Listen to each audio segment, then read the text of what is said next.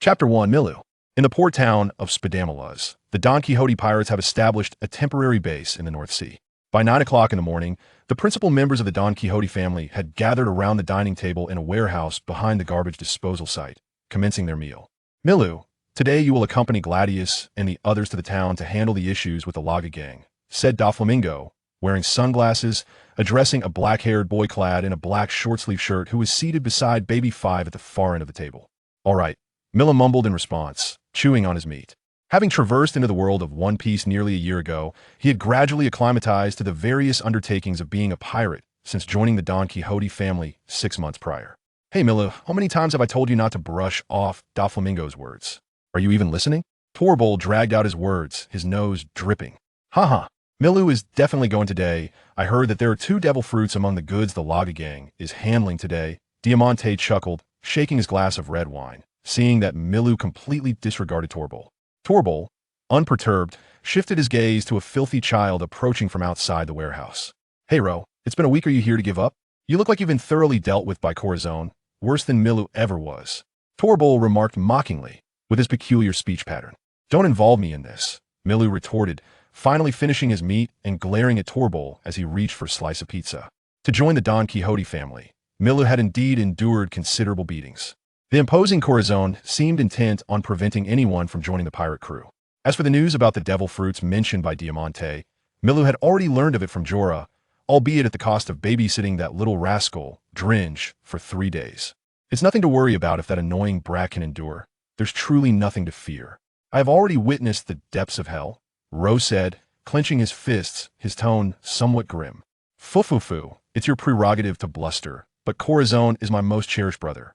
Anyone who dares to harm him will face dire consequences, Doflamingo said with a hint of menace. Milu felt an unsettling chill down his spine, sensing that Doflamingo's words were directed at him. However, upon reflecting on the intense malice he had directed at Corazon, it seemed only natural for Doflamingo to issue a warning. The malice he had exhibited at that moment, however, was a secret of Milu's own, akin to the secret of his very existence as a transmigrator. That malice was his nun. It was reminiscent of the nun abilities from Yoshihiro Togashi's manga, Hunter x Hunter, a power that allows one to control life energy. As to why his nun carried malice, Milu speculated that it was related to his transmigration. After all, he had crossed over post-mortem, meaning this nun was more like the lingering will of the deceased. A fervent admirer of Hunter x Hunter who had followed the series all the way to the Dark Continent arc, Milu was well aware that the nun of the deceased is often more potent, but also amplifies the thoughts they held in life. Having perished in a traffic accident, he harbored extreme resentment towards the drunken driver who had exited the vehicle. Thus his spirit was infused with this profound malice. Upon transmigrating into the body of a recently deceased child, Milu found that the original owner's corpse also emanated a strong aura of malice. This duality, coupled with his revival and subsequent mastery of this energy, allowed the malice to fully integrate into his nun. As for why he possessed the abilities of a hunter upon arriving in the world of One Piece, Milu expressed contentment with this. It was, after all, a means of self-preservation. Yet, this fleeting sense of security did not endure. Though his resurrection granted him nun abilities, the frailty of his body and the inescapable malice within his nun subjected him to considerable suffering in the days that followed.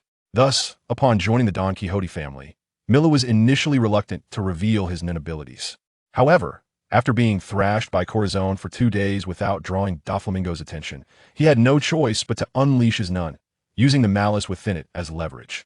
Fortunately, the people of this world could not perceive the inky blackness that enveloped his body in nun. What they could sense was merely the profound malice he directed at Corazon. At that moment, Corazon, who had ceased his attacks, likely harbored a genuine desire to inflict severe harm on Milu, a sentiment that Milu felt acutely as he curled up on the ground. Fortunately, Doflamingo intervened before Corazon could go further. Perhaps Doflamingo had perceived Milu's potential, for shortly after issuing a verbal warning, he formally welcomed Milu into the Don Quixote family. As for why Milu, a transmigrator, chose to affiliate himself with this notorious family of villains, there were numerous reasons behind his decision. Firstly, Milu's identity upon transmigration was far from favorable. He was a 6-year-old boy serving as an apprentice pirate aboard a ship, essentially a child laborer. He certainly did not enjoy the privileges afforded to Shanks or Buggy. Each day, Milu toiled to scrub the decks and wash dishes just to secure a meager meal, and even then, he frequently bore the brunt of the tempers of the pirates aboard. These experiences elucidated why the original owner of his body had been consumed by such profound malice and death. Yet, knowing this did little good despite awakening his nun abilities after assuming the body. His frail and injured state made it exceedingly difficult to escape the ship, even with the aid of Nun. Moreover, the pirate vessel rarely docked, forcing Milu to expend his time and energy merely to eat, recuperate, cultivate his Nun, and plot his escape.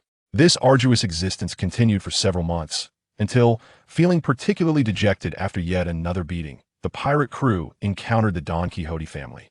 The outcome was inevitable, however. Upon being captured and brought to the port town, Milu was unexpectedly presented with three choices. The first was to leave and seek work in the town to make a living. The second was to voluntarily join the Don Quixote family. The third was to leave and enlist in the Navy. Having been an avid fan of the anime and manga, having watched it no less than 3 times and read the manga 5 times, Milu was acutely aware that this world harbored not only dangerous pirates but also bandits, human traffickers, and underground criminal organizations. Moreover, his nearly 6-month experience aboard the pirate ship had granted him a stark realization of the world's brutality. He understood that to thrive in this world, strength was paramount. Thus, upon weighing his options, he discerned that, in his pursuit of strength, he had only 2 viable paths: joining the Don Quixote family or leaving to join the Navy. In comparing the 2 organizations, Milu did not hesitate to choose the Don Quixote family, which was far more advantageous for him. From his extensive viewing of the One Piece anime prior to his transmigration, he knew that the Don Quixote family, with its vast underground influence, was the most likely place to acquire a devil fruit. Additionally, he recalled that after Rose induction, he had been trained by the family's officers, a far more promising opportunity compared to starting as a mere underling in the Navy. Most importantly, the Don Quixote family was well suited to Milu's Nun. Thus, he decided to stay. The family is full of elite members. How long can this kid last without any fruit abilities? Diamante's voice pulled Mila back to reality. No matter how much hardship you endure, do not forget the blood oath. The authority of the family officers must not be violated, Lao Ji stated sternly. Seeing that Buffalo was about to speak, Milu quickly shoved a large piece of pizza into his mouth, silencing him. Buffalo looked at Milu with a wounded expression, but his attention was swiftly captured by the pizza in his mouth. Ha ha ha, Baby 5 laughed, munching on her bread. Hey, Water Buffalo, if you want to avoid being bullied, you need to become an officer quickly. Torbull jeered. 0002, the troublesome kid. This kid has such fair skin. Mahabais exclaimed suddenly, finding Ro somewhat peculiar. If he's contracted with the platinum disease, that would be a serious matter, Jorah echoed, also expressing shock. Buffalo, with his mouth stuffed full, jumped in surprise. Milu continued to eat calmly, listening to Doflamingo's subsequent explanations, while also hearing Ro recounting his experiences of escaping from a mountain of corpses. Yet, his mind began to replay the plot of the manga. Soon, Ro would choose a moment to assassinate Corazon. Then he would be spotted by Water Buffalo, and, consequently, Ro would join the family. However, these events bore no significance for Milu. He was aware of what he needed to focus on now. Moreover, he understood that only Corazon could alter Ro's path. The current Ro was merely a child bent on destruction before his demise. After finishing his meal, Milu did not enjoy much respite before accompanying the family cadre out of the garbage dump. Had it not been for the emergence of the devil fruit, Milu would not have easily departed from the family residence. Typically, he would choose to remain at the base, diligently honing his Nun abilities. Nun is a skill that necessitates unwavering dedication and continuous practice. Milu was uncertain of his innate talent for cultivation, yet since his arrival in this world, he had devoted the majority of his energy to mastering Nun. In his training, Milu categorized the practice of Nun into 3 distinct stages based on what he could recall. The first stage encompassed the foundational 3 of the 4 primary techniques of Nun: conjuration, specialization, and manipulation, with the final technique, emission, assigned to the second stage of training. Conjuration is quite straightforward. Upon activating his Nun, Milu learned to control his aura, allowing it to float around him, which is the essence of conjuration. However, to excel in this technique requires prolonged refinement and training. Moreover, persistent practice in conjuration can enhance a Nun user's physical capabilities, offering numerous benefits. With more than a year of diligent training, Milu's aura had reached a state of instinctual awareness. With merely a thought, his aura would manifest around him in a slow, yet fluid motion. Milu similarly did not neglect the training of specialization, which serves to diminish one's presence. While in a state of specialization, although Milu's defenses would align with that of an ordinary person, his recovery of mental and physical stamina would significantly accelerate. As for manipulation, regarded as a method of explosive force and the foundation for the advanced techniques of conjuration and manipulation, known as hard and round, Milu placed considerable importance on it as well. 6 months prior, he had entered the second stage of training, focusing on the unique applications of emission. Understanding the nature of one's nun type is crucial in this training. This aspect is quite simple. Milu vividly recalled the method of testing for nun types from Hunter x Hunter, referred to as the Mizumi method. It involves merely a glass of water and a leaf. By placing the leaf into the filled glass and activating his nun while gripping the cup, the various transformations of the water and leaf would reveal the test taker's nun type. Upon activating his nun, Milu witnessed the instantaneous disappearance of both the leaf and water within the cup. From his recollections, the enhancement type would increase the water volume, the transformation type would alter the water's flavor, the materialization type would conjure an object within the cup, the emission type would change its color, and the manipulation type would cause the leaf to move. The complete disappearance of the water and leaf clearly did not align with any of the 5 major types, categorizing it instead as the final type, specialization. Specialization does not constitute a distinct category within the narrative of Hunter x Hunter. Any nun that does not fall under the 5 main types is classified as specialization. Milu was entirely unaware of how to develop this type of nun. Nevertheless, there were numerous specialization users depicted in the manga, whom Milu could utilize as references. The formation of nun is significantly intertwined with an individual's personality and thoughts. With this understanding, Milu quickly discerned what he desired, particularly how to wield his nun, by integrating the established concepts from the world of One Piece. There's not enough. Gladius' voice jolted the somewhat distracted Milu back to reality. Having something is better than nothing after all. You haven't contributed much either, replied a burly man with a cigar protruding from his mouth, standing ahead. This individual was evidently the leader of the Lago gang, towering over 3 meters with pronounced muscles, adorned with a sword and a gun, now brazenly staring at the cadre of the family. To Milu, such bravado was tantamount to courting death. Indeed, upon witnessing the man's demeanor, Gladius felt no inclination to respond. Behind him, Jorah promptly drew her gun and aimed it at the bearded man, pulling the trigger. The bearded man's reflexes were notably swift as Jorah drew her weapon. He shouted, "Attack." Yet, that was all he managed to utter before Lao G's flying kick sent him hurtling away. Gladius' arm slightly bulged, and he unleashed 2 blasts of aura toward the approaching members of the Lago gang. Milu did not hasten to act, but instead trailed behind Gladius as they advanced toward the Lago gang's stronghold. Doflamingo's industrial expansion in the North Sea was still relatively nascent, and his reputation had yet to fully resonate. Consequently, the family faced numerous tasks daily, particularly concerning this harbor town base. Whenever the family was absent for a while, factions opposing the Don Quixote pirates would emerge. Milu and his companions were tasked with confronting these factions. If the leader complied and surrendered the requisite funds, the family cadre would depart peacefully. However, if resistance were encountered, the solution was straightforward: eliminate all opposition and seize their assets. In this chaotic world, new factions would arise even before the Don Quixote family could leave, allowing Milu and his companions to return before their departure. They trusted that the new factions would recognize the prevailing circumstances and willingly hand over the money. Thus, with the battle commencing, Milu's objective was to breach the stronghold, vanquish any who obstructed their path, and seize all valuables within. Although the Laga gang members were numerous, they proved utterly ineffective. The assailants could hardly surpass Jorah and Ma Bai's, who had yet to acquire devil fruit powers, let alone contend with Gladius, Sr., and Lao Ji. It was not until Milu stepped into the stronghold's building that a multitude of gang members wielding knives surged toward him. As Milu immediately shifted into a combat mindset, a palpable malice, seemingly intent on destruction, surged forth alongside his aura. However, just as he prepared to stretch his muscles, he received a solid thump on the head from Gladius. "Did you not see that baby 5 is in tears because of you?" Gladius' exasperated voice rang out. Was it truly necessary for this little brat to be so ferocious against mere fodder? Turning around, Milu discovered that baby 5, who had previously been curious about the White Town, was now hiding behind Lao Ji, wiping away her tears. Milu's lips twitched in annoyance, and he momentarily halted his aura, entering a state of specialization. What a troublesome little brat. 0003 The additional fruit. During his 6 months with the Don Quixote family, Milu did not only make significant strides in his nun training. Due to the striking resemblance between Kenbunshika Haki and the concept of nun, Doflamingo inadvertently discovered Mi Luo's uniqueness and subsequently had the undeparted Virgo instruct Miluo in the cultivation methods of hockey. Regrettably, Miluo was unable to master hockey. However, during Virgo's tutelage, his physical prowess underwent certain enhancements and improvements. Moreover, the apprehension he harbored regarding the potential of his non-abilities to compel others into a state of training did not materialize. This revelation elucidated for Miluo that, while there are numerous similarities between Nun and hockey, their essences are fundamentally distinct.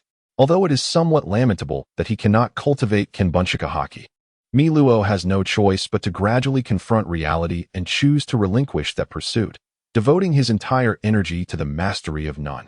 Moreover, this revelation instilled a certain doubt in Miru regarding the efficacy of his uniquely constructed abilities within this world. However, in the absence of a definitive target for experimentation, he could only persistently strive to solidify the foundation of his own and mastery. Consequently, through relentless training, Miro has reached a point where, even without relying on his nin, his physical prowess and the combat techniques learned from Virgo suffice to contend with mere thugs from ordinary gangs. Nevertheless, Miru, in a state of silent contemplation, chose not to engage in combat. While others dispatched the lackluster opponents, he commenced his search for spoils. Monetary gain was certainly not Miru's primary concern. His purpose in this locale was solely to acquire those 2 devil fruits. As a member of the Don Quixote family, should there be any devil fruits of his interest obtained by the family, he could claim them as his own. This privilege serves as a benefit of belonging to the Don Quixote lineage, albeit such an opportunity arises only once. After all, not only is one permitted to consume but a single devil fruit, but their market value is also considerably high. The information received from Jorah did not specify the exact nature of the fruits that might manifest here. This is an inevitable circumstance, as not everyone possesses a devil fruit encyclopedia while at sea. Often, the acquisition of a fruit hinges purely on fortune.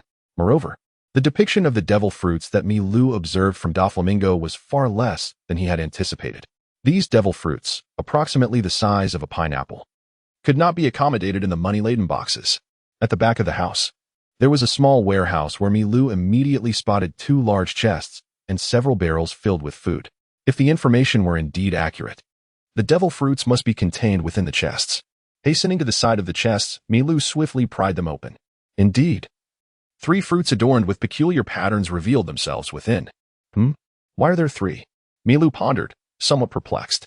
The family's intelligence network was formidable, particularly regarding the shipment from the Ragu gang, which had long been under their scrutiny. How should he handle the unexpected additional fruit? Should he covertly take this surplus fruit for himself? The moment this thought crossed Milu's mind, he arrived at a decisive conclusion. This was an opportunity. With that in mind, he glanced back to see Gladiolus and the others still engaged in dispatching the Ragu gang's minions at a distance from the small warehouse. Narrowing his eyes, he quickly seized one of the gray devil fruits.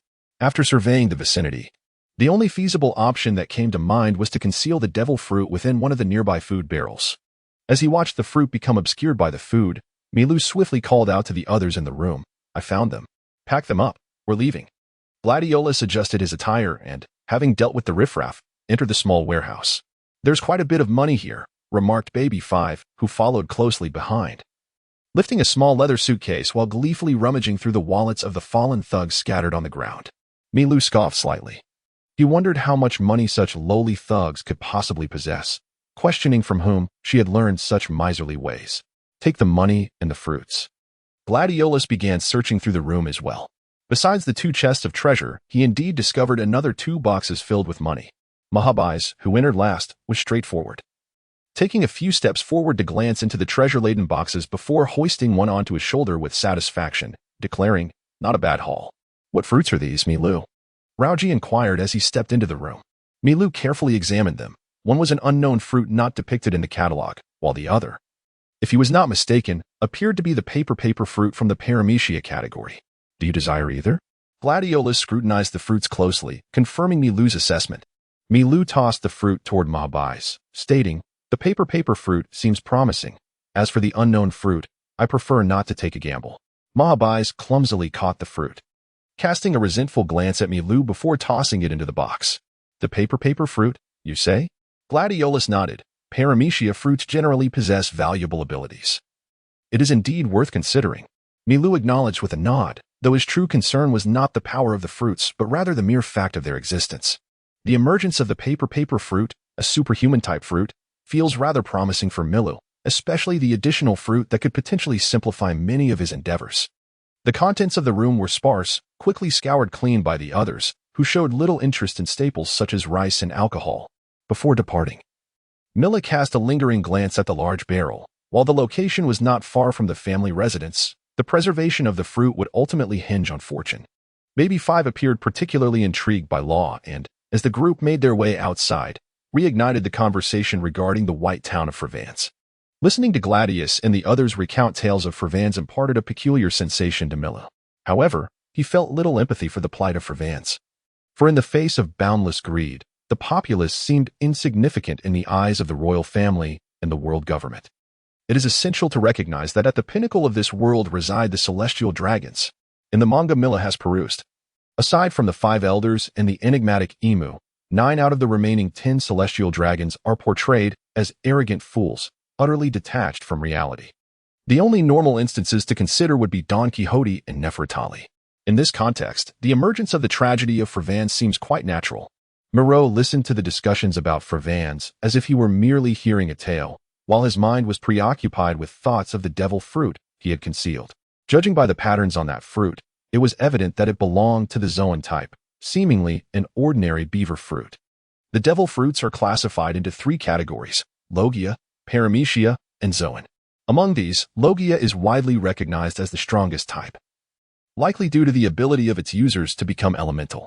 After all, without mastering Haki or possessing a countering force, elementalization can be regarded as an invincible ability. The Paramecia and Zoan categories are further subdivided into numerous varieties. For instance, the Gura Gura no Mi and the Pamu Pamu no Mi can undoubtedly be regarded as extraordinary abilities. Luffy's transformation into a rubber-like entity exemplifies such superhuman prowess, as does Bartholomew Kuma's ability to alter parts of his body to manifest unique powers.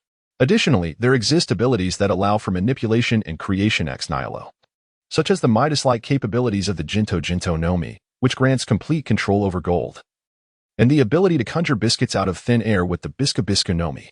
It can be said that the Paramecia category is a veritable compendium of versatile and transformative powers.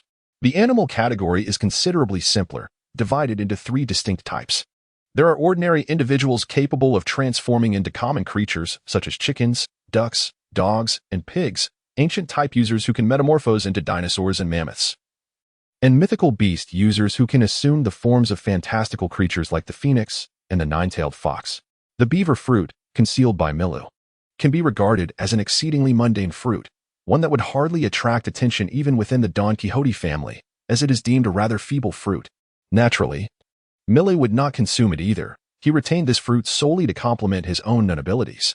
In fact, since determining that he is a specialized nun user, Milu has never contemplated the notion of consuming an unpalatable devil fruit.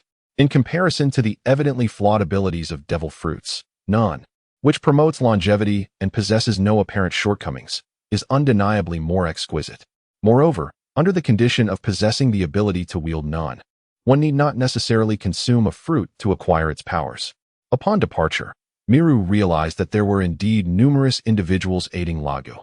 There was little communication between the parties, and a battle erupted directly on the streets of the small town. Miru chose not to employ his nun abilities. Instead, he deftly retrieved a handgun from the small of his back, a weapon he had procured from the extensive collection of firearms belonging to Gladius. In both close combat and ranged encounters, Miru exhibited no marked preference. However, engaging in ranged combat with weapons evidently conserved more stamina.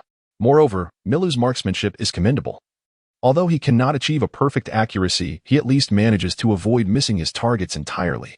Naturally, when confronted by an assailant, Milu resorts to hand-to-hand combat, a skill refined under the tutelage of Virgo, far surpassing that of ordinary gang thugs.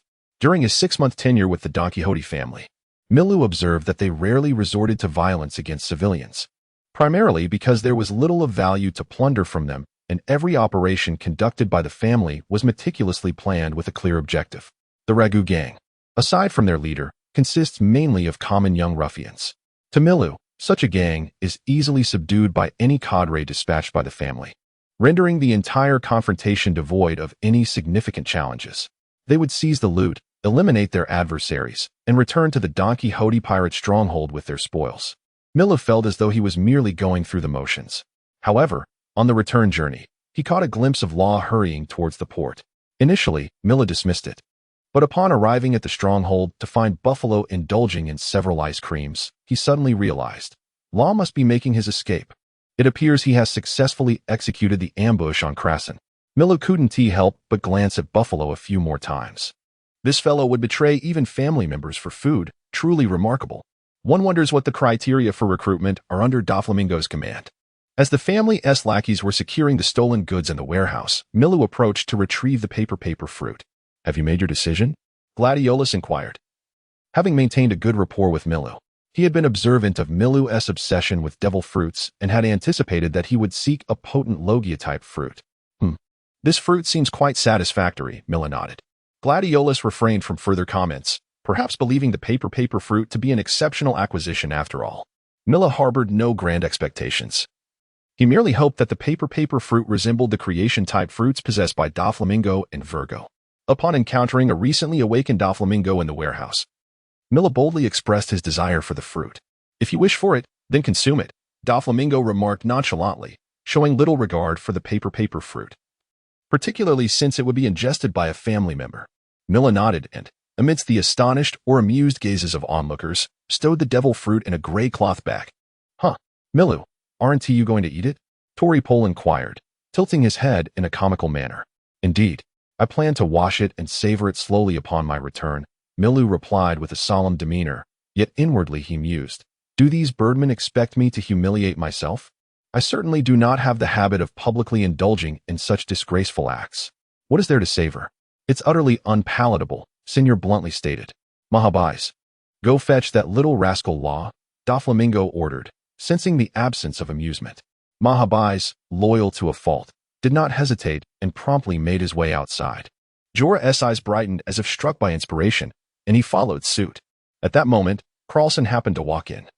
He cast a fleeting glance at the bag filled with fruits and proceeded to settle onto the sofa beside Don Quixote Doflamingo. Observing this scene, Moreau realized it resembled the very atmosphere when they had initially invited Law to join the family. Consequently, he took a step forward, heading directly towards Baby 5 and Buffalo, who were leaning against the warehouse window. "Is there something delicious in that bag?" Buffalo inquired curiously, licking his ice cream. It was indeed fitting to refer to him as a buffalo, for his intellect matched that of the animal, simple-minded and solely focused on food. "Do you want to try it?" Moreau was not averse to the idea of sharing a taste of the fruit with Buffalo once he acquired its powers. Buffalo's eyes lit up as he eagerly nodded. The fruit was impressively large and adorned with exquisite patterns, indicating it would likely be quite delectable. Baby 5 had arrived earlier and had overheard Senior's remarks. At that moment, she was suppressing a laugh, her hands covering her mouth as she watched Buffalo, clearly harboring mischievous intentions. "I'll share some with you tonight."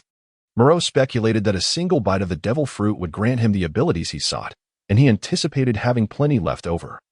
So he didn't mind letting Buffalo have a taste, hoping he would enjoy it. Feeling a twinge of concern for the devil fruit he had hidden away, Moreau decided to leave the warehouse when he noticed that Law had yet to be brought in.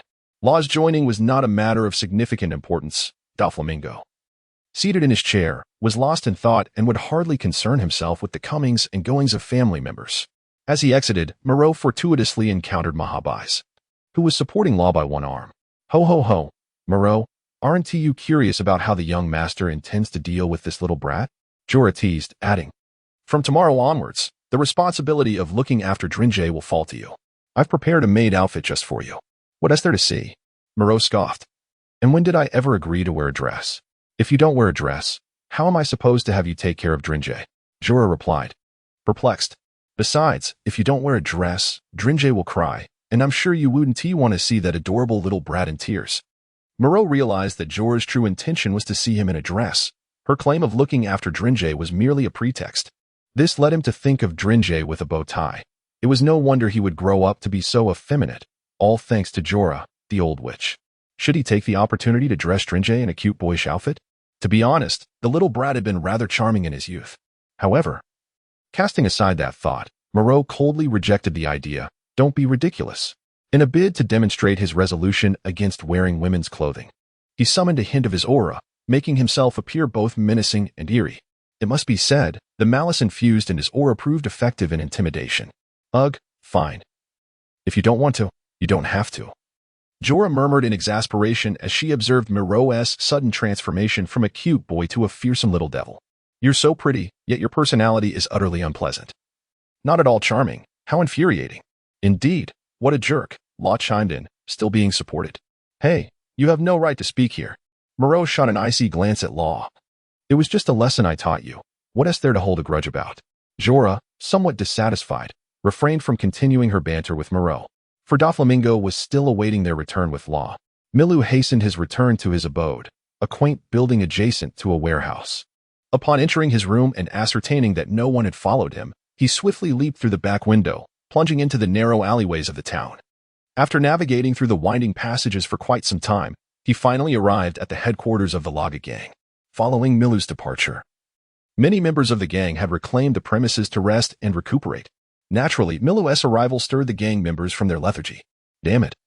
The scoundrels from the Don Quixote pirates are back, exclaimed a peculiar yellow-haired officer adorned with strange tattoos, the first to spot Milu.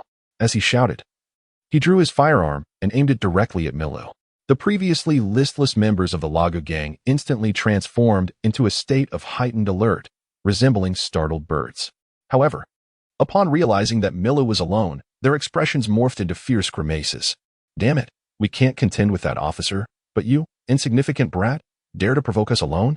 With such sentiments, the gang members, convinced that no one was lurking behind Milu, brandished their weapons and charged toward him, shouting defiantly. Trouble, Milu murmured. Yet fear did not grip him. In an instant, his nin entered a state of ensnarement, emanating an unsettling aura of malevolence. Although the technique of ensnarement was a fundamental application of Nen, it bore a striking resemblance to the advanced haki in the world of One Piece. As both are manifestations of life energy, the distinction lies in the fact that Nen envelopes the entire body in an external form, while haki directly impacts the individual.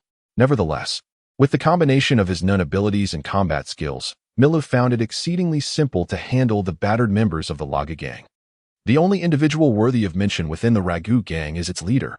Although he managed to survive a brutal kick from Rauji in a previous skirmish, he now lay bandaged, his combat prowess significantly diminished. When Miru strode past him, accompanied by a throng of his subordinates, the leader harbored no thoughts of resistance. Resembling a defeated fish languishing on his seat, it was evident to Miru that this man had been thoroughly intimidated by the Don Quixote pirates, even after recuperating. He would likely lack the courage to confront them again. However, Miru was indifferent to his plight. He calmly entered the small storeroom behind the hall and effortlessly retrieved the devil fruit from a barrel disguised as food. Casting a scornful glance at the disheartened leader of the Ragu gang, he chose to exit amidst the trembling gazes of the remaining defeated members. As he approached the entrance of the hall, Miru abruptly halted before the yellow-haired officer who had first noticed him. Though he had refrained from charging in during the battle, the officer's gun was devoid of ammunition. At that moment, his hand trembled as he grasped a knife, yet he did not retreat. He stood his ground, aware that fleeing would be futile as he was no match for this young adversary. The yellow-haired man was consumed by a singular thought. The Don Quixote family was terrifying, and even a mere child possessed the power to render them utterly defenseless. Do you wish to be a leader? Miru hesitated momentarily before posing the question. The yellow-haired man's head inclined slightly, but after a fleeting glance toward the hall, he quickly shook it in refusal. If you wish to lead, then follow me. With no further ado, Miru advanced, leading the way. After traversing 2 streets, he entered a seemingly bombarded abandoned building. Before long, the yellow-haired young man, as anticipated, followed him. He regarded the solitary chair in the room, where Miru sat, seemingly awaiting his arrival, with a mix of apprehension. Have you heard of the devil fruit? Miru inquired directly, evidently pleased with the man's decision to come. Yes, the yellow-haired officer replied. As a member of the Ragu gang, he was well aware that their recent cargo included such a treasure. It was said to grant astonishing abilities to those who consumed it, a coveted prize of the sea. Miru produced the white, paper-like fruit and, after a moment's hesitation, tossed it to the yellow-haired man. Eat it. Trembling, the man picked up the strange white fruit he recognized as a devil fruit. However, the immense value of this item, worth millions of berries, left him perplexed. The prospect of selling it for a lavish life was tantalizing. Greedily swallowing, he thought, if only I could take it with me. Eat it, Miru reiterated, a chilling malice emanating from him. The yellow-haired man shuddered. realizing he had no option for resistance. To eat or not to eat. Faced with the impossibility of selling the fruit, he resolved without hesitation to consume it, taking a hearty bite. Miru observed the yellow-haired man's face contort as he savored the fruit's revolting taste. Yet, when he continued to swallow despite the grimace, preparing to forge onward, Miru had no choice but to command, "Stop." The yellow-haired man paused, momentarily stunned, but fear of Miru's potential change of heart propelled him to muster his resolve. With determination etched on his face, he forcefully stuffed the entire fruit into his mouth. By the time Miru reacted and clasped the man's jaw shut, the fruit had already vanished down his throat. Miru had intended to save a portion for Faro, but the obstinate yellow-haired man had disregarded his intent. Annoyed, Miru delivered a swift kick to the man's abdomen, who was now reeling from the most unpalatable fruit he had ever tasted. If granted another chance, he would doubt his own courage to take another bite. "Ah, you seem quite eager to eat, don't you? The devil fruit is delicious. I assentí it. Just wait. I'll provide you with another shortly. If you don't finish it, I'll make you regret it." To his shock, the yellow-haired man noticed another patterned fruit beside the chair. Realization dawned upon him that he was expected to consume yet another. Despair washed over him as he felt his stomach churn, something rising within him. Just as he opened his mouth, a small hand pressed against it. Looking at Miru with a forlorn expression, the yellow-haired man felt his throat constrict. Miru smiled. "Now, take a seat." However, the yellow-haired man, emboldened by his newfound abilities, reached out and inexplicably conjured sheets of white paper from thin air. Yet, this newly created paper lacked any combat effectiveness, as it floated lightly and landed at Miru's feet. An awkward silence ensued. "What is this? Do you wish to resist?" Miru mocked, and with that, he struck the yellow-haired man repeatedly. After several minutes of this, he paused, noting the man's struggle for breath. "Now, let us discuss matters of importance." As he spoke, a black-covered book suddenly materialized in Milu's left hand. Inscribed in blood-red characters were 5 prominent words: "The ultimate intent of pirates." This was a manifestation of Milu's own nun, developed from the Phantom Troop leader Kororo's nun ability. The ultimate intent of thieves. The latter is a specialized nun ability that allows one to appropriate the nun of others for personal use. After much contemplation, Milu realized that, among the various specialized nun abilities he was aware of, this particular power suited him best. However, unlike the ability to steal nun, Milu's ambition was to acquire the powers of the devil fruits. His yearning and fervor for the myriad capabilities bestowed by these fruits led him to swiftly develop his own nun. Of course, Milu had entertained the notion of crafting a unique nun of his own. Yet, in the world of One Piece, to maximize the potential of his nun, he discerned only one viable path: to align his nun with the abilities granted by the devil fruits, which many formidable beings in this world possessed. There exist 2 formidable powers in this realm. One is the superhuman abilities conferred by the devil fruits, and the other arises from the mastery of haki. Unable to cultivate haki, Milu could only steer his nun towards the direction of the devil fruits. In contemplating whether to choose a nun that counters the abilities of the devil fruits or one that seizes and acquires those powers, it appeared that few would opt for the former. After all, even if one could negate a fruit's power, there still remained those who wielded haki. Relying solely on a nun ability that requires considerable time to refine to combat the seemingly unreasonable might of haki, Milu found himself lacking in confidence.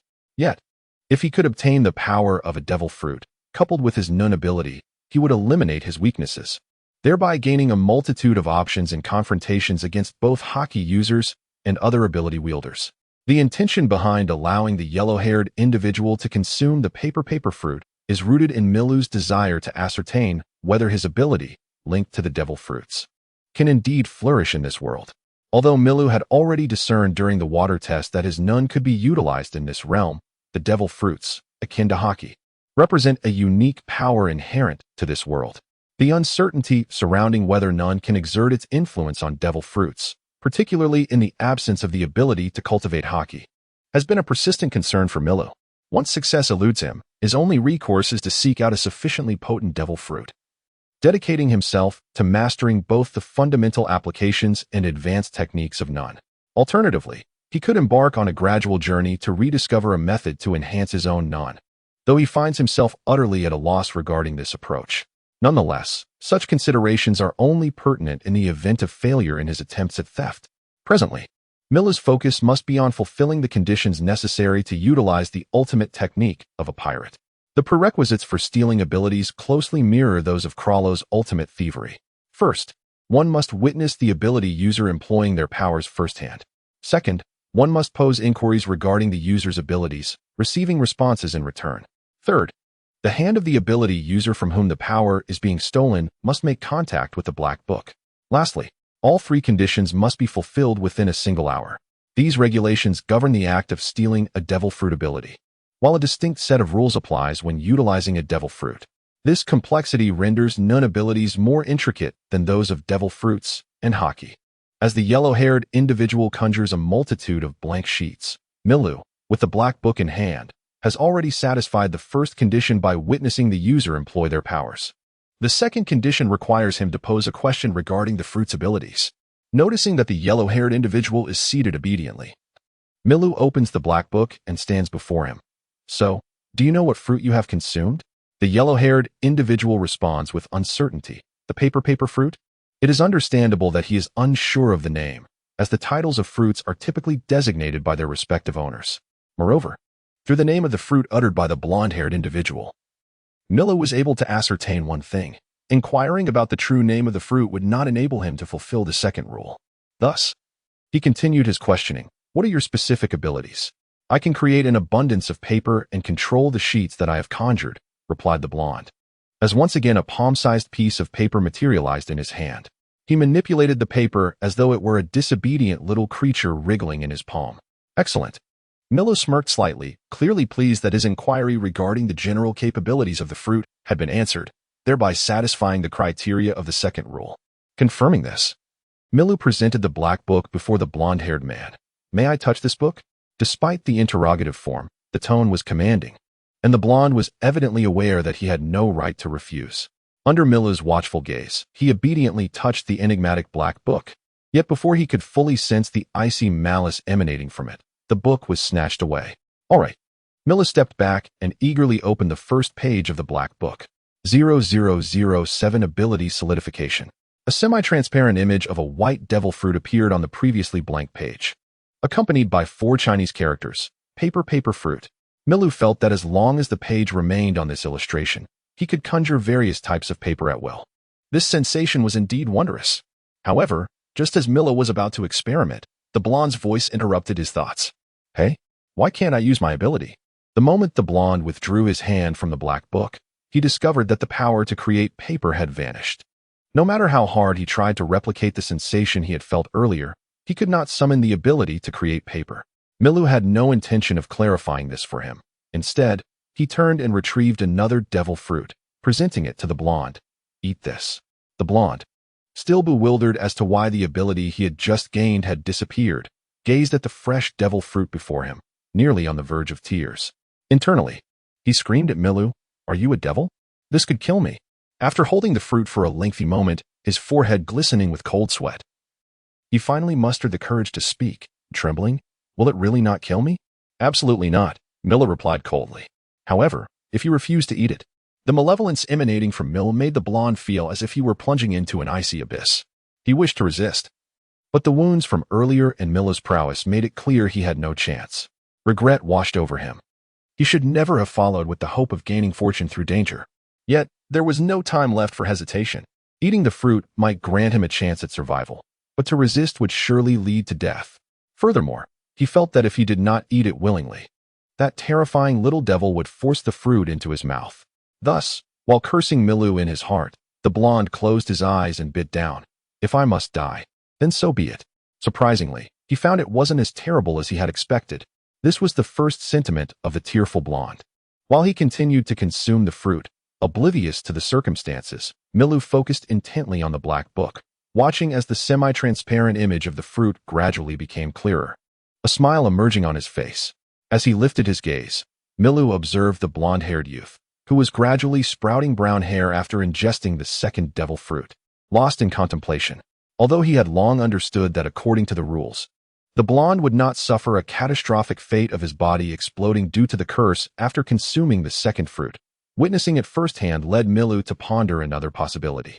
What if he were to return the ability of the paper fruit to its rightful owner? What would transpire?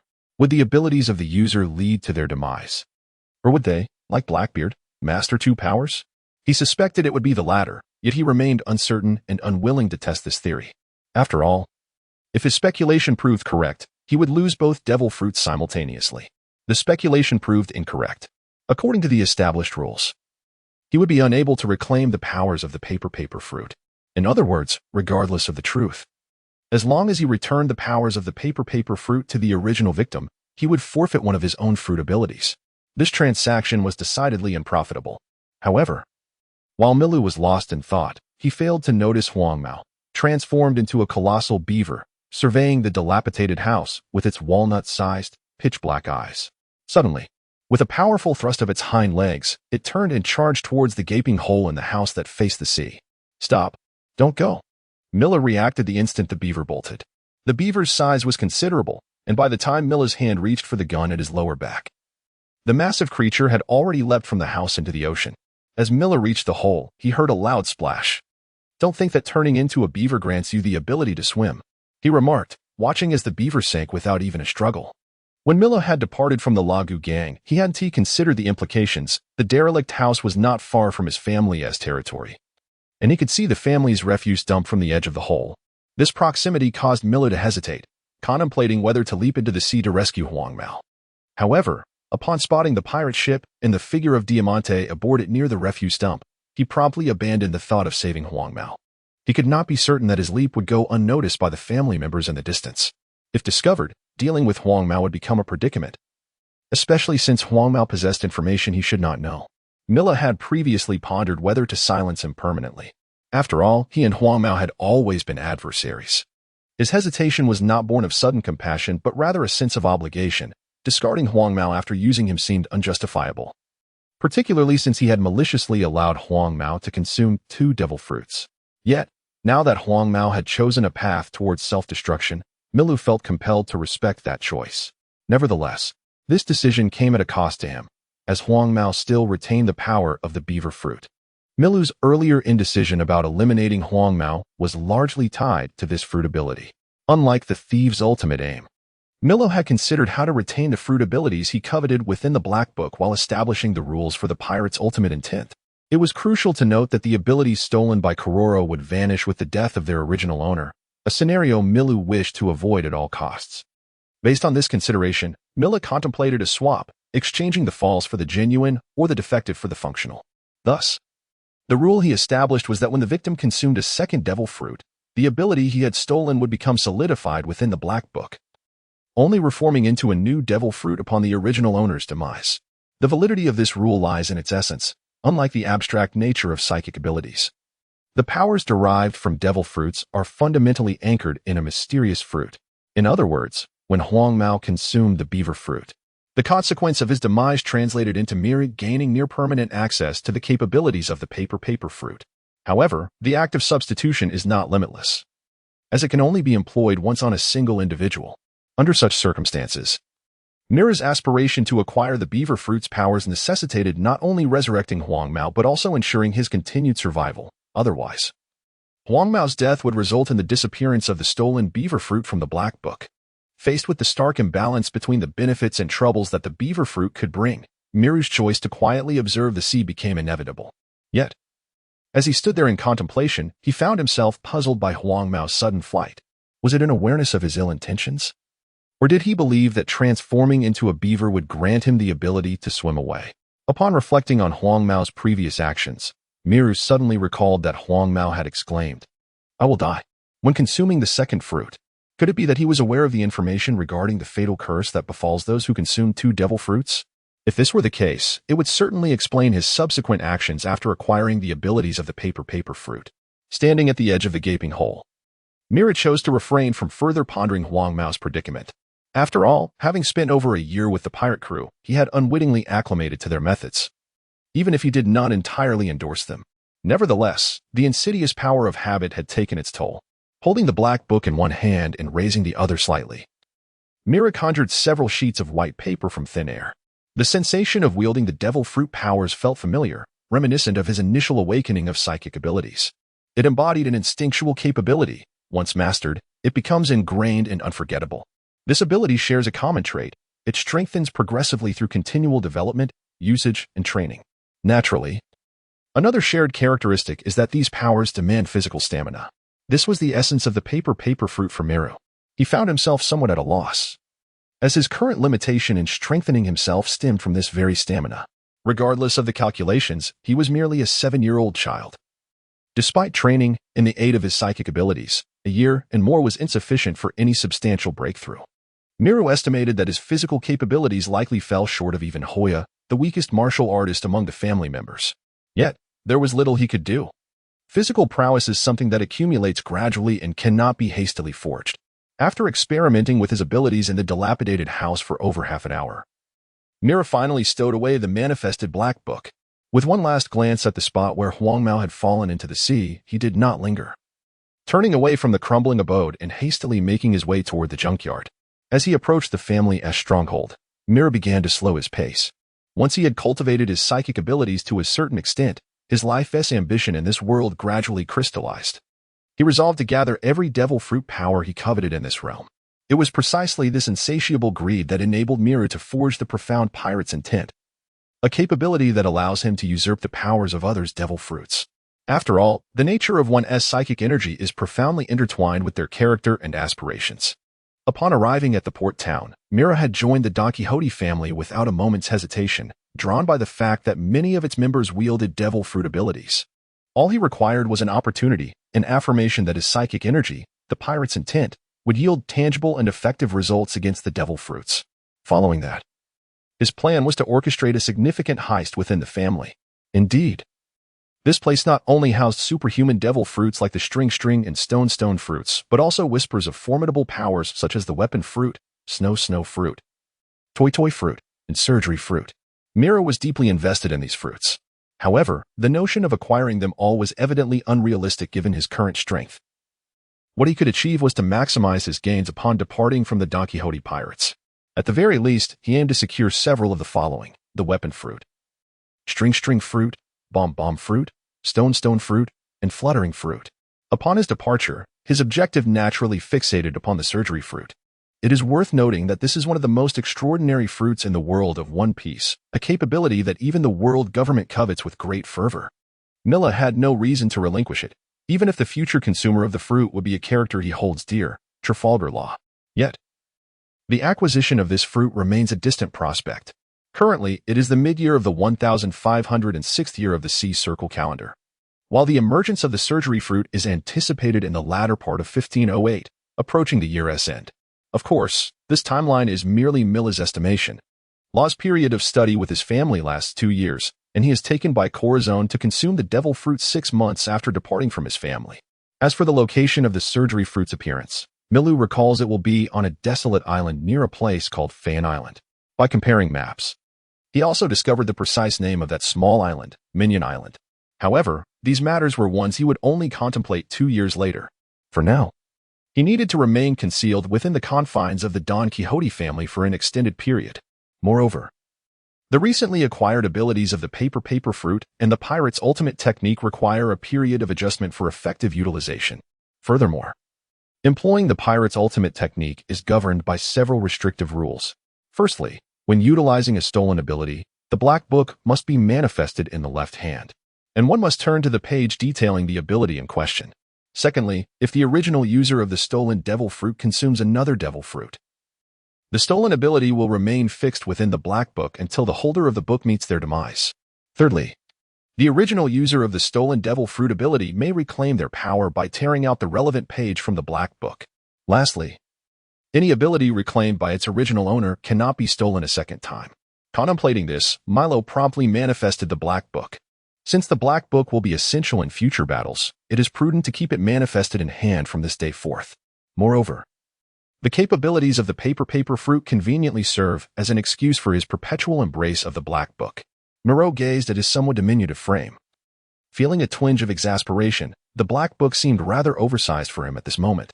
Yet, there was little to be done, as age was a fixed variable, and any aspirations of heightening his stature were unlikely to materialize in the near future. It is worth noting that individuals in the world of One Piece generally possess a taller physique, and Moreau found himself pondering just how tall he might grow in the future. He harbored no extravagant desires, standing at around 1.8 or 1.9 meters. With a well-proportioned physique, exuding a sunny charm would suffice. However, at present, his primary concern lay with the abilities conferred by the first fruit he had acquired. The paper fruit. Reflecting on the paper fruit, Moreau suddenly recalled Cracker, one of Big Mom's sweet commanders. Cracker, a user of the biscuit fruit, possessed abilities that also fell under the category of creation. He had the remarkable ability to conjure a plethora of biscuits out of thin air, and even those biscuits, despite being distanced from him, could still operate autonomously.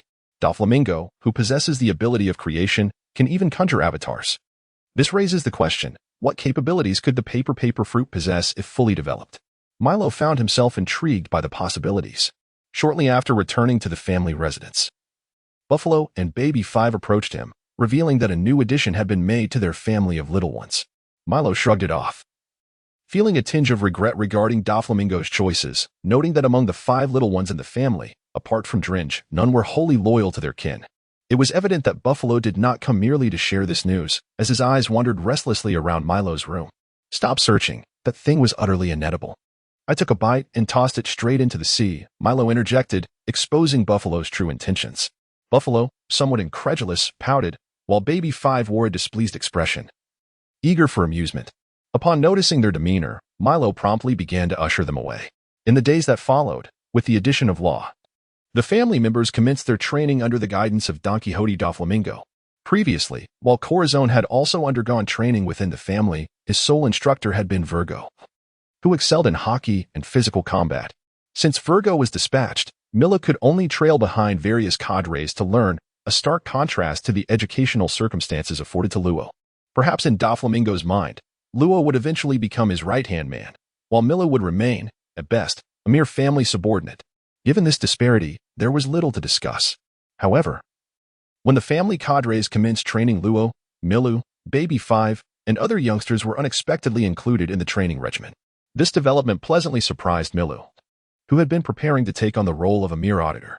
During the training of Law and Moreau, the Don Quixote pirates did not cease their efforts to expand their influence in the North Sea.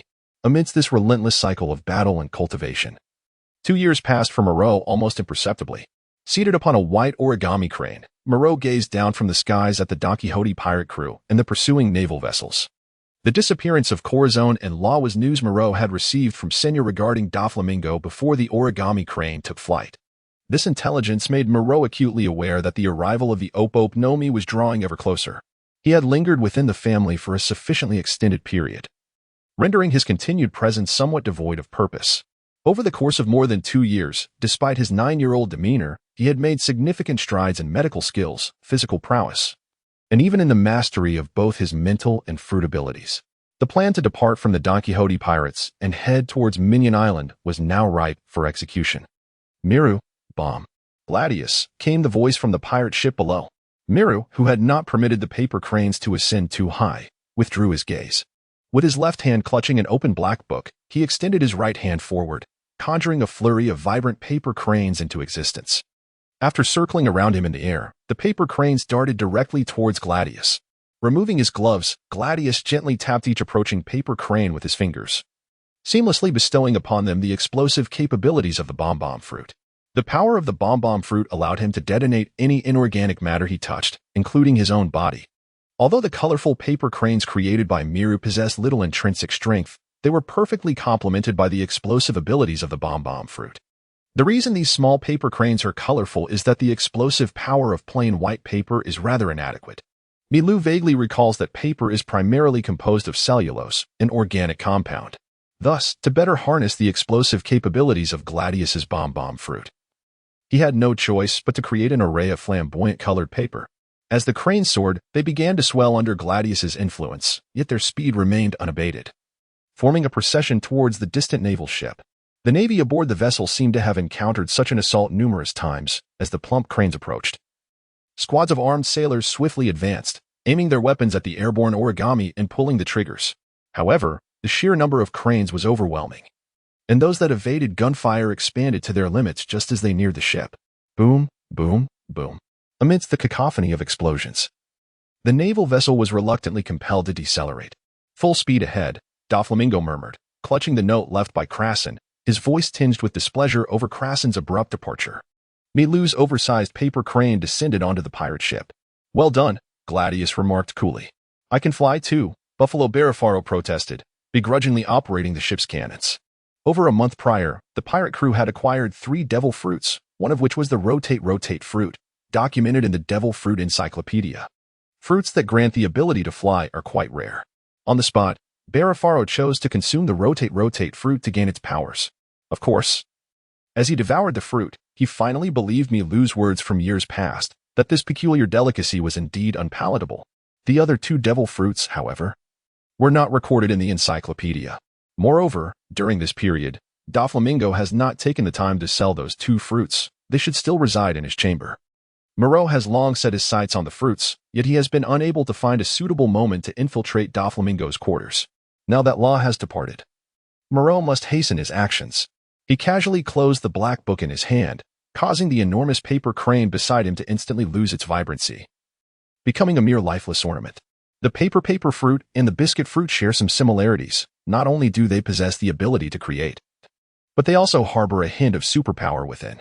This extraordinary ability allows anything created by Milu in the form of paper organisms to possess certain biological traits. For instance, a paper crane can exhibit the ability to fly, a paper airplane can glide, and a paper figure can engage in combat akin to a real person. It is this peculiarity that transforms the paper cranes casually crafted by Milu, infused with the explosive powers of the bomb fruit, into airborne explosives. "By the way, Milu, what is that book for?" Torbol inquired, his curiosity piqued once again. Since Milu acquired the powers of the paper fruit, he has clutched that enigmatic black book, never relinquishing it even during his physical training sessions with Laoji. Thus, it is not just Torbol who is intrigued by the black tome in Milu's possession. "Stay away from me. Your snot is almost touching me," Milu retorted disdainfully, stepping back to distance himself from Torbol's large face, consistently opting not to answer. Diamante suddenly appeared, laughing. "Ha! Torbol, are you still at it? Truly relentless." "Che, fine, if you won't say anything. Doflamingo has suggested we head to Grey Town for adjustments," Torbol replied, dragging his long snot as he approached Dirinji, who was energetically bustling about on the ship with a small bag. "Hey, little Dirinji, still full of energy, I see." Dirinji looked at Torbol with confusion, then seemed to recall something, happily reaching into his bag. Moments later, he produced a pink handkerchief and offered it to Torbol. The implication was clear. Even 3-year-old Dirinji understood the need to clean up snot, while this grown man dragged around his own with no sense of shame or disgust. Mila stifled a laugh as he watched Torbol's expression shift dramatically. Meanwhile, Diamante laughed heartily, causing various items on his person to float about. As for Torbol's sticky fruit, Milo had little interest, despite its commendable abilities. What he truly coveted was Doflamingo's string fruit. However, Doflamingo's vigilance was formidable. To say he was cautious would be an understatement. Doflamingo was extraordinarily difficult to approach. While Milo was familiar with the other members of Doflamingo's family, he believed he possessed methods to steal their abilities. Yet, devising a way to approach Doflamingo and prompt him to discuss his powers or interact with the Black Book eluded Milu entirely. Moreover, even if success were to grace him, Milu was acutely aware that an opportunity to escape would remain elusive. In the absence of sugar, that scoundrel Toripol would almost invariably be found in proximity to Don Quixote Doflamingo. Not to mention, even if he managed to pilfer a power, he would still have to contend with a fully unleashed Doflamingo. Mila harbored no illusions about his current abilities enabling him to elude such a formidable foe. Thus, despite his reluctance, he was compelled to redirect his ambitions towards other members of his family. The coveted fruit was within reach. Baby Phi's weapon fruit was the most easily obtainable. However, when it came to the abilities of other officers, Mila found himself in a state of hesitation. He personally leaned towards the capabilities of the family's highest-ranking officials, Pika and Diamante. Although Pika's stone fruit was not of the Logia type, its operational prowess was undeniably formidable. Yet, Pika was a difficult individual to engage with.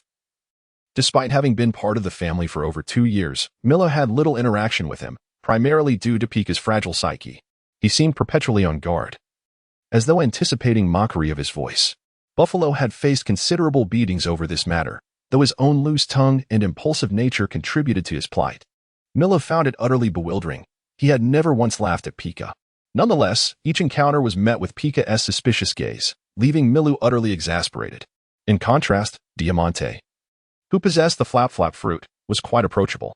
To cultivate a good rapport with him, one merely needed to offer compliments, flattery, and admiration. As for the abilities of others, Milu certainly yearned for them as well, but given his current capabilities, even facing an incapacitated officer posed a significant risk. Thus, for the sake of caution, he resolved to focus on just one target. Milu's fingers rhythmically tapped on the black book as he cast a final glance at Diamante before turning and retreating to his cabin. Attempting to seize a power upon the open sea was not a prudent strategy. Should he be exposed here, there would be no refuge. Furthermore, the two devil fruits residing in Doflamingo's quarters were also among Milu's aspirations. If Doflamingo did not vacate, he would have no chance to infiltrate. Over the years, the Don Quixote pirates had established dominance over much of the underground forces in the North Sea. Fruits of the devil variety seemed to appear on the ship with regularity. However, it was the first time Milu had encountered fruits that had remained aboard for such an extended period. He even found himself questioning whether Doflamingo had concealed any details regarding the devil fruit encyclopedia he had shown him. If Doflamingo was aware of the abilities of those two fruits, could it be possible that one of them was the toy fruit? After all, Monet and Sugar had yet to make their appearance.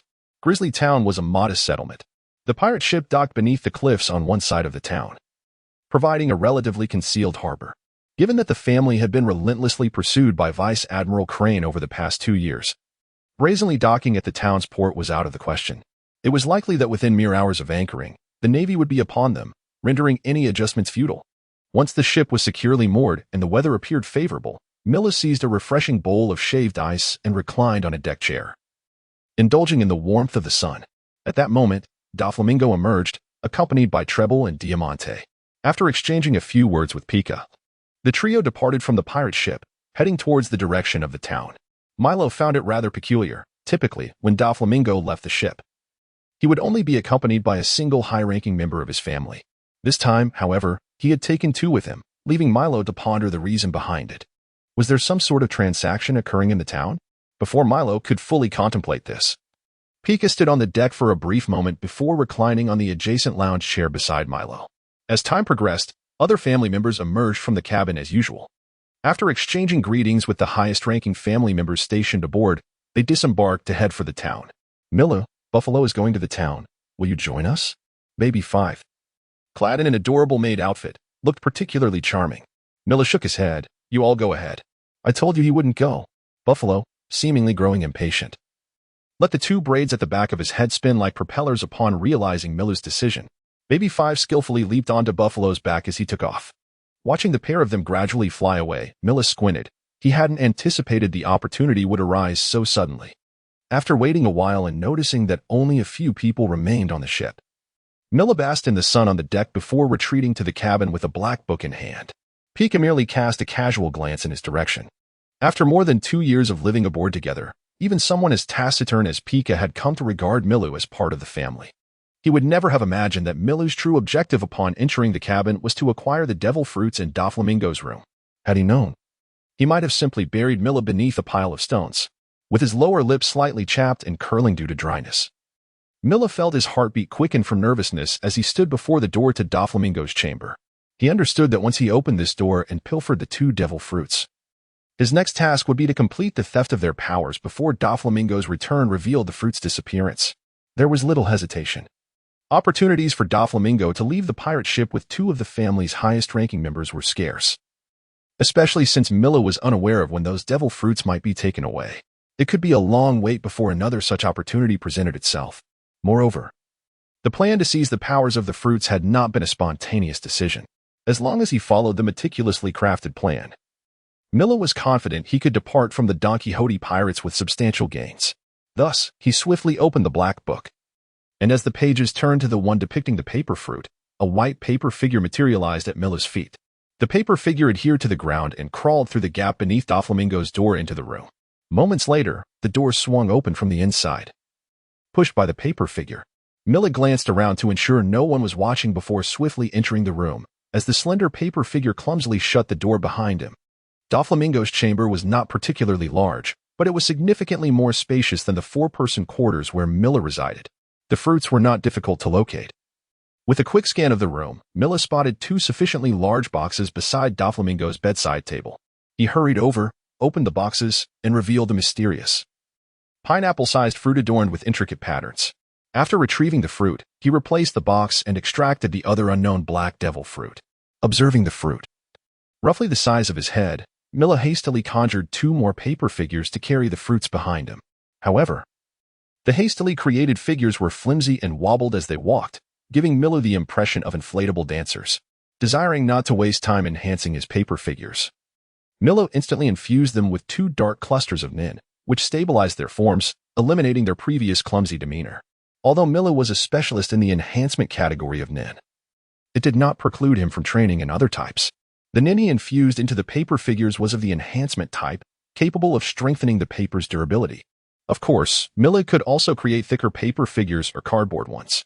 Compared to the flimsy paper figures, cardboard figures possessed greater strength and resilience. However, their thickness and rigidity rendered them somewhat stiff and less agile, making them unsuitable for the current situation.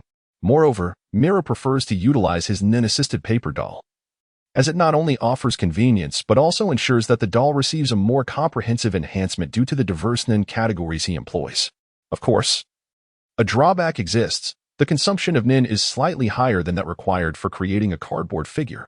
After all, the emission and enhancement categories do not align particularly well with Milu's abilities. As a specialist nin user, he finds greater affinity with the materialization and manipulation categories.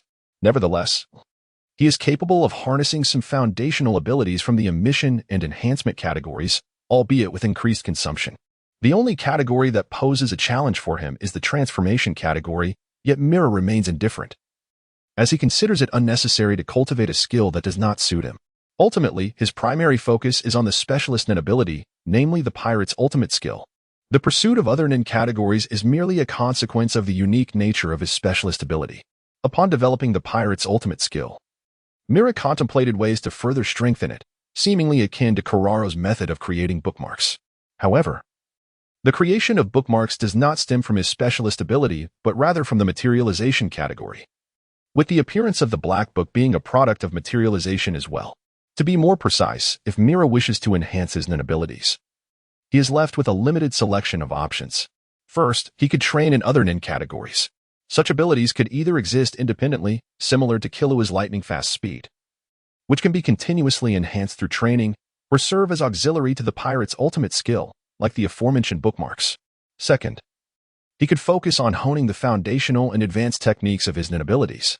This would naturally augment his overall aura capacity, rendering Milu significantly stronger in a comprehensive manner. As for the notion of wasting talent by dabbling in other nin categories, it hardly applies to Milu, as his desire to strengthen his specialist nin ability, which constitutes the pirate's ultimate skill, inherently requires the cultivation of abilities from other categories. The paper dolls infused with nin exude a chilling malevolence, an aspect that is immutable, and Milu has long since acclimatized to it. After keenly listening to ascertain that no one was outside the room, he opened the door and swiftly departed, clutching the paper doll holding the devil fruit. He then commanded the remaining paper doll in the room to lock the door securely before it crawled out through the crack. Milu had no intention of leaving behind any overt evidence of his theft of the fruit aboard the ship. Although he knew this concealment would not delay the inevitable for long, every additional second could enhance his chances of a successful escape. Carefully placing the fruit back into the box beneath the bed and rolling up the 3 paper dolls to tuck them away, Milu retrieved a small package from the box and made his way towards the kitchen. The theft of the fruit was complete. His next targets were Baby 5 and Diamante, a conclusion he arrived at after considerable contemplation. Baby 5 was easily manageable. A simple request would suffice. Even after living together for 2.5 years, Milu still found it astonishing how her very existence seemed to hinge upon being needed by others. He had attempted to change Baby 5, but after witnessing countless instances of Law borrowing money from her to buy delicacies for Buffalo, only to see her blissfully happy despite being deceived, he abandoned the idea. This woman was beyond saving. Similarly, Diamante exhibited a comparable flaw. Familiar with this trait, Milu had devised a precise plan to handle Diamante long before taking action. The kitchen was typically the domain of Cora and Baby 5. Despite her petite stature, after Doflamingo complimented her cleaning skills, Baby 5 had wholeheartedly embraced the role of a little maid under Cora's insidious encouragement. Consequently, over the years, Baby 5 had become quite adept in both cooking and cleaning. In contrast, Cora often concocted peculiar dishes. However, considering Cora's temperament, it was a blessing that she could even manage to cook without causing chaos. Expecting her to produce delectable meals was tantamount to asking for the impossible. At times, Mira genuinely questioned why someone as formidable as Doflamingo could not secure a decent chef for the ship. Each voyage commenced with the crew partaking in Kor's culinary creations, which was hardly an enjoyable experience. It was indeed remarkable how the crew could simultaneously critique and rapidly consume the food. Fortunately, as Baby 5 acquired cooking skills, the ship's meals gradually reached a satisfactory standard. Before crossing over, Miro had been capable of preparing simple dishes, yet since joining the Don Quixote pirates, he had not cooked even once. It was not that he relished Kor's extravagant dishes, rather, he was unwilling to become a second Baby 5. He had boarded the ship to train, not to spend his days cooking for others. Upon entering the kitchen, Mira found the tools somewhat unfamiliar. However, after retrieving various ingredients from the refrigerator and organizing them, he gradually regained his rhythm and began to work more swiftly. As family members returned from the small town, sated and refreshed, the ship was enveloped in a rich aroma of food. Mira prepared simple fare: fried chicken, fried potatoes, fried fish, fried shrimp, and fried mushrooms, essentially a variety of fast foods. Although preparing such dishes required considerable time for ingredient preparation, once cooked, the enticing aroma wafted far and wide. And these deep-fried delights were relatively easy to make. A simple marination followed by a coating of flour and a quick fry resulted in a delectable dish, perfect for pairing with drinks.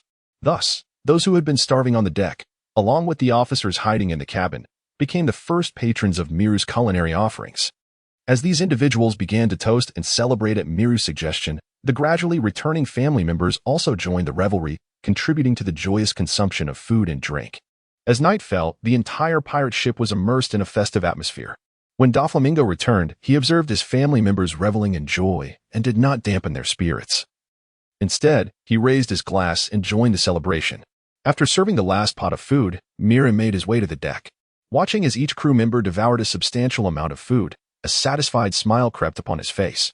He then retrieved a piece of bread from his backpack and took a bite. While preparing the ingredients, he had discreetly added a considerable amount of sleeping powder. He wondered just when it would take effect, feeling a sense of anticipation. The first to succumb was Buffalo, who, with a chicken leg in one hand and a mouthful of fish, collapsed onto the table in slumber.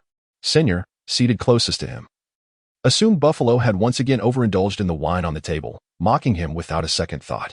However, upon witnessing this scene, Mira hastily finished his bread and sought out Baby 5 amidst the crowd. Baby 5, may I request your company for a moment? Mira smiled charmingly at her, who appeared equally dazed. Baby 5 mustered her energy, her heart fluttering at Miru's earnest demeanor. Am I needed again? How delightful. Without hesitation, Baby 5 nodded quickly, and amidst the surprised gazes, she felt Mira grasp her arm firmly. Navigating past numerous laughing and toasting officers, Mira led the blushing Baby 5 back to the room. Baby 5, could you kindly utilize your ability? Releasing Baby 5's hand, Mira's aura enveloped the black book. The malevolence emanating from him turned Baby 5's complexion from crimson to pallid, and she cautiously regarded Miru. Do you truly require my abilities? You won't harm me, will you? Mira's lips twitched. What could I possibly do to you? I merely wish to request your assistance. Initially, he believed Baby 5 would be the easiest to handle, but he now realized he had overlooked her fear of his aura. This malice had frightened Baby 5 to tears on more than one occasion. Mira was at a loss. Who would have imagined Baby 5 was so timid? All right. Ultimately, the feeling of being needed triumphed over her fear, especially as Baby 5 noticed the door had been locked. After casting a wary glance at Miru, she slowly extended her delicate hand, which then twisted and transformed into a sharp axe before his eyes. Mira nodded and opened the black book in his hands. Baby 5, your ability allows you to transform any part of your body into a weapon, correct? Although unaware of Mira's intentions, under the oppressive threat he exuded, Baby 5 could not afford to ponder too long and promptly affirmed, yes, but didn't you already know that? Her voice carried a hint of grievance. As if she were on the verge of tears, Miru suddenly felt akin to a cunning wolf enticing a naive rabbit. I am aware, he thought with a hint of dark amusement, yet his face wore a sunny smile as he offered the black book to Baby 5. Haven't you always been curious about this book? Here, take a look. Really? Baby 5 regarded Miru's peculiar smile with a sense of foreboding. Yet her curiosity about the book was undeniable. Do you need me to ask you? Miru, oblivious to Baby 5's thoughts, leaned in closer and spoke softly, laced with malice. No. Baby 5, like a startled fawn, quickly placed her hand on the black book. However, just as she bent down to examine its contents, Miru abruptly released his grip on the book. The black book plummeted towards the floor, and Baby Five instinctively bent to catch it. But in that fleeting moment, Miru's fingers, sharp as a blade, struck the back of her neck. Baby Five offered no resistance and was swiftly rendered unconscious by the blow. Miru's smile vanished as he stepped forward to support Baby Five, while the black book had already been retracted before it could hit the ground. The book was his manifestation, reclaiming it was merely a matter of thought. After laying Baby Five on the bed and covering her with a blanket, Miru extended his hand, and the black book reappeared. The pages automatically turned to the second page, revealing a translucent fruit graphic alongside a line of Chinese characters, weapon fruit. Miru extended his vacant right hand, and as he envisioned, it gradually elongated and transformed into a slender sword. As midnight approached, Doflamingo surveyed the deck, observing several inebriated officers, and cleared his throat, calling for silence as he raised his glass. Ladies and gentlemen, this concludes our gathering for today. No one in the family dared to oppose Doflamingo's words. Thus, those still sober lifted their glasses, downing the final drink that symbolized the end of the banquet. Doflamingo, with a swagger, tossed the empty glass aside and turned to head towards the cabin. The other sober officers linked arms and sang as they returned to the cabin.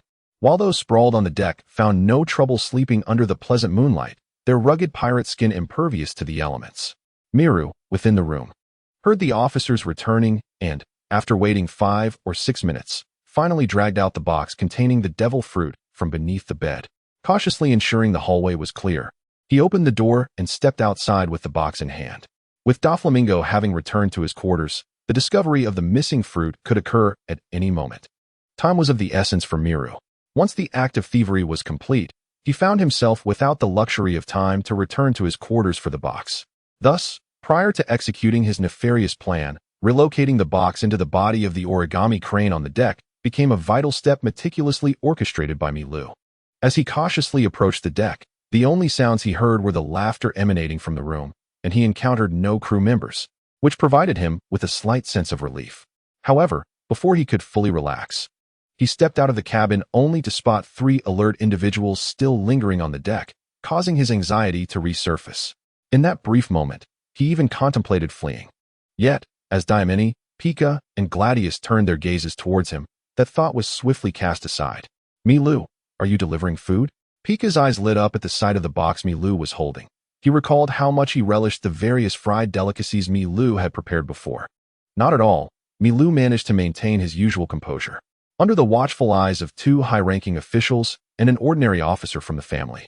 He slowly made his way to the origami crane's position on the deck. He opened the belly of the crane, glancing furtively at Diamini and the others while feigning calmness as he hurriedly stuffed the box into the crane's abdomen. Are you hiding something intriguing? Diamini, brimming with curiosity, approached with his wine glass in hand, tapping the crane with a hint of mischievous delight on his face. Milu nodded, only to quickly shake his head, insisting, I'm not. I haven't hidden anything. Stop making wild claims. Nevertheless, anyone who observed his darting eyes and the sudden malevolence emanating from him, coupled with the black book that had fallen to the deck, would undoubtedly recognize the deceit in his words. Are you threatening me? This revelation piqued not only Diamini's interest, but also that of the typically taciturn Pika and the ever-cool Gladius. Milu's demeanor, often reminiscent of Gladius in his penchant for meticulous planning and cool, cunning mystery, was now marred by an unusual fluster, igniting the trio's curiosity. Huh. So, what are you concealing? Diamini's spirit soared, causing even his iron cloak to flutter. Milu's lips curled into a faint smile, yet in an instant, he reverted to a stoic expression, defensively positioning himself between Diamini and the crane's belly, neglecting to retrieve the fallen black book, as if it harbored an unspeakable secret. There's nothing. I haven't hidden anything, Milu insisted, shaking his head fervently. At that moment, Gladius approached the spot where the black book had dropped. Milu, you've lost your book. His keen intellect recognized this as the perfect opportunity for a close encounter with the enigmatic tome. Milu, caught off guard, could not prevent Gladius from bending down to retrieve the book. Cursed be the thought, Milu silently berated himself. He had deliberately let the book fall, not intending for Gladius to pick it up. His target was Diamini, and the conditions for his thieving ability had already been initiated when Diamini's cloak fluttered. As a user of the flare fruit, Diamini's cloak resembled silk but was, in fact, made of iron. This meant that Diamante was continuously harnessing his devil fruit power. Given this, he could be considered one of the most adept individuals in the family when it came to thievery. Now, for the next hour. As long as Milu posed sequential questions related to Diamante's fruit abilities and ensured Diamante touched the black book, all conditions would be met. Milu had prepared the conversational gambit in advance. After all, he was a man who preferred to plan meticulously before taking action. The allure of enticing Diamante to touch the black book was straightforward, as he had cultivated an air of mystery around it over the past 2 years. Not solely due to the necessity of holding the book in his left hand while utilizing his psychic abilities. Although the act of letting the book fall was spontaneous, he was confident that Diamante would indeed be intrigued by it. However, he had not anticipated that the usually aloof Gladius would suddenly take the initiative to pick up the black book. This was utterly incongruous. Where was his typical cool demeanor? Milu longed to vocally challenge Gladius. Yet with the book now in Gladius's possession, Milu had to adapt swiftly once more. Upon witnessing Gladius's frown upon acquiring the book, he knew it was time to further test his acting skills. Don't open it. As he shouted, Milu swiftly moved aside from where the crane's belly had closed with the book inside, lunging towards Gladius.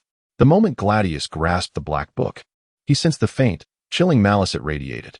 However, he felt slightly let down, as Milu treated the book with almost reverent affection, leading him to believe it possessed some extraordinary quality.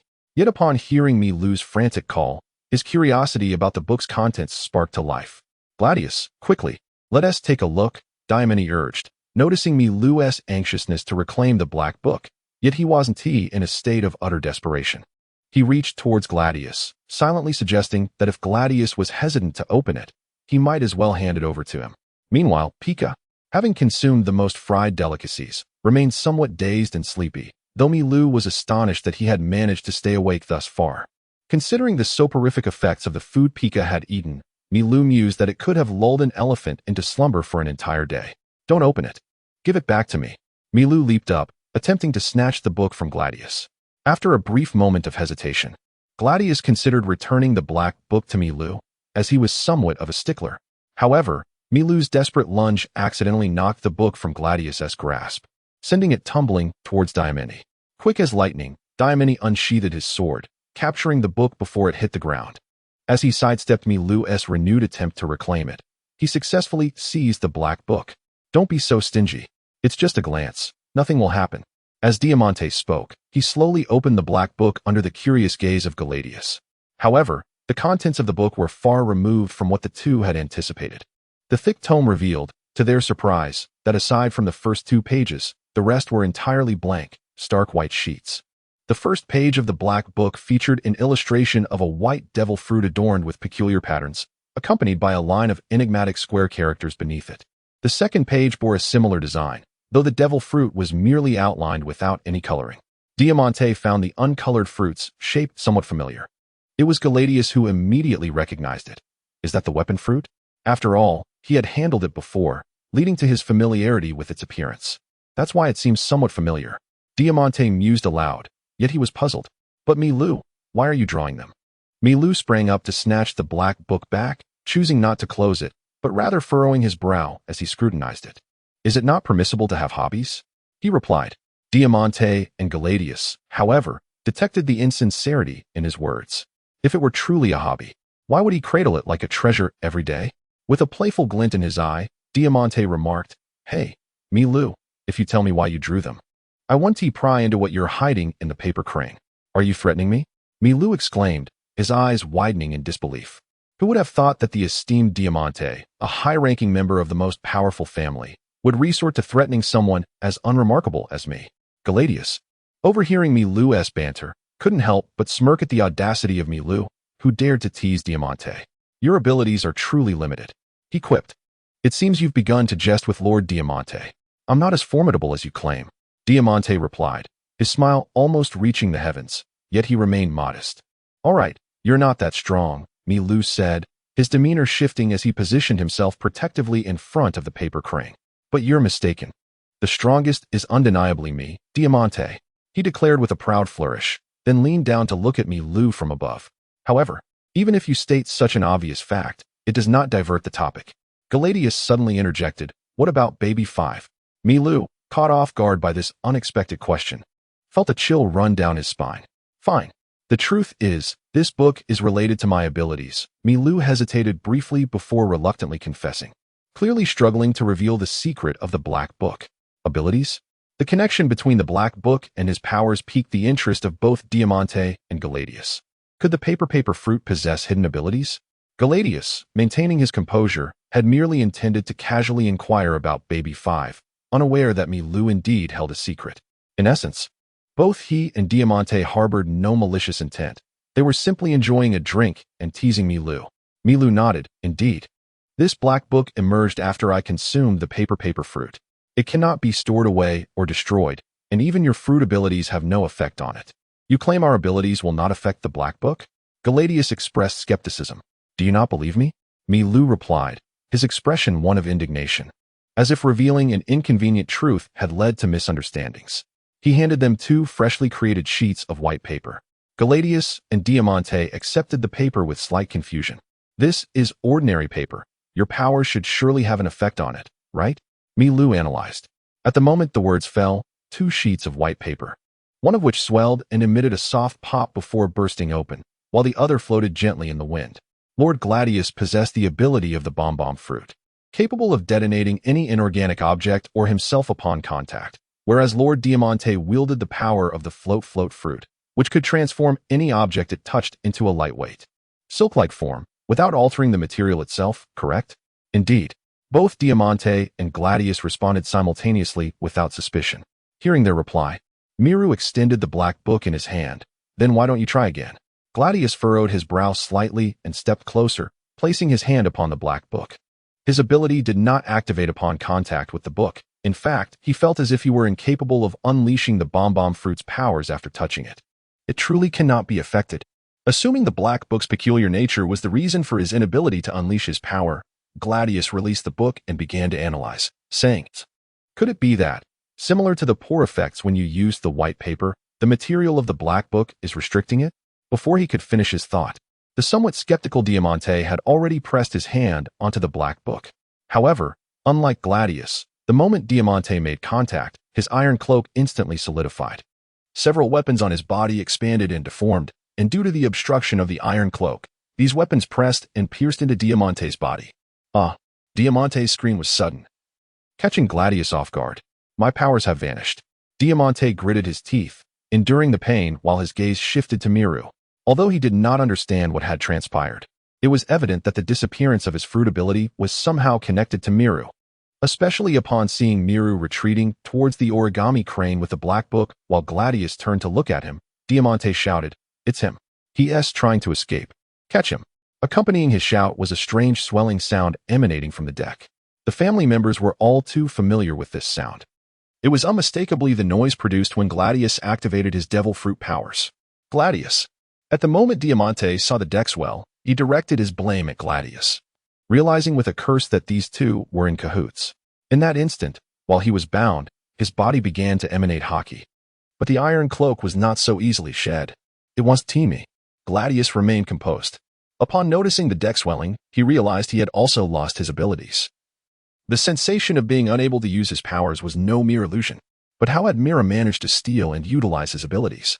Gladius was filled with confusion. He had never heard of anyone possessing the ability to take another's powers. Could it be that Mira had not consumed the paper fruit, but rather a thief fruit or robber fruit? Yet Mira was undeniably using the powers of the paper fruit, although this sudden turn of events was shrouded in mystery. At the moment Miru retreated, Gladius discerned what he needed to do most urgently. He swiftly drew the handgun from his waist and charged toward the origami crane. His target was the crane.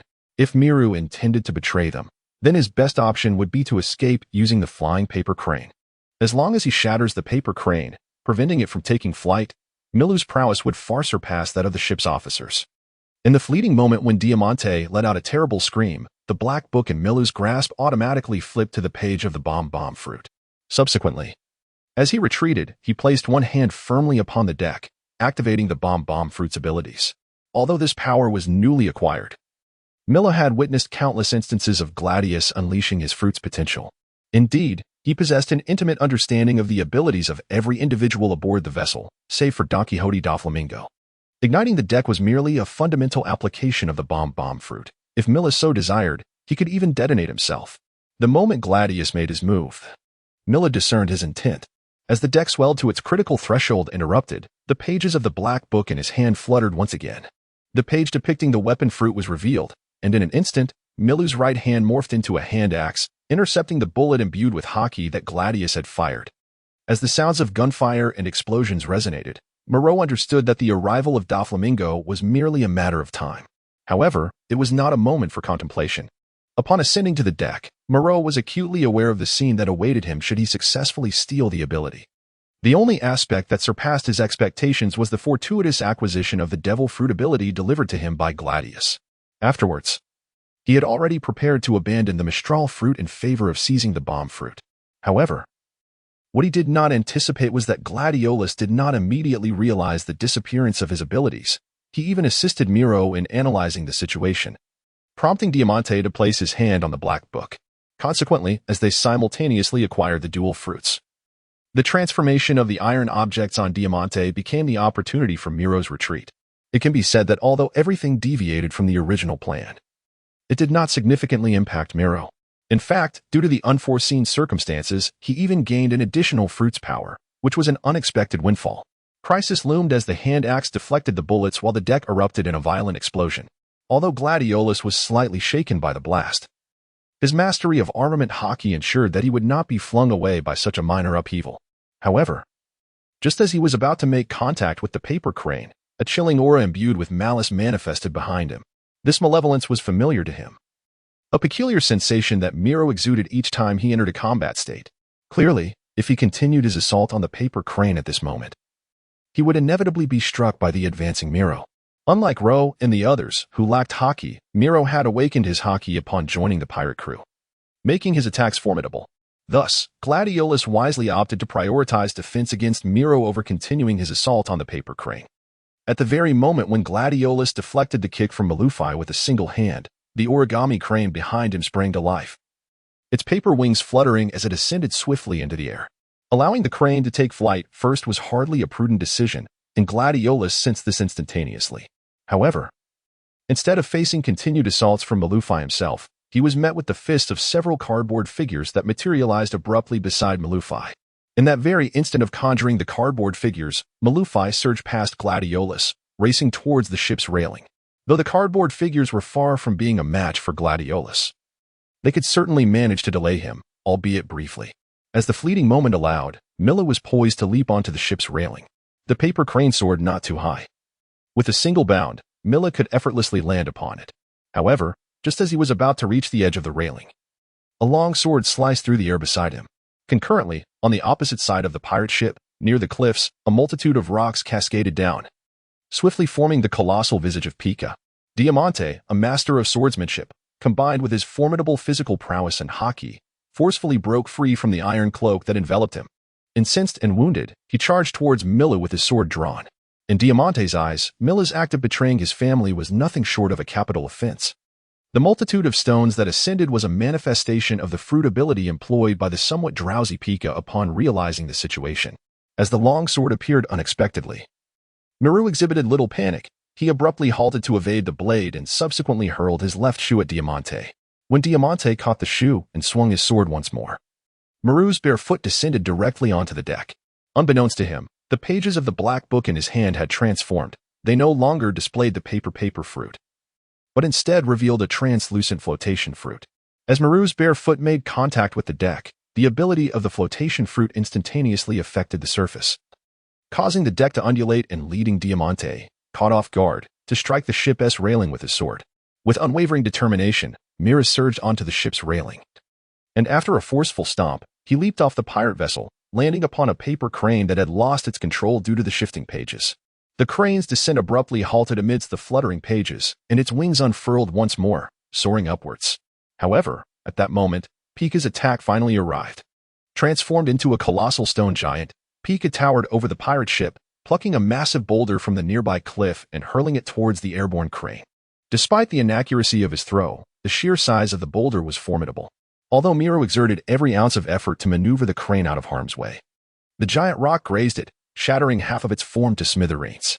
Fortunately, Miro's pages remained anchored on the paper fruit interface, And as the mangled crane plummeted towards the sea, he conjured a new crane of similar dimensions just below him. The new crane dipped slightly under the combined weight of both it and the broken one, but it quickly regained altitude, darting away into the distance. Pika's subsequent throw, obscured by darkness and distance, lacked precision. Though it splashed water ahead of Miru, it could not thwart his escape. Amid the disheveled state of the two on the ship, drenched by the sea, Miru gradually faded into the inky depths of the ocean. Who can elucidate the events that transpired here? The signature deep voice of Don Quixote Doflamingo resonated from the cabin behind them. Having prepared for slumber, he rose at the first sound of gunfire.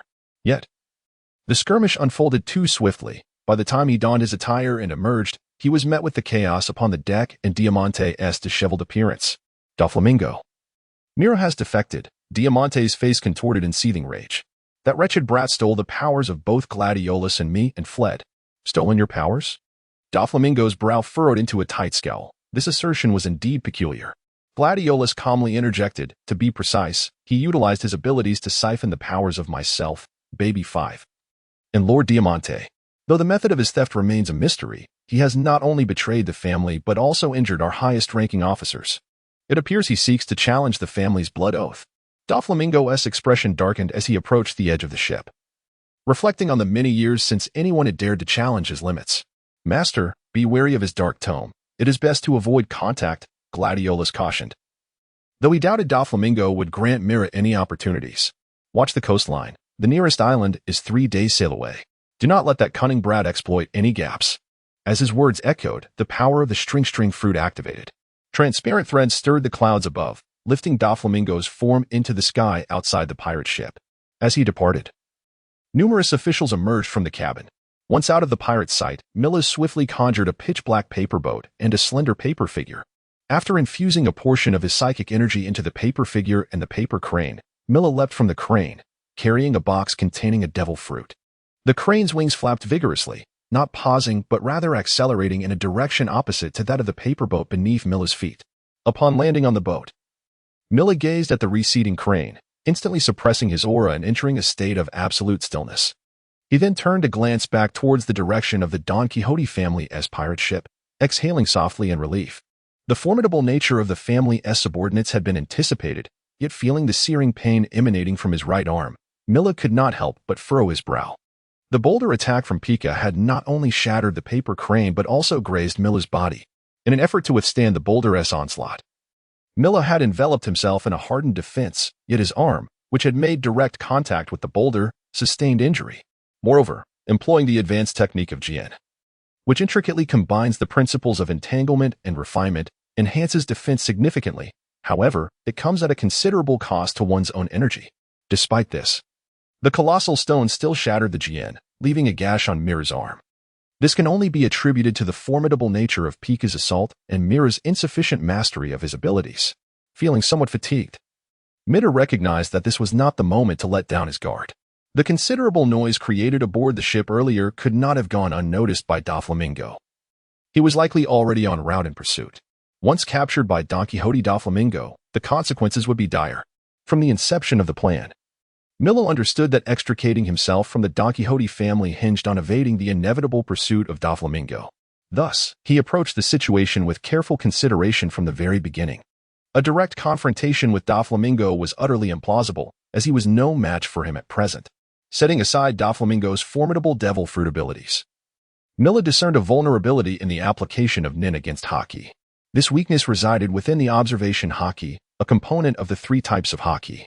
In contrast to the rarer Conqueror's Haki and the armament Haki, which enhances both defense and offensive capabilities, the powers of observation Haki appeared almost to be a game-changer.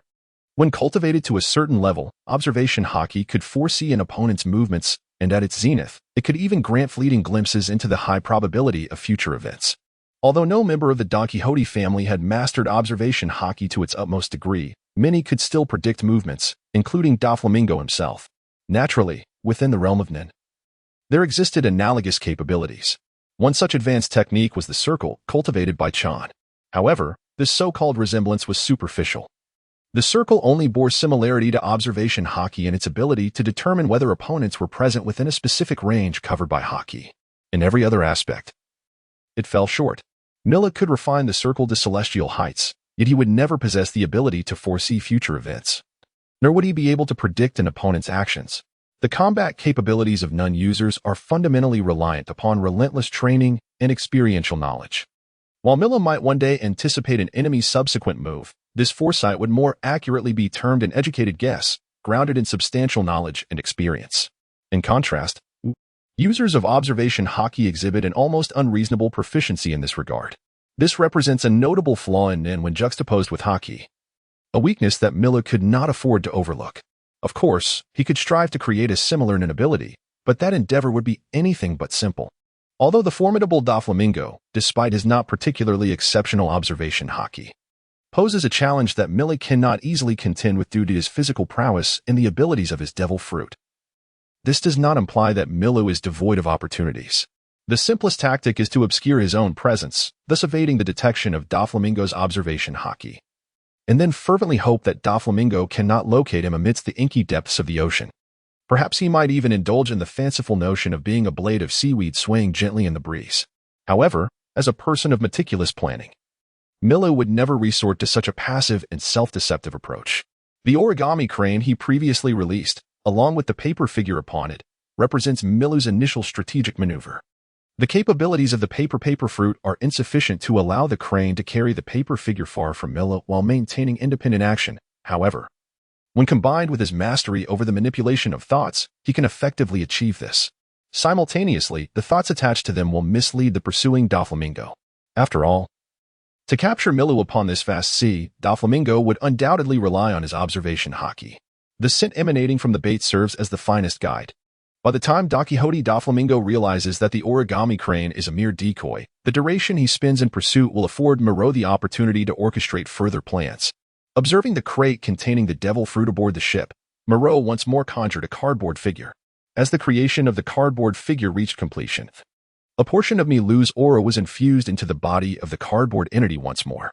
Over the course of more than 2 years of cultivation, Milu gained profound insights into both aura and the powers of the fruits. Through the extreme techniques of pirates, he could seize numerous abilities. However, he would not squander excessive time on their development.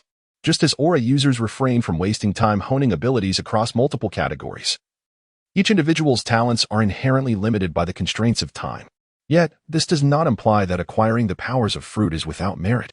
Much like Kararo's endeavor to amass various aura abilities to enhance his odds of victory, Milu's objective in gathering fruit powers is similarly to augment his own repertoire, thereby increasing his chances of triumph in battle.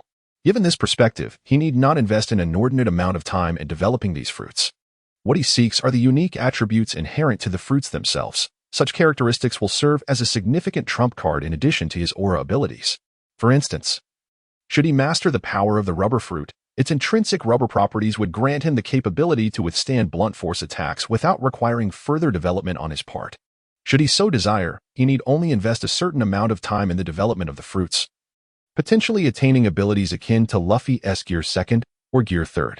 It can be said that the greater the number of fruit abilities he accumulates, the more options and trump cards Moreau possesses, which is the true essence of strength among pirates. As the narrative unfolds with an increasing variety of fruits, Moreau's capacity for tactical adjustments during battles expands correspondingly. When the scales of advantage tip sufficiently, victory is all but assured. Furthermore, he possesses the distinct advantage of traversing time, granting him a clearer and more intuitive understanding of the various devil fruits depicted in the One Piece manga. Under such circumstances, upon acquiring the abilities of fruits he has previously encountered in the manga, he would require minimal time to fully develop those powers.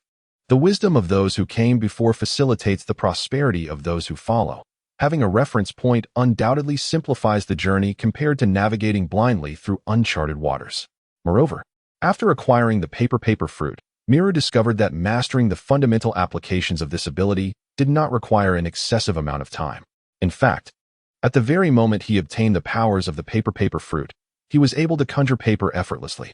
Creating sheets of various shapes, thicknesses, and colors did not impede Miru's progress in developing his fruit abilities. He merely needed to envision the desired paper in his mind, and upon activating his power, that imagined paper would materialize.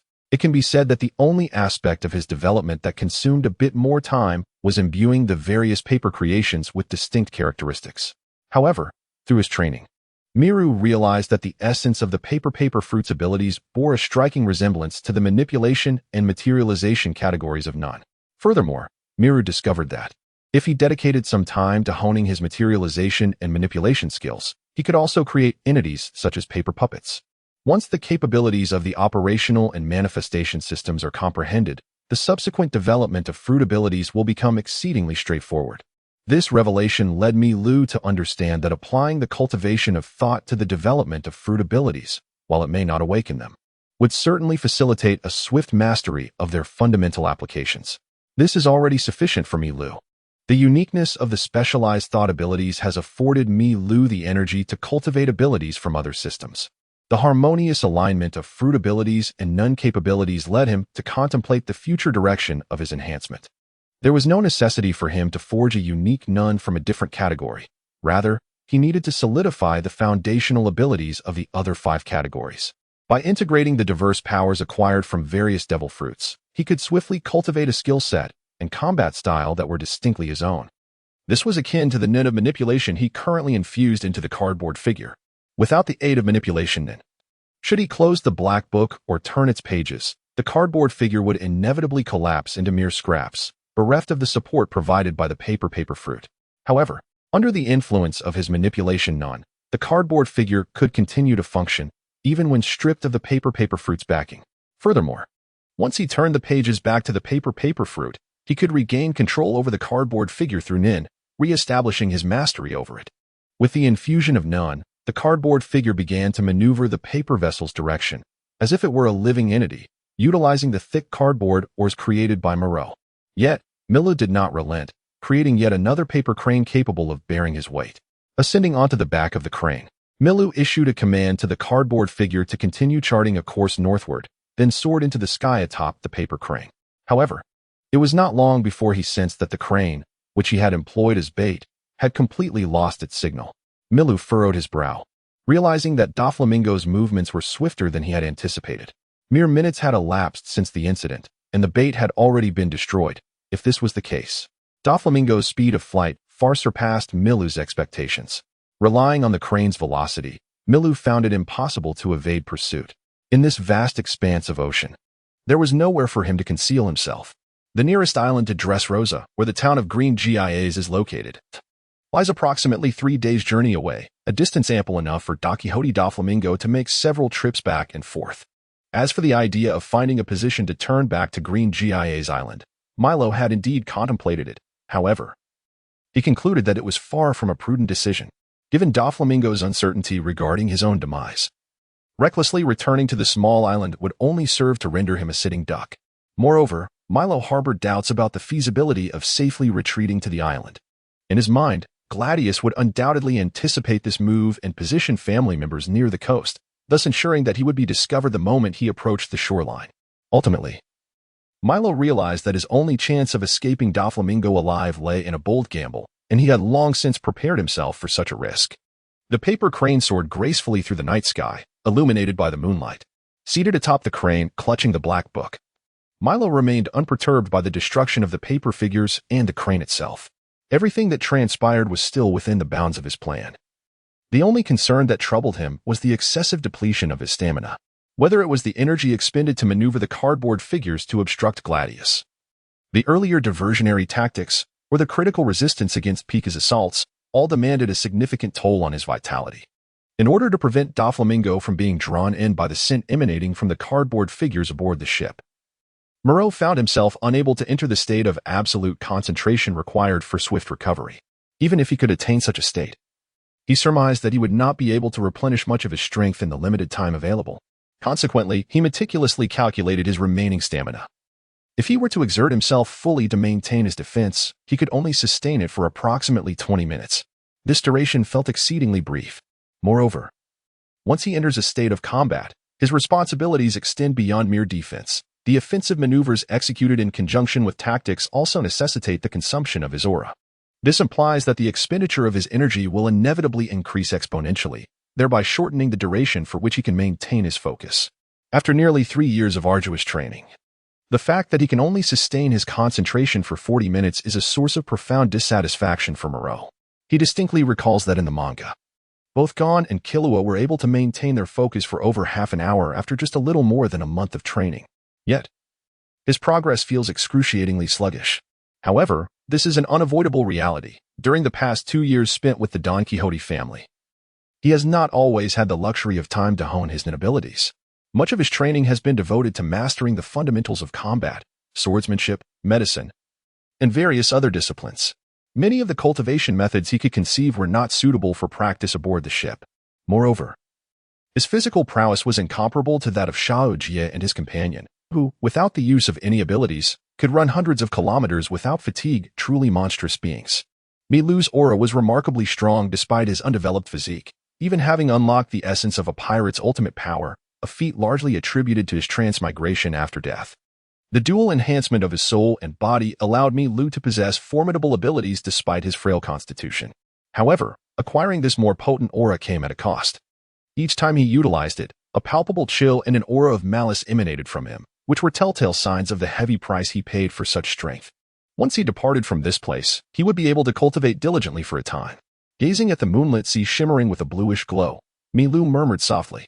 The foundation of aura still lay in physical capabilities. In the world of One Piece, most individuals could achieve commendable physical fitness with training.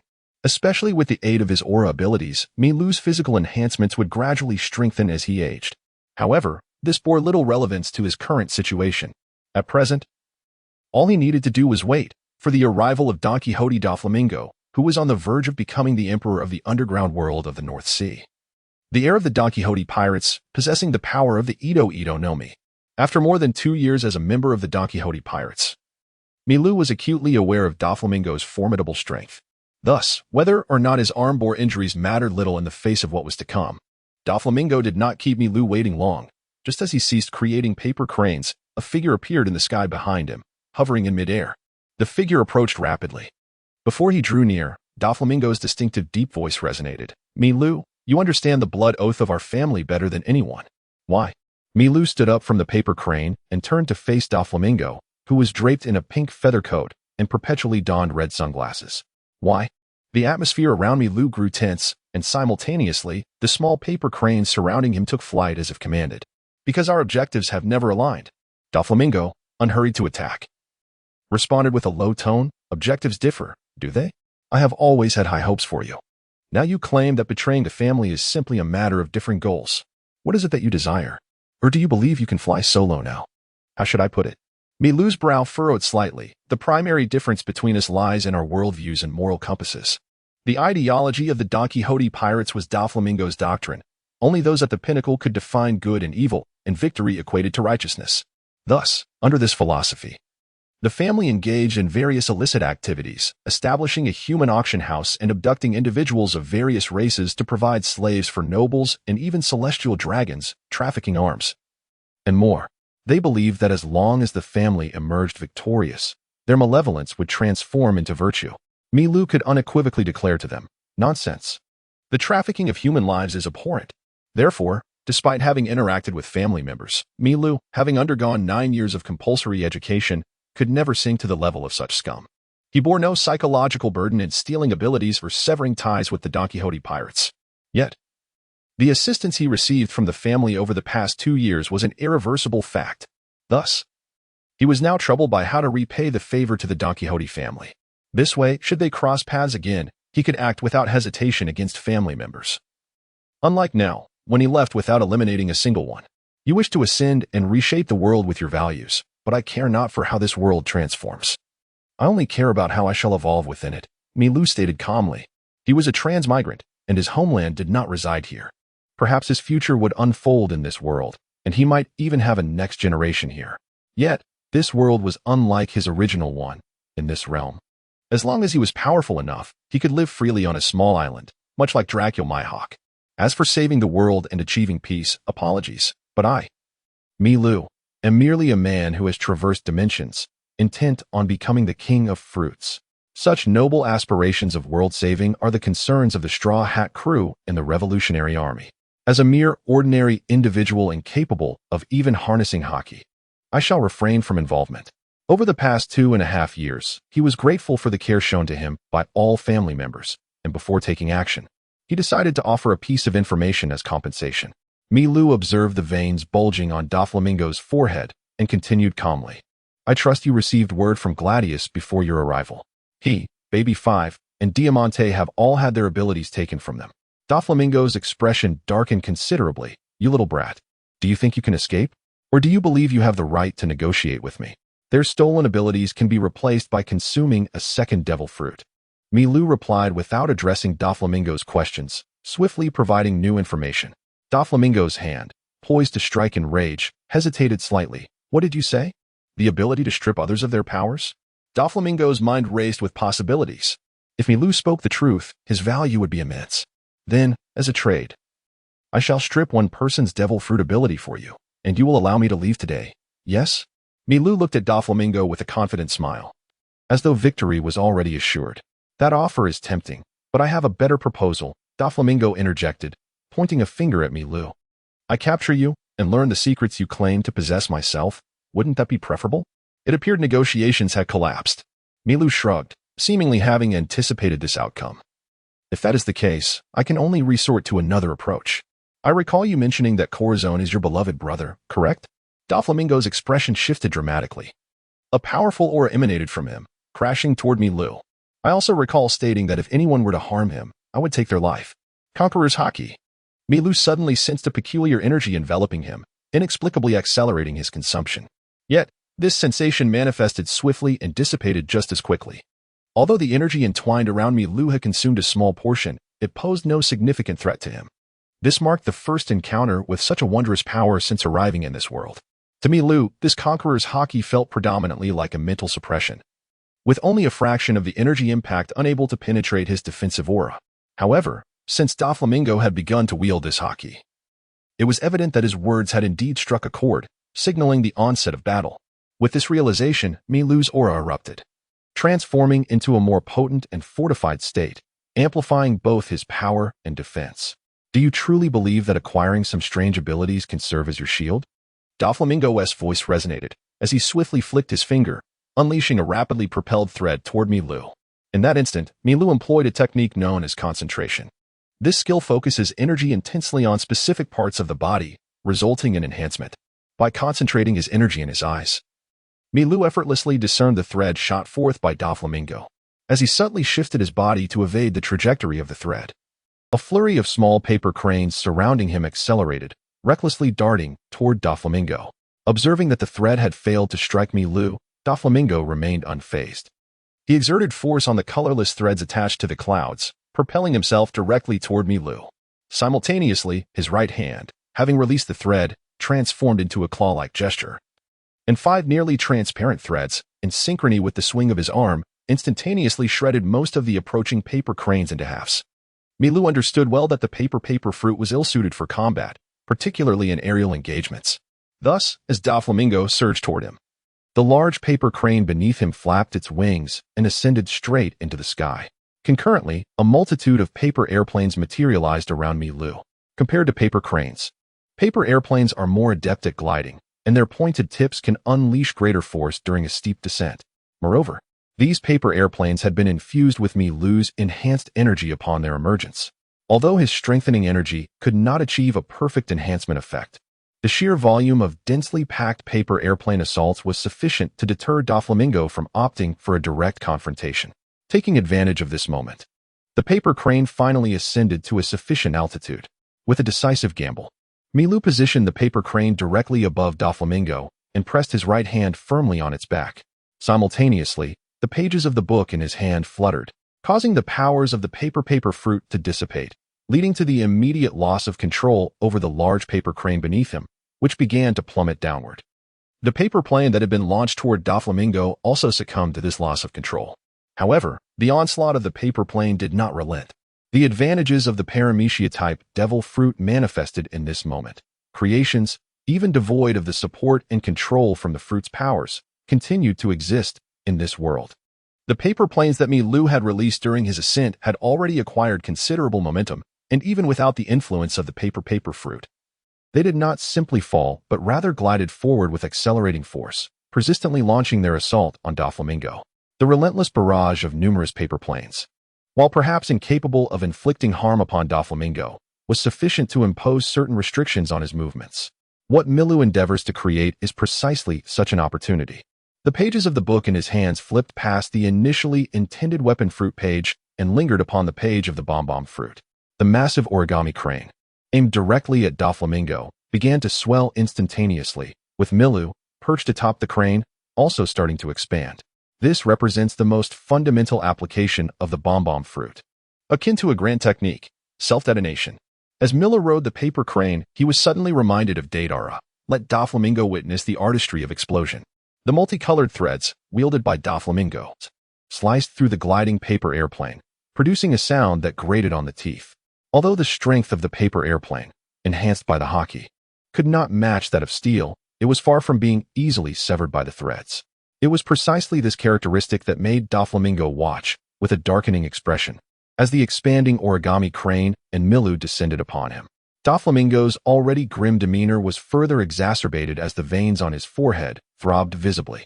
The hockey present on the paper airplane was crucial in restricting his movements, but to Doflamingo, the level of hockey consumption suggested that Milu was making a desperate gamble. For if the explosion posed no threat to him, the consequences of Milu expending such a substantial amount of hockey were all too apparent. "Little brat, you indeed possess some skill," Doflamingo conceded, glancing at the swelling Milu, compelled to admire the tactical design of Milu's strategy. Doflamingo was well aware of the paper fruit's abilities. It was not a power adept at combat, but rather one that served more in a supportive capacity. Constructs formed solely from paper posed no threat to him. Under the strain of the multicolored threads, they were mere trifles. Yet, when paired with hockey, the restraining potential of these auxiliary creations could be maximized. Coupled with Milu's acquired bomb fruit ability, should an explosion occur at close range, it could indeed inflict damage upon him. Nonetheless, Doflamingo felt compelled to remind Milu that the disparity in their strengths could not be bridged by mere cleverness. One hand continued to manipulate the transparent threads to tug at the clouds above, while the hand that had unleashed the multicolored threads swiftly retracted, gathering power momentarily before forcefully directing it towards Milu and the crane. Superstrike whip. A multitude of semi-transparent threads unfurled from Doflamingo's palm, intertwining in midair to form a robust pillar of threads that initially retracted before sweeping across, clearing away the paper airplane while accelerating towards the expanding Milu and crane. The bomb fruit's ultimate move, full body explosion, bears a notable characteristic. When Milu is inflated like a balloon, any attack will trigger a complete detonation. Doflamingo was evidently well aware of this fact. However, at this moment, the descending Milu had lost control over his body. The thick thread struck against the hardened midsection of Milu, which was fortified to a level surpassing mere toughness, while it successfully withstood the assault. Both Milu and the crane were forcibly displaced from directly above Doflamingo. Thus, as Milu braced against the thick thread's attack, Doflamingo raised his arms, enveloped in hockey, to shield himself. Just under 5 meters away, an explosion erupted. Boom, boom. The fully expanded paper crane and Milu detonated simultaneously, producing 2 resounding blasts that reverberated through the sky. The sea was cast in crimson hues by the fiery glow. Doflamingo's body was propelled downwards towards the ocean by the shockwave of the explosion, while Milu's form swiftly reappeared in the air. Although the bomb fruit is not a Logia-type ability, it evidently possessed some unique transformations, for upon recovery, Milu's attire remained unscathed, save for his hair. Moreover, the explosive origami cranes surrounding him did not inflict any impact upon him. However, bereft of the crane's support, Miru lost his ability to soar, and as he regained his composure, he plummeted towards the sea, gasping for breath. Just a few meters from the water's surface, the black book materialized once more in his grasp. But before he could turn its pages, a powerful blow struck his abdomen. It was Doflamingo. The vigilant defense of his steadfast ally had saved Miru's life. Yet the force behind Doflamingo's kick sent him hurtling away, causing a trickle of blood to seep from the corner of his mouth. Clearly, the defense provided by his companion was insufficient to fully withstand Doflamingo's assault. As Miru distanced himself from the ocean's surface, a chill gripped his heart. Doflamingo's might exceeded his expectations. He had presumed that a grand attack utilizing the explosive fruit would sufficiently harm him. However, it appeared that aside from shredding Doflamingo's pink feather coat and leaving a few minor abrasions, the explosion's effect was virtually negligible. Fortunately, during his airborne trajectory, the black book in Miru's hand finally opened. As Doflamingo prepared to strike again, Miru's arm unexpectedly transformed into an axe, positioning itself defensively before him. This sudden alteration left Doflamingo momentarily taken aback, having anticipated that Miru would recreate origami cranes to steady himself in the air. Yet, Doflamingo's kick landed solidly upon the axe guarding Miru, compelling him to watch in dismay as Miru plummeted into the ocean like a cannonball. Damn it, Doflamingo cursed. For his intention was never to kill Miru. With a swift motion, he sent out several strands of thread, racing towards the sinking Miru, seemingly intent on rescuing him before he vanished beneath the waves. However, as the multitude of threads reached a short distance underwater, they lost their tension and became limp. Watching Miru fully submerge into the inky depths, Doflamingo felt a sense of helplessness despite his keen observation skills. After a brief moment of hesitation, he tore off his tattered feather coat, directing his fingers skyward to grasp the clouds, and soared back towards the pirate ship with great speed. Unable to dive into the water due to the limitations of his powers, he resolved to return to the ship and bring assistance. The notion that Miru might escape never crossed Doflamingo's mind, for in his perception, Miru was undeniably a genuine devil fruit user. The consequences of a capable individual falling into the sea are stark. Either they are rescued, or they perish. As Milu plummeted into the depths, he did not feel fatigued. After all, he was a user of the mind ability. Yet, upon witnessing Doflamingo's threads extending into the water, a wave of fear washed over him. Fortunately, the threads lost their control after a short distance and floated to the surface, allowing his anxious heart to settle. While the powers granted by the devil fruit can still be utilized in the sea, their application becomes predominantly passive. Many abilities even become nullified upon contact with seawater, underscoring the formidable counteractive force the ocean exerts on such powers. Nonetheless, certain abilities remain largely unaffected by the constraints of the sea. For instance, objects thrown with the power of the target fruit retain their tracking abilities, even when traversing the ocean.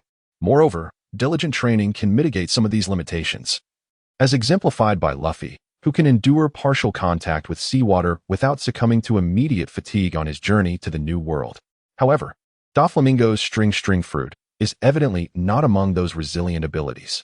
Although the threads he conjures persist in the ocean, they lose control when submerged. Similarly, Milu's paper figures, once submerged, revert to mere ordinary paper. After descending a considerable distance, Milu's arm, transformed into an axe, reverted to its original form. And with a slight movement of his hands, he halted his descent. The bindings on his body had not been released, and he gazed upward towards the surface. Yet, visibility in the ocean at night was poor, rendering the surface invisible to him. The pages of the black book on his left hand turned gently under the protection of his ability, pausing on the page of the paper fruit. In an instant, Milu created a paper figure with his right hand, infusing a portion of his aura into its form, while simultaneously retracting the bindings into a state of absolute focus. Before the infusion of his aura, the created paper figure was merely superficial. However, as the aura flowed into it, the figure began to descend toward the ocean floor, gradually replacing Milu in the process. The amalgamation of manipulation and enhancement abilities allowed the lightweight paper figure to continue its descent under his control. After assessing his direction, Milu swam towards the paper boat that was steadily gliding northward. Underwater, he could hold his breath for approximately 30 minutes, a sufficient duration to cover considerable distance. As he swam swiftly, he paid little heed to the pain radiating from his right arm and abdomen, calculating in his mind. If the prior rumors regarding his ability theft had captured Doflamingo's attention, the latter, not wishing for Milu's demise, might opt to return to the pirate ship and enlist the help of family members who lacked devil fruit powers to retrieve him. On board the vessel, there remained but two individuals devoid of extraordinary abilities. One is Lao Ji, and the other is Daranjia. As for Daranjia, hope is futile. Despite his half-merman lineage, he is scarcely 4 years of age, and venturing into the sea to retrieve the rice route is far from a safe endeavor. The vast oceans of this world are far from benevolent. Although they lack sea kings, ferocious sea beasts abound. Given Daranjia current capabilities, he is ill-equipped to confront such formidable creatures of the deep. Thus, the sole individual capable of salvaging the rice route is none other than Lao Ji. Moreover, the adept Lao Ji, who has also mastered the observation haki, finds it quite effortless to sense the presence of Miru within a certain vicinity. However, the cardboard figure left by Miru is not intended to serve as a guide. Rather, it is a mere decoy for Doflamingo. It is designed to provide Doflamingo with evidence of his descent into the depths of the sea. Once Miro has departed from a specified range, the aura infused within the cardboard figure will dissipate. As for the cardboard itself, it may indeed float upon the ocean's surface, but its final destination remains uncertain. In such circumstances, confirming the fate of Moreau is far from a simple endeavor of diving and retrieving. In the absence of both life and corpse, it is conceivable that Doflamingo and his associates might realize that Moreau is not deceased. However, the time lost is already substantial for Moreau. The vastness of the ocean is daunting, without a clear indication of Moreau's escape direction, even if Doflamingo were to fly at remarkable speed. Locating Moreau amidst the boundless expanse of the sea becomes nearly impossible. After all, the difference between flying out for a few minutes and for over half an hour or even an hour results in an exponentially larger area that must be searched. All of this was meticulously orchestrated before Milu took action. This included swiftly swimming in the sea, evading ferocious creatures such as sea beasts and sharks, by capitalizing on the diminishing presence brought about by the Absolute. According to his scheme, he would first stealthily pilfer the devil fruit, followed by usurping Diamante's abilities, and ultimately stage a dramatic descent into the depths while under the command of Don Quixote Doflamingo. Although a slight alteration occurred during the acquisition of powers, everything reverted to the trajectory he had meticulously designed when he leveraged Doflamingo's force to plunge into the ocean. However, it cannot be said that there were no uncertainties. The confrontation with Doflamingo represented the most perilous aspect of the entire plan. It was, in fact, a desperate gamble born out of Milu's inability to conceive a better strategy. He understood that Doflamingo's control over the was exponentially swifter than his own paper cranes. Under such circumstances, if he failed to establish sufficient contingencies to delay time, escaping Doflamingo's pursuit would have been utterly impossible. In his quest to buy time, Milu could only think to exploit the inherent weaknesses of devil fruit powers. All users of devil fruits are akin to landlocked souls, cursed by the sea, destined to lose their abilities upon contact with the ocean. However, as an end-user, Milu was unburdened by such limitations. Thus, from the very beginning, he feigned being a powerless individual, one who feared water and the sea prism stone. Even if his abilities ultimately transformed from the paper fruit to a power that could strip others of their abilities, no one would suspect him of being able to swim. To maintain this charade, Milu had risked his life on multiple occasions over the past 2 years, plunging into the depths of the sea. And even when he felt the suffocating grip of the water, he never once revealed his swimming prowess. Within the perception of the entire pirate crew, Milu was undoubtedly regarded as a true devil fruit user. It was this very conviction that led Don Quixote Doflamingo to leave after confirming Milu's submersion in the sea with his haki. Once a belief has taken root as the truth, it becomes a formidable challenge to overturn it. As for his confrontation with Doflamingo, Milu had come to understand his current standing. Doflamingo had not fought earnestly in their previous skirmish, employing only a handful of simple techniques, seemingly testing Milu's capabilities. The web of strings Milu had been anxious about was never unleashed, nor did Doflamingo utilize his infamous parasite threats. In fact, due to Milu's initial explosive assault, Doflamingo was momentarily ensnared by the combination of paper airplanes and attacks, granting Milu a fleeting opportunity to unleash a self-detonation that delivered a significant impact. However, as the explosion subsided, Milu was unable to discern Doflamingo's movements before receiving a powerful kick to his abdomen. Had he not maintained his resolve, that kick could have resulted in far more grievous injuries. Yet, it was evident that his earlier assault had thoroughly provoked Doflamingo's wrath. Fortunately, in the final moments, Milu astutely opted for the weapon fruit and unleashed his full power, successfully anticipating Doflamingo's actions, thus using his axe to counter the attack while propelling himself rapidly into the sea.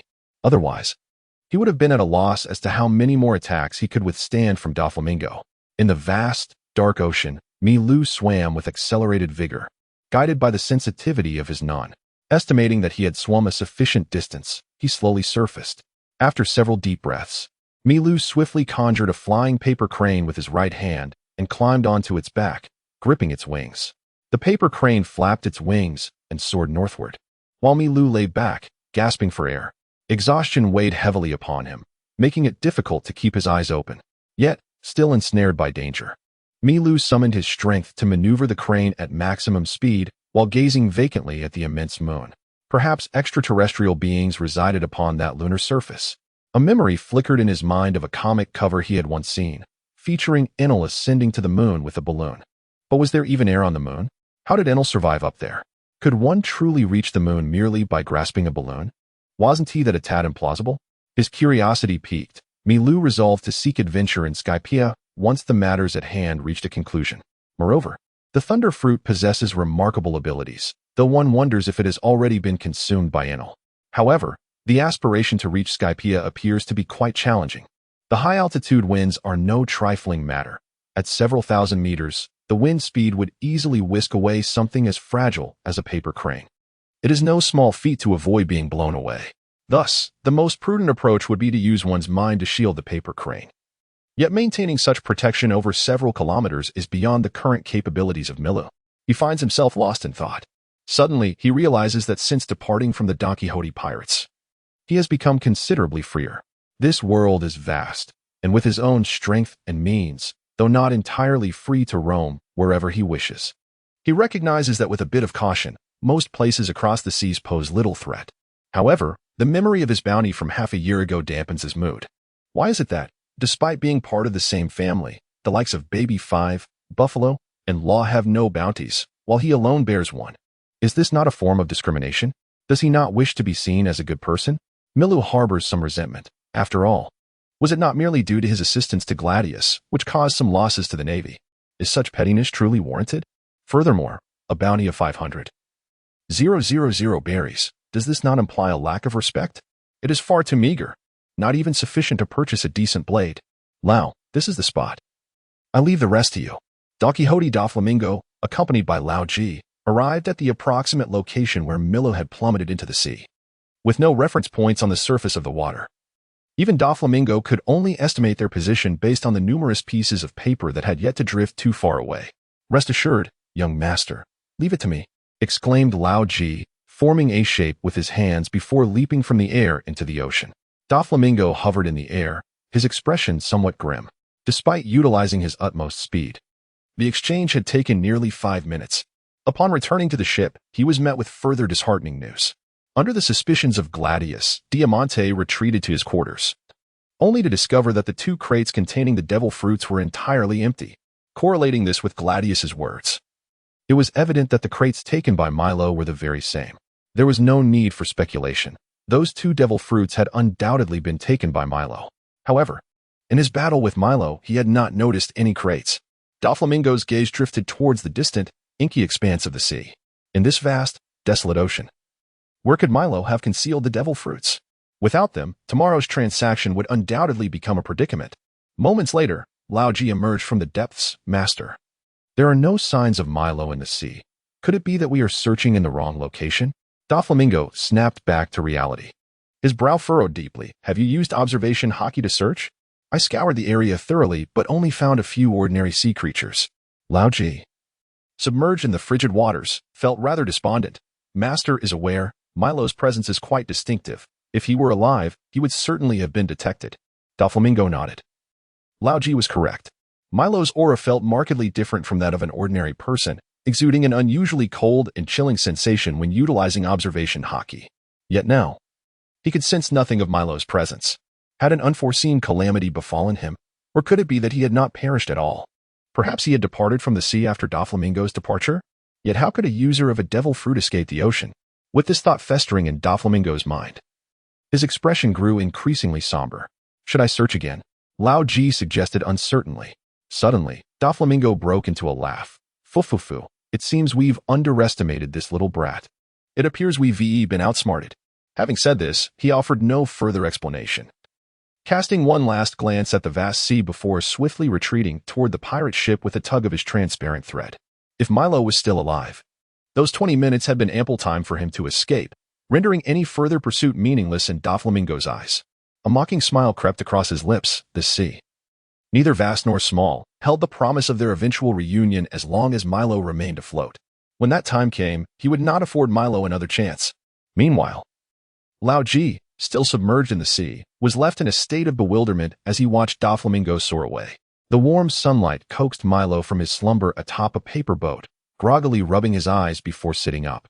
A rumble from his stomach gradually roused him further. It had been over 10 hours since he had departed from the Don Quixote pirates. The black paper boat had drifted far under the tireless efforts of the cardboard figure rowing. Yet the sea remained an empty expanse, devoid of any land or landmarks. Milo retrieved a compass from his pocket, checked his direction, and upon confirming he had not veered off course, he stifled a yawn and rose to his feet. After stretching his limbs, he discarded his clothes, leaned over the edge of the boat, and leapt directly into the sea. Minutes later, he resurfaced, dragging a fish over a meter in length, roughly comparable to his own height. He flung the fish onto the paper boat, climbed aboard, and opened the crate containing the devil fruits. From within, he procured a bottle of fresh water he had prepared earlier and took a sip. Then, a black book materialized in his hands, its pages flipping as Milo's right hand contorted into a sharp blade. With a precise cut, he sliced open the fish's body, extracting the finest belly meat, which he promptly began to chew. Though he possessed a lighter and could create fire, it was clearly impractical to cook fish on a paper boat, so he settled for a makeshift sashimi. The pale pink flesh was tender, the fat of the belly blending seamlessly into the meat, offering a melt-in-the-mouth sensation with each bite. However, aside from the belly meat, the rest of the fish was rather ordinary. Not feeling excessively hungry, Milo stopped after a few bites, preferring cooked food over raw. After kicking the remnants of the fish back into the sea, Milo reclined once more on the paper boat and consulted his compass. Following his planned course, he estimated that the cardboard figure would need at least 2 more days of rowing to reach Cansado Island. This destination was merely a waypoint in Milo's scheme. There, he would replenish his supplies before setting off for Minion Island. Uncertain of the precise arrival time of the surgery fruit, Milo chose to lie in wait. During this interval, he could also devote himself to training on the island.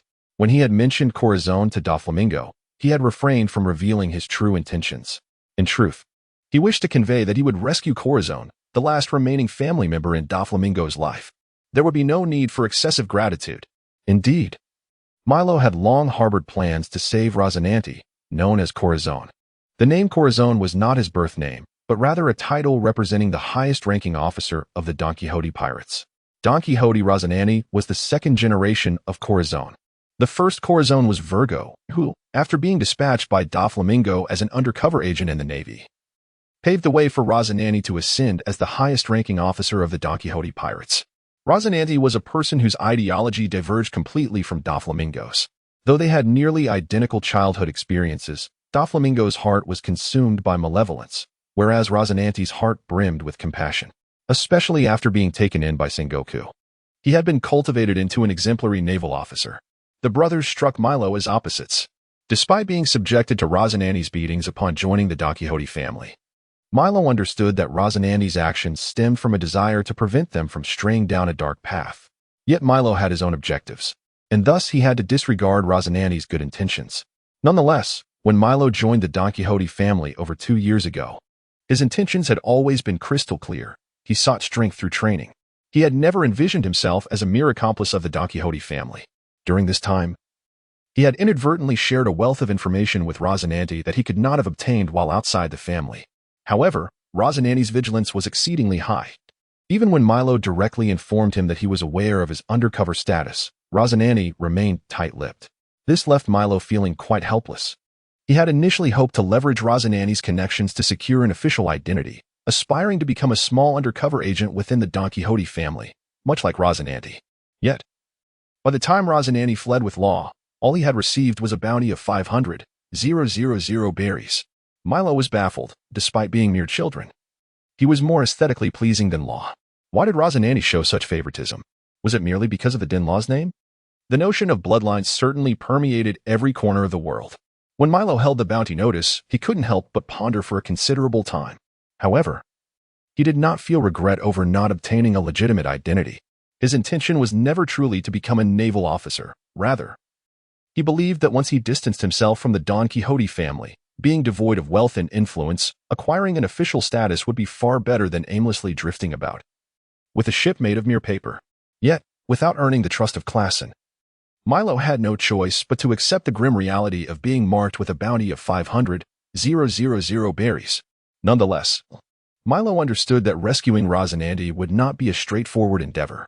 He needed to devise a careful plan.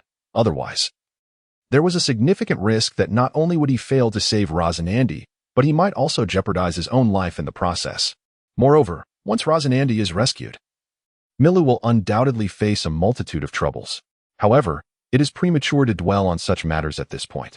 After drifting at sea for 3 days, Milu finally arrived at Kansada Island just before his fresh water supply ran out.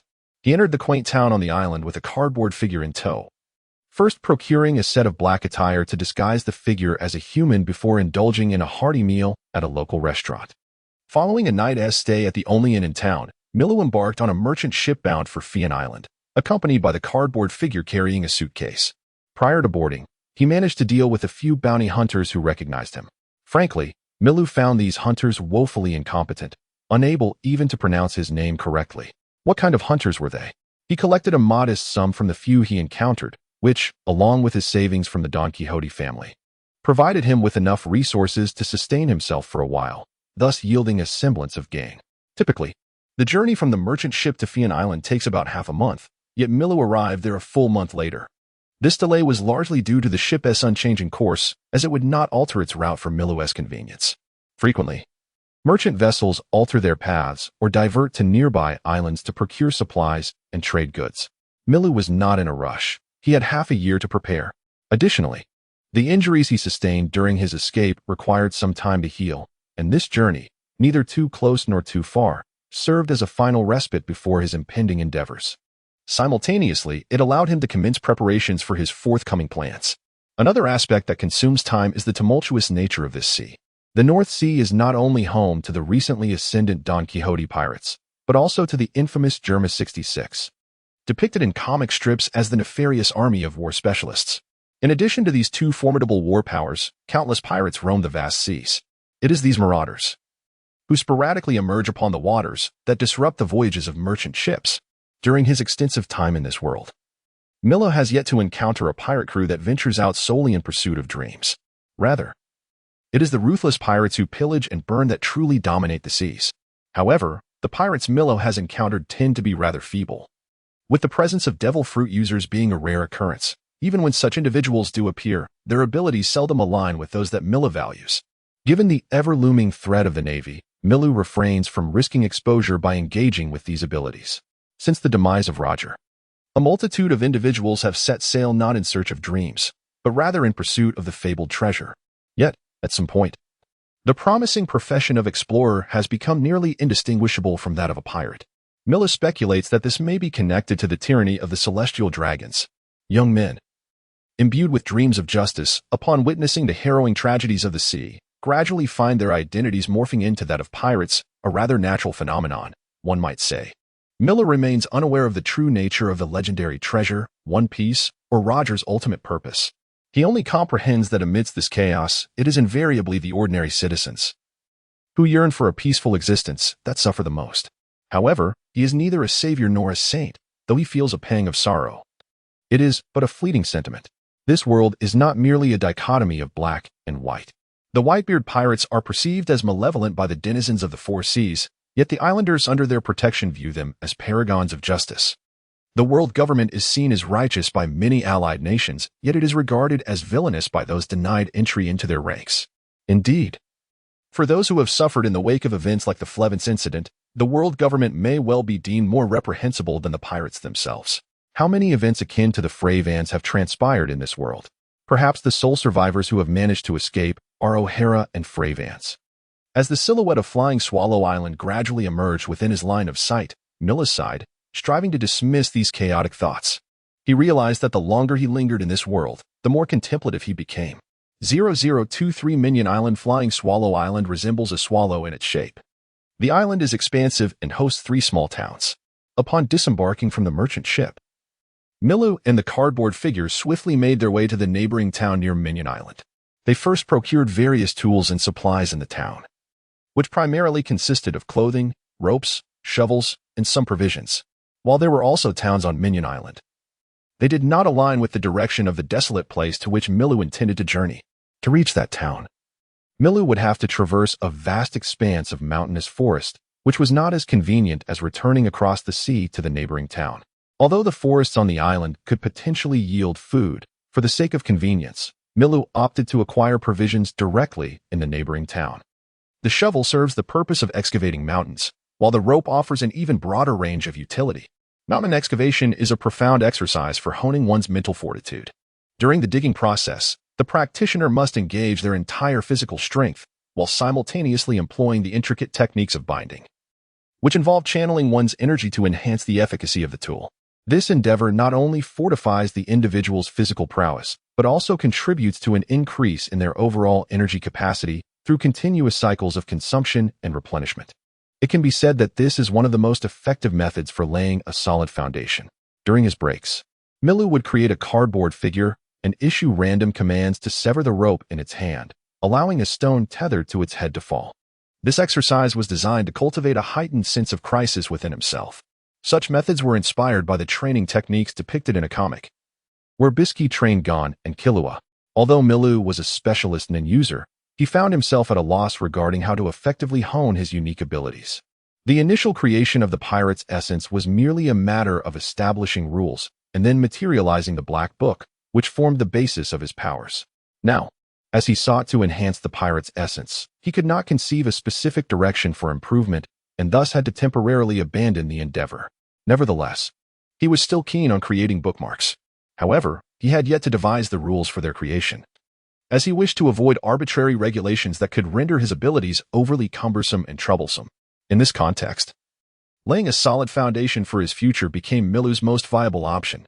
Simultaneously, he needed to familiarize himself with the 3 newly acquired devil fruit abilities. After constructing a sturdy cardboard boat on the shores of the neighboring town, Milu, manipulating 2 well-wrapped cardboard figures, loaded supplies onto the vessel and set sail for Minion Island. He quickly located the abandoned town on the island. During his journey from the neighboring town, Milu learned of the reasons behind the town's desolation. It was said that the area was haunted, with residents frequently encountering doppelgangers of themselves. These eerie counterparts could be seen dining at home, pilfering, or even sleeping in their beds. Upon being discovered, these impostors would emit a shrill scream and vanish in a cloud of smoke, as if they had never existed. As such occurrences escalated, the townsfolk grew increasingly anxious, uncertain of the true identities of those around them. In this atmosphere of trepidation, the villagers ultimately voted to abandon the town. After all, Minion Island was vast, and finding a new place to reside was feasible. Thus, the town was irrevocably forsaken, earning the moniker Ghost Town. Milu entered the town, gazing at the well-preserved structures with a sense of disbelief. In his view, the so-called ghosts were hardly frightening, and he remained skeptical of their existence. He suspected that, following a more conventional narrative, the town likely concealed some secret, perhaps accompanied by a poignant backstory. Ultimately, however, Milu found it more plausible that the town was home to a devil fruit user with peculiar abilities. The capacity to assume another's appearance strongly resembled Mr. Two's imitation fruit. Yet, the ability to vanish into the dark mist and the nature of the aforementioned scream remained a complete mystery to him. The town was deserted, and as Milu wandered further, he spotted a castle-like structure atop a nearby hill. This was likely the stronghold of the pirate who possessed the surgical fruit. Instead of approaching it, Milu sought a residence within the town that would allow him to observe the hill's activities while also keeping an eye on the coastline. Being situated near the polar region, Minion Island was characterized by low temperatures and frequent snowfall. After sealing any drafts in the house with cardboard and newspapers, he left a cardboard figure to guard it and ventured out alone. After exploring the abandoned town, Milu entered a nearby forest. Observing the numerous hills and cliffs surrounding the area, he nodded in approval. These locations were perfect for his excavation endeavors. Extending his gloved left hand, he materialized the Black Book, flipping it open to the page detailing weapon fruits. Following his intention, his right hand swiftly transformed into a sharp axe. Witnessing this remarkable phenomenon, where even his clothing morphed alongside the transformation, Milu did not dwell on it too long. He approached a towering pine tree. The intertwined application of cordon and refinement is termed sturdiness, while the comprehensive application technique that synthesizes both cordon and refinement is referred to as hardness. Hardness entails concentrating the energy within the body that is in a state of cordon and refinement into a single point, thereby enhancing both offensive and defensive capabilities. Previously, Milu had successfully withstood Doflamingo's ultimate attack using this technique. However, employing this defensive method is perilous, as when utilizing hardness, all areas of the body except for the energy-concentrated point are left unprotected, resulting in a state of zero defense. Under such circumstances, if the body is struck, he must rely entirely on his physical resilience to withstand the attack, which is far from an ideal choice. In essence, hardness proves impractical in combat. More accurately, Nin users resort to hardness only when they are 100% certain of their success or are compelled to take a significant risk. In most instances, they opt for a technique that allows for some degree of evasion, known as flow. Flow is an advanced application of Nin that enables the user to assess the strength of an opponent's attack while in a state of refinement, thereby allowing them to mobilize their own energy for optimal offensive and defensive choices. Flow is more suited for combat and allows for quicker energy mobilization. Milu had been attempting to master this technique, but progress had been slow. Within the Heart Source School of Nin training, there exists a method called flow dance, designed to facilitate rapid mastery of flow by deliberately slowing down the movements of each basic technique during practice.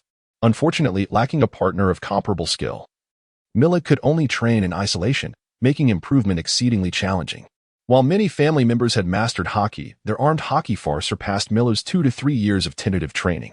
Consequently, Milu often found himself unable to fully counter the hockey attacks of his adversaries, rendering such battles less effective for honing his flow technique. Yet, he was powerless to change his circumstances, as he could not find an opponent with similar hockey abilities. The axe, enveloped in Nin, struck the pine tree with great force, felling it with just a few blows. Seemingly as a means of releasing pent-up pressure, Milu did not pause but instead continued to channel his energy, varying its distribution as he relentlessly chopped at the fallen trunk. Once he had reduced the trunk to firewood, he retracted his abilities, wiped the sweat from his brow, and let out a deep sigh. After flipping through the pages of the black book to manifest several more cardboard figures, he commanded them to gather the firewood while he sat upon a stump, deep in contemplation. Utilizing the weapon fruit abilities to transform his body into a weapon for training was not advisable, as it required him to always grasp the black book, thus hindering his physical training. Moreover, utilizing the capabilities of the weapon fruit on cold weapons seems rather wasteful in Milu's perspective. He is neither a sword master nor does he harbor aspirations to become one, lacking both the talent and the energy for such a pursuit. Consequently, the potential of cold weapons in his hands is unlikely to reach any significant magnitude. It would be far more convenient and forceful to simply transform them into firearms. In his early years, when Milu resolved to seize Baby Five's devil fruit, he diligently immersed himself in the study of various firearm mechanisms. Although his natural aptitude and limited dedication resulted in only a modest understanding, he mastered the transformation of weapons through the fruit's powers, enabling him to morph into conventional artillery, handguns, and missiles with relative ease. To Milu, the prospect of functioning as a sharpshooter or artilleryman was quite appealing, and he fancied himself possessing a certain flair for marksmanship. Most importantly, the bullets he discharged could be enhanced and manipulated through his psychic abilities, proving exceptionally advantageous. Upon observing that the cardboard figure had gathered the firewood, Milu swiftly closed the black book in his hand, causing it to vanish. Rising to his feet, he secured the firewood with a rope from his backpack. With a surge of strength, he hoisted the entire bundle and set off at a brisk pace towards the town. Though the paper fruit could conjure vast quantities of paper, it was ill-suited for kindling a fire. As Milu intended to reside here for an extended period, it was imperative to first establish suitable living conditions. In the days to come, Milu had an abundance of experiments and plans to undertake. During the month he spent sailing to this place, Milu not only meticulously analyzed his experience of defection, but also earnestly recalled the plot of several comics, diligently recording a multitude of events. While summarizing the essence of piracy and his own inabilities, Milu discerned a significant flaw inherent in the essence of piracy. It was not a defect within the essence of piracy itself, but rather a shortcoming in his own nun that rendered the essence of piracy flawed. This shortcoming was the malevolence that accompanied his nun. To activate the essence of piracy, one must first materialize the black book and then envelop the nun with it, signaling the initiation of the ability. However, the malevolence that tainted his nin would, upon activation, unmistakably reveal his intentions to others. Was this not akin to announcing his intent to commit mischief? Instead of subtlety, it would be akin to outright robbery. Therefore, the first course of action for Milu was to devise a method to eliminate the malevolence from his nin. Otherwise, he felt that the essence of piracy should be aptly renamed to the essence of brigandry. To eradicate malevolence, the only method that Milu could conceive was the pact of oath and constraint, in addition to cultivating his skills and eliminating potential dangers. The second task that Milu must undertake is to devise a plan to seize the fruits of theft and the fruits of childlike joy. Indeed, it is the fruits of childlike joy. This plan could be described as a daring endeavor, akin to snatching food from the jaws of a tiger. Moreover, This endeavor involves snatching from the jaws of three formidable entities: the Don Quixote pirates, the Navy, and even the world government. A single misstep could cost him his life. However, should he succeed, the rewards would be unparalleled. Upon organizing the storyline concerning Minion Island from the manga, Milu discerned that this segment was riddled with inconsistencies. Akin to a sieve, the more he scrutinized the compiled information, the more he entertained the notion of waiting for Law to depart from Minion Island before attempting to seize the surgical fruit. Yet, considering the intelligence in Rosinandi's possession, Miller resolved to diligently evaluate the feasibility of his plan, understanding that should it prove untenable, he would have no choice but to abandon it. Initially, whether to rescue Rosinandi did not appear imperative to him. Success would be delightful, yet failure would not be lamented. As for his assertion that the plot resembled a sieve, it primarily stemmed from the fact that the individual who obtained the surgical fruit was a former naval officer of significant rank, the father of one of the future supernovas. Drake. What does a naval officer's combat prowess entail? Colonels are often swordsmen or wielders of various devil fruit abilities, and most have undergone training in the Navy's 6 powers. While not all may master them entirely, it is certainly plausible for them to utilize 1 or 2 techniques. The ranks above, such as rear admirals, are even more formidable. Throughout Mila's 3-year pirate career in this world, he had yet to encounter a rear admiral devoid of haki. Thus, even though Drake's father was easily dispatched by Doflamingo, should Milu brazenly attempt to seize the surgical fruit, it would surely result in his demise. If a mere individual who had practiced their abilities for a few years could contend with Navy colonels and rear admirals, then the seas would have long since been claimed by a different master. This merely scratches the surface of the disparity in strength. There lies an even more perplexing aspect. Miller recalled that Virgo had located Rosinandi precisely because Rosinandi, after sustaining grave injuries, entrusted Law with a confidential document, instructing him to deliver it to the Navy. The secrets contained within the document possessed the potential to save Dressrosa, exposing the misdeeds of the Don Quixote pirates in the North Sea to the light of day, and even unearthing a plethora of high-ranking officials within the world government and the Navy. The decision to depart from the family 6 months in advance stemmed from the fact that Milu had not encountered any news of Monet and Sugar during his 2-year tenure with the family. It was as if the two were non-existent within the clan. However, considering the connection between Rosinandi's intelligence and Dressrosa, it is evident that the family had long been surveilling the island. Thus, it is highly probable that this scheme was initiated well before Milu's induction into the family. Furthermore, upon realizing that Monet was affiliated with the same heart pirates as Virgo, Milu was nearly convinced of the correctness of his assumptions. Consequently, the only opportunity he could envision to procure Sugar's hobby fruit ability was to obtain intelligence from Rosinandi. The allure of the hobby fruit, arguably one of the most overpowered abilities in the world of One Piece, compelled Milu to make the decision to leave the Don Quixote family and head towards Minion Island. Nevertheless, the Don Quixote pirates' impending journey to the Grand Line signifies another matter entirely. Don Quixote Doflamingo has finally set his sights on the Shichibukai system, established several years ago. Following the demise of the Pirate King, Gold, Roger, the world plunged into a fervor of piracy, initially manageable by the Navy. However, as the number of pirates surged, particularly in the Grand Line where the Navy had long since lost its dominion, the world government was compelled to enact the Shichibukai system, aiming to suppress pirates with other pirates. Milu could only muse that this decision was utterly foolish. The sanctioning of legal plunder leaves one bewildered as to the world government's rationale. It is evident that Rosinandi received information regarding the family as subsequent plans from Don Quixote Doflamingo. However, Milo calculated that the only time Rosinandi could have acquired this information was when his identity had not yet been revealed, which indicates it must have been at least 2 or 3 months prior. Milo truly finds it hard to believe that after Doflamingo discovered his biological brother had departed from the family, and under the circumstance that the family had not been easily located by Admiral Fujitora, he could still convey details about the plans concerning Dressrosa to Rosinandi. For such a prolonged period, Rosinandi has refrained from delivering intelligence to Sengoku, instead opting to wait until his own capabilities waned, thereby dispatching Law to convey the message. Is this not a deliberate invitation for Virgo's arrival? In Miro's perspective, if Rosinandi truly delayed the intelligence for several months, he must bear a portion of the blame for the tragic events in Dressrosa. To acquire the intelligence that Rosinandi possesses, Miro must await his landing on the island. However, Rosinandi's arrival concurrently signifies that both the Navy and the Don Quixote pirates will also manifest in the nearby waters. Miro's objective is to secure both Rosinandi and Law before these factions set foot on the island. In the manga, Rosinandi sustained severe injuries at the hands of pirates after obtaining the fruit. However, Miro believes that with adequate preparation and arrangements on the small island, it is indeed feasible to prevent Rosinandi from being harmed.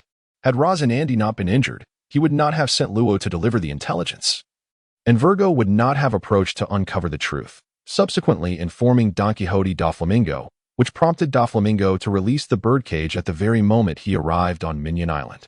In summary, as long as he could assist Rosinandi in eliminating or delaying the pursuit of the pirates, he would possess ample time to evacuate the two before the birdcage materialized.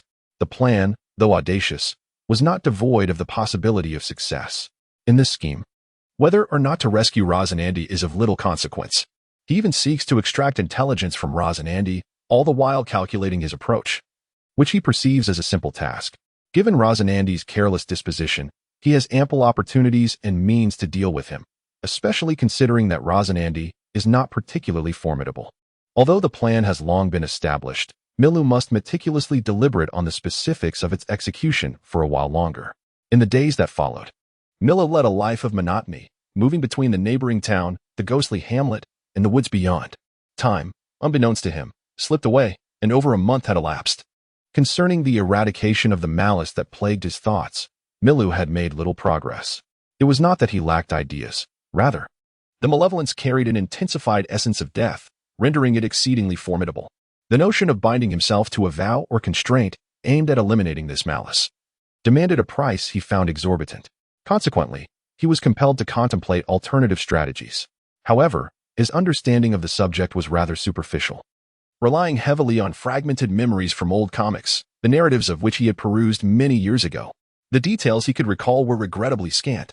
In light of his inability to devise a coherent plan, he resorted to relentless practice, gradually navigating his path forward, harboring the hope that one day inspiration might strike. For the moment, he sensed no pressing urgency in his endeavors. During this period, the so-called ghostly Milu had not encountered any disturbances, and gradually, he began to dismiss such spectral notions from his mind. After a day of arduous training, Milu, exhausted, contemplated various trivial matters as he opened the door to his modest abode, intending to prepare a light dinner before resuming his practice. However, upon opening the door, he was shocked to discover that it was unlocked, and standing before him was an individual who bore an uncanny resemblance to him, astonishingly gazing back while clutching a piece of bread. What was happening?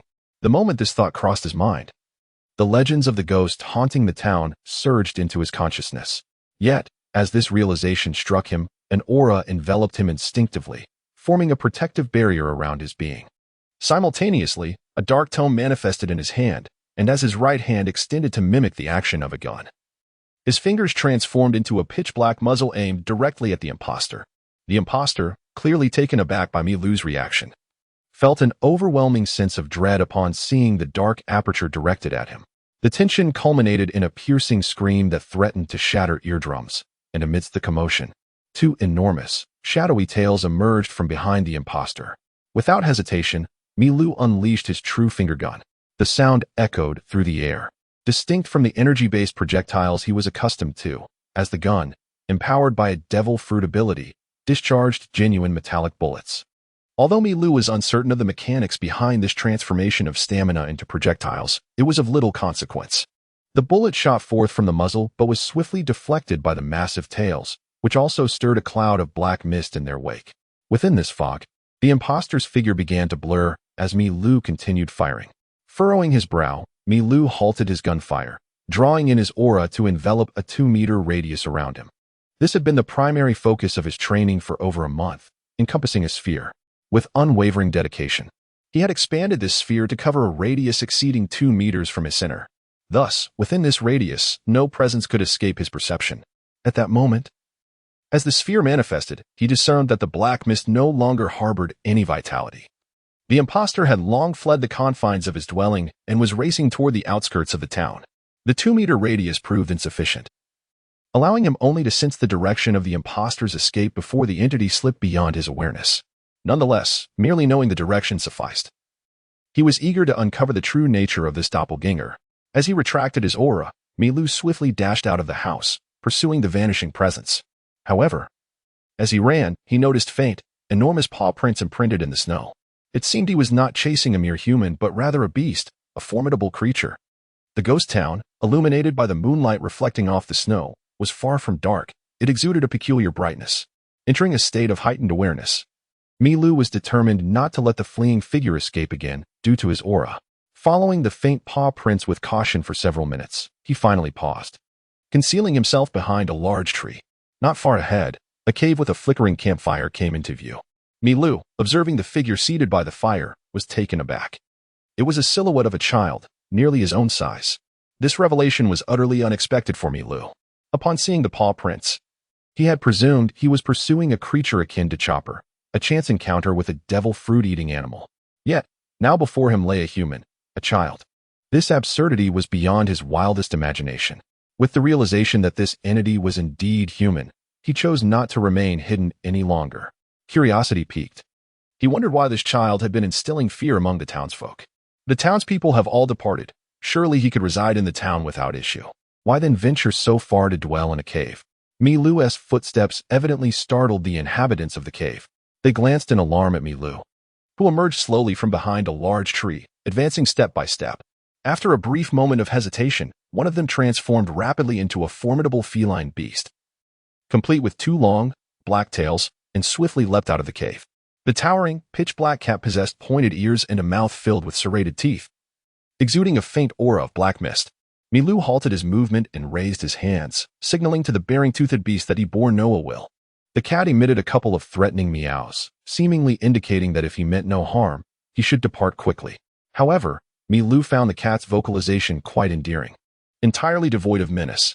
With this thought, and seeing that the cat was unwilling to engage, he lowered his hands while a sphere of energy began to emanate from him, enveloping half of the warily poised cat.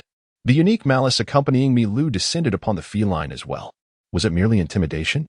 A slight smirk formed on Milu's lips. He had never truly feared anyone in this regard. Under the sphere's influence, Milu distinctly observed the cat's soft fur bristle with alarm. The startled creature swept its tail across the ground, the black mist swirling as if it intended to flee.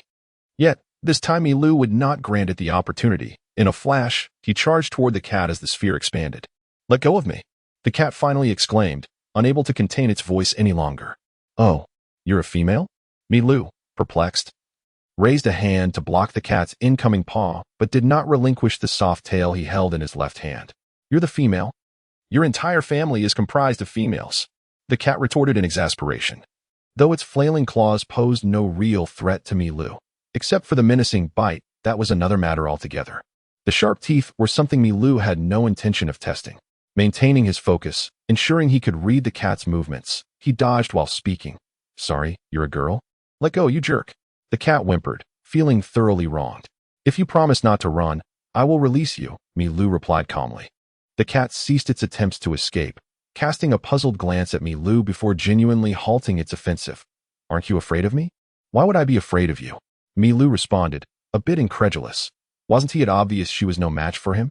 Yet, seeing the cat relent in its frantic scratching, he finally let go. The liberated cat sprang back a couple of paces, its large tail swaying, its two black gem-like eyes warily fixed on Milu. "What kind of gaze is that? I just released you." Once assured that the feline posed no threat, Milu withdrew the malice radiating from him. Ignoring him, the cat gradually shrank in size, transforming in a blink into a short-haired young girl. Up close, Milu realized she was quite adorable and strikingly beautiful, particularly her dark, gem-like eyes that were exceptionally captivating. "My name is Milu. What is yours?" he asked, looking at her with interest. "I am Jessica," the girl replied, tilting her head in disbelief. "Aren't you afraid of me?" "Why should I be afraid of you?" Milu scratched his head, bemused. This was the second time he had been posed with such a question. Jessica mimicked his gesture, scratching her head before, to Milu's astonishment, she instantaneously transformed into his likeness. Staring at the unexpected mirror image clad in identical attire, Milu blinked.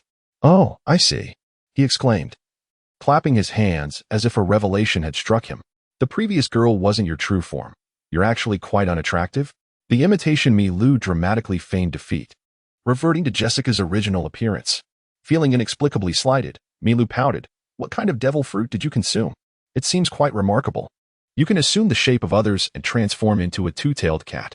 Wait, a two-tailed cat? Milu suddenly recalled the two-tailed beast from a certain anime. Can that creature actually morph into the likeness of others? And what exactly is a cat demon? Nonetheless, a cat demon must surely be a mythical creature from legend. If that were the case, did this girl truly consume a mythical devil fruit? Had he stumbled upon a treasure? Instantly, a black book materialized in Milu's hands. I want it. Jessica shivered, feeling a twinge of apprehension. Was this boy a creep? Why was he looking at her with such fervor? She recoiled slightly. Please don't gaze at me like that. You aren't my type. Huh.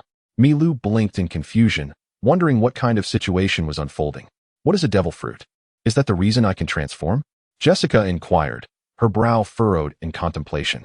If she were to speak of any fruit, she did recall consuming one years ago, which granted her special abilities. It was from that moment that such powers manifested, though the fruit had been utterly distasteful. Was it possible that the fruit she had eaten was indeed a devil fruit? Yes, your ability to transform is indeed due to the devil fruit. Milu considered before shifting the topic. Why do you reside here alone, scaring away the townsfolk? From their prior conversation, Milu had discerned that Jessica seemed to believe others feared her. If she wished to be an ordinary person, he would not mind accepting a small fee to escort her safely to the neighboring town, even offering her some money. There are many reasons. Jessica averted her gaze, seemingly reluctant to elaborate. And what were you doing at my residence earlier? Surely you can disclose that. Milu was not convinced she had no ulterior motive. I was hungry, Jessica replied matter-of-factly. Milu nodded. Indeed, that was a valid reason, but he would be a fool to believe her. Was she not hungry before? After spending over a month on the island? Yet, the reason mattered little. I believe we can strike a bargain, Milu proposed directly. You said you were hungry. So let us proceed with that. Jessica eyed him warily, and after a brief moment of contemplation, she crossed her arms defensively. What kind of bargain? Milu's lips twitched. They were both still rather young. What was there to be defensive about? I will ask you a few questions, and after you answer, I will provide you with food. Doesn't that sound fair? Suppressing the urge to scoff, Milu attempted to appear trustworthy, offering a smile. Since you mentioned hunger, I shall use food as leverage. How will you respond? Agreed. Jessica spoke without much consideration. Although her answer differed slightly from Milu's inner thoughts, it mattered little as long as the goal was achieved. Her aura instantly spread out, enveloping the black book, and Milu posed his first question. Can you transform again? What kind of question was that? Jessica glanced at the black book in Milu's hands and his suddenly amiable demeanor. Then her body transformed once more, becoming a large cat with two tails. With Jessica's response, the first condition for Milu's ability theft was fulfilled.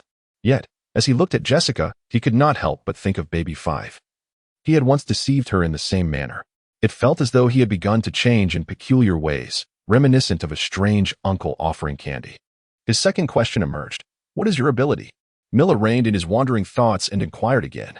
As for the shamelessness of stealing a little girl's power, Milu felt no remorse. After all, she had willingly offered it, and he possessed two unknown fruits, which she could also partake in if she desired. A lot, Jessica replied. First transforming into Milu's likeness, I can take on the appearance of others, like you. She then reverted to her cat-like form. While dark mist spread around her, I can also transform into a two-tailed cat and escape by releasing this black mist. Excellent. In Milu's perception, with Jessica's answer, the second requirement was effortlessly met. Today felt unusually smooth. Initially, Milu harbored concerns that using his aura might leave Jessica with a negative impression, causing her to withdraw her cooperation. However, judging by her level of compliance, it was evident that he had overthought the situation. Finally, he asked, could you come here for a moment? Watching the dark mist, anticipation welled within him. As long as Jessica made contact with the black book, the condition would be fulfilled. Given that Zoan-type fruits enhance the physical capabilities of their users, Milu surmised that his own physical prowess would also be augmented while utilizing a Zoan fruit. Especially with the three-stage transformation of Zoan types, the enhancement would be significant. He eagerly contemplated how much a mythical Zoan fruit could boost his physical attributes. Yet, after a while, the black mist showed no signs of dissipating, nor did Jessica appear, which caused Milu's hopeful expression to gradually stiffen, replaced by a gnawing sense of foreboding. Soon, his aura shifted, and a surge of energy was released. Sensing no life within the black mist, Milu rushed into it, clutching the black book. However, there was no sign of Jessica as the mist began to fade. Even the paw prints on the snow were absent. gazing at the desolate woods. Milu felt a throb of pain in his head. This shouldn't be. Everything had progressed so smoothly. How could Jessica have suddenly fled? Yet, he then recalled something, his expression darkening as he bolted toward the town like an arrow. Minutes later, he burst out of the woods, returning to his residence in the town. The door was ajar, and an unsettling premonition intensified within him. He dashed inside, discovering that all the food had vanished, and the floor was littered with scattered money. No. It was more accurate to say that all of Milu's money was scattered on the floor, as if a thief had left it behind to mock him. Nonetheless, he paid little mind to that. Noticing that an inconspicuous cardboard wall in the house remained intact, he breathed a sigh of relief, hastily moving aside the thick cardboard wall. He confirmed that the 2 devil fruits hidden behind it were untouched, allowing him to truly relax. It seemed he had been outsmarted this time. Milu felt a sense of helplessness. It appeared that aside from honing his sense of crisis, he had grown somewhat complacent, losing the caution he once exhibited in the Don Quixote pirates. He had not anticipated that while he was scheming against others, they were simultaneously plotting against him. Jessica's age and appearance were deceptively misleading, much like how he had once exploited his own looks and poor acting skills to deceive Gladius and Diamante. He tapped the black book that had appeared silently, contemplating that perhaps Jessica had never trusted him from the onset, and since she had managed to slip away unnoticed. The paw prints in the snow took on a peculiar significance. Could it be that those footprints were meant to lead him into the woods? As this thought crossed his mind, he suddenly realized how effortlessly he had caught hold of the cat's tail. He distinctly recalled that tail being capable of effortlessly deflecting bullets. How could it have been captured without a struggle? Indeed, Zhang Wuji's mother had spoken wisely. One must be wary of women, for the more beautiful they are, the more deceptive they tend to be. Although Jessica had yet to reach adulthood, she had already fulfilled the criteria. Milu berated himself for his lack of vigilance, and the failure to acquire her abilities left him with only one option, to seize them forcefully. But where had Jessica vanished to? Moreover, resources were also a pressing concern. With a wry smile, he opened the black book once more to create several cardboard figures, assigning some of his operational aura to guard the vicinity of his home before dragging his weary and hungry body to bed. After a day of training, coupled with the absence of dinner and a considerable amount of exertion, he needed rest to recuperate. As dawn broke, although his energy had been restored, hunger awakened Milu, prompting him to leave Minion Island with money in tow, heading toward the neighboring town. Upon his arrival, a slight smile crept onto his lips, and his mood lifted considerably. He felt an instinctive certainty that as long as he replenished his supplies, Jessica would inevitably reappear and take action. Strangely, Milu felt a surge of excitement. Solitary training in Ghost Town could be quite tedious. Having procured ample provisions, he returned to Ghost Town, and indeed, Jessica made her appearance once more. However, this time, she was unmasked. Instead, the moment it appeared, it launched an attack on Milu, who was resting and recovering his strength after his training. With almost no stamina left, Milu did not manifest the black book but relied solely on his remaining energy to charge forward. The bindings enveloping his body, though not solid due to his fatigue, were deemed sufficient by Milu. After all, aside from his fruit abilities, he harbored immense confidence in his close combat skills. However, after just a brief exchange, Milu realized the formidable nature of Jessica. Without transforming into her cat-like form, Jessica did not resemble an ordinary human either. Instead, she had assumed a beastly shape, complete with pointed black cat ears, claws, and 2 fluffy black tails. Milu's swift punches and kicks were met with even swifter and more agile evasions from Jessica, as if she anticipated each of his movements, always reacting just as he was about to strike. After several failed attempts and receiving a blow to his lower back from Jessica's tail, Milu felt a twinge of confusion, pondering whether Jessica had mastered the observation hockey. Regardless of this speculation, after a brief confrontation, Milu was convinced of one thing. With his current physical skills and stamina, he was likely no match for Jessica.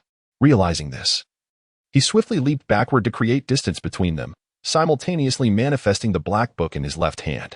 Although Jessica was unaware of Milu's intentions to retreat, she was determined not to allow him the opportunity.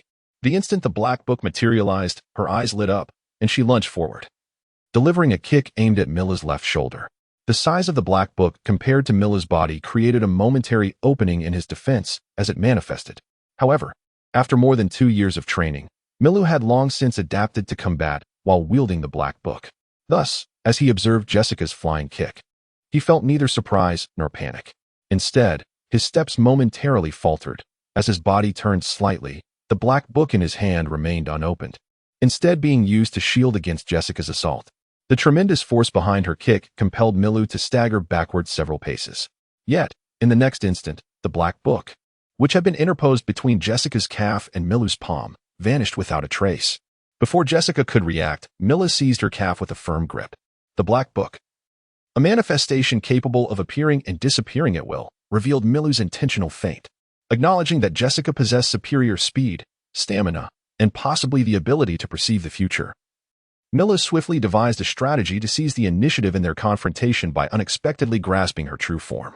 Of course, should Jessica choose not to capitalize on her advantage, Milu could create distance and employ the powers of his devil fruit. He believed that this maneuver would yield no losses. However, as Milu clutched Jessica's calf, the realization of his miscalculations dawned upon him. Firstly, Jessica possessed abundant stamina and strength that matched his own, allowing her to remain unfazed by his grip. With her tail providing support, she deftly adjusted her position midair and delivered a second kick.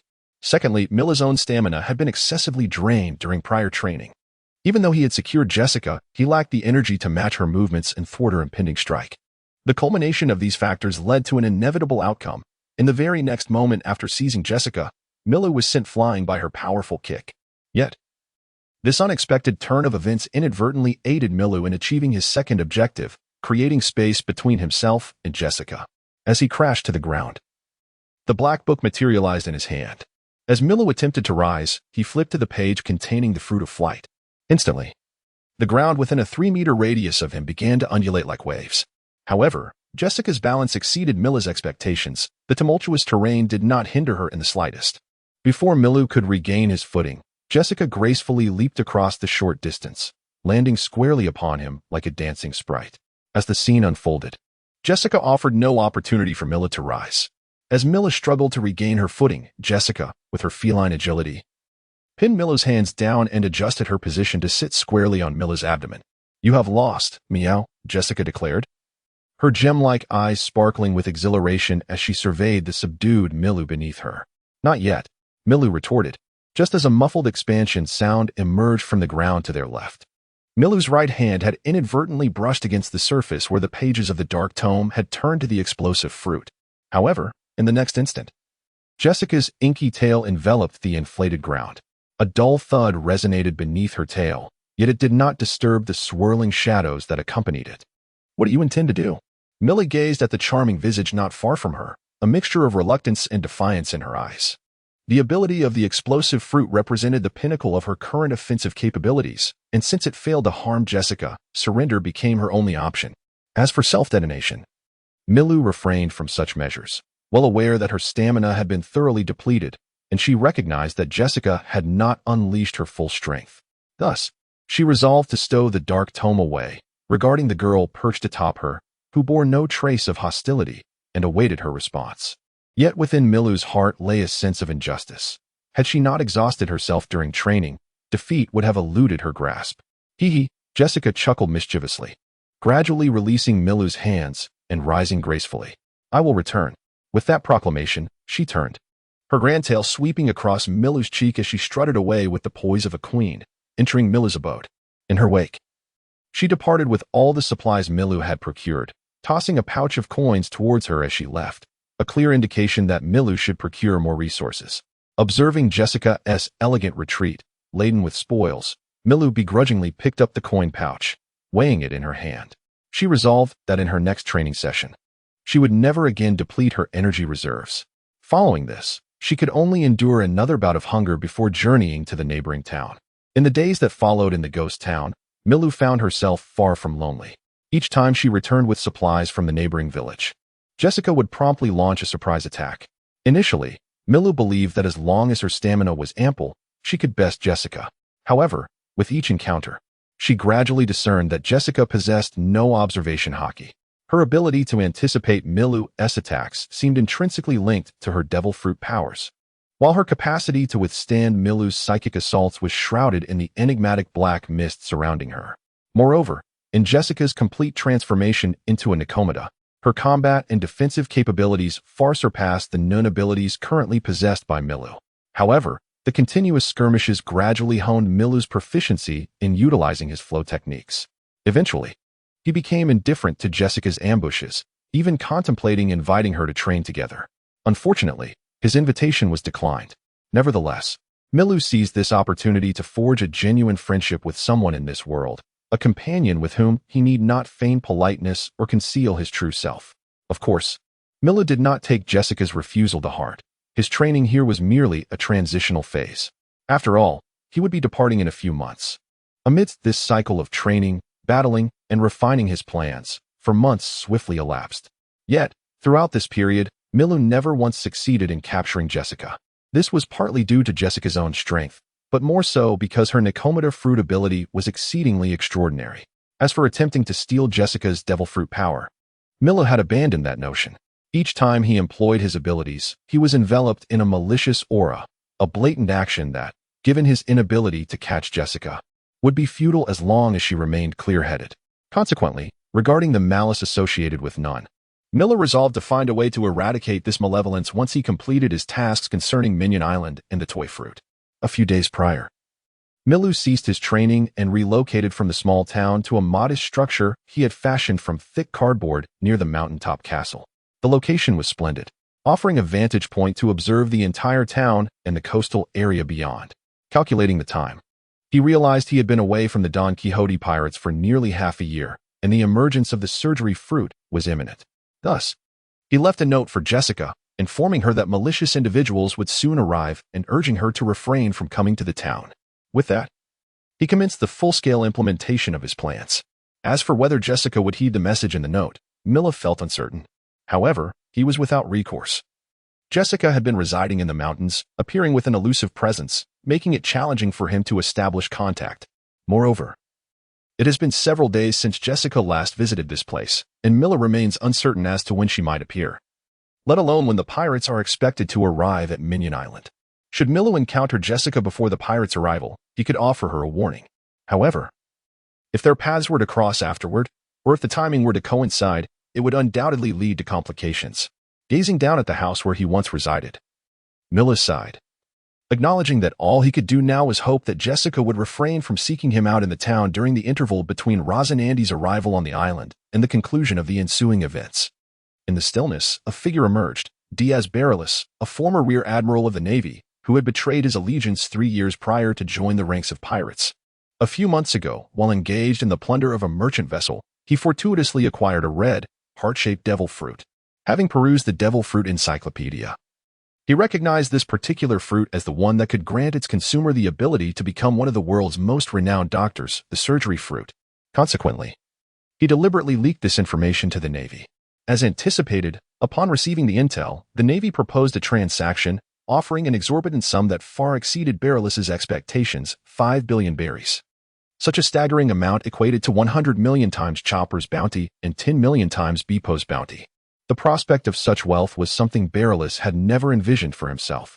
Yet, following the initial thrill, a sobering realization struck him, leaving him drenched in cold sweat. Having served as a rear admiral for several years, Bareilles was acutely aware of the Navy's capabilities regarding such a financial sum. Thus, if the Navy were unable to muster these funds, it was evident that the true benefactor behind the transaction could only be the world government. Upon contemplating the actions of the world government, Bareilles felt a chill run down his spine. A significant portion of his decision to defect from the Navy was influenced by the world government's demeanor. He understood that if he failed to manage this transaction prudently, he would only face ruin in its aftermath. However, if executed well, this seemingly insignificant fruit could indeed present him with opportunities. Years of service as a rear admiral had not been in vain. Having defected from the Navy, he maintained close ties with high-ranking officials within the world government. After clandestinely contacting senior members of the world government, Bareilles secured a slim chance at survival through the funds acquired from the transaction. Yet, this opportunity was not easily created or attained. Arriving 3 days ahead of the scheduled transaction at Minion Island, he was merely preparing for an escape plan following the deal at Rubeck Island. As he moored the pirate ship to the shore, Bareilles, with his square jaw and pronounced chin, led the way down the gangplank, exclaiming, "This dreadful weather is truly frigid." The biting wind, laced with snowflakes, sent a shiver through the tall and robust Bareilles. Following closely behind him was a subordinate with a tuft of hair sticking up, swiftly draping a leather coat over Bareilles' shoulders. "Where's that good-for-nothing dolly?" Bareilles asked, contentedly pulling a cigar from his pocket. As his subordinate ignited the cigar for him, Aurelius scanned the area but did not spot his son Dolly. "He is probably still asleep," muttered the subordinate with the tuft of hair. Although his voice was barely audible, Aurelius heard him clearly and raised his hand to deliver a slap to the lad. "What time is it? Still sleeping? Get him up." The subordinate, now bleeding from a cut on his lip, felt exasperated, thinking, "It's not my fault he is still in bed." Yet, recognizing Aurelius's authority, he rolled in the snow to regain his feet, disregarding the snow on his clothes as he dashed back onto the ship. "Useless scum," Aurelius muttered, though it was unclear whom he referred to, before waving his hand and calling out to the pirates following him, "Bring all the treasure from the ship. We're leaving." While the pirate ship was docked, Milu observed everything keenly. However, the key figure in the heist, Rosinante, had yet to appear, so Milu remained unperturbed, patiently waiting in a small building. The number of pirates exceeded his expectations, with over 30 disembarking from the ship, burdened with heavy chests. They trudged through the swirling snow toward the highest point in the town, a small castle. Milu, watching this unfold, found it perplexing. Were these individuals deluded? Did they truly believe the world government and navy would allow them to abscond with 50 billion berries? Or perhaps Drake's father thought he had become so powerful that he no longer feared the might of the navy and world government. Given the proximity to Rubeck Island, Milu did not believe the pirates would safely return to the island after the transaction. Nevertheless, this was of little consequence to him, as he anticipated that the Don Quixote pirates would ultimately eliminate these intruders. He was merely curious whether Drake had consumed the devil fruit. Milu recalled the details of Drake's fruit, a zoantype, ancient species, the dragon fruit, in its extraordinary dragon form. This was indeed the first appearance of an ancient zoantype fruit in the entire One Piece saga, and its debut had been rather stunning. Milu had always harbored a fascination for such a unique zoan devil fruit. Unfortunately, Jessica had proven to be quite elusive, preventing him from testing the enhancements the fruit could offer him. However, he had not spotted Drake in the previous gathering and was unaware of his current whereabouts. The pirates maintained a high level of vigilance. Aurelius led a portion of his crew into the house while the rest stood guard outside. Along the path leading to the mountaintop, Milu's hiding spot was not far from the small castle, situated in an unremarkable, snow-covered building that failed to attract the pirates' attention. Of course, even if someone were to approach, Milu remained unconcerned. The small building was one he had constructed himself, designed with hidden compartments, ensuring that even if someone were to investigate, they would never uncover his presence. As night fell, the town was filled with a long-lost buzz of activity. The pirates inside the small castle were boisterous, their loud voices filled with excitement at the prospect of selling the surgical fruit for an exorbitant price. Milu casually retrieved some prepared food and, with the warm water from his flask still not cooled, enjoyed a simple meal. Just as Moreau had finished his bread, he suddenly caught sight of a familiar figure clad in a black feather coat on the road leading up the hillside toward the town. Rosinante had finally made his appearance. Observing Rosinante stealthily and cautiously approaching the summit, Moreau couldn't help but marvel. Had he not been aware of Rosinante's impending arrival and been watching the slope below, it would have been nearly impossible for anyone else to detect his presence. Despite the conspicuous black feather coat that stood out starkly against the snow, in contrast to Rosinante, Moreau was modestly dressed in white, a guise that rendered him nearly invisible against the snowy backdrop. Thanks to this clever disguise, which effectively diminished his presence and aura, Moreau took a few minutes after spotting Rosinante to leave the small building and silently make his way to a midpoint on the descent, careful not to leave any telltale crunching sounds in the snow. Colasong, halt. Rosinante launched his offensive with a swiftness that exceeded Moreau's expectations. After just a few minutes of waiting, a violent explosion erupted from the building on the right side of the small castle. The explosion sent flames soaring into the sky. Yet curiously, it emitted no sound, creating an eerie atmosphere. It was unclear how much explosives Rosinante had prepared, but the blast was significant enough for Moreau to feel the hillside tremble beneath him. The suddenness of the explosion, compounded by the fact that the pirates had stored their treasures within the affected building, plunged the entire summit into a state of chaos. Shouts of fire echoed, while some rushed back to inform Barris, and others armed themselves, guns drawn, in cautious vigilance. Amidst this turmoil, the lights inside the building extinguished abruptly, plunging the entire room into darkness. From a distance, Moreau could hear the sound of a violent struggle emanating from the main hall, suggesting that someone had been knocked to the ground, while warnings of intruders from the pirates reverberated throughout. Yet amidst the cacophony, Moreau distinctly observed Rosinante breaking through a window illuminated by the distant flames, silently escaping, and after tossing a grenade back into the building. He swiftly made his way down the hill. As the silent explosion erupted at the summit, Moreau finally sprang into action. A black book materialized in his hand. And as he paused on the page detailing the paper fruit, numerous black thoughts, visible only to him, suddenly manifested in the snow. These thoughts flickered like flames, resting upon the foreheads of the cardboard figures that Moreau had strategically positioned along the path to the summit. The aura was already infused into the cardboard figure's body, enabling him to swiftly manipulate it the moment he utilized the paper fruit. The emitted aura was minimal, requiring little stamina, which is why Milu could maintain them consistently. Emerging from the snow, the cardboard figure swiftly obstructed the pirates pursuing Rosinante. Although the cardboard figure was no match for the pirates, it effectively hindered their movements. For mere bullets could not resolve the situation. Simultaneously, a multitude of cardboard pieces, having been stirred by Rosinante's passage through the snow, quickly rolled up the snow. Propelled by the cardboard figures emerging beneath them, advancing towards the pirates on the mountaintop. At that moment, Milu had crafted a paper crane and ascended upon it, pursuing the fleeing Rosinante. However, as he took flight, he caught sight of a slightly slender youth, swathed in a coat, hastily making his way towards the woods on the hillside through a side gate to the left of the small castle. Drake? Milu felt a twinge of uncertainty. For the figure that dashed away appeared somewhat different from the Drake etched in his memory. It seemed too diminutive. Moreover, it appears that the timing is also questionable. However, this is not the moment to dwell on such matters. Compared to the information regarding the dragon fruit, the surgical fruit and sugar are of far greater significance to Miru. Thus, he averted his gaze and directly focused on Rosinante. According to Miru's recollection, Rosinante had been pursued by pirates shortly after he fled from the house. And after sustaining severe injuries in battle, he entrusted the information in his possession to Law, urging him to deliver it to the Navy. Given this scenario, if Miru could preemptively thwart the pirates, Rosinante would naturally remain unscathed and would not be able to hand over the information to Virgo. After all, Rosinante was acquainted with Virgo. Just as Miru was about to call out, he noticed Rosinante upon catching sight of him, exuberantly waving and rushing towards him with a broad grin. Could it be that he was aware of Miru's defection from the family and had come to assist him? Or perhaps Miru's decision to take action had earned Rosinante's trust. A multitude of thoughts flooded Miru's mind in an instant. Regardless, swiftly rescuing Rosinante was a pivotal element of Miru's plan. Corazon quickly summoned the paper crane.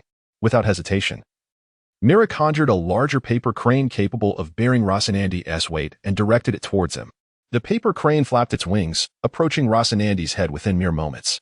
However, it was not Rosinante who greeted the crane, but rather a grenade he swiftly produced from his pocket, which landed squarely on the unsuspecting paper crane.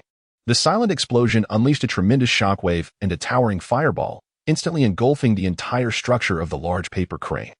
Rosinante's modified grenade had already demonstrated its power during the explosion at the mountaintop. Now, being in such close proximity to the paper crane, the consequences were dire. Damn.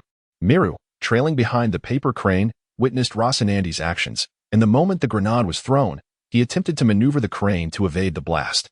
Yet, the explosion occurred too swiftly, and the grenade's force was overwhelming. Although Miru, enveloped in his thought protection, emerged unscathed from the explosion, the shockwave deformed the paper crane beyond recognition. The altered crane lost its capacity for flight, plummeting into the snow with Miru on board, who was equally incapable of soaring. Spitting out the snow clinging to his lips, Miru emerged from the snow, fuming with frustration. That damned Rosinante had successfully deceived him with his upward curving, seemingly smiling lips. Yet, Miru could not comprehend how Rosinante was oblivious to his defection from the Don Quixote pirates. It was inconceivable. Rosinante had just aided Law in escaping, and Miru had subsequently pilfered the fruit while slipping away from Doflamingo's subordinate. There was no reason for Rosinante's intelligence not to encompass all of this. Or perhaps, Rosinante truly believed that Miru was sent by Doflamingo. If that were the case, it would pose a significant problem. Annoyed, Miru uttered a word that succinctly encapsulated his sentiment and swiftly crafted another paper crane, leaping onto it. Though he had considered this possibility, he had never anticipated that Rosinante would harbor such deep suspicion towards him. This certainly complicated matters. Moreover, he had deliberately employed the abilities of the paper fruit to aid Rosinante in his escape, intending to demonstrate his goodwill. After all, his ambush was easily discernible, having arrived earlier than Rosinante. If he were indeed sent by Don Quixote Doflamingo, the surgical fruit would have long since been taken by his family members. However, Rosanani paid no heed to any of this, and even launched an attack as he approached. Miura was genuinely perplexed, unable to comprehend the rationale behind Rosanani's choices. As Miura ascended the paper crane once more, maneuvering it towards Rosananti while feeling somewhat disheartened, he shouted, "Stop, Corazon. I am here to assist you." His voice strained in a final attempt to persuade. Yet, before he could finish his plea, an unfortunate occurrence transpired. Without hesitation, Rosanani turned and fired a bullet at Miura. Expressing his resolve, under the protection of Haki, the bullet posed no threat to Miura. After all, even in ordinary circumstances, the paper was sufficient to counter such attacks. Moreover, Rosanani's marksmanship was far from impeccable, causing the bullet to merely graze the body of the paper crane. Nevertheless, witnessing Rosanani's unwavering aggression, Miura felt the scales of his judgment tip dramatically. If you refuse to cooperate, then let us engage. Miura sought only information and the surgical fruit. His desire to rescue Law and Rosananti stemmed not only from their past camaraderie and his fondness for characters in manga, but also from the strategic advantage of disrupting Doflamingo's plans by saving Rosananti. No one possessed more comprehensive information regarding the Don Quixote pirates' affairs in the North Sea than Rosananti. Hence, if Rosananti survived, both he and the intelligence he held would become invaluable assets for the Navy in their confrontation with Doflamingo. Even if this asset did not deliver a fatal blow to Doflamingo, it could still undermine his foundations in the North Sea, buying enough time for Miura to reach Dressrosa. However, with his gentle approach having failed, Miura was left with no choice but to adopt more radical measures, as long as Rosananti remained alive. Just as Miura was altering his strategy, Rosananti suddenly slipped and tumbled down the slope, quickly rolling down the snowy terrain. His descent was far swifter than his own running. Yet pirates were vigilantly stationed at the base of the hill. Although Rosananti's fall was silent, his dark feathered coat made it challenging to avoid detection against the snow, especially with the fiery glow of a nearby castle illuminating the night sky. Startled by Rosananti's sudden appearance, the pirates swiftly aimed their darkened firearms at him. Miura frowned as he recalled this scene from the manga, where Rosananti had also stumbled and rolled down the hill. He had hoped that Rosananti's presence would alter the outcome of this moment. However, it was evident that Rosananti's choices were leading events once more in an unfavorable direction. This time, without the warning from the pursuing pirates above, the pirates below were momentarily bewildered, unsure of the silent figure that had materialized. Their confusion was fleeting. For upon noticing the heart-shaped fruit in Rosananti's possession, they quickly deduced, he has stolen the surgical fruit. Take him down. In a matter of moments, the pirates efficiently processed the information and made their judgment, pulling the triggers of their flintlock guns at the hurriedly rising Rosananti. Bang, bang, bang. Watching Rosananti retaliate after being shot, Miura scoffed, foolish, unable to even withstand a bullet. Though he thought this, he couldn't help but be taken aback by the pirates' decisiveness and efficiency. Yet, as the pirates recklessly fired their weapons, Miura could not remain entirely passive. Extending his right hand forward, a multitude of paper airplanes materialized, whistling through the air like arrows towards Rosananti and the pirates below. Watch out. The first pirate to notice the paper airplane shouted. However, once they recognized these flying objects as mere paper, their concern waned. For what damage could paper inflict? Even if airborne? Conversely, two pirates positioned at the back redirected their guns towards Miura in the sky, pulling the triggers. Yet, this choice inadvertently granted Rosananti an opportunity. Rising from the ground, disregarding the bullet wound in his abdomen, he seized one of the pirates, silencing his cries, and with a sudden burst of strength, hurled the pirate towards the oncoming paper airplanes. Unlike these pirates, Rosananti understood Miura's abilities well. He knew that the objects he referred to as paper airplanes were imbued with haki. To confront them with mere physicality would yield little benefit and pose significant danger. In truth, he had recognized Miura's intent to assist him the moment he intervened to block the pirates. However, he remained uncertain of Miura's true allegiance. Although he had received word of Miura's defection from the family earlier, he had been preoccupied with seeking a cure for Law's illness across the North Sea, leaving him unaware of the finer details. At present, Milu's premature appearance at the trading location raises suspicions. If he did not acquire this information through the intelligence support of the Don Quixote pirates, Rosananti would find it implausible. After all, although Doflamingo is aware of this transaction, it remains an exceedingly clandestine affair, and acquiring intelligence about it is no simple task for the average individual. He even harbors doubts as to whether Milu's presence here might be a contingency left by Doflamingo, who may have grown suspicious after his departure.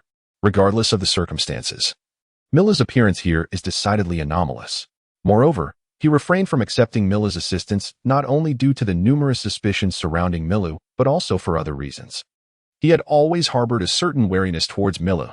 On one hand, it was the unsettling aura of malevolence that emanated from Milu. On the other hand, it was Milu's extreme greed and yearning for the devil fruit, which led him to perceive Milu's indifference towards the concepts of good and evil as deeply ingrained.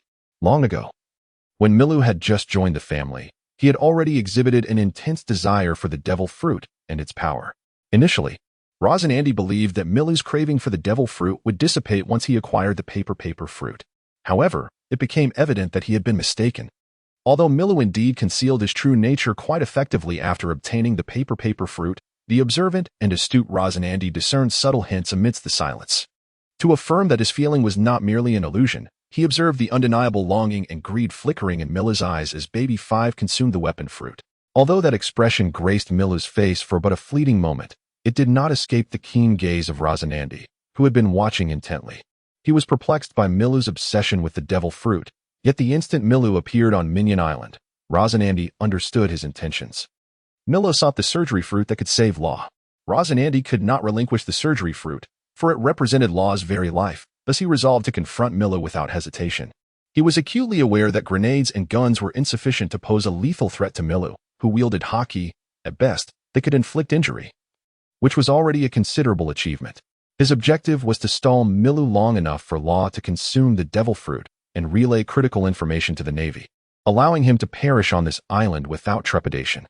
He had made this decision long before he departed with Law from the Don Quixote pirates, though he felt a tinge of regret. If only Milu could apply his talents towards becoming a Navy officer, his future would undoubtedly be luminous. However, Roz and Andy knew such a possibility was utterly unattainable. If he could see the goodness residing within Law's heart, a reflection of his own past, then in Milu, cloaked in extreme malice, he perceived a profound malevolence towards the world and an utter indifference to it. This was a pervasive negativity, so intense that, when unleashed, it could evoke a visceral shudder from the depths of one's soul. This realization was why Roz and Andy, even knowing that Milu was aware of his identity and had previously aided him, could not bring himself to confirm Milu's identity or allow him the opportunity to join the Navy. He was certain that Milu's desire to enlist was fueled by ulterior motives. Because of this, Roz and Andy had even taken the initiative to specify in his intelligence report that Milu warranted particular scrutiny. However, the bounty of 500,000 berries left him somewhat dissatisfied, as he had clearly articulated the threat Milu posed. In Roz and Andy's estimation, aside from Doflamingo, Milu represented the most significant threat, possessing the potential to become a second Doflamingo. Without a moment's hesitation, Roz and Andy hurled himself towards the town, disregarding the gunshot wound to his back. Observing Roz and Andy's decision, Milu felt no surprise, merely a heightened sense of urgency. As he mentally revised his plans to accommodate unforeseen developments, Milu deftly maneuvered a multitude of paper airplanes, splitting them into 5 distinct trajectories. 4 of these planes surged towards the pirates firing at him and Roz and Andy, while the 5th intercepted a pirate thrown by Roz and Andy. Milu did not pause in midair, guiding his paper crane towards Roz and Andy, while generating a fresh wave of paper airplanes. If subtlety proved ineffective, then he would resort to force. While paper airplanes might only serve to distract against hockey users, they possessed unimaginable destructive power against ordinary foes.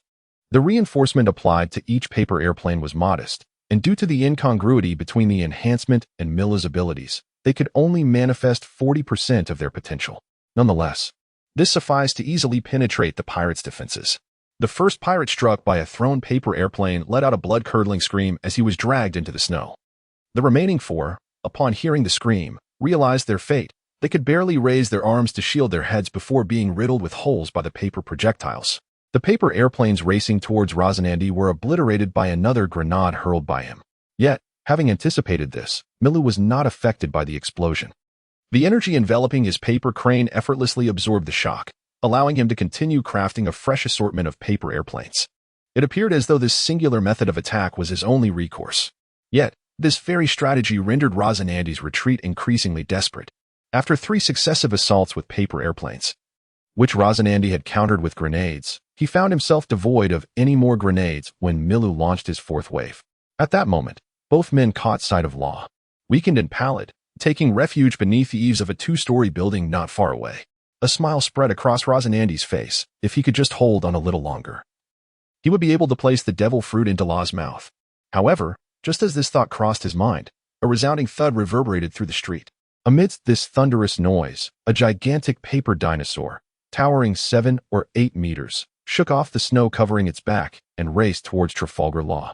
The disparity in distance and speed allowed Rosinandi to discern instantly that the paper dinosaur would reach Law before him. No. In a state of horror, Rosinandi witnessed the paper dinosaur close the gap ahead of him, lowering its head to swallow the dazed Law whole. The dinosaur tilted its head upward, consuming Law into its vast belly. At that moment, the paper airplanes trailing behind Rosinandi soared forth once more, with the absence of grenades to impede their progress. Rosinandi himself appeared to be still reeling from the shock of having been devoured. Numerous paper airplanes, akin to sharp arrows, pierced directly into his back and legs. Despite the onslaught, Rosinandi, propelled forward, was ultimately brought down into the snow. Yet, even as he lay on the ground, his gaze remained unwaveringly fixed upon the paper dinosaur, while he clutched the surgical fruit with a tenacity that showed no signs of relinquishment. At that moment, the paper dinosaur rushed forward with remarkable speed, its mouth agape, and in the bewildered gaze of Rosinandi, it devoured him whole. Milu, soaring through the air, had long since severed the connection to the paper airplane when Rosinandi ceased his defenses, thus the harm inflicted by the paper airplane was merely a frightening spectacle, rather than a significant threat. After the paper dinosaur had consumed the two, Milu leapt directly from the head of the paper crane, landing atop the paper dinosaur's head. Subsequently, the paper crane plummeted to the ground, losing control, while the paper dinosaur sped away, carrying the three towards the woods outside the small town. Standing atop the paper dinosaur, Milu extended his right hand towards the town behind them, summoning forth the surge of dark energy that emerged within the town. As these presences emerged, a multitude of paper figurines materialized. The paper figures swiftly commenced the task of cleaning up the various scraps of paper and the enormous footprints left by the paper dinosaurs throughout the town. The capabilities of the paper fruit were not limited to merely creating paper people, paper cranes, and paper airplanes, common items for Milu. Rather, anything that Milu could conceive, such as paper dinosaurs and paper houses, could be summoned into existence through the power of the paper fruit. However, the creation of such large entities demanded considerable time and energy, rendering it unsuitable for combat situations. Nevertheless, Milu had resided in Ghost Town for half a year, deploying paper constructs in nearly every corner of the town. If he had only managed to create bookmarks or acquire the explosive fruit, he would have been eager to orchestrate a grand explosion for Doflamingo upon his arrival. Though uncertain of where Law was hiding within the town, Milu activated the nearby paper dinosaur upon catching sight of Law. While the paper dinosaur was merely a fade, its large size provided ample space within its belly, allowing it to carry two individuals at a swift pace. The only drawback was that, due to its weight, the paper dinosaur emitted a loud noise while running and left deep footprints in the snow. If possible, Milu would have preferred to silently whisk the two away using paper cranes. However, having reached this point, his only recourse was to initiate the paper figures within the town to eliminate any traces of his presence, thus delaying Doflamingo's realization that he too was on Minion Island. Slipping down from the head of the paper dinosaur, Milu paused on its back and pressed his right hand against it, utilizing the power of the paper fruit. A paper door manifested on the dinosaur's back. Caught within the belly of the paper dinosaur, Rosinandi immediately felt Law's presence in the darkness. Who? Law's voice was faint. Is it Mr. Cola? Under the torment of platinum lead disease, Law's life was nearing its end. Is that Milu outside? He wished to say more, but suddenly, a large hand clamped over his mouth, forcefully shoving a peculiar fruit into his mouth. MMM. Rosinandi's voice was heavy with urgency. Listen, this is the surgical fruit. We managed to acquire it before Doflamingo. With it, you can surely heal yourself, but there is another equally vital task for you to undertake. Without allowing Law a chance to resist, Rosinandi manipulated Law's mouth, compelling him to crush the surgical fruit with his teeth. On the western coast of this island, there is a naval observation ship. I regret having to send you, in such a weakened state, to deliver this message, but the current circumstances leave us no choice. As Law swallowed the surgical fruit, he suddenly felt Rosinandi's hand was wet. Mr. Cola, are you injured? Law instantly recognized the taste of blood. Yet, Rosinandi did not answer. Instead, he withdrew a dagger from his coat and plunged it into the paper wall of the dinosaur's belly. The dagger pierced through the thick paper, allowing a faint light to seep in, revealing several paper airplanes and bloodstained wounds on Rocinandi's torso. Mr. Cola, did Milu do this? What must I do? How can I help you? The power. Yes, activate your powers now. Law extended his small hands, somewhat at a loss. But having just consumed the surgical fruit and still in a weakened state, he could not summon any abilities, merely waving his hands helplessly at Rocinandi.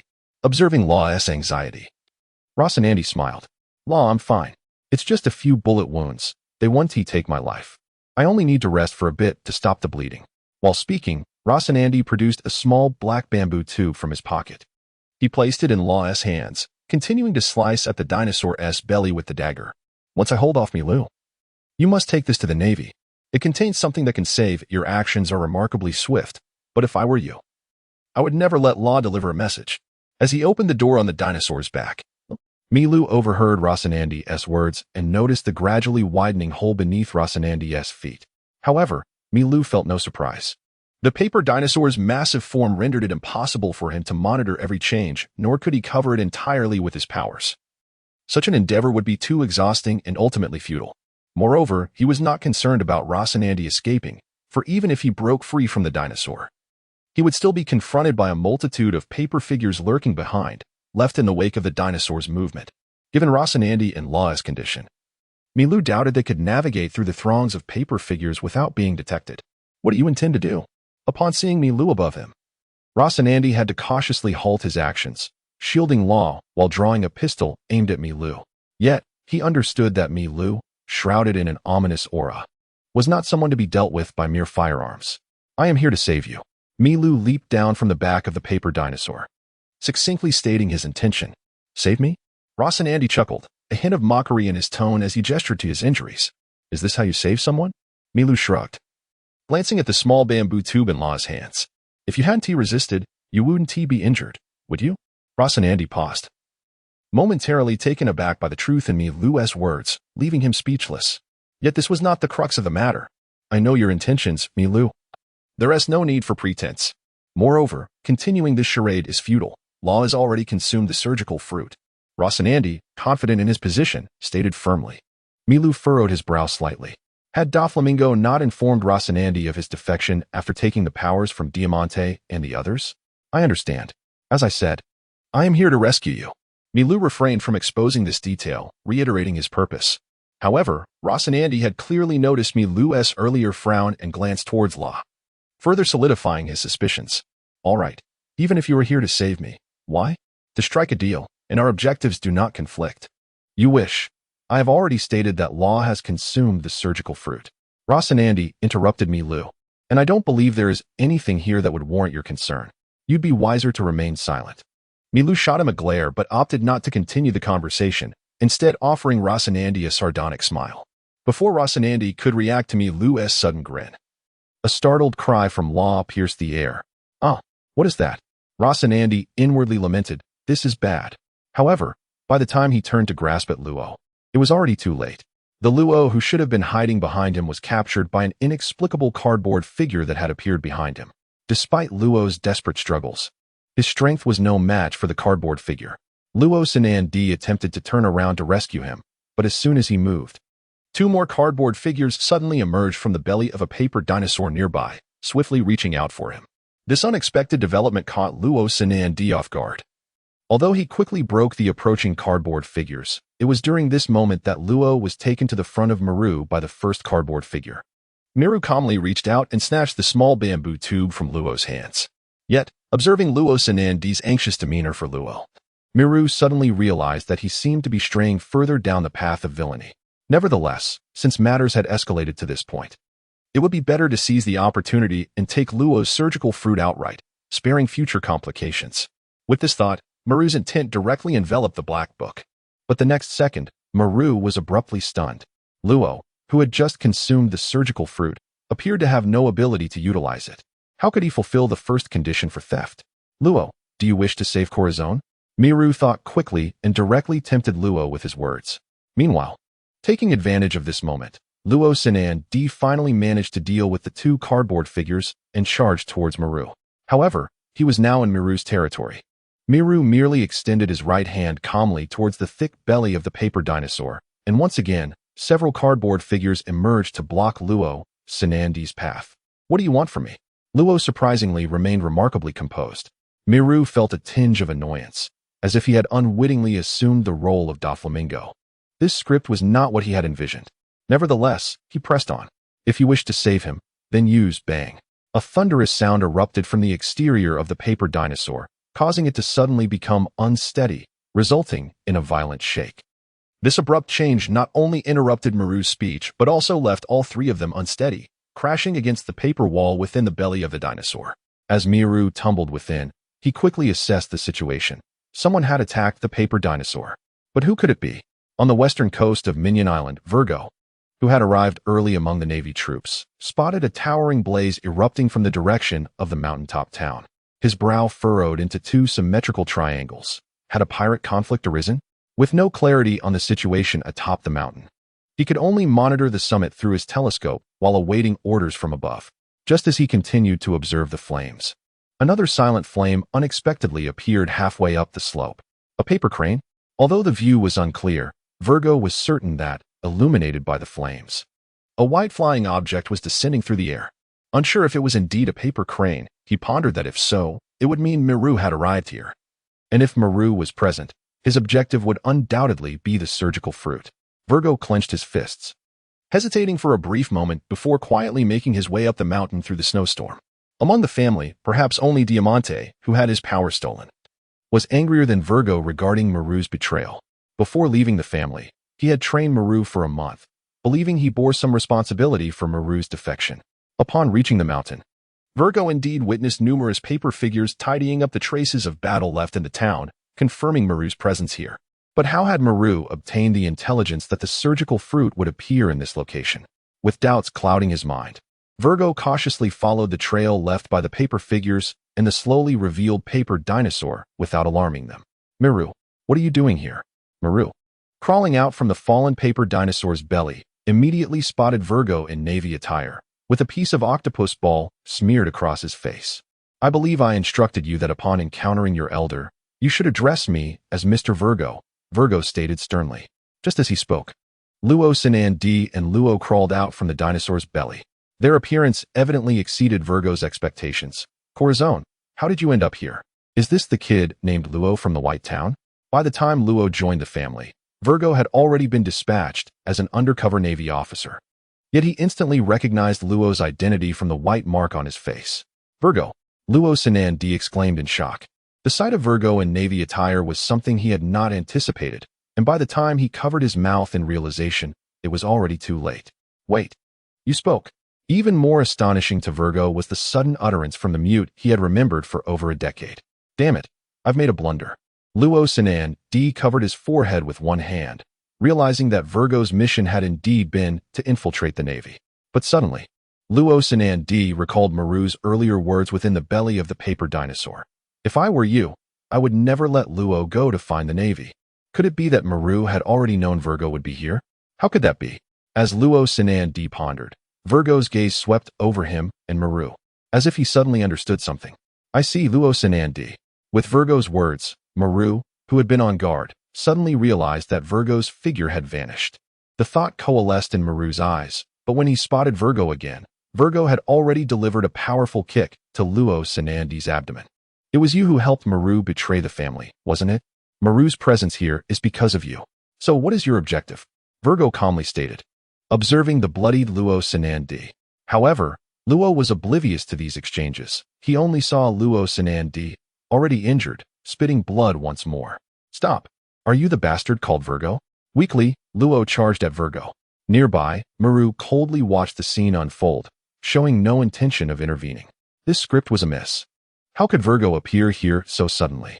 In his plan, there had been no option for direct confrontation with Virgo, given his current abilities. No matter how expertly he arranged his tactics, he could never overpower the formidable Virgo. Virgo was a true powerhouse of the family, capable of achieving the rank of Navy captain or higher solely through his haki, without relying on the powers of a devil fruit. All Miru could think about now was how to escape, leaving Luo Sanandi and Luo to fend for themselves. Moreover, it is likely that Law will survive. However, how could Virgo allow him to escape so easily? At the very moment Law's foot lifted, Virgo seized him by the throat. lifting him into the air, and spoke. "Are you not coming over? Let me see how you have progressed in over 2 years. You dare to lay a hand on Doflamingo, truly audacious. I have also heard you have taken the abilities of Diamante, Gladius, and Baby 5. Show me how well you have mastered them." With that, Virgo forcefully threw Law to the ground. Law's expression shifted as he lay on the ground. What did Virgo mean by taking someone else's devil fruit ability? How could that be possible? Yet, recalling how Moreau had previously allowed the paper dinosaur to simultaneously swallow both himself and Law. Despite knowing the Ope Nomi was in his possession, Law began to entertain the notion. But could it truly be? If so, Moreau might have intentionally allowed Law to consume the Ope Nomi. At this moment, Miro's focus was not on Law's thoughts. The pressure from Virgo was overwhelming. The instant Virgo spoke, he entered a hardened state. However, Virgo's movements were swifter. As Law hit the ground, he vanished from sight again. Clearly, he employed the Marine Six Styles technique known as Sara. The Marine Six Styles is a martial arts training method accessible only to those above the rank of officer. Among them, Sara is a technique that allows one to burst forth with incredible speed in an instant. Although Moreau maintained a focused gaze, Virgo's explosive speed was simply too rapid. He could only catch a glimpse of a shadow before Virgo's leg struck against his hastily raised arms. Bang! Despite the protection of his hardened state, Moreau was sent flying. Ignoring the pain radiating from his arms, Moreau flipped through the pages of the black book in his hand, halting at the page of the bomb fruit. Simultaneously, his body began to swell in midair. When Virgo's second punch landed on Moreau, a thunderous explosion reverberated across the hillside. Virgo, covered in dark purple hockey, was propelled backward by the sudden detonation, leaving a long trail in the snow. Miro's figure reappeared after the explosion, though his breath was unsteady. The fallen Virgo rose without a scratch, brushing off the snow as he remarked, "Gladius's self-detonation consumes a great deal of stamina, especially when you also employed hockey at the moment of explosion. How many more times can you unleash such a magnitude of explosion?" Virgo was indeed correct. Moreau could hardly use such self-detonation abilities more than a few times. During his previous explosion, he had employed emission-type hockey to amplify its power at the moment of detonation. Virgo maintained his hockey, and the only means Moreau had to penetrate his defenses was through a similar energy-based attack. However, given that Miro's current emission could only muster 60% of its full potential, it was evidently insufficient to breach Virgo's hockey defenses. Nonetheless, Moreau understood that Virgo's technique of enveloping himself in hockey was reminiscent of his own hardened state. Emission-type hockey attacks served primarily as a probe to gauge the extent of Virgo's tolerance for assault. Unfortunately, the outcome was unfavorable. Virgo was merely thrown back by the explosion's shockwave, while the effect of Miro's hockey seemed to dissipate entirely against him. Although both hockey and hockey have a critical threshold, once an attack surpasses that threshold, it can shatter the defenses and inflict damage upon the body. Yet, Moreau remained uncertain whether he could breach Virgo's superior hockey defenses, even while employing his own hardened state. In the pursuit of creating an opportunity to disrupt the balance in this battle, Moreau could contemplate only one option, the hardened technique. However, to execute such a concentrated and all-or-nothing attack, he required a moment of opportunity. The crux of this battle lay in the ability to create an opportunity to launch a powerful attack against Virgo.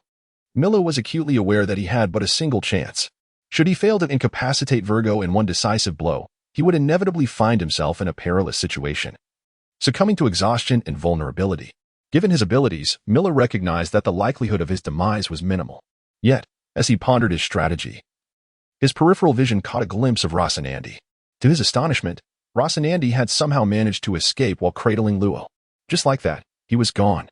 In that fleeting moment, before Virgo could comprehend the unfolding events and utilize his swift disappearance technique once more, Milu conveyed a singular expression of his current sentiment to the trio. The limits of a steadfast defense could not fully shield him from Virgo's onslaught, a truth Milu had grasped during their previous encounters. The disparity in both stature and strength between himself and Virgo was staggering. This gap meant that when Virgo's assault came crashing down once again, Milu's only recourse was to rapidly inflate himself as he had done before. With a resounding thud, the absence of released psychic energy rendered the self-detonation insufficient to push the vigilant Virgo back significantly. As Milu rapidly recuperated from the explosion, this brief interlude transformed into his fatal flaw. Virgo, undeterred by the shockwave, delivered a powerful punch to Milu's left wrist as he struggled to maneuver his body. The sudden surge of pain caused Milu to loosen his grip, sending the black book he held flying from his grasp. Damn it! Although he could reclaim the Black Book and swiftly manifest it once more, it was evident that this would require a modicum of time. He knew that Virgo would undoubtedly not grant him any time. Indeed, at the very moment the Black Book flew forth, Virgo, with his imposing legs cloaked in arrogance, launched a kick towards the abdomen of Milu. Milu increased the output of his chi in his right arm. Although this method allowed him to deflect Virgo's assault, he was nonetheless sent flying once more. Observing Milu, who had not expanded, Virgo exhibited a hint of surprise but did not relent, delivering a powerful elbow strike that smashed Milu down to the ground. Cough. Blood trickled from the corner of Milu's mouth. His application of flow was not swift enough to continuously defend against Virgo's onslaught. However, amidst this turmoil, the Black Book reappeared in Milu's left hand. The pages opened to the chapter on the floating fruit, and the ground around Milu began to undulate like waves. Yet Virgo stood unfazed upon this turbulent terrain, even raising his foot to deliver a kick to the rising Milu. Crack! The sounds of bamboo shattering and ribs breaking resonated simultaneously from Milu's body. As Milu was kicked away, the small bamboo tube he had carefully tucked away in his bosom fell to the ground. The shattered tube, jolted by the tremors of the earth, released its contents, a rolled piece of paper that unfurled across the quaking surface. Intrigued by the text upon the paper, Virgo, who was poised to pursue, suddenly halted in his tracks. He recognized this type of bamboo tube well, as a naval officer handling numerous pieces of intelligence daily. He was accustomed to using such vessels for communication. How could this be?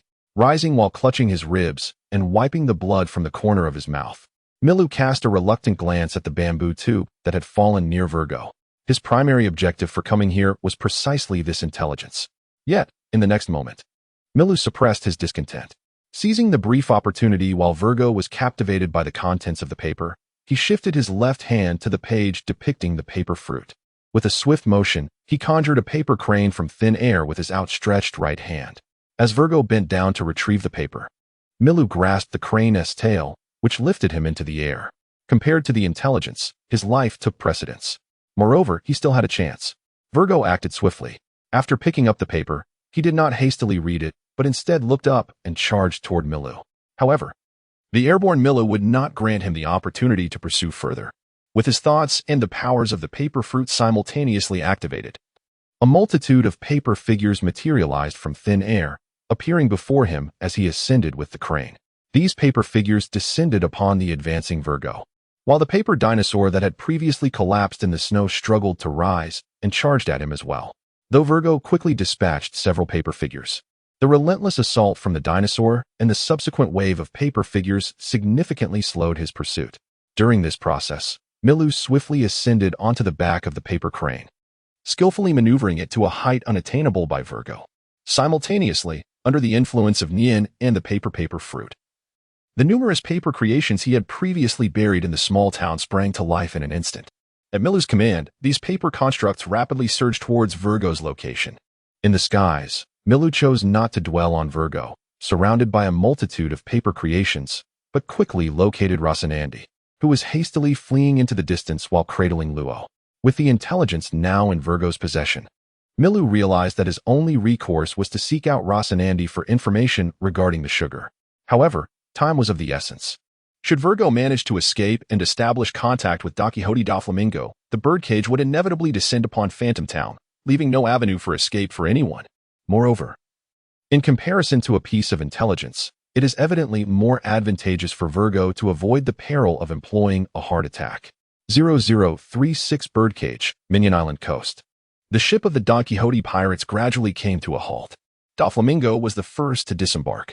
"Hey, Doff, it's Virgo on the line," Tory Bull, walking alongside Doflamingo, produced a den mushy from his pocket. Doflamingo extended his hand to take it. "Virgo, Doff, Corazon, and Moreau are on the island, and they possess detailed intelligence regarding the family's future plans." Virgo's voice trembled slightly. "What is going on, Virgo? And what is your current situation?" Doflamingo's tone bore a hint of restraint.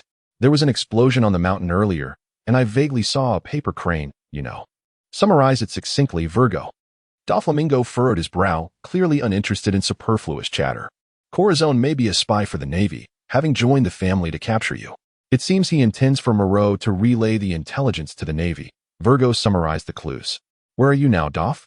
"Just now. We observed from a distance at the rendezvous point, Swift Island. where we spotted 2 Navy warships. It seems my dear brother has indeed betrayed us.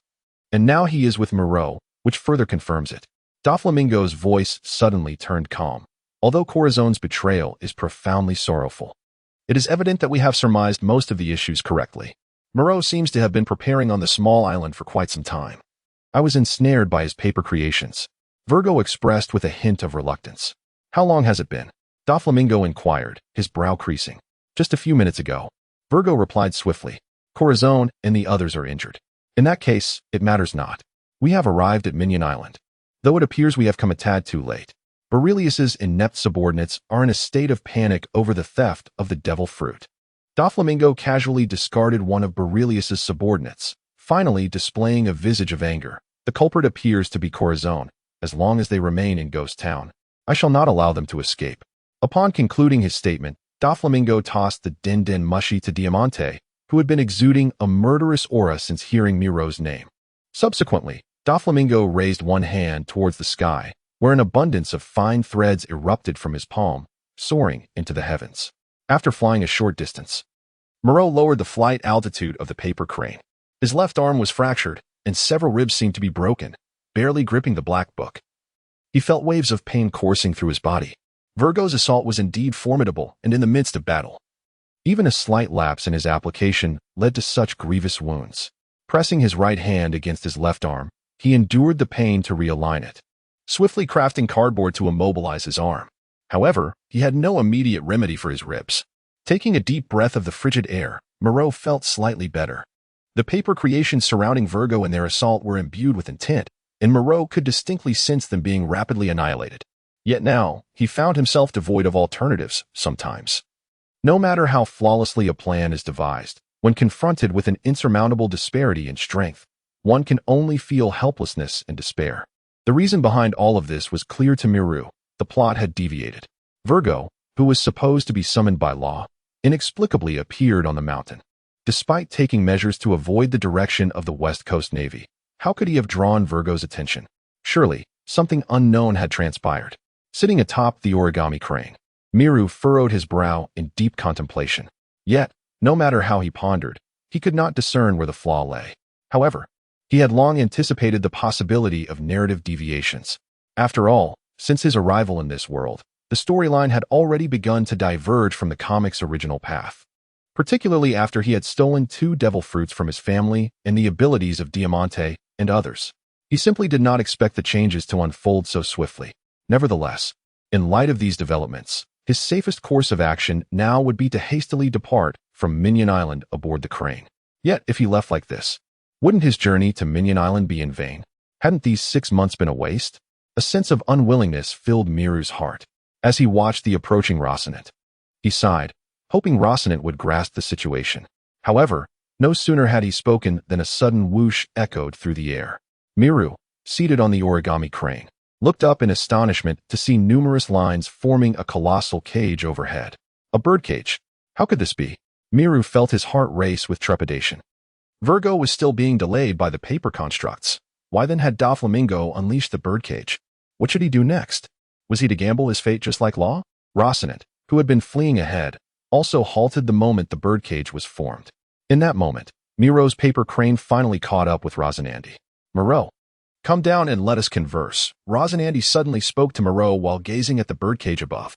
Without hesitation, Moreau leaped from the paper crane, stating, Doflamingo is coming. Yes, I am aware. This must be his ability at play.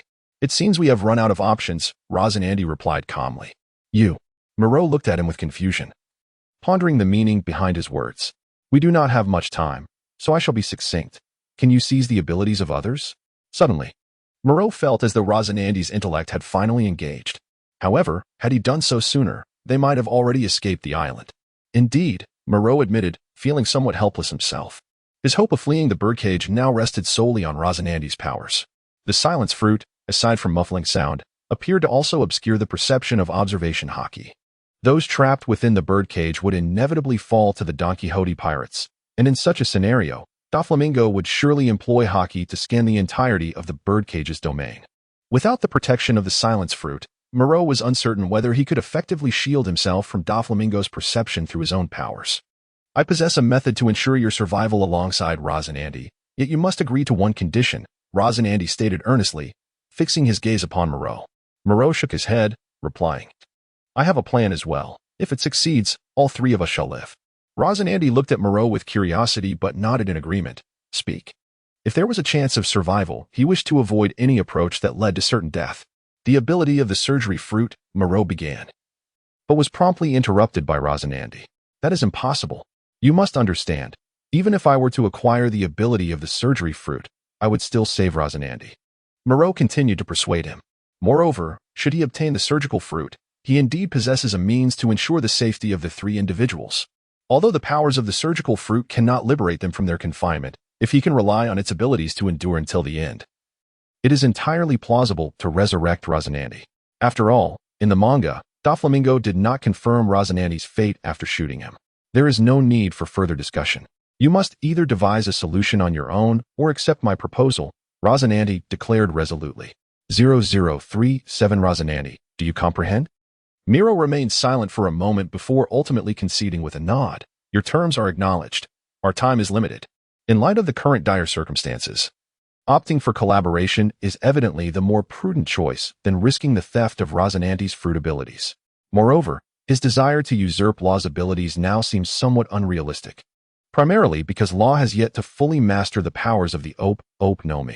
Should we squander time attempting to guide Law in utilizing these powers, it is likely that none of us would escape unscathed. I shall entrust you with the Shizuku no Mi. You will use its abilities to protect both Law and yourself, under the condition that you will never covet the no Mi for the entirety of your life. Roz and Andy proposed his terms for the transaction. Why go to such lengths? Law is not your own son, Mireille said, gazing at Roz and Andy with a mix of confusion and curiosity, unable to suppress his doubts. What is so remarkable about Law that the Don Quixote family holds him in such high regard? Don't be ridiculous, Roz and Andy retorted. If you agree, we must act swiftly. Very well, since you are reluctant to divulge more, I shall not press further, Mireille shrugged. But a lifetime is out of the question. Let us make it 3 years. Within that span, I shall not entertain any thoughts of the no Mi, provided you share information about Sugar. Sugar? Roz and Andy regarded Mireille warily. How do you know of her? Unfortunately, I have no information regarding her whereabouts. Moreover, 3 years is too brief. Let us make it 10. You claim to lack knowledge of Sugar's whereabouts? Mireille was taken aback. Yet you previously stated that the information could save Dressrosa. I never specified that it would be Dressrosa that would be saved. Roz and Andy seized upon the flaw in Mireille's statement. He had not yet revealed any information when Mireille interrupted him. But now, Mireille seemed to possess some understanding of the intelligence. From where did his information originate? Enough. I shall not pry further. 10 years it is, and if you agree, we shall proceed with the transaction. If not, I shall devise a plan with Law on my own. Roz and Andy sighed, as he lacked the time to delve into the matter further. I can tell you that the intelligence only outlines Doflamingo's future plans and various deeds in the North Sea. It seemed he sought further confirmation. As Roz and Andy paused momentarily before continuing, Doflamingo intends to reclaim the territories ruled by the Don Quixote family prior to their ascension to celestial dragon status, namely Dressrosa. The specifics of the plan remain vague, but it is certain that Doflamingo will first attain the title of Warlord of the Sea before venturing to Dressrosa. But what of it? Even if the Navy were to obtain this information? Mireille questioned, puzzled. To him, this intelligence appeared trivial. How could such a plan possibly save Dressrosa? If they were to reveal Doflamingo's crimes in the North Sea, the world would surely shun him. The Navy would dispatch greater forces to eradicate the Don Quixote pirates. Resolving the matter in the North Sea would naturally lead to Dressrosa's salvation. And do remember, Dressrosa is a member of the world government, thus under its protection, Roz and Andy analyzed. Yet, he was internally astonished, for he had deliberately revealed Doflamingo's status as a celestial dragon. However, Mireille exhibited no signs of surprise, as if he had known all along. Roz and Andy could assert with certainty that Doflamingo's identity as a celestial dragon was not common knowledge. Even within the family, only the highest-ranking members were privy to such information. Mireille, who exactly are you? Roz and Andy longed to voice the question, but upon glancing at Law in his arms, he relinquished the thought. Nothing conveys my current sentiments better than that laugh. If Doflamingo were so easily dealt with, the Navy would have resolved him long ago. Furthermore, Rosanani's assertions imply that the intelligence contains no information about sugar and the tun fruit at all. Why then did I endure such peril for half a year? Was it merely to acquire the Shizuku no Mi? Mirai thought, suppressing a desire to voice his frustrations, feeling utterly disillusioned. Closing the black tome, Mirai tapped it lightly and turned to Rosanandi. I can agree to the transaction, but before we proceed, we must wait a moment. Perhaps there is still a glimmer of hope for your survival. Mr. Cora, does your plan place you in jeopardy? Law, feeling weak, finally interjected. How could that be? Do not heed Mirai's foolishness. Doflamingo desires you and the powers of the Opop no Mi. He would never turn against me, his own brother. If he were to act, it would certainly be against Mirai. So there is no cause for concern, Rosananti reassured Law with a smile. Mirai shot Rosananti an incredulous look. I am still here. Is it truly wise to speak so? Moreover, Doflamingo would not eliminate you? Spare me the nonsense. As Rosanandi spoke, a white paper dog swiftly approached from the direction of the nearby town, carrying 2 boxes. The moment Milu laid eyes on it, his thoughts instantly enveloped him like a cloak. Well then, Corazon, since you agree to the transaction, grant me your abilities. What must I do? Rosanandi inquired. Utilize your abilities. Milu replied, nodding. He then snapped his fingers, and the sound of the wind and snow suddenly vanished. At the same time, one of his hands pressed against Law's head, silencing all sounds emanating from him. What is your ability? Milu asked, refraining from warning him that once the fruit's power was successfully stolen, all efforts would be in vain. Instead, he posed the question directly. I can create an inaudible sound barrier that isolates all external sounds, rendering those within unable to hear anything from the outside, while the outside cannot hear anything from within. It can also render my movements or those of others completely silent. Although Rosanandi was puzzled by Milu's inquiries, he answered truthfully. Such a fruit ability is rather useless. It lacks any flair, Milu remarked disdainfully before handing over the black book. He turned to a blank page. Corazon, if you consent to the transaction, simply press your handprint on this page. Are you certain you wish to proceed? A subtle smile crept across Rosanandi's lips. Although he had suspected this from the outset, after all, Milu had clutched the black book since acquiring the paper fruit ability. A fact that was no longer a secret within the family. Seeing the book's purpose laid bare eased his mind. Indeed, Milu's power to seize abilities resided within the black book. Confirming this, Rosanandi hesitated no longer. He extended his hand, stained with his own blood, and pressed it onto the page. The moment his hand made contact, the sound of the wind and snow returned, and Rosanandi felt as if he had lost something. The ability truly vanished, he thought, snapping his fingers. Yet the sound barrier did not reappear. He glanced down at Law, who had been observing everything unfold. Law, do you comprehend? Milu's ability to seize powers is not something to be taken lightly. Having heard from Virgo about Milu's capacity to take abilities, Rosanandi had been contemplating the matter. Certain special paramecia-type fruits sometimes had limitations when activated, much like Pika's stone fruit required actual stones for him to control. Milu's ability must also possess restrictions, otherwise he would have long since appropriated all the fruit abilities within the family, especially Doflamingo's. Rosanandi doubted Milu had overlooked the limitations of the line fruit. When he pressed his hand onto the page, Rosanandi realized the condition. The ability user must leave their handprint in the black book. What is this? Milu observed Rosanandi and the child in his arms, choosing not to elaborate further. Instead, he retrieved the 2 boxes from the white paper dog. Milu was acutely aware of Rosanandi's intentions. Even with a complete means to facilitate Law's escape, Rosanandi proposed this transaction with the aim of distancing himself from Law. Moreover, in the course of their dealings, he is able to make Luo acutely aware of his own capabilities. However, Milu remains unperturbed and indifferent to his actions. The ability to decipher and guard against such thoughts is not easily achievable, and Milu harbors unwavering confidence in himself. Even if given a decade, he is certain that Luo, after 10 years, would still be no match for him. As for relinquishing the surgical fruit, that is out of the question. The ageless procedure of the surgical fruit has long been an object of Milu's intrigue, although it is said that one cannot apply the ageless procedure to oneself. Milu is not a fruit user. He wields his abilities through the black book. Under such circumstances, the validity of that rule remains debatable. However, even if he could wield it, Milu would not dare to experiment before understanding whether utilizing the ability would deplete his vitality. Yet, this does not hinder his desire to master this power. Furthermore, with the current confinement of the birdcage, The ability of the silence fruit has become one of Milu's essential means for survival, making his agreement to this transaction a logical progression. Moreover, it is worth mentioning that Milu is not in a hurry to master the abilities of the surgery fruit.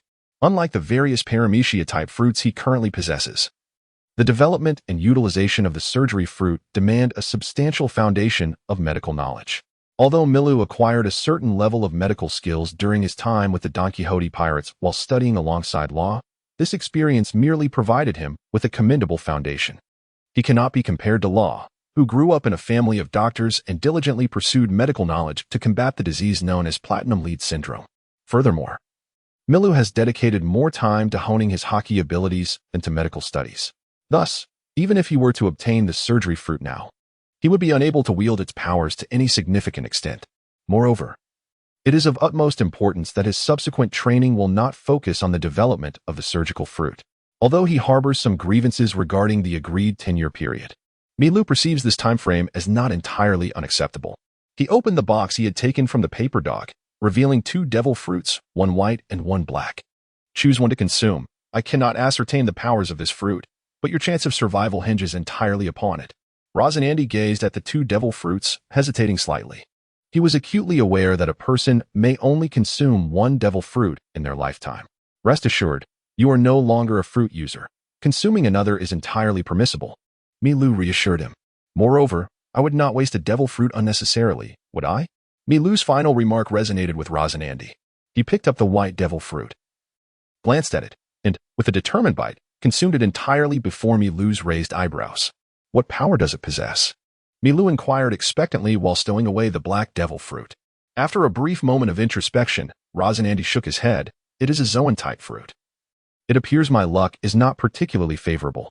As he spoke, his body swiftly contorted and transformed into a massive fox with white fur. A common breed?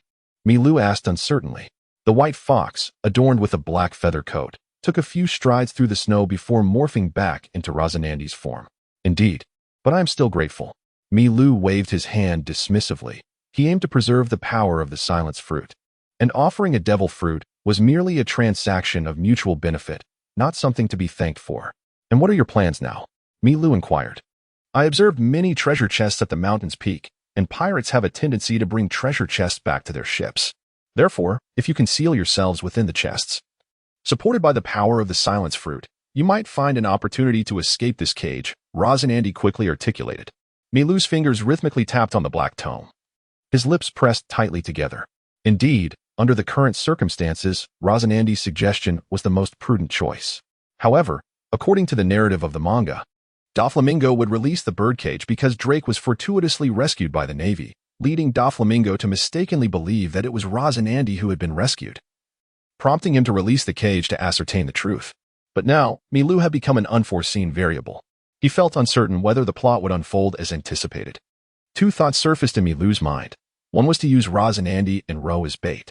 Rather than hiding in the chest himself, he could allow Doflamingo to shoot Rosinante, deliberately exposing Ro's presence, thereby making Ro a scapegoat. Drake, who would be rescued by the Navy, could serve as his opportunity to escape.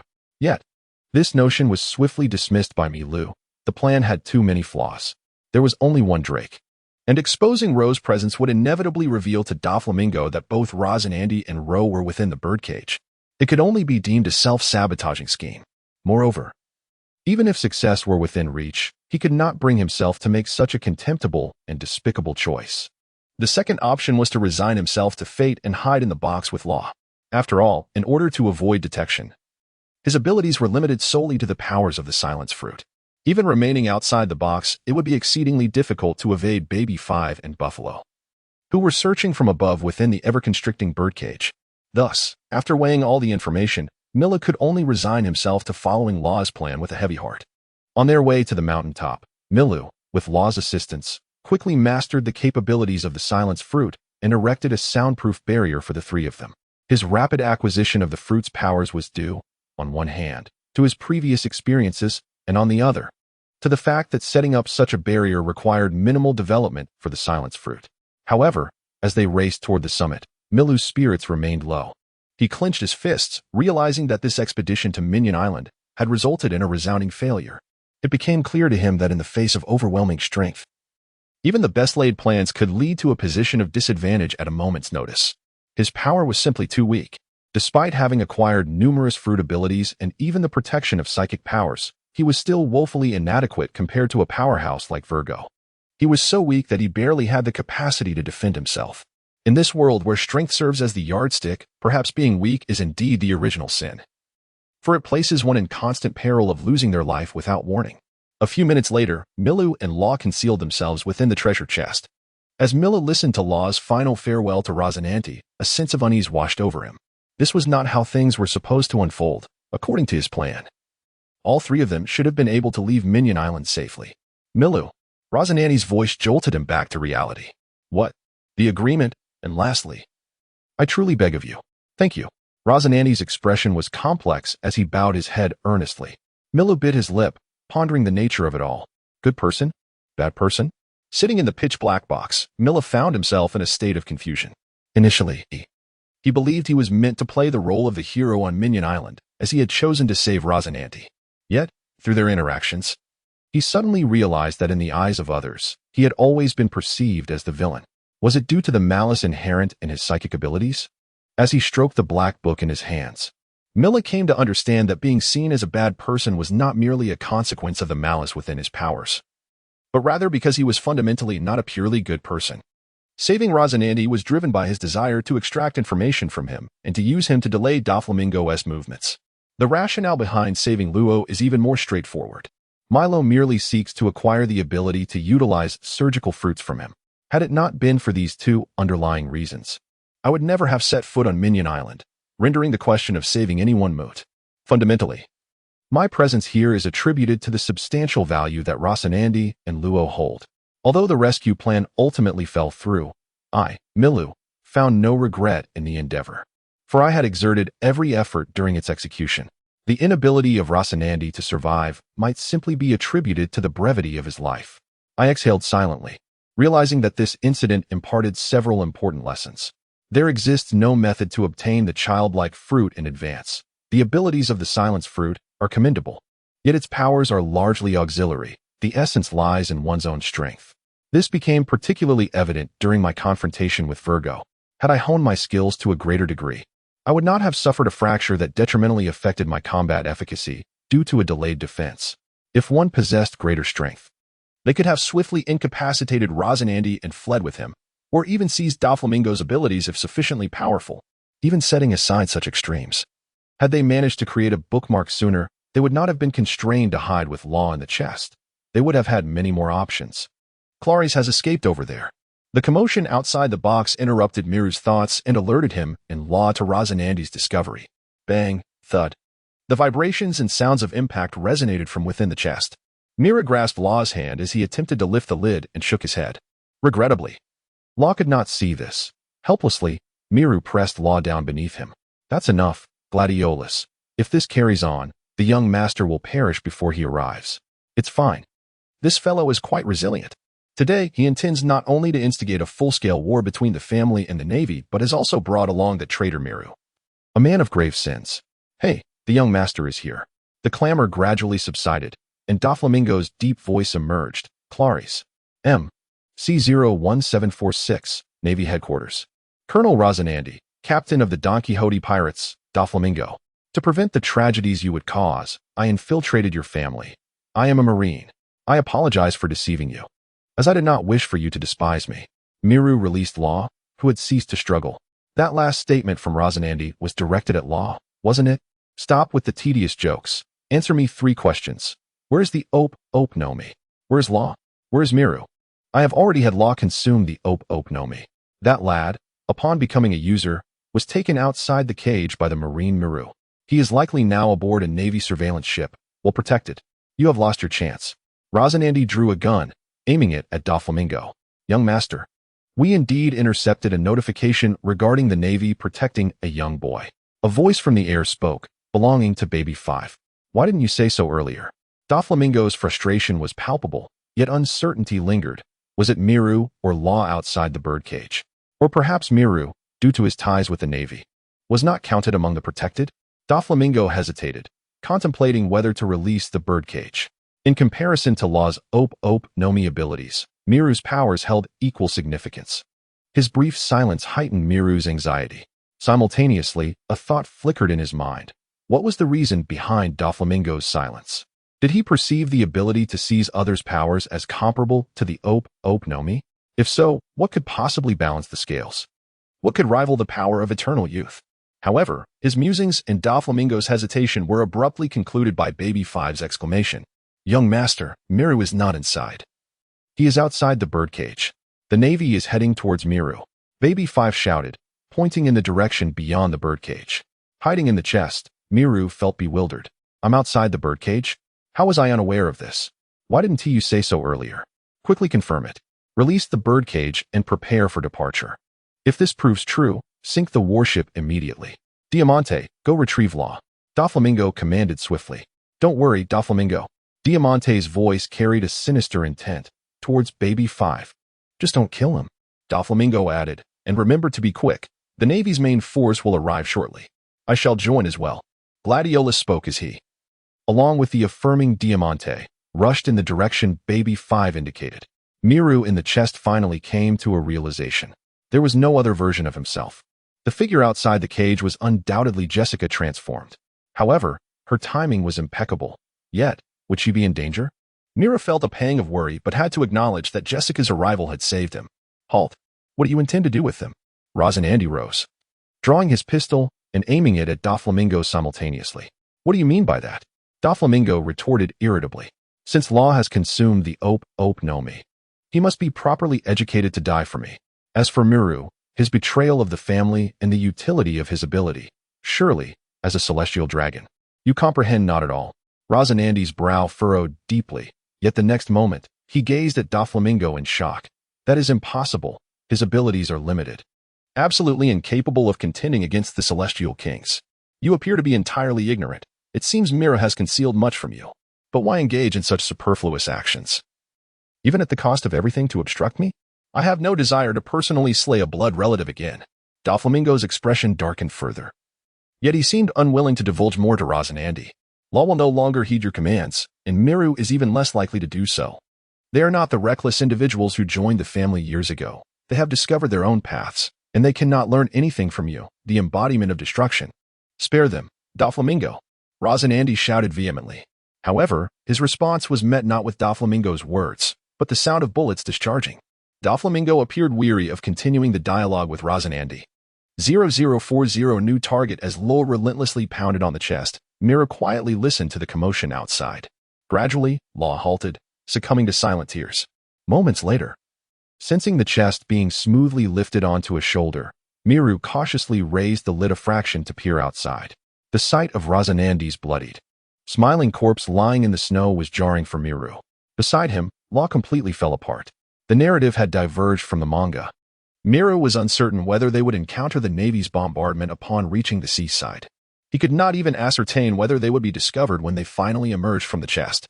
Should they wait until the chest was placed aboard the ship to contemplate their escape? But would there even be an opportunity to flee once aboard? Biting his thumbnail, Miru's thoughts spiraled into chaos. It was not until the chest was roughly thrown to the ground that Miru cautiously opened a corner of the lid to peek outside. Bring the ship over. There were shouts from family members behind him. Miru felt his heart racing, yet he understood that hesitation was not an option. Gritting his teeth, he climbed out of the chest with Law. The power of the silent fruit rendered them soundless. He glanced back at the chest, noticing that Doflamingo and the others were gazing toward the sea, allowing him to hoist the inconsolable Law onto his back and swiftly dart toward a large tree not far from the chest. It's a marine ship. How infuriating. Doflamingo had already soared into the air. At this moment, a resounding sound of cannon fire suddenly echoed from a distant warship. The heavy snowfall blanketed the footprints left by Milu and Luo in the snow. Overcome by tension and fatigue, Mila felt a slight tremor coursing through his body, as though an unseen force was safeguarding him and Luo alike. It was only after he cautiously reached the nearest large tree by the shore and concealed himself that he let out a faint sigh of relief. From this vantage point, he no longer had to worry about being discovered by those on the shore or the ship.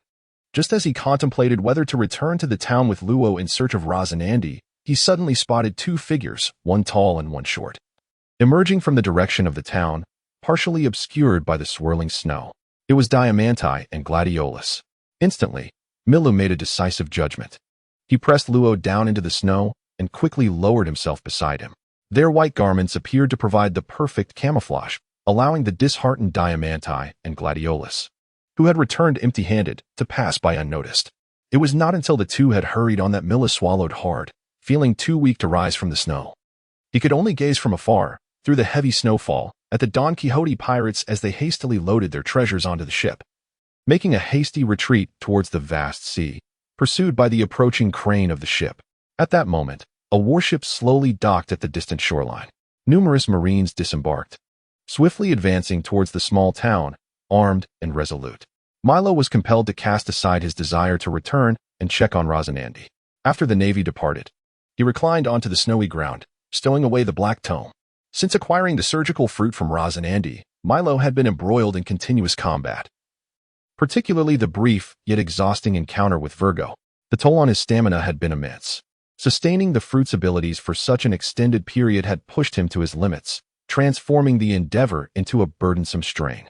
Moreover, with the Don Quixote pirates having departed, both he and Rosinante were now safe. As he listened to Rosinante's anguished cries, Milo shielded his eyes with his uninjured right hand. This expedition to Minion Island had culminated in utter failure.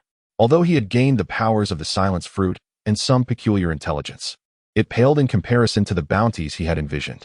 Moreover, surviving this time can be considered a debt of gratitude to Rosinante. I never anticipated that in the end I would be outwitted by a fool adorned with flamboyant face paint, Milu murmured softly. Beside him, Luo's weeping did not last long, as he was far too weak. Within mere minutes, Luo succumbed to unconsciousness in the snow. With a sigh, Milu rose from the ground, hoisted Luo onto his back once more, and slowly made his way towards the cave where he first encountered Jessica. Sitting beside the flickering flames in the cave, Milu gazed absently at the dancing flames and the meat roasting above.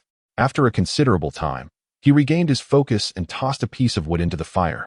Letting out another sigh, he felt as though he had merely participated in a narrative without affecting any real change. Doflamingo would still venture to dress Rosa. Sugar would still acquire the hobby fruit, and the Navy remained oblivious to Doflamingo's underground influence in the North Sea. Slapping his cheeks, Milu compelled himself to rally. Since the objectives of acquiring the hobby fruit and the op fruit were temporarily unattainable, he would adhere to the original plan and head to the designated training ground. Once he became sufficiently powerful, he would venture into the Grand Line, the ultimate place to harness various fruit abilities. Has Mr. Cola truly perished? Luo awoke at some point, his eyes searching Mila's. Mila glanced at him and nodded. The cave then fell into another silence. Mila, why did those people want to capture you? Jessica's voice shattered the stillness as she appeared. Because I pilfered something of great significance from them, Milu replied, offering her a piece of roasted meat. Thank you for today. After taking a bite, Jessica remarked, you haven't procured any supplies. Indeed, Mila nodded. By the way, I must take my leave. Eh? Why? Jessica inquired, puzzled. My objectives here have been fulfilled. There is little purpose in remaining. Mila shrugged and then looked at Jessica with anticipation. What about you? Would you care to join me on an adventure? Not interested, Jessica replied decisively, refusing him once again. As expected. Well, that's all right, Mila smiled. Not entirely surprised but feeling a tinge of regret, for Jessica would have made an excellent training partner. I shall return, and I hope we may meet again someday, he said. Jessica finished her meat, discarded her stick, and with no hesitation, swiftly vanished into the snowstorm outside the cave, leaving only a hint of melancholy. Milu, have you been rejected? Luo asked, biting into the meat, directly stabbing Milu with an invisible dagger of words. Cut it out, Mila retorted, retracting his gaze from the cave entrance with a huff. You little brat, what do you understand? Such flatness holds no allure. It is the tumultuous waves that captivate a man's heart. Luo looked at him in confusion. Is your goal also to become a pirate? 0041 Objective. Ruscana, the Sea King town, is the nearest settlement to the calm belt in the North Sea. 9 months after departing from Minion Island, Milu arrived here, clad in a long black coat and carrying a black backpack, aboard a merchant ship. Hey there, the Sea King sightseeing boat departs at noon. Regular seats are just 5,000 berries, and luxurious packages are 20,000 berries. Interested in taking a look? Just disembarking. Mila was drawn in by the words of a nearby vendor promoting their business. A tour of the Sea Kings? Such a service exists? Before his arrival, Milo had found the town's peculiar name curious. Now, he understood the reason behind it. However, the audacity of these merchants was admirable. Mila felt a sense of respect for their ability to find opportunities in any trade. Unfortunately, at the tender age of 10 and standing merely 1 meter tall, coupled with his youthful appearance, the hawkers seemed indifferent to him, neglecting to inquire whether he wished to join the excursion. Yet, Milu was content with the peace and did not mind. Although he was quite curious about the Sea Kings, he was in no rush to observe them. As his purpose for visiting was to traverse the calm belt, at that time, the Sea Kings would be available for his scrutiny. 9 months prior, after sending Luo to the neighboring town, Milu had departed from the vicinity of Minion Island. While continuing his training on Minion Island was feasible, the progress was excruciatingly slow. Failing to meet Mila's aspirations. In the world of One Piece, there are 2 places that Milo deems most suitable for training. The first is the Boyne Archipelago, where Usopp was flung by Bartholomew Kuma. This location not only boasts an abundance of food but also harbors various unknown perils, making it ideal for the enhancement of martial skills. The second place is Rasukai Island, where Luffy underwent training under Rayleigh. It is said that in ancient times, Rasukai Island was home to a kingdom. However, its inhabitants ultimately succumbed to the forces of nature, leaving behind only the island's immense and ferocious beasts. It is precisely for this reason that the ferocious beasts and the unique, ever-changing weather of the 48 seasons in that place have become the quintessential training ground. Although the precise location of the Boeing Islands remains elusive, he managed to ascertain the position of Daughter Island within the doldrums during his time with the Don Quixote pirate crew. After all, the location of Daughter Island is no secret to the world government and the Navy. The island of Ruskaya is located near Daughter Island. Although the precise location eludes my memory, locating Daughter Island will make the journey to Ruskaya quite simple. As for surviving in the doldrums, the aerial prowess of the paper crane, combined with the remarkable ability to nullify its presence, is sufficient for Milu to traverse the skies undetected by marine predators. Moreover, he has now mastered the powers of the Silence Fruit. Considering these capabilities, his primary concerns about flying through the doldrums are twofold. Firstly, how to maintain an adequate supply of provisions, as he is uncertain how long it may take to traverse the doldrums before entering the Grand Line. And secondly, how to swiftly locate nearby islands once he has exited the doldrums. In addition to the aforementioned 2 points, if he wishes to completely vanish from the presence in the calm seas, it would be most advantageous for him to simultaneously harness the powers of the paper fruit and the Silence Fruit. This also accounts for one of the reasons why Milu took 9 months to journey from Minion Island to Neptune Town. During these months, he materialized the existence of bookmarks. To simultaneously wield the powers of 2 or even more fruits, bookmarks are an indispensable condition. The bookmarks that Milu materialized possess the ability to allow the use of a page's fruit power even when the black book is in a closed state, provided that the bookmark is utilized. Unlike Kororo, Milu is not restricted to the creation of a single bookmark. Rather, he possesses the ability to generate an infinite number of bookmarks. However, as is customary with nin abilities, one must make sacrifices to gain rewards.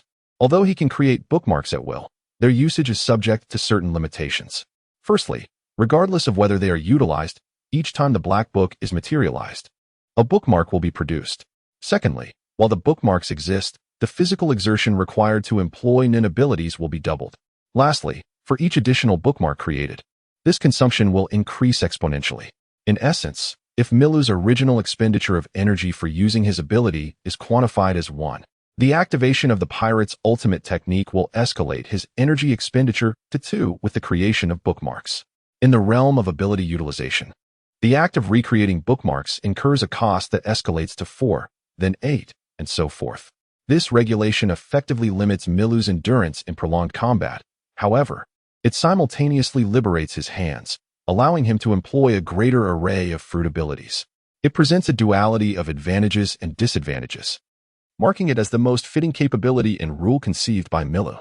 The notion of wielding a materialization-type ability to gain formidable power without sacrifice is a realization Milu arrived at during his training, an impossibility for one whose essence lies in the specialty type. After procuring supplies in the town, Milu returned to the coast. Standing by the sea for a moment, he extended his left hand, manifesting the black book, while a rapidly materializing black bookmark appeared in his right hand. The bookmark bore a single prominent character, 1, signifying it as the first bookmark. Upon opening the black book to the page of the paper fruit, Milu placed the bookmark upon it, closed the black book, and tucked it into the pocket of his coat. As the paper fruit's ability activated, A paper crane capable of carrying both him and his provisions was conjured before him in an instant with a snap of his fingers. After placing the supplies into the crane's belly, Milu mounted it. Drawing a compass from his pocket and discerning his direction, he soared towards the doldrums. Much to the astonishment of onlookers, years of traversing this world have fully integrated Milu into its fabric, granting him profound insights into its entirety. The ocean of this world is divided into 5 sections by the Red Earth continent and the doldrums. The waters beyond the doldrums and the Red Earth continent are collectively referred to as the 4 seas, while the central route through the doldrums is known as the Grand Line. The conditions of the Red Earth continent are peculiar, apart from Mariehwa, where the celestial dragons reside. In its adjacent areas, the rest of the land is inhospitable to human life, indeed, to any form of existence. It is as if the Red Earth continent serves as a formidable barrier, cleaving the world into 2 halves. One half leads to the latter segment of the Grand Line, encompassing the North Sea and West Sea, accessible upon crossing the doldrums. The other half comprises the East Sea and South Sea, reachable after traversing the doldrums. The strength of the 4 seas appears correlated with this division. Notably, pirates emerging from the South and East Seas tend to be less formidable, whereas those from the West and North Seas are generally stronger. Regrettably, the legendary pirate king Gold, Roger, and the monkey family hailed from the East Sea, thereby elevating its overall strength. Ah, the monkey family? Pirates? Never mind, that's of little consequence. 0042 Crossing the Doldrums. Amazon Lily, home to the Kuja tribe, is situated in the earlier segment of the Grand Line, implying that Milu must either dive or pass through Mariehwa to reach it after crossing the doldrums. Alternatively, he could opt to navigate through Reverse Mountain to enter the Grand Line and then make his way to the vicinity of the Sabaody archipelago before veering into the doldrums. However, this route would be exceedingly lengthy. As for trade and communication among the 4 seas, it is relatively straightforward. The waters of Reverse Mountain do not perpetually flow towards the Grand Line, but instead have designated times for backflow each day. By harnessing this reverse current, one can be returned to the 4 seas, though the journey is not without its dangers. In traversing the routes of St. Mary Joa and Fishman Island, Milu found himself compelled to choose the latter due to the bounty on his head. Fortunately, Milu had made adequate preparations prior to his decision to journey to Ruscine. He had acquired a permanent record pointer that would guide him back to Pinecone Island, ensuring that after crossing the doldrums, he would not be lost in the vast expanse of the ocean. To obtain this pointer, Milu had been ruthlessly extorted by that insufferable Tory bull. As for the record pointer, it is a unique artifact of the Grand Line. While sailing the Grand Line, a compass becomes ineffective, and one's navigational success relies on these record pointers, which capture the distinctive magnetic fields of the various islands along the route. The permanent pointer serves solely to record the magnetic properties of a specific island, eternally directing one towards it, regardless of location. In the windless zone, Mira deftly caught the newspaper delivered by the newsbird. In admiration of the newsbird's diligence, Miru generously tipped it 1,000 berries. After giving a respectful nod, the newsbird flapped its wings and continued its journey. Over 2 years ago, Miru learned from the newspaper that the warlord Crocodile became a hero in Alabasta for combating pirates, which sparked his habit of subscribing to the paper. Unfolding the newspaper, the headline announced the red-haired pirate's journey into the unknown. Below, analyses suggested that red-haired Shanks was preparing to engage in battle with Big Mom, with his crew secretly heading to Whole Cake Island. There were also speculations about a fated showdown between Shanks and the world's greatest swordsman, Dracula Mihawk. Mira swiftly bypassed this information. If memory served him right, at this juncture, the red-haired pirates should be heading to the East Blue for a fateful encounter with Luffy. After all, it was already the year 1510 in the Sea Circle calendar. Indeed, just over 2 months had passed since the new year, marking Miru's 4-year presence in this world. With a decade remaining until the plot unfolds, it was the perfect opportunity for the Nearsea King to seize Shanks's arm without regard for his reputation. Moreover, Milla harbored doubts that the formidable red-haired Shanks would remain oblivious to the Navy's activities in the East Sea. He surmised that it was more likely Shanks was simply withholding his knowledge. After all, Shanks' leisurely strolls through the East Sea represented a prime opportunity for the Navy to expand its territory in the New World. As he continued to peruse the newspaper, a particular article piqued Milla's interest: the perpetual fog of the Devil's Sea, shrouded in mysteries yet to be uncovered. This intriguing piece suggested that Moria had ventured his terrifying ship into the thick mist, presumably to commence his shadow collection. When he had the chance, Milla thought it would be worth exploring. After all, the shadow fruit possessed remarkable abilities. He casually tossed aside the remainder of the rather dull newspaper and cast his gaze towards the ocean, where colossal creatures, some hundreds and even thousands of meters long, would occasionally surface. The first time he witnessed such a sight, Milu was utterly astonished, even frightened. However, after enduring over 10 days of continuous flight, he had grown accustomed to these encounters. The thought of drifting on a small boat in these waters, known for the occasional presence of sea kings, no longer instilled fear within him. Sometimes, Milu mused that this place was undoubtedly a haven for those suffering from deep-sea phobia. Naturally, sea kings were not particularly palatable, especially the colossal ones. If one were to inquire how Milu came to this conclusion, it would be through his stealthy approach, a swift strike, and a hasty retreat, only to discover that the sea kings remained indifferent. He learned that the skin of the gigantic sea kings was exceedingly thick. His small knife could scarcely penetrate it. Most often, what he managed to slice off was merely fish skin or perhaps beast hide. Regardless, it was the hide of a monster. Although the meat inside, once cooked, turned out to be somewhat crispy, its flavor was not much different from that of Earth. Given the choice, Milu preferred to invest his time in fishing rather than harvesting sea king's flesh. Despite the fact that in the doldrums he often caught juvenile sea kings measuring several meters in length, these were just the right size, delicious and manageable. With a combination of the bomb fruit and his psychic abilities, Milu could easily dispatch them. The only inconvenience was that the blood from the small ones attracted larger sea kings. Thus, Milu typically cut the meat and made a swift escape, finding it thrilling. Fortunately, there were no kings of the sky to contend with, allowing Milu to revel in this windless expanse. The doldrums offered few places to land. Many times, what Milu had mistaken for islands turned out to be the bodies of colossal sea kings. This led to a sense of visual fatigue amidst the myriad of bizarrely shaped sea kings that populated the area. As these monotonous days unfolded, Milu finally grasped that he was on the verge of exiting the doldrums and entering the Grand Line when he noticed a sudden change in the weather ahead. Adjusting his posture atop the paper crane, he raised his wrist to check the permanent log pose. Upon the paper crane's departure from the doldrums, Milu was finally greeted by the long-absent gust of wild storms. After enveloping himself in the paper crane in a protective aura, Milu's speed through the tumultuous skies diminished significantly. The lightweight and non-waterproof nature of his crafted paper crane made it ill-suited for navigating such a storm. To safeguard the crane, he was compelled to expend more of its strength. Even with the withdrawal of the silence fruit's abilities and relying solely on his psychic powers in the paper fruit, Milu estimated that he could maintain his protective aura for only a few hours amidst the tempest. However, that duration was sufficient. As he glimpsed clearer skies in the distance while traversing the storm, the weather in the Grand Line was notoriously unpredictable, making it quite normal to encounter such contrasting conditions in close proximity.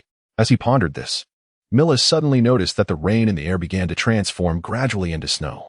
The wind lessened, and the tumultuous sea below calmed into a serene surface. As this transformation unfolded, Miru's vision became distinctly clearer.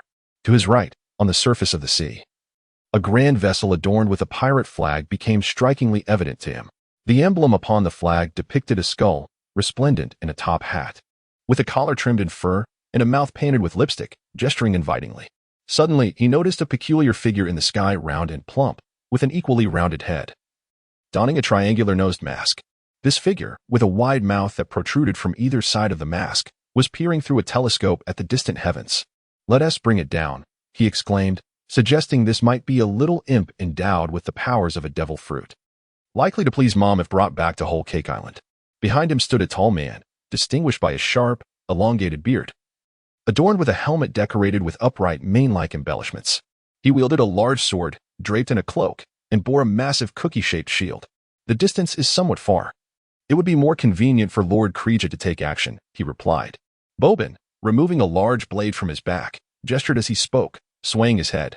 The imposing figure known as Kreja nodded and decisively swung his great sword towards the distant sky. Upon sighting that flag, the airborne Miru recognized it instantly. It was unmistakably the pirate flag of the Big Mom Pirates, renowned as one of the 4 emperors of the New World. The towering giant wielding a sword aboard the ship was undoubtedly one of the sweet commanders of the Big Mom Pirates, the Biscuit Minister, Charlotte Cracker, who possessed the formidable power of the biscuit fruit. As for the comically shaped individual beside him, Milu did not recognize him. However, merely identifying Cracker was sufficient for Milu. Without a moment's hesitation, he intended to command the paper crane to turn back towards the calm belt. In comparison to the Big Mom pirates, the calm belt was even safer. Moreover, he has no desire to engage with the Big Mom pirates at present, despite the allure of the numerous devil fruit abilities they possess. However, both Big Mom's powers and those of Charlotte Brle and Whole Cake Island instill a profound sense of trepidation within him. Once he sets foot on Whole Cake Island, the likelihood of encountering Big Mom's soul fruit abilities becomes inevitable, leaving him to ponder whether he would be compelled to relinquish his lifespan in exchange for the right to survive. Charlotte Brle's abilities are indeed formidable, particularly her power of memory extraction. The depths of secrets concealed within Milo's mind are vast. And although the manga does not showcase Brle's capacity to effortlessly delve into others' memories, he is unwilling to take such a gamble. Furthermore, the unpredictable nature of Charlotte Lin, known as Big Mom, who can turn violent even against her own allies, instills in Milo a resolute determination to refrain from setting foot in Whole Cake Island until he feels sufficiently strong. However, at the very moment the paper crane's wings stirred, preparing to change direction, Milo caught sight of the towering biscuit giant, Cracker, standing on the deck, brandishing his sword directly in his direction. Sensing the threat, Milo swiftly assessed the flight speed of the paper crane against the pirate ship's velocity and concluded that escape from Cracker's impending attack was futile. Thus, without a moment's hesitation, he seized the backpack upon the paper crane's back and leaped into the sea. At the very moment he departed from the origami crane, Kreeja's swift strike pierced through the crane's abdomen. The shattered remnants of the crane, along with the remaining supplies within, scattered through the air. Yet, as the descending Miru created another origami crane, he chose not to employ any other abilities but instead soared directly toward the pirate ship of the Big Mom pirates aboard the crane.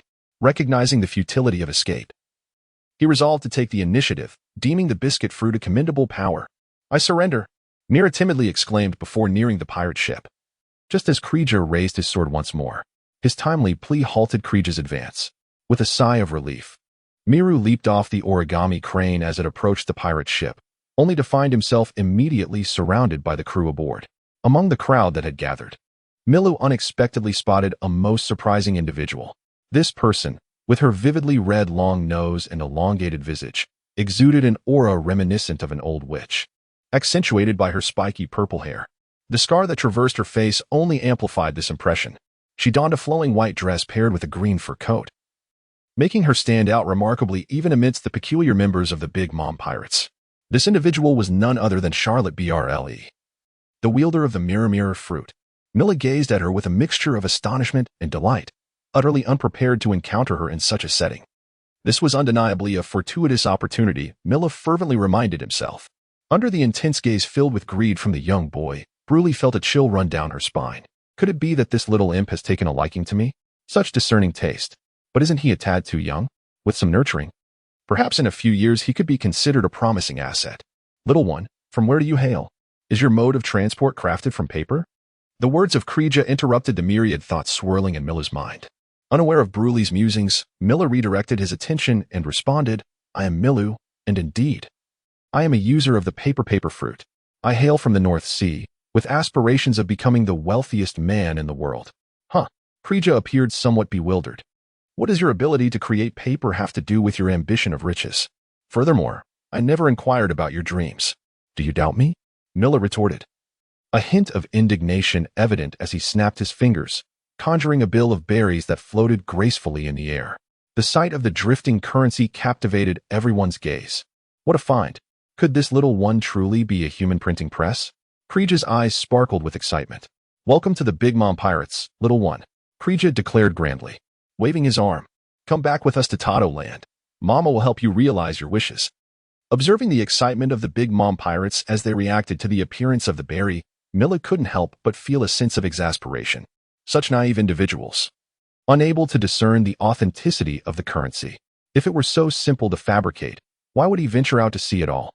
He calmly reached out to grasp the descending bill, tucking the unprotected note into his pocket. As a circulating currency in this world, the world government would undoubtedly have measures to prevent counterfeiting. It was impossible to create real money solely with the powers of the paper fruit, as Mila's abilities could not replicate the security thread embedded within the bill. After all, that thread was not a paper construct. However, Milu initially intended to deceive them, and since his ploy had succeeded, he felt no remorse. even if the truth about the bill were to be revealed. He had a ready retort. He was merely seeking a companion with the ability to create security threads to fulfill his ambition of becoming the world's richest man. Yet, the pirates did not press further. Once Milu, wearing a broad smile, consented to join them on their journey to Land, they promptly commenced a welcoming feast. Milu could only marvel at how their confidence rendered them fearlessly oblivious. This, however, aligned perfectly with Milu's intentions, as it provided him the opportunity to engage with Charlotte Bruley. Yet, her shy demeanor proved quite challenging for him to endure. He pondered what affliction caused her to blush and avert her gaze, stumbling over her words in his presence. Although matters progressed relatively smoothly, Milu felt a twinge of frustration. He was unable to openly employ his pirate prowess in theft. Using his abilities without preparation could incite immediate suspicion and potentially spark conflict. Despite the jovial atmosphere of the banquet, Milu could distinctly sense the watchful eyes of a certain individual named Boppin, whose swaying head seemed perpetually fixed on him. He knew that if he were to reveal any ill intent, he would be met with a swift and thunderous response. As midnight approached, the revelry aboard the ship began to wane. Following Creech's instructions, Milu was escorted by the crew to a rather pleasant room. Once the members of the Big Mom Pirates had departed, Milu finally breathed a sigh of relief. He casually retrieved a black book and opened it to the page of the Stillness Fruit. An invisible barrier enveloped the entire room. "Nirua," Milu whispered softly. "Do you wish to share half of your thoughts with me?" A celestial female voice echoed suddenly within the room. With the emergence of this voice, a woman, approximately 1 meter 78 tall, adorned in a Lolita-style dress with a slender waist and long legs, suddenly appeared beside Milu. She possessed long, black hair, and her hollow eye sockets were filled with an abyss of darkness. Even her slightly parted lips revealed nothing but an inky void. It seemed as though she were a creature with a human exterior, yet entirely composed of darkness within. Indeed, Milu extended his hand towards the woman he had come to know as Nirua. A smile swiftly blossomed on Nirua's face as the corners of her lips curled upwards, and she opened her arms, enveloping Milu in her warm embrace. As the two individuals continued their interaction, both Milu and Nirua simultaneously exhibited an aura of energy, swiftly entering a state of cultivation. However, the malevolent and frigid essence that once enveloped Milu had now dissipated, leaving no trace behind. In stark contrast, Nilua's aura remained an inky black, imbued with an indelible malevolence. Yet, this unsettling state was fleeting, and the next moment, both Milu and Nirua retracted their energies. At this moment, Nirua had transformed completely into a being resembling a real human, shedding the previous appearance characterized by her pitch-black eyes and mouth. She now embodied a beautiful woman with vibrant, expressive eyes and fair skin. Milu, breaking free from Nilua's embrace, instinctively tapped the black book in her hand, while Nirua, now resembling a genuine human, gazed at Milu with a quiet tenderness, refraining from any further action.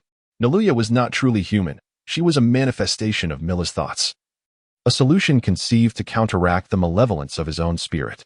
Initially, Milu believed that the resolution to this malevolence lay in oaths and constraints, establishing an unbreakable pact to eliminate the negativity within his thoughts. However, this approach proved inadequate, as Milu discovered that the malevolence he experienced did not solely yield adverse effects.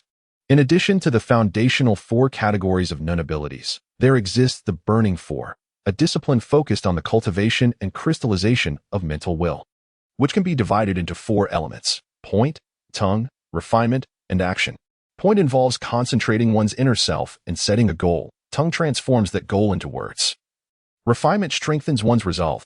And finally, action translates all intentions into deeds. The application of the Burning 4 is remarkably extensive, ranging from uttering threats in battle to exert immense psychological pressure on an opponent, to Milu's own self-reflection years ago, when he set the goal of mastering the ability to harness fruits, ultimately leading to the development of the pirate's ultimate intent to actualize that ambition. It is precisely this uniqueness of thought that has led Milu to form his own interpretation of the malice within his consciousness, which resembles a lingering resentment. He could effortlessly harmonize this malevolence with his thoughts, cultivating it into a power akin to the conqueror's haki, even if it does not reach the level of incapacitating others directly.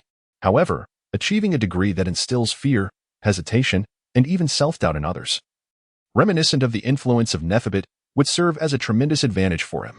It is precisely based on this point that Milu abandoned the numerous drawbacks of oaths and constraints, opting instead for another ability of the nin users, the creation of nin beasts.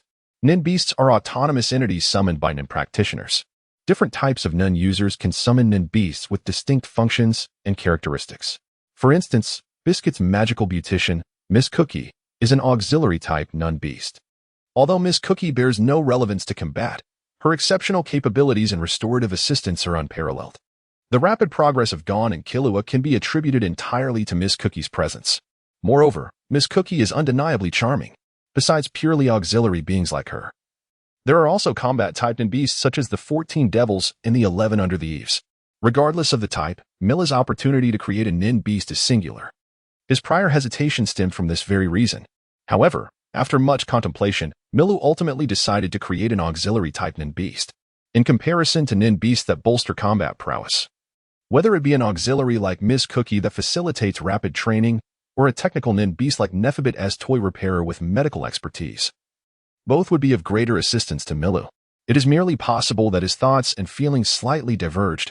Ultimately, the Nin beast was indeed created, effectively dispelling the malice within his Nun. Yet, this uniquely characterized Nin beast he conjured also bestowed upon him additional abilities. Naluya, more accurately referred to as the split Nin user, possesses the ability to inquire upon her appearance. Would you like to share half of your Nun with me? Upon receiving consent and establishing contact with Milu, she acquires half of his Nun along with all the malice contained within it. However, once she obtains this Nun, she remains in the realm of reality until the half of Nun is entirely consumed, rendering her unable to be retracted by Milu. The so-called notion of half does not merely refer to half of the total amount of energy that Milu consents to divide at the moment of agreement. It also encompasses the total amount of energy that Milu will maintain at half during the entirety of Luya's existence. As for the energy Milu cultivates and recovers, it will be acquired and stored by Luya. However, this does not imply that Milu is incapable of cultivating during Luya's existence. As long as he expands his energy during cultivation, the total amount of his energy will increase, and consequently, the remaining half will also grow. Luya, on the other hand, is not bound by this rule. Thus, the longer it exists, the more energy it accumulates. Yet, akin to the unique balance inherent in energy abilities, the longer Luya accumulates energy, the greater the cost incurred once it is entirely consumed, perhaps due to Milu's subconscious inclinations. The image of Naluya has transformed into that of a stunningly beautiful woman with an impeccable figure and visage. As for the limitation of utilizing only half of his total energy, this is not a significant concern for Milu. Although it may reduce the duration of his combat effectiveness, it does not detract from his overall strength. After all, Milu's ultimate technique is not akin to that of Xiaojia, which relies on a full concentration of energy for explosive power. His amplification is primarily dependent on the fruit abilities derived from the Black Book. As time progressed, and with the influence of age and cultivation, Miru's physique grew increasingly robust, and his mental energy became more abundant throughout this journey. Whether it was the bookmarks or Naluya, although they consumed a portion of his mental energy, his overall combat duration had more than doubled compared to when he departed from the Don Quixote pirates a year prior. Moreover, in light of the benefits derived from Naluya, the fraction of mental energy expended was negligible for Miru. Naluya, could you provide me with a few pieces of white chocolate? After a prolonged period of contemplative silence, Miru finally lifted his gaze and spoke. 0045, Shota plan? Very well. In response, Naluya extended her delicate hand, conjuring a rectangular piece of white chocolate seemingly out of thin air. Blissful white chocolate. This was a manifestation of the power possessed by the black devil fruit he had taken from the Don Quixote pirates. When Miru first summoned Naluya, his intention was for her to assist in holding the devil fruit, but unexpectedly, she consumed it. Yet, through this serendipitous twist of fate, Naluya acquired the abilities of the devil fruit. Although the underlying mechanism remained a mystery, even when Naluya was recalled and subsequently resummoned, she retained the capacity to wield the powers of the devil fruit. Miru had attempted to store this ability within the Black Book, but alas, he was unsuccessful, as Naluya could not make contact with the tome. What Naluya possesses is the extraordinary power of the superhuman chocolate fruit. Regarding the development of this fruit's abilities, Miru expressed ignorance, yet acknowledged Naluya's capacity to unleash numerous peculiar powers. For instance, the current ability bestowed upon him, the blissful white chocolate, grants those who consume it an overwhelming sense of happiness. However, when Miru considered the potential of this fruit's power, he thought of Rosinante. Had Rosinante chosen this fruit at that time, perhaps he would have had a chance of survival. Lord Cleacha, that little brat is also a pirate, a tall, golden-haired beauty swiftly extracted a wanted poster from her bosom in Cleacha's chamber. Is this one of Joker's subordinates? Cleacha inquired, furrowing his brow as he examined the poster featuring Miru's likeness alongside the Don Quixote pirate's emblem. If he is under Doflamingo's command, we may need to consider this more carefully. That fellow seems to have recently struck a deal with the world government after seizing the heavenly gold, thus earning the title of Warlord of the Sea. Although the Warlord title holds little significance for the Big Mom pirates, there are numerous weapon trades with Doflamingo connected to the nation, and deteriorating relations would not be prudent. It's not a subordinate. Reportedly, Mira departed from the Don Quixote pirates a year ago. The golden-haired woman appeared to possess excellent intelligence channels. That is of little concern. Let us return to Toto Land. We will ascertain the value and potential complications once we meet with Mom, Cleacha remarked nonchalantly. By the way, where is our next destination? Honey Island. The golden-haired beauty replied, checking a small notebook she produced from her chest. Honey indeed. Cleacha felt saliva welling up in anticipation. Mom is particularly eager about that place. Once we receive the location, inform BRLE, and we shall return to Toto Land directly from Honey Island. Are you not going to the Nougat Island you were looking forward to, Lord Cleacha? The golden-haired beauty asked, surprised as she took notes. Honey is of paramount importance, especially since Perispero mentioned that Mom seems to be experiencing another bout of food cravings. Cleacha replied with a hint of exasperation. As the morning sun cast its golden rays upon the deck, Miru stood at the bow, gazing at a small island resembling a beehive on the horizon. This place must be a sanctuary for those suffering from trypophobia, he concluded, observing the swarm of bees dancing around the island. Miru, have you ever served under Joker? Cleacha asked bluntly as he plopped down on the deck. Miru did not conceal the truth. There was no reason to hide it. Yet he refrained from divulging the entire truth. We had once collaborated. Cleacha nodded, simultaneously offering a cookie-sized shield larger than Miru himself. Would you like a cookie? Cleacha's nonchalant demeanor was something Miru had anticipated. After all, he was one of the sweet commanders of the Big Mom pirates. Even though Doflamingo had gained the title of Warlord, in the eyes of the Yonko Big Mom pirates, Joker would always remain merely a jester. Miru had learned of Doflamingo's ascension to Warlord status over a month ago as the newspapers reported the news, although they omitted details about Doflamingo's acquisition of heavenly gold. It seemed the world government had intervened to erase such disgraceful information. Given Doflamingo's celestial dragon status, it was improbable that the world government would send forces against him, regardless of his transgressions. This was the true source of Doflamingo's strength. Those unaware of his true identity merely perceived him as a formidable pirate, while those cognizant of his celestial dragon lineage understood the vast power he wielded. The title of Warlord served as Doflamingo's ultimate shield of protection. Prior to attaining this title, the Navy could still pursue him despite the world government's inaction, but once he became a warlord, only pirate factions remained capable of confronting him. Yet, aside from the Yonko, there were few forces that could pose a genuine threat to Doflamingo. Moreover, Doflamingo possessed a keen awareness of his situation. Shortly after becoming a warlord, he ventured into the New World. Although news from Dressrosa had yet to surface, Mira knew that the time for a shift in Dressrosa was drawing near. Thank you, but I shall decline. Miru waved his hand, rejecting Cleacha's offer of cookies. He had an appetite for Naluya's exquisite chocolate, but the cookies of a middle-aged man held no allure for him. Where has Bulei gone? Milo's gaze swept across the deck. Yet he could not discern the silhouette of Bulei, resembling a withered tree. You should stay on the ship. There's no need to disembark, said Kalia, his tone laced with a hint of command. At that moment, Milo noticed two crew members quietly observing his actions from a distance by the ship's rail. He shrugged noncommittally. Where could Lady Bulei be? Are you fond of my sister? Kalia inquired curiously, as he had some notion of Bulei's appearance. Indeed, Lady Bulei seems very amiable, Milo candidly admitted, though he kept his deeper thoughts to himself. She must still be asleep. You could go find her, Kalia suggested, gesturing towards the cabin. Reassured by Bulei's watchful eye over Milo.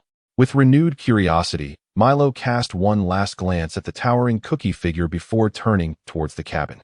Once the ship had stabilized, he knocked on Bulei's door, cradling a box of chocolates in his hands. Please, come in, came Bulei's voice. On the door was a small mirror, wherein Milo caught a fleeting glimpse of Bulei before it vanished. Gently pushing the door open, he entered, curiosity piqued. Good morning, Lady Bulei. Milo extended the chocolate box towards the bashful Bulei. Is this for me? She exclaimed, surprised. Milo chuckled and nodded. Do you not enjoy chocolate? CHCH chocolate? Beauliai's voice rose in pitch, her astonishment evident. Milo, suppressing his amusement, maintained a gentlemanly demeanor as he opened the box and presented her with a heart-shaped white chocolate. Beauliai, covering her mouth with one hand, trembled as she accepted the treat. At that moment, Milo sensed something amiss. Could this woman possibly have feelings for him? Hey, I'm only 10 years old. Even if I look decent, is that really your preference? Do you have some peculiar taste? He thought, frowning. What's wrong? Beauliai asked, popping the chocolate into her mouth while checking her attire for any issues. Milo placed the chocolate box on the table and retrieved a black book from his pocket. Lady Beauliai, may I ask you a few questions? Of course, Beauliai replied, blinking as she sat opposite him. Are you an ability user? I saw you in the mirror earlier. Milo opened the black book and pulled out a pen he had prepared. Without hesitation, Beauliai nodded. Yes. I possess the powers of the mirror fruit. Mirror fruit? What kind of powers does that entail? It sounds impressive. Milo gazed at her with admiration. It grants me practical abilities related to mirrors, such as the mirror world, traversing through mirrors and simulating reflections, Beauliai explained, a hint of bashfulness in her tone. Milo diligently recorded her words in the black book, and after she finished, he nudged it towards her, shifting his chair closer. Is this what I wrote? Beauliai questioned, a hint of confusion on her face. Why are you documenting this? Aren't you aiming to become the world's richest person? Are you planning to switch careers to journalism? I actually know a successful figure in the news industry, she rambled, reaching over to glance at the text in the black book. You've been misled. The abilities of the mirror fruit are now mine, fool. A line in the black book made Beauliai's eyes widen. Especially when a crystalline fruit appeared below that line. It was indeed the mirror fruit she had once consumed. What is happening? As this thought flickered in Beauliai's mind, Milo's snap echoed through the room. Suddenly, an invisible soundproof barrier enveloped the space, silencing all external noise. At that moment, a dagger was pressed against Beauliai's throat. Now, would you kindly elaborate on the specific applications of the mirror fruit? Milo asked calmly, his demeanor slightly diminished in threat due to his stature. Beauliai, seizing the opportunity, swiftly formed a peculiar gesture with her hands, but nothing occurred. My powers, she gasped, stunned that her abilities had vanished. How could this be? Milo retrieved the black book from the table, its pages still open to the mirror fruit section. Mirrors? Milo's gaze wandered around the room, spotting several mirrors. He effortlessly conjured a bookmark and inserted it into the page about the fruit, causing two towering cardboard figures to materialize beside him. One figure seized the dagger, pressing it against Beauliai's neck, while the other restrained her on the table. Yet, Beauliai, having just consumed the white chocolate, wore a strange expression. Seemingly devoid of any intent to cry out, her gaze softened. It appeared the chocolate was beginning to take effect. The blissful white chocolate, true to its name, would impart a sense of extraordinary happiness to its consumer for a limited time, regardless of prior experiences. A rather capricious and illogical ability, yet it manifested as such. Furthermore, akin to the blissful white chocolate, there were other varieties of chocolate endowed with unique powers, such as dark chocolate and colorful chocolate. Realizing the chocolate's influence was taking hold, Milo refrained from fetching a mirror. Instead, after some contemplation, he gestured with both hands, successfully conjuring a mirror. Could you enlighten me on how the mirror fruit's abilities are developed and utilized? Having experience in creating various paper constructs, crafting a mirror was exceedingly simple for him. As for Milo's inquiries, they stemmed from his previous experience with the silence fruit, during which he had posed numerous questions to Rosinante about its capabilities, saving him considerable time in ability development. This led him to speculate whether inquiring about a fruit's powers from its original owner could expedite the development of those abilities. It could be considered a form of teaching or inspiration. Beauliai bit her lip, but soon, under Milo's attentive gaze, her face flushed. Gradually, she began to share her insights on the development and application of the mirror fruit's abilities as Milo listened intently, occasionally conjuring a mirror for verification. Whenever Brule's speech slowed and she began to struggle, Milu would take a piece of white chocolate from the box on the table and place it in her mouth. The delightful conversation between Milu and Brule lasted for over an hour, until a sudden knock on the door interrupted Milu's train of thought. The soundproof barrier was removed when it was confirmed that Brule would not scream, and the blissful effect of the white chocolate took hold. After all, not being able to hear what was happening outside was hardly advantageous for him. Lady Brule, Lord Kalia says the honey has been retrieved. And to ensure that Mom enjoys it, you are to return the honey to the International Chamber ahead of time. Understood, Brule quickly replied at Milu's behest. Upon receiving the response, the footsteps outside gradually faded away. At that moment, Milu took a devil fruit adorned with purple patterns from his backpack and placed it in Brule's mouth. This fruit was one he had acquired during his 9-month journey. Though its abilities were unknown, that was of little consequence. What mattered was that this fruit would replace Brule's mirror fruit abilities. After witnessing Brule swallow the fruit, Milu made a cutting gesture across his throat towards the cardboard figure. Although he was uncertain whether Brule understood the conditions for his ability theft, Milu was determined to keep her from revealing his information. After touching every mirror in the room, Milu moved the only bookmark in the black book to the page of the mirror fruit. Although all the mirrors he had touched would be marked, allowing him to traverse the mirror world to their locations at will, it was similar to the paper created by the paper fruit, which would lose control and reopen without the aid of a chant. Once Milu no longer retained the page for the mirror fruit, the marks would be erased, necessitating a fresh touch to remark them. This meant that Milu's bookmark would need to remain almost permanently fixed on the mirror fruit page if he wished to retain the marked mirrors. And the black book could not be closed. After all, remarking was too cumbersome. Naturally, Milu could choose to leave a chant on the mirrors. But such a chant would not last indefinitely, and maintaining it over time would be no trivial matter. After adjusting his attire, Milu calmly opened the door and stepped outside. Instead of heading to the deck, he proceeded directly to his room. Those who had been monitoring Milu naturally observed his movements. Although they were somewhat puzzled by Brule's absence, they were aware that she had a knack for appearing and disappearing at will, so they paid it no mind. As soon as Milu closed the door to his room, he was immediately embraced by Naluya. "Let go," Milu gasped, struggling to escape the suffocating embrace. "I'm leaving." Naluya pouted in disappointment but complied, releasing him and trailing alongside Milu. Nodding in acknowledgement, Milu approached the wall of the room, opened the black book to the page for the weapon fruit, and his right hand morphed into a sword in a distortion of reality. With the application of his aura, the sword penetrated the wall effortlessly, carving out a passage large enough for one to pass through. With a kick, he sent the severed wall into the sea, dispelling the transformation of his right hand and flipping the pages to the paper fruit section. Standing at the entrance of the opening, he extended his right hand outward, and a paper crane large enough to carry both him and Naluya materialized outside the ship. After Milu pulled Naluya onto the crane, its wings flapped, lifting them away from the pirate ship. However, just as the crane soared less than 10 meters away, a slashing strike followed from the direction of the ship's deck. This time, Milu did not abandon the crane but steadied himself upon it, extending his right hand forward as a multitude of papers coalesced into a sturdy shield. Enveloped in Milu's aura, the strike collided with the shield, producing a thunderous roar, yet the shield remained unbroken.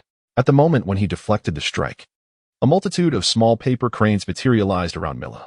Moreover, a second bookmark appeared in the black book he held. As the paper cranes circled gracefully through the air, they drew near to Milu, who, with a gentle touch, sent them soaring towards the pirate ship. 0047, do you desire my thoughts? On the deck, Kiliara erupted in fury. For as he unleashed his strike, Brule's lifeless body had already been delivered before him.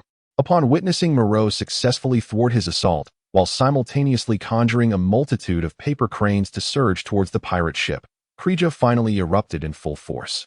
Enormous cookie beings swiftly materialized upon the deck, and in the blink of an eye, 2 or 3 dozen of these cookie figures appeared, creating a somewhat cramped atmosphere on the ship as they brandished their great swords towards Moreau, who hovered in the sky. Meanwhile, the inflated paper cranes drew ever closer to the pirate vessel. The slashing strikes tore through the already fragile bodies of the paper cranes, producing a thunderous roar that resonated across Honey Island. Although the slashes penetrated the explosion, they posed little threat to Moreau in the distant sky. Most of the strikes were deftly evaded by the fluttering cranes, while a few were deflected by the thick paper shield enveloping him. Nevertheless, Krija's slashes were formidable, and each time Moreau was struck, he expended a considerable amount of energy to resist the blows and reinforce his paper shield. Moreover, as he defended against Krija's onslaught, the Big Mom pirate's ship began to move. Although it would be challenging for the vessel to catch up to him in the air due to the ship's speed, extricating himself from the pursuit while fending off Krija's attacks proved to be a daunting task. The protracted battle evidently places Milu at a disadvantage, as he is already straining against the long-range strikes. However, Milu remains composed amidst the chaos above. The speed at which paper cranes materialize around him quickens, seemingly indifferent to the toll it exacts on his stamina. In a brief moment, the sky is filled with a staggering multitude of these paper cranes, casting a shadow that obscures the vision of Klejia and his companions. Seizing this opportunity, Milu swiftly conjures a mirror before him. As he tosses the mirror to Naluya, he moves with purpose, plunging himself and the black book into the mirror's depths. The world within the mirror is a distorted realm composed of black and white squares. Within this space, numerous mirrors exist, as if all mirrors within a certain radius of Milu serve as reflections in this mirrored dimension. Yet, there is no time for meticulous examination. He quickly identifies the mirrors associated with Buell's room that he has previously touched and darts towards them. Upon reaching one, he glimpses into Buell's chamber, where no one remains, and even Buell's body has been removed. Clinging to the edge of the mirror, Milu swiftly emerges from its confines. The black book remains open to the page of the explosive fruit, while the sounds of detonations and slicing blows resonate from outside the ship. Placing his hands against the walls of Buell's room, Milu begins to exploit the full extent of the explosive fruit's abilities. The walls hum and rapidly swell, causing the entire room and much of the surrounding ship structure to expand as well. He intends to sever the pirate vessel. On the deck, Klejia immediately senses through his Kanbunchika haki the disappearance of an individual above and the sudden alterations within the cabin. Without hesitation, he swings the great sword in his hand, unleashing a colossal slash aimed at the cabin. Klejia, the blonde beauty who has been by his side, gasps in alarm. Yet, the sound of the slash and the ensuing explosion render her speechless. Milu, taken aback by Klejia's decisiveness, finds himself smiling at the immense cut that sweeps past him and the pirate ship now cleaved in two. Fool. After bestowing a singular word upon Klejia, Milu swiftly closes the black book, which bears bookmarks on the pages of the paper and mirror fruits, and tucks it into his coat pocket. With a flourish of his hands, a massive mirror materializes before him. At this moment, Klejia and the nearby biscuit giant unleashed another strike. With a subtle wave of his hand, Milu stepped toward the mirror and instantly vanished within its depths. Although Klejia and the biscuit giant's attack shattered the entire mirror, Milu had already slipped away into the mirrored realm. Damn it, how could this be? Why does Buriai's ability manifest in that little brat? Raising his gaze and piercing through the debris of a paper crane that had ceased to explode, Klejia effortlessly spotted Milu emerging from the mirror in the air. As if summoned by Naluya, Lord Klejia, we must return to Honey Island at once. The ship is sinking, urged the golden-haired beauty. Klejia, however, paid her no heed and instead unleashed two colossal strikes into the sky once more. At that moment, Milu emerged completely from the mirror, albeit with somewhat disordered breathing. The simultaneous release of vast amounts of energy had slightly burdened his stamina. However, glancing at the nearly cleared paper cranes in the air and the pirate ship, which was beginning to sink amid smoke, Milu felt a sense of satisfaction as he turned the black tome to the page of the paper fruit, thereby nullifying the existence of the second bookmark. Yet, just as the bookmark shattered and dissipated, a chilling intent suddenly surged from behind him. Hey, you run quite fast. Bobin's voice sent a shiver down Milu's spine. How could he possibly be here? A loud clash echoed as Bobin's sword struck the mirror. Reflection. A smooth mirror suddenly appeared behind Milu, deflecting Bobin's slash, as the mirror shattered under the impact of Bobin's armed attack. A reflection of Bobin wielding a sword emerged from the fragments, slashing at the airborne Bobin. However, hidden behind the mirror, Milu was abruptly seized by a wave of drowsiness. This is bad. His face paled slightly as he hastily fished a piece of dark chocolate from his pocket, intending to pop it into his mouth. Yet, he barely managed to move before the chocolate slipped from his weakening grip, and he succumbed to slumber. The paper cranes, now devoid of control, plummeted from the sky, carrying Milu and Naluya downwards. Meanwhile, Bobin, having struck the mirror, was also caught in the tremendous force of his own blow and began to descend towards the sea. Naluya, with a graceful smile gracing her lips, gently cradled Milu as they fell, whispering temptingly, "Do you desire my energy? Silence is consent. I shall begin the countdown. 3, 2, 1. Though it was a countdown, Naluya completed her words before they had even touched the ocean's surface, offering no chance for the sleeping Milu to protest. As the countdown concluded, Naluya's energy erupted, and as she leaned down to kiss Milu, all of her energy surged into his body. With the infusion of power, the slumbering Milu suddenly opened his eyes. However, what greeted him was Naluya's peculiar smile, now resembling a black hole. Pitiful. With a splash, Milu could only utter a single word before plunging into the sea. The descent from such heights did not adversely affect Milu, who maintained his grip on Naluya even as they sank. Once he regained his stability, he focused and clearly observed several pirates leaping into the sea from a distant ship. The energy he had received from Naluya restored his own energy, now imbued with a deep malice. The influx of power replenished his earlier depletion, yet the thought of Naluya's interest left him somewhat speechless. Observing Bobin also descending into the sea, Mila narrowed his eyes but ultimately relinquished the idea of confronting him, closing the black tome and storing it away. Although there were still several mirrors he had interacted with aboard the pirate ship, the earlier explosion had likely destroyed most of them. Continuing to wield the Mirror Fruit's powers seemed unprofitable at this juncture. Through the previous battle, he had come to understand the formidable potential of the Mirror Fruit. Reflecting attacks could be deemed an incredibly powerful ability, despite the slight stamina drain from repelling Bobin's armed strike. It paled in comparison to the might of Bobin's assault. As Mila swiftly swam through the sea, his mind raced with thoughts. The earlier explosion had rendered the pirate ship incapable of pursuit, granting him a layer of camouflage in the water. However, this disguise would not last long, as he had spotted members of the Fishmen tribe aboard the ship yesterday. Their combat prowess and swimming speed in the sea far surpassed that of humans. Even with his enhanced swimming speed, he paled in comparison to these beings with a natural advantage. Yet, he was not overly concerned. While he might struggle against these formidable foes, he was far from foolish. Once he swam a sufficient distance, he would resurface and take flight once more. Compared to the dangers lurking beneath the waves, the skies above appeared far more secure. Indeed, just minutes after Mila had swum away, fishmen armed with weapons appeared behind him. He could not discern their specific type, but they were swift swimmers. Upon noticing them, Mila quickened his pace towards the surface. As he broke free from the water, the paper crane materialized above him. Grasping its tail, Mila was lifted from the ocean's depths by the flapping wings of the crane. At that moment, the pursuing fishmen pirates emerged from their previous submerged positions. Fishmen karate appeared to be a widely practiced technique among their kind. Those who could join the ranks of the Yonko were certainly not weaklings. The fishmen surfacing from the depths brandished their hands, unleashing a ranged attack known as water strike.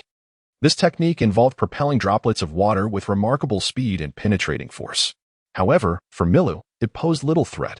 He merely needed to focus and deftly evade the droplets. As for the paper crane beneath his feet, shattering it and conjuring another would be a trivial matter. As the paper crane ascended higher, the force of the splashes began to diminish, rendering even the less formidable fishmen's attempts to strike the water futile, as they could not reach Milu's position. With a playful grimace directed at the irate fishmen on the surface, Milu retrieved the black tome and opened it to the page detailing weapon fruits. Subsequently, his right arm transformed, manifesting a sniper rifle. Perched upon the paper crane, Milu casually aimed at a fishman through the scope before pulling the trigger. The bullet, imbued with enhanced nun, thundered forth, piercing the skull of one fishman, causing the pursuing fishmen to panic and hastily submerge into the depths. A smirk crept onto Milu's lips as he mockingly raised his middle finger towards the distant pirate ship. He then accelerated the paper crane, soaring towards Pinecone Island. Guided by the needle on his wrist, whether the fishmen would follow him or not mattered little, as long as they dared to surface. He was prepared to deliver them a taste of lead. After all, this was the Grand Line, and he harbored little faith that these fellows could persistently trail him in the sea. Interest would be collected in 8 hours. Just as Milu reveled in his buoyant mood, the voice of Naluya quietly resounded beside him. Simultaneously, the diminutive Naluya, reduced to the size of a thumb, appeared on his right shoulder. "Almost forgot about you," Milu grumbled while seated atop the paper crane. The conditions to activate Naluya's interest. When Milu finds himself in peril or actively requests assistance, Naluya would inquire, "Do you wish for my nin?" Upon receiving silence or confirmation, Naluya would transfer all his nin to Milu through physical contact. After Naluya transfers all of his nin to Miro, he enters a period of waiting to collect interest, which is equivalent to the time Naruya exists after receiving half of his nin. Once the countdown concludes, Naruya will reclaim all of Miro's nin, temporarily placing Miro in a state of forced nullification. The duration of this nullification will be double the time it took Naruya to relinquish all his nin after receiving half. Thus, the longer Naruya exists after obtaining half of his nin, the longer Miro will remain in this state upon utilizing Naruya's nin. This ability is remarkably equitable. For the longer Naruya exists, the greater the amount of nin returned to Miro. The only source of Miro's frustration lies in the fact that once he enters this forced nullification state, Naruya will remain in existence until sufficient interest is accrued. From last night until now, Naruya has existed for over 8 hours, meaning that after the countdown, Moreau will be subjected to a mandatory nullification for 16 hours. This duration is perilous for Moreau.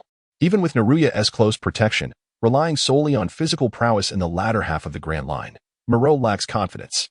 Furthermore, Naruya's reliability in a state of free activity is questionable. It is now past 10 in the morning, and 8 hours later, darkness should begin to envelop the sky. Moreau calculates that he must find a place to land before succumbing to nullification. Otherwise, without his fruit ability, he cannot soar through the skies. Merely relying on physical capabilities to learn Rayleigh's swimming technique in the Grand Line is not a prudent habit, especially since others possess the defense of hockey. Besides none, Miro's only companion is the beautiful Beast Naruya, who, due to the nature of his devil fruit, is regrettably a poor swimmer, which is quite awkward. Moreau is unsure of the precise distance to the Pine Cone Island. The compass only indicates direction without revealing distance. Gazing at the empty expanse of the ocean, Moreau finds himself with no better plan than to take it one step at a time. However, the weather in the Grand Line is notoriously unpredictable. After Moreau flies a certain distance from Honey Island, ominous storm clouds gather in the sky. Moreau dares not fly amidst such tumultuous weather. For being struck by lightning is no trifling matter. Although paper is an insulator, it is not fireproof. And lightning is not something that can be easily resisted by a mere sheet. After descending a certain distance, a sturdy cardboard ship that Moreau conjured appears on the surface of the sea. A typical paper boat would not withstand the storm for long, and maintaining it is not a viable solution. Therefore, it is wiser to create a more robust vessel for stability and convenience. Amidst the swaying of the cardboard ship, Moreau, along with the gradually growing Naruya, abandons the paper crane and dives into the ship. Simultaneously, two sturdy cardboard figures wield paddles, propelling the small vessel toward the direction of Pinecone Island. At this moment, a torrential downpour has begun to drench the sky. However, the paper boat is remarkably sturdy, a testament to Milu's extensive shipbuilding experience. After all, he is no stranger to crafting vessels from cardboard. He casually closed the paper door of the cabin to prevent rainwater from seeping inside, then extended his hand toward Naruya, murmuring, "I am hungry." As for the cardboard figures rowing outside, they could easily be replaced if damaged. Understanding his needs, little Naruya snapped her fingers, conjuring a delightful assortment of chocolate beans in various flavors. After filling a makeshift paper bowl with the treats, Milu reclined in the empty cabin, savoring each piece at a leisurely pace. The mechanics behind the fruit abilities in the world of One Piece remain a mystery. Yet the food created is not only filling but quite delectable. The situation, however, is somewhat precarious. The storm rages on for an extended period, with the paper boat battling against the winds on the sea. After indulging in chocolate for a while, Milu dozed off briefly, only to awaken to find the little boat still adrift. Rising, he rummaged through his backpack, which he had carelessly cast aside upon entering the cabin. After 9 months of solitary existence in the North Sea, Milu had not been idle. He had acquired 2 devil fruits and various local specialties, amassing a considerable sum of money from encounters with pirates. He had previously fed 1 fruit to Charlotte Brle, keeping the remaining 1 as a backup for future endeavors, safely stowed in a box he carried with great care. Brle's demise had evidently put Milu at odds with the Big Mom pirates, particularly inciting the wrath of her overly protective brother, Charlotte Katakuri, known colloquially as Katakuri, the second-born of the Charlotte family. He stands as the most formidable of the Sweet Commanders, second only to Big Mom herself. Milu has always found the eldest of the Charlotte siblings, Charlotte Perispero, quite formidable as well. His ability to manipulate candy is undeniably peculiar, perhaps even more aptly described as the candy fruit. Regardless, crossing the Big Mom pirates is undoubtedly a far graver offense than offending Don Quixote da Flamingo. Yet, Milu finds himself in this predicament, for Brle's powers were simply too enticing to resist. Moreover, his ambitions extend beyond merely targeting Brule. He harbors intentions concerning the abilities of several members within the Big Mom pirates. This serves as the crux of his audacious decision to eliminate Brule, for he is keen to prevent any intelligence regarding the theft of devil fruit abilities from being divulged. Besides, having already crossed Doflamingo, acquiring another adversary in Big Mom poses little concern. After all, he is already burdened with numerous debts. Furthermore, he is a fugitive pursued by the Navy. Alas, as Milu reflects, the more he contemplates, the more he feels the weight of misfortune upon him. Regardless, he resolves to dismiss such thoughts. At worst, he can simply carry a mirror wherever he roams, the existence of the mirror world provides him with an additional escape route. However, his brief encounter with Cracker has clarified the extent of his current capabilities. Relying on his devil fruit powers and hockey, he can somewhat fend off and evade Cracker's slashing strikes from a distance, yet he surmises that in a land battle, even Tin of himself would stand no chance against Cracker. His recent escape was solely due to the fact that Cracker could not pursue him at sea without a ship. Nevertheless, had it not been for the additional hockey provided by Naruya at the last moment, Milu feels he might have succumbed to Paban's assault. Yet, Paban is also a devil fruit user, is he not? Milu struggles to recall such a character. It can only be said that Paban's presence in the manga is somewhat understated. However, Paban's ability seems to be hypnosis, which appears rather formidable. Regardless, Milu feels a sense of satisfaction regarding his current combat prowess. It is worth noting that the man who had drawn his sword against him is one of the sweet commanders of the Big Mom Pirates. After organizing his belongings, the storm outside had finally subsided. As Milu stepped out of the cabin with his backpack, he stretched lazily. The sky was devoid of clouds, as if the previous deluge had never occurred. Just as he intended to recreate the paper crane, he caught sight of the outline of a large ship in the distance. It was somewhat far, making it difficult for him to discern clearly. He casually flipped open the black book to the page detailing weapon fruits, manifesting a sniper rifle from his arm. Through the rifle's scope, he was able to discern the details of the vessel more clearly. It was a merchant ship adorned with a statue of a goddess at its bow. The fact that it was not a pirate ship relieved him, and thus, he decided against creating the paper crane, instead commanding his paper figure to row towards the merchant vessel, until he could ascertain the distance to Pinecone Island. Inquiring would indeed be a prudent choice.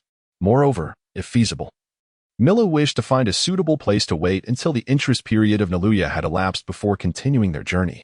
After all, without any means of distraction, one could hardly feel at ease upon these vast waters. As they approached the merchant vessel, Milu instructed the cardboard figure to leap into the sea. Not wanting to reveal his devil fruit abilities too soon, casually stowing the black book in his pocket, Milu stood at the bow of the ship alongside Naluya, who had grown to nearly his height, waving his arm in the direction of the grand vessel. Before long, the rescue crew from the merchant ship arrived in a small boat. After a brief inquiry, the crew assumed that they were siblings who had narrowly escaped a shipwreck. Although curious about the cardboard boat, they first escorted the pair aboard the merchant ship. When brought before Captain John, Milu was momentarily taken aback. The captain's appearance was hardly that of a benevolent soul. He possessed a left hand replaced by a hook and wore an eye patch, suggesting he was missing an eye. His robust frame, over 4 meters tall, with a chest adorned in hair, made him resemble a pirate more than anything else. Indeed, among the many pirates Mila had encountered, few bore such a quintessentially piratical visage as Captain John. Unperturbed by Milu's astonished gaze, the captain scrutinized him with his remaining eye for a considerable time before speaking. "Where do you hail from?" Milu had already prepared his response. "My sister and I come from Honey Island. Our previous merchant ship was attacked by pirates and sunk, leaving only us fortunate enough to escape." Captain John nodded in acknowledgement. "Very well, you may remain aboard for now. Once the merchant ship reaches Hawaiian Island, you can seek passage back to Honey Island. However, we do not accommodate idlers aboard. You will need to assist in the kitchen, and food and lodging will be provided for you and your sister." "Thank you, Captain John. However, we do have a bit of money. May we purchase tickets?" Milu politely inquired. "And, Captain, might I ask how far we are from Pinecone Island?" He gestured to the logbook on his wrist, adding, "My mother resides there." "Pinecone Island, you say?" Captain John glanced westward. "At this speed, it should take about 7 days to reach. If you have your mother's contact information, you could use the ship's snail phone to assure her of your safety." He pointed towards the direction of the ship's living quarters, where a public snail phone was resting. "Oh, by the way, do you know which pirates attacked you?" Captain John, perceiving Milu's cleverness, couldn't help but ask further. Milu held little interest in the snail phone, and in truth, he had no mother on Pinecone Island. Nevertheless, he sensed Captain John's goodwill. However, the distance to Pinecone Island was rather considerable, meaning he would have to remain on the merchant ship until Naluya's interest period concluded. Yet, a dilemma arose. Naluya would soon grow rapidly, likely returning to nearly 1.8 meters tall within a few hours, which could complicate matters. The attackers were members of the Big Mom Pirates. "They are headed to Honey Island," Milu responded while contemplating. "Very well, settle your payment, and Veach will show you to your quarters." Captain John appeared somewhat troubled upon hearing Milu's reply. Hawaiian Island was not far from Honey Island, and the island was known for its unique desserts. He hesitated over whether to alter the course to avoid pirates, as dealing with the Yonko's crew was no trifling matter. Without concern for Captain John's thoughts, Milu nodded and turned to follow Nalia alongside the captain's first mate, a long-armed tribe member with 3 sectioned arms, toward the ship's cabin. This was Milu's first encounter with a member of the long-armed tribe, and he couldn't help but glance at the peculiar arms. Veach seemed unfazed, almost flaunting his limbs as he waved to Milu. After inquiring about the price of the tickets, Milu handed over more than 10,000 berries. Having accepted payment, Vicky led Milo and Nalia to a relatively clean and vacant room. Before Vicky departed, Milo requested some food from him, and Vicky, being quite generous, returned with an ample supply of snacks. Although Milo had already consumed a considerable amount of chocolate, he noticed that perhaps the constitution of individuals in the world of pirates was uniquely robust, as he found himself possessing an extraordinary appetite since his arrival in this realm. Moreover, through nourishment and rest, physical strength was remarkably restored. After satisfying her hunger and quenching her thirst, Milu let out a slight sigh of relief while reclining on the soft bed. By around 6 in the evening, Aniluya had regained her flawless adult appearance.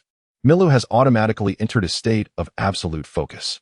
However, being able to board the ship is indeed a stroke of luck, at the very least. Mila need not worry about drifting in the vast ocean for hours on end without a thought. The utterly free Naluya exhibits a certain restlessness and vivacity. Yet due to the parameters established at her creation, even in her liberated state, she obediently adheres to Milu's instructions and does not stray away. In this moment, she resembles more of a person than a mere creature of thought. Naluya engages Milu with an incessant barrage of questions, much like a child with 1,000 curiosities, relentlessly inquiring about everything under the sun. Milu exhibited no impatience, engaging in casual conversation with Naluya. Although she was his own spirit beast, Milu often felt that Naluya was the person he was closest to in this world. As the morning sunlight streamed into the room, Milu struggled to rise from Naluya's warm embrace. Rubbing his eyes and stifling a yawn, he soon felt the pangs of hunger. Noticing that Naluya was still asleep, he refrained from waking her and quietly opened the door, stepping out onto the deck. The air was refreshing, and there were quite a few people on the deck. After moving about for a while, Milu turned back towards the kitchen. When he returned to the room with an abundance of food, he found Naluya sitting by the window, curiously gazing at the outside world. Observing her tranquil demeanor, a sudden thought struck Milu. Perhaps one day, if he were to set aside Naluya's interests, it would be a delightful choice to have her accompany him on adventures. After sharing a warm breakfast with her, Milu commenced his day of training. Although his spirit was still in its dormant state, physical exercise was an activity that could be pursued at any time. Moreover, even if he is unable to cultivate haki, Mira possesses a clear objective regarding physical training and martial arts. Unlike Kabi, who was exceedingly weak in his childhood but, after years of diligent practice, became a formidable member of the Navy, Miru, who has the advantage of nun enhancement, cannot afford to lag behind. Over the past few years of training, Mira has gradually come to understand that the fundamental difference in progress within this world lies in the tangible physical prowess of ordinary individuals compared to that in the hunter world. His body, belonging to the realm of One Piece, can indeed become remarkably strong through relentless effort. Therefore, his current goal is to attain a level of physical prowess that rivals that of CP9's Rob Lucci, even in the absence of Nin. Should he achieve this, even if circumstances force him into a state of absolute peril due to Naruya's influence, he would at least possess a means of self-preservation. It is somewhat regrettable that he cannot train in haki. However, upon reflection, it seems only fair, as both haki and nun are forms of life energy cultivation. By choosing to pursue nun, he has forfeited the opportunity to cultivate haki, which can be considered a reasonable exchange. Moreover, compared to the aura of dominance, Milu discovered that he favored the art of. The hours swiftly passed, and nothing extraordinary transpired aboard the ship. Not a single pirate graced the sea with their presence. As dusk settled, and after the return of Naluya, Milu's was restored. Without hesitation, he created a paper crane in a secluded corner of the deck and, with provisions procured from the kitchen, ascended upon the crane, vanishing into the enveloping darkness. Before departing, however, he did take a moment to touch the mirror in one of the ship's cabins. 8 days later, Milu, weary yet resolute, finally arrived at Pinecone Island upon his paper crane. Descending to Fishman Island proved to be a simple endeavor. One merely needed to board a ship with a protective coating. Yet, the inhabitants of Fishman Island were far from welcoming towards humans, for no race would harbor fond feelings for those who had traded them as commodities. Fortunately, following the protection of Whitebeard a few years prior, the situation had seen a slight improvement, with the flag of the Whitebeard pirates raised upon the island. The rampant capture and trafficking of fishmen had been significantly curtailed. Although Fishman Island had joined the world government 2 centuries ago, it was among the first to suffer as the age of pirates dawned with the demise of Roger. Milu was acutely aware, through information gleaned from Doflamingo, that the piracy of the fishmen was not exclusively perpetrated by pirates. Naval vessels also frequently descended upon the vicinity of Fishman Island to capture its inhabitants. In Milu's eyes, the designation of Fishman Island as a member of the world government was almost laughable, while the enslavement of individuals was ostensibly prohibited. It was the celestial dragons, representatives of the world's highest power, who consistently flouted this decree. The fishmen, the mink tribe, the giants, and various other races were all members of the world government, yet they were equally sought-after commodities. In stark contrast to the peculiar appearance of the fishmen, the enchanting mermaids were far more desirable and commanded higher prices. Many mermaids were confined within glass bottles, kept as ornamental beings, destined to spend their lives encapsulated within that fragile prison. The consequences of such racial discrimination have led to mutual animosity and deepening hatred between the two races. However, the population of the fishmen is significantly smaller compared to that of humans. The entire Fishman Island boasts a mere 5 million inhabitants, a number that pales in comparison to the population of any random human kingdom across the seas. Nevertheless, this matter holds little relevance for Milu, who harbors no racial prejudices. To him, as long as a being possesses intelligence and is not a cannibal, they are worthy of equal discourse.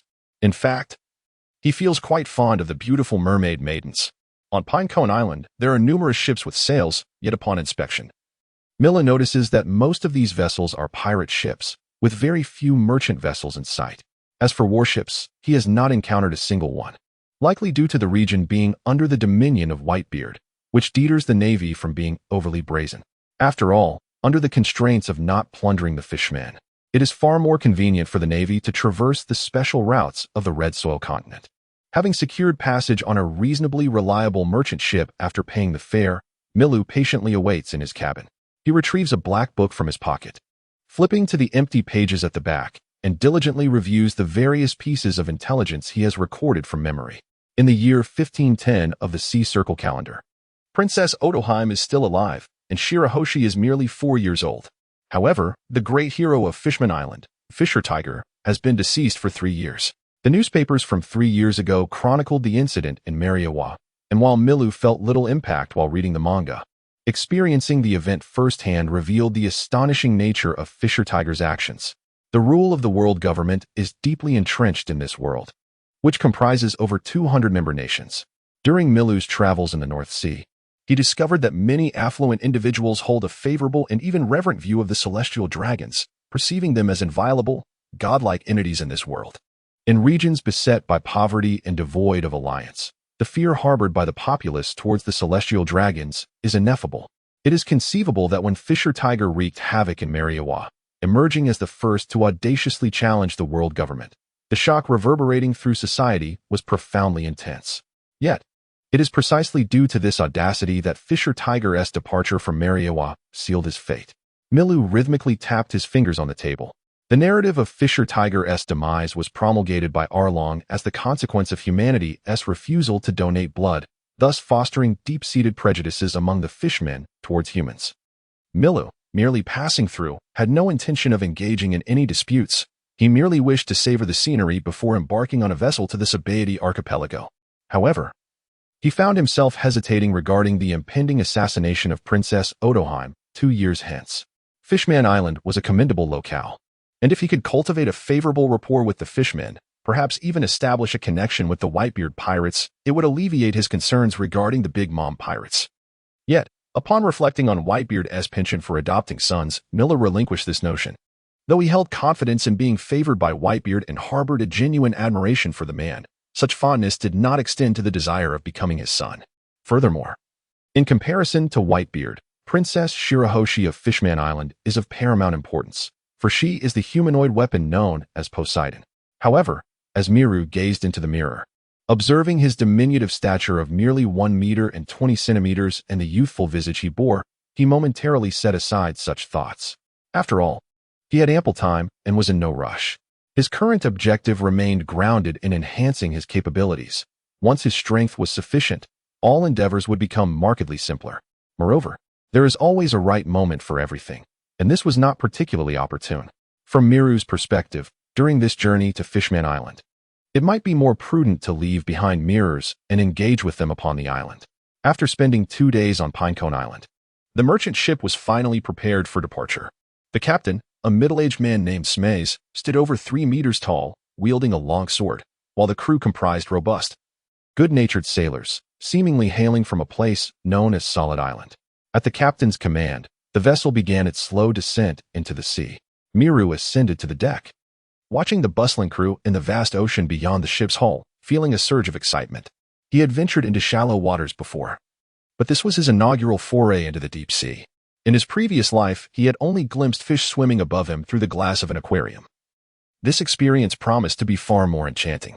As the merchant vessel sank deeper, the overhead expanse transformed into a dreamlike azure sky, indescribably beautiful. Of course, if one could overlook the enormous monstrous fish that began to emerge after the ship had descended several dozen meters, this journey would undoubtedly qualify as an extraordinary delight. Amidst the chorus of awe and panicked screams echoing from the deck, Miru discreetly summoned Naruya to his side. "Do you wish to share half of my thoughts?" Naruya inquired, her hollow, dark eyes fixed intently on him. "No," Miru replied firmly. "Very well," Naruya responded with a hint of disappointment, then dutifully positioned herself beside him.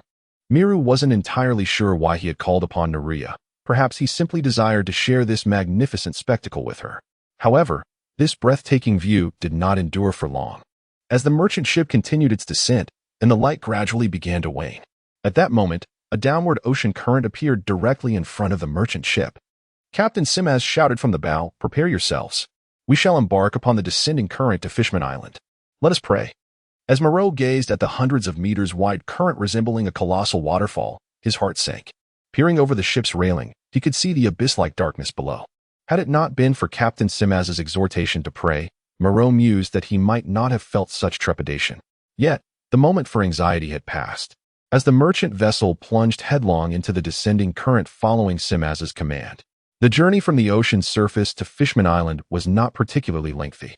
According to the seasoned captain, descending to reach the island would take only a few hours.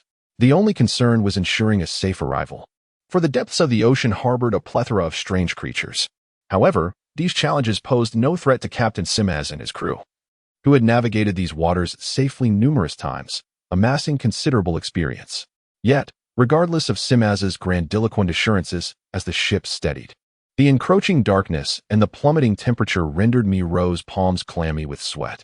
An atmosphere of tension seemed to settle upon the ship, despite the number of people on deck. Few dared to raise their voices, fearful of attracting unknown monsters lurking in the shadows. Naruya, sensing Miro's anxiety, moved closer and draped his arm over Miro's shoulder. Miro turned to see Naruya's beaming smile, which, under the dim light of the ship, appeared somewhat eerie, yet inexplicably comforted Miro. They had not encountered volcanic eruptions or the wrath of deep-sea monsters, nor had they come across any ghost ships. The merchant vessel continued its steady course, gradually approaching the depths of 10,000 meters where Fishman Island lay. Miro's initial nervousness gradually transformed into a sense of ennui. After all, if every descent were fraught with peril, the seas of the New World would not be teeming with pirates. As light flickered in the ocean, the island, enveloped in a massive double-layered bubble shield, materialized before the ship. The captain and crew navigated the vessel towards the circular passage, the only safe entry into the protective bubble. Moreau looked up to see the enormous trunks of trees. These were the roots of the marvelous sun tree, Yinshu Eva, thriving near Fishman Island, channeling sunlight from above to the island below. He withdrew from Naruya's side and stood on the deck. Once the merchant ship docked and Moreau received the assembly time from Simaz, he disembarked after undergoing the Fishman immigration inspection, carrying his bag and the mysterious black book. Officially stepping onto the soil of Fishman Island. Coral Hill on Fishman Island, mermaids and fishmen lived in separate quarters, likely due to their markedly different appearances and lifestyles. Mermaids possessed human-like upper bodies with fish-like tails, while fishmen exhibited a blend of human and fish traits, their skin adorned in various colors. Mermaids were strict vegetarians, whereas fishmen did not shy away from consuming both meat and vegetables. These subtle cultural and habitual differences led to their segregation, yet they maintained a close kinship, embodying a paradoxical existence. Moreau refrained from commenting on the peculiar appearance of the fishmen, but found himself quite taken with the array of beautiful mermaids he encountered as he entered Coral Hill. The bustling mermaid CAF was filled with lively business and an array of stunning mermaids clad in scant attire. A petite mermaid with flowing pink hair warmly invited Moreau to a private seating area, where he indulged in her enthusiastic recommendations, ordering a plethora of delectable dishes. It was not until he watched the mermaid gracefully swaying away that he realized his wallet had significantly dwindled. However, once the assortment of snacks, coffee, and local delicacies arrived, Moreau soon forgot his monetary woes. Departing the CAF, he found himself pleasantly full, clutching 2 hefty bags of food. Were it not for the throngs of people, he would have promptly transported the food into the mirror world he had been conjuring.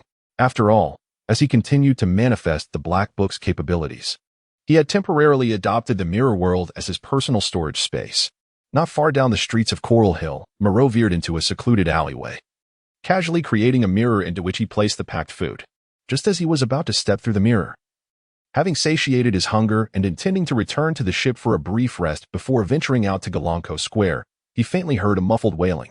The sound resembled that of someone whose mouth had been silenced, prompting Moreau to pause and look toward the source. There, deeper in the alley, stood a tall girl clad in a blue hooded top, her black hair cascading down. Her mouth was sealed with tape, and her hands and feet appeared to be bound. The sound he had heard emanated from her, not a plea for help, but rather a cry born from instinctive fear in the face of danger. The girl seemed unaware of Moreau's presence, her focus consumed by her predicament, leaving little room for observation. "Fool, hurry and capture her. We must leave at once." A familiar male voice echoed from around the corner. "Boss, such a beautiful and strong specimen should be quite valuable," another voice chimed in. "Human traffickers." Moreau understood precisely what was transpiring. 1 foot already poised to enter the mirror, he halted, resolute in his disdain for traffickers. Such scum deserved no mercy. Releasing the mirror, Moreau swiftly drew the Black Book and turned to the page detailing the weapon fruit's powers. Given the uncertainty surrounding the number and strength of the traffickers, Moreau opted for a prudent approach, a ranged attack. As he transformed his arm into a sniper rifle, he steadied his aim at the corner, waiting silently. As the girl continued to retreat, whimpering, a burly man came into Moreau's line of sight. Bang! The sound of the gunfire drowned out Moreau's bewilderment. He recognized the man, a lecherous grin plastered across his face, only for the next moment to witness a bullet pierce through his neck, leaving a gaping hole. "Not good. Someone else here. Drag her over by her tail. The gunfire will alert the guards. Boss, we must flee. Flee. That fish has already seen us. If we don't take her away, none of us will escape. Get to work, you fools." With a concentration of thoughts resonating in his ears, Milu heard the words uttered by the trafficker in a hushed tone. It was evident that the trafficker had no intention of showing his face again, prompting Milu to swiftly dash towards the corner, clutching the Black Book tightly as his arm regained strength. Having confirmed the identity of his adversary, Milu had a rough understanding of their capabilities. However, just as he had taken a few strides, the wall beside him was suddenly breached, yet Milu, ever vigilant, was not caught off guard and had already evaded the sudden intrusion. "Boss, it's that brat from the ship you planned to capture and sell to the auction house." The burly man who had broken through the wall was a sailor Milu recognized. "Fool, he is unarmed. Be wary of ambushes." On the other side of the wall, a middle-aged man bearing a large sword cautiously surveyed his surroundings. Beside him stood 2 burly men forcefully stuffing a beautiful mermaid into a bag. Milu found himself at a loss for words. Although he had already deduced their identities upon seeing the earlier muscular figure, the fact that he had arrived by ship, and that the middle-aged swordsman was the captain of a merchant vessel, filled him with a sense of impending trouble. Since he had fired his weapon, it was a foregone conclusion that Simaz and his gang had been discovered. However, the complication lay in the fact that they were on the same ship. If he were to be discovered before rescuing the girl, he would inadvertently find himself under suspicion as well. After all, during the immigration inspection, Milu's identity had been that of a discarded pirate lad. Indeed, the guards possessed a bounty notice for Milu. Although he had managed to secure entry by explaining his situation and paying a fee, should Simaz's identity be revealed, Milu's pirate status could easily implicate him. Fortunately, the lovely mermaid girl could likely vouch for him. With this thought in mind, as the burly man lunged at him, Milu channeled his energy, sidestepped, and delivered a punch, infused with his power, that struck the man's knee. Given that he was merely 2 meters tall and the man nearly 4 meters. Hitting the knee was no small feat. A resounding crack echoed as bone fractured, accompanied by the man's pain scream. Yet, he did not fall, instead, gritting his teeth.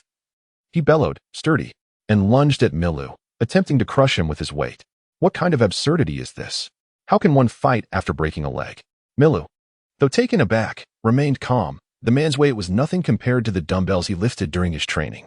Moreover, this inexplicable attack seemed like a gift to him. Thus, he raised his hand, summoning a thin, upright mirror that intercepted the man's midsection as he lunged. After the mirror appeared, Milu swiftly dodged to the side with a speed that took the man by surprise. A piercing scream erupted behind him. However, Milu charged towards Simaz and his 2 accomplices, who were preparing to flee with the bag containing the mermaid. Human trafficker, halt. Milu's roar, imbued with his will, resonated across the island. The volume was intentional, both to alert others and to clarify that he was not allied with these scoundrels. Damn it, that brat has quite the voice. Ruther, Lockie, you go on ahead. Simaz halted, drawing his sword to strike at Milu. Yet, in that very moment, a figure identical to Simaz appeared, wielding a sword and mirroring his actions. This uncanny development inexplicably reminded Simaz of his younger self, who had practiced swordplay in front of a mirror to captivate countless maidens with his perfect form. 005-3 Super Fierce. Super Deadly Mimic Mirror. It created a completely transparent mirror capable of perfectly imitating an opponent, albeit lacking offensive capabilities. It could only counterattack when the opponent initiated an attack. Unaware of the mimic mirror's characteristics, Simaz, taken aback by the sudden appearance of his doppelganger, reacted with reckless fury. Milu, however, had no time to admire the spectacle. He understood that the mimic mirror could not hold its ground for long. Its weaknesses were glaringly apparent. It could serve as a distraction, but defeating an enemy with it was impossible. Nonetheless, any delay it could offer was sufficient for Milu. As the page featuring the weapon fruit in the black book turned, Milu's arm transformed swiftly into the shape of a pistol, and the bullets, charged with his will, shot forth the moment the gun materialized. Thanks to his keen eyesight and years of training, Milu's aim was true. The bullet penetrated the left leg of the burly man carrying the bag. The fallen giant discarded the bag, yet the other burly man paid no heed to his fallen comrade and quickly snatched up the bag, continuing to flee as if his companion's fate mattered little. As Milu prepared to fire again, the fallen burly man unexpectedly obstructed his line of sight with his labored breathing. Milu showed no hesitation towards such a suicidal act. He raised his arm and sent a bullet towards the man's head. The bullet pierced through the robust figure, and Milu leaped over the man's unwillingly prostrate body. However, the fleeing man had some semblance of intelligence, as he had slung a sack over his back, shielding much of his form. Reluctant to shoot recklessly, Milu could only accelerate in pursuit. The damn guards were taking their time. Frustration mounted in Milu as over a minute had passed since he began shouting. Yet no soldiers had arrived. Simaz had already uncovered the secret of the mimicry mirror and ceased his attack to chase after Milu. Were it not for the burly man still carrying the beautiful mermaid, Milu would have already turned back to confront Simaz. From Simaz's previous attacks on the mimicry mirror, it was evident that he possessed some skill. Although he had not utilized hockey, he was capable of unleashing aerial slashes. Nevertheless, this made him a suitable target for testing Milu's current abilities. The man, burdened with a person, could not outrun the fully sprinting Milu. In mere seconds, Milu appeared beside the burly man. Once again employing his pistol, Milu fired, despite the man's desperate attempt to use the sack containing the mermaid as a shield. The close range left no opportunity for defense. The bullet grazed the edge of the sack and penetrated the man's skull. The sack was tossed to the ground, rolling away. But Milu had no time to check the condition of the mermaid within, for Simaz was already pursuing him with murderous intent. Very well, you are quite impressive. Simaz sneered, observing the 3 fallen subordinates lying in pools of blood. Indeed, I am quite remarkable, Milu replied, foregoing further dialogue, and fired a bullet laced with his intent.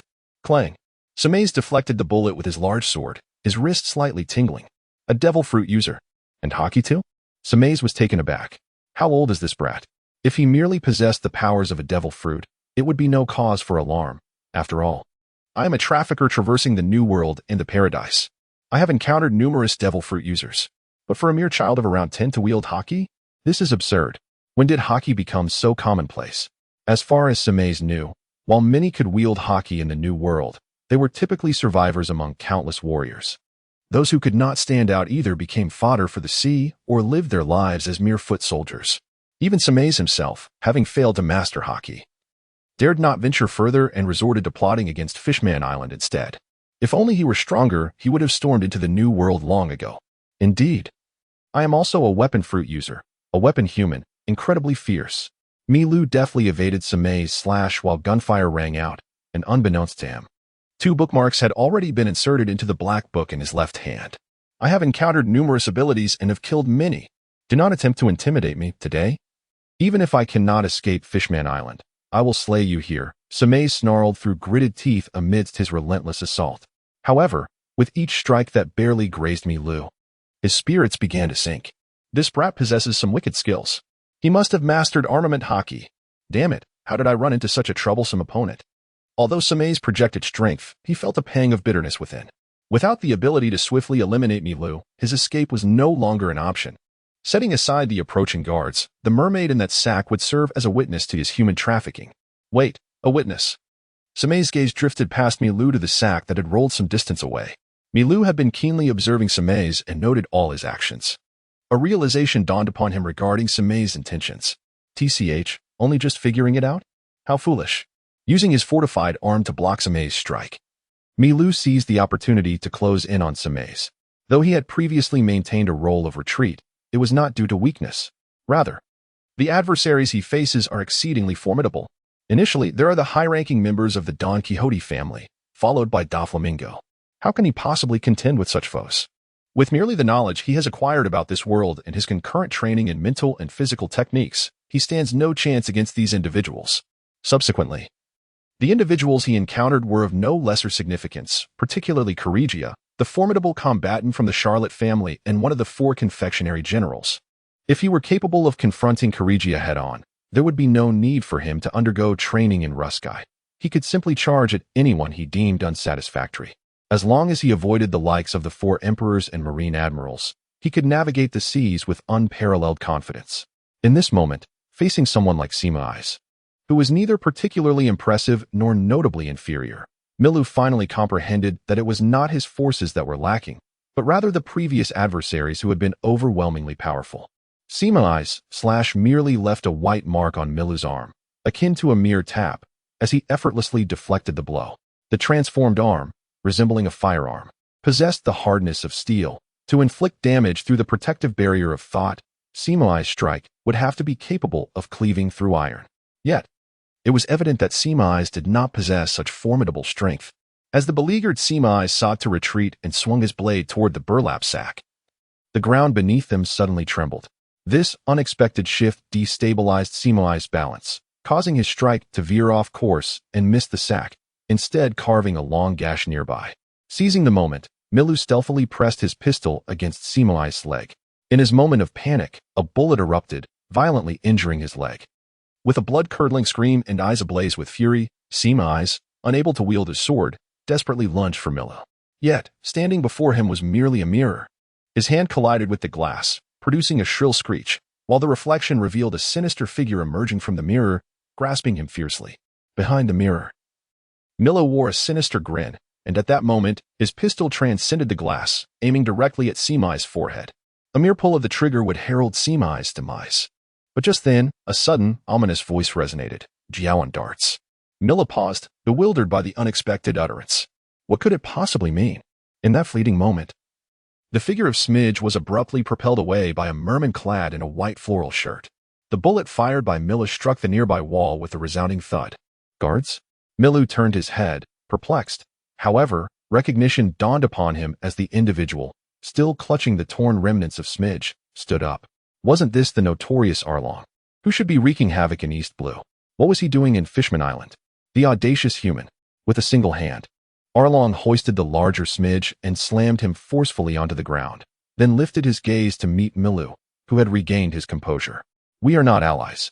I discovered him to be a human trafficker. The mermaid in the sack can attest to this, Arlong declared. Milu waved his hands dismissively. He was not intimidated by Arlong. After all, this brute would still struggle against a newly embarked Luffy even 10 years from now, and Milu was acutely aware of this disparity. Yet, What irked him was Arlong's identity as a fisherman and a member of the Sun Pirates. While such a status might hold little weight elsewhere, it became a troublesome matter on Fishman Island, particularly given Arlong's repugnant belief that humans were an inferior race deserving of death. "Do you really think I care for your words, you lowly human?" Arlong sneered, pressing his foot heavily onto the barely conscious Smidge, showing no regard for Mila's youth. "What do you intend to do with that highborn fisherman scum?" Mila's aura suddenly radiated outward. A palpable malice enveloped the 10-meter radius around him. Milu easily discerned that within this circle, there existed no other souls aside from Arlong and the trembling mermaid in the sack. Should he eliminate Arlong and conveniently frame Smidge for it? As such thoughts flitted through Mila's mind, his arm prepared to morph once more. However, Arlong's assault was swifter than his response. At the instant Mila's aura expanded, a shivering Arlong lunged at him with ferocity. It was the same direct approach as always. The concentrated energy in Milu's eyes allowed him to effortlessly perceive Arlong's movements. Closing the black tome and tucking it into his coat pocket, Milu slightly shifted his stance. Just as Arlong charged, Milu's right hand darted out, seizing Arlong's serrated nose. With a twist of his waist and a powerful thrust of his arm, Arlong was effortlessly spun in midair before being slammed down with great force. To Mila's senses, Arlong was exceedingly weak. Observing the bloodied Arlong crumpled on the ground, Mila's arm transformed into a massive sword akin to the weapon Smidge wielded, regardless of the reasons behind Arlong's presence. Mila felt elated at the prospect of dispatching such a scoundrel with ease. However, just as he raised his greatsword, his aura detected several individuals hastening towards his location. Glancing in that direction and confirming they would need to turn around the corner to reach him, Mila hesitated no longer and swung down his greatsword towards the struggling Arlong. Fishman karate. Water strike. Clang. A droplet of water, penetrating through the wall, accurately collided with Milu's descending sword, but the misaligned blade struck Arlong's shoulder. Ah! Arlong's agonized scream caused Mila to furrow his brow deeply. This blow could not possibly be fatal. Observing the situation, Mila muttered in frustration, "Observation hockey?" It was evident that someone could anticipate his intent to kill Arlong even through the wall. The only explanation he could conjure was the use of observation hockey. Yet, few on Fishman Island possessed such a skill. Otoheim and Kingfisher were among them, but their use of observation hockey was primarily to sense human emotions. In addition to Neptune, the king of Fishman Island, who should possess formidable strength, the only other individual likely to exhibit such prowess is Jinbei, the fishman who joined the 7 warlords over a year ago. However, considering the vastness of Fishman Island, the probability of encountering so few individuals capable of utilizing observation hockey appeared exceedingly slim to Miru, which emboldened him to confront Arlong. Yet, he did not anticipate his misfortune. Gazing at the unconscious Arlong, Miru relinquished the thought of continuing his assault. With his arm restored, he extended a hand before him, conjuring a smooth mirror that materialized before his eyes. As the mirror fell, Mira stepped forward and vanished into its depths. At that moment, not far from the alley's corner, Jinbei, with his blue skin and tall stature adorned by a black crew cut, finally made his appearance. Sensing the malevolent aura that had vanished from the alley, the 2 yellow brows on his face stood upright as if blown by a fierce wind. Meanwhile, in the restroom of the Mermaid CAF, Mila stealthily emerged from the mirror. After using the facilities, he stepped out of the CAF once again, met by the astonished gaze of the pink-haired mermaid. The street was bustling with fishmen and mermaids, all gesturing animatedly towards the distant alley, vividly recounting events they had not actually witnessed. Although Mila felt a tinge of curiosity about how the situation would unfold there, it was evidently not the time for such considerations. After inquiring about the specific location of Jalankeo Square, he briskly made his way in that direction. Through the mirror he had left behind, Milo had quietly confirmed that the figure who had appeared was indeed Jinbei. This realization irked him. He had originally intended to foster goodwill with the inhabitants of Fishman Island by tackling the issue of human traffickers, yet he found himself entangled with the foolish Arlong. From the moment their confrontation began, the rationale was no longer in his favor, as he hardly believed that the severely injured smoker would divulge to others that they were not allies. As for the mermaid in the sack who could attest to this, Milo was aware but wished to avoid putting himself in a vulnerable position. Given Arlong's demeanor, if the mermaid were to provide false testimony, Milo would find himself in a most awkward predicament. Of course, the mermaid could also be an honest individual. Yet Milo was not inclined to gamble on such a slim chance. As he wandered the streets, Milo pondered the reason behind Arlong's presence on Fishman Island. Over a year ago, when Jinbei became a warlord of the sea, he had negotiated with the Navy, leading to Arlong's release from the underwater prison. It seemed likely that Arlong had gathered fishmen to bolster his ranks on Fishman Island, having previously arrived in the East Blue with a significant entourage. Milu felt a sense of regret for not having dealt with Arlong earlier. However, he was not prepared to take the risk of confronting Arlong again, as the benefits of eliminating him were far too scant, while such an act might irrevocably alienate him from Fishman Island.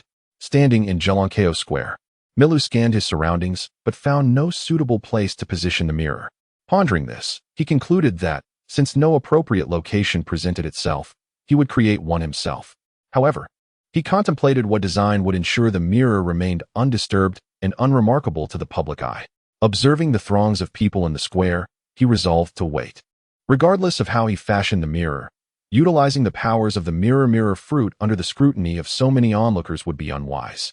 Gazing upwards, Milu noticed a small bubble above the larger one, within which lay the magnificent palace of Ryugu Kingdom, the residence of the Fishman royalty.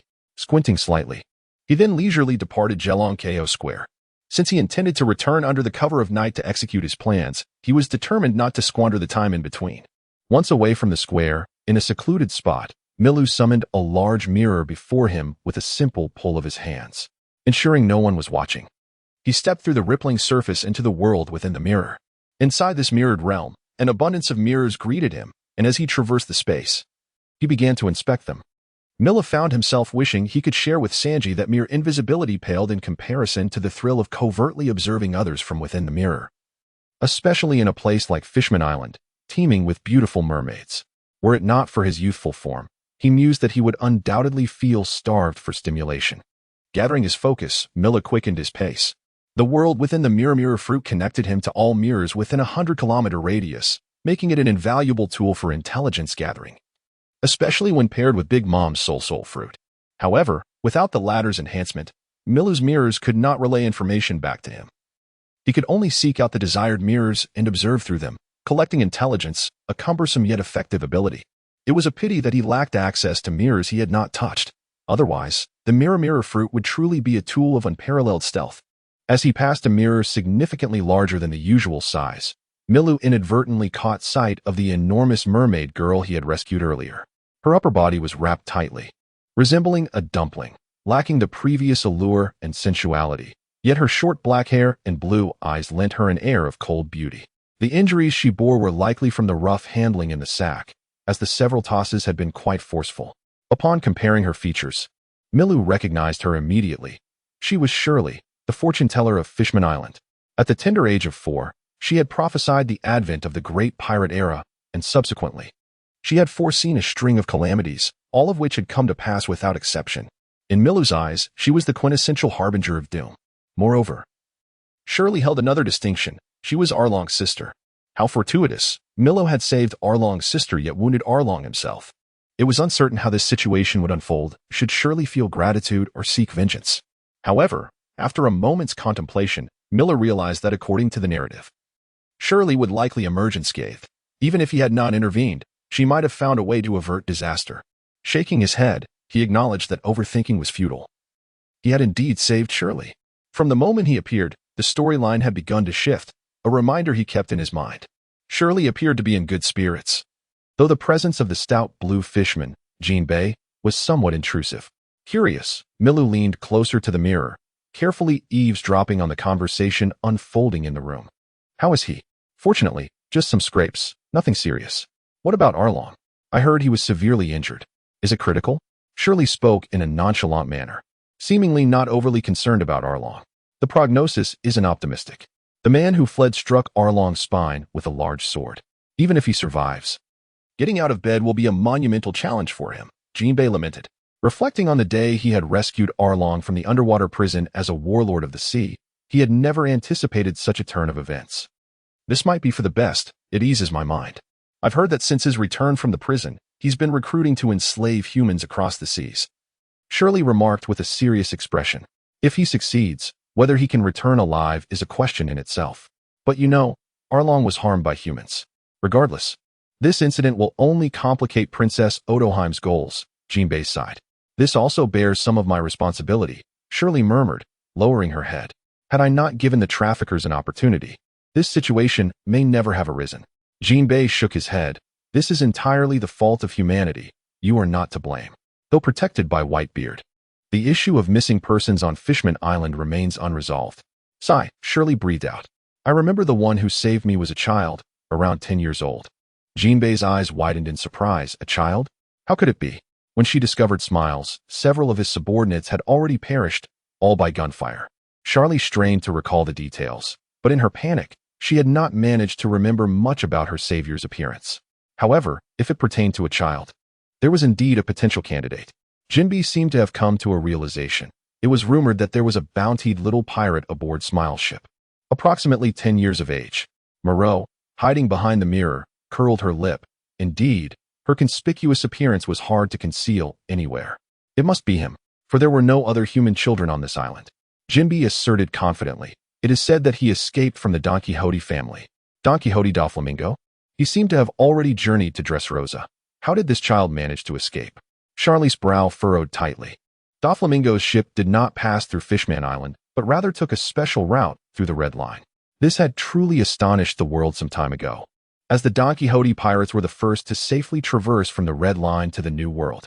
This incident also enlightened the formidable beings of the sea regarding the significance of the title Seven Warlords. Though they may serve as lackeys to the world government, they undeniably belong to an authentic privileged class. Take your time to recover. It is getting late, and I must take my leave. Jinbei did not respond to Charlie's words, but, after a brief silence, rose to bid farewell. Charlie nodded without attempting to retain him. It was only as Jinbei approached the door that she hesitantly spoke up. Captain Jinbei, if Arlong is willing, let him come to the Fishman CF. I will look after him, after all. Jinbei interrupted her, saying, there is no need. The folks from Fishman Street have already taken Arlong away. Is it really wise to leave such an Arlong in Fishman Street? Charlie expressed her concerns. Arlong had always been an extreme individual, and allowing him to remain in Fishman Street, harboring deep-seated hatred for humans, was hardly a prudent decision. This matter is beyond my control, Jinbei replied, somewhat helplessly.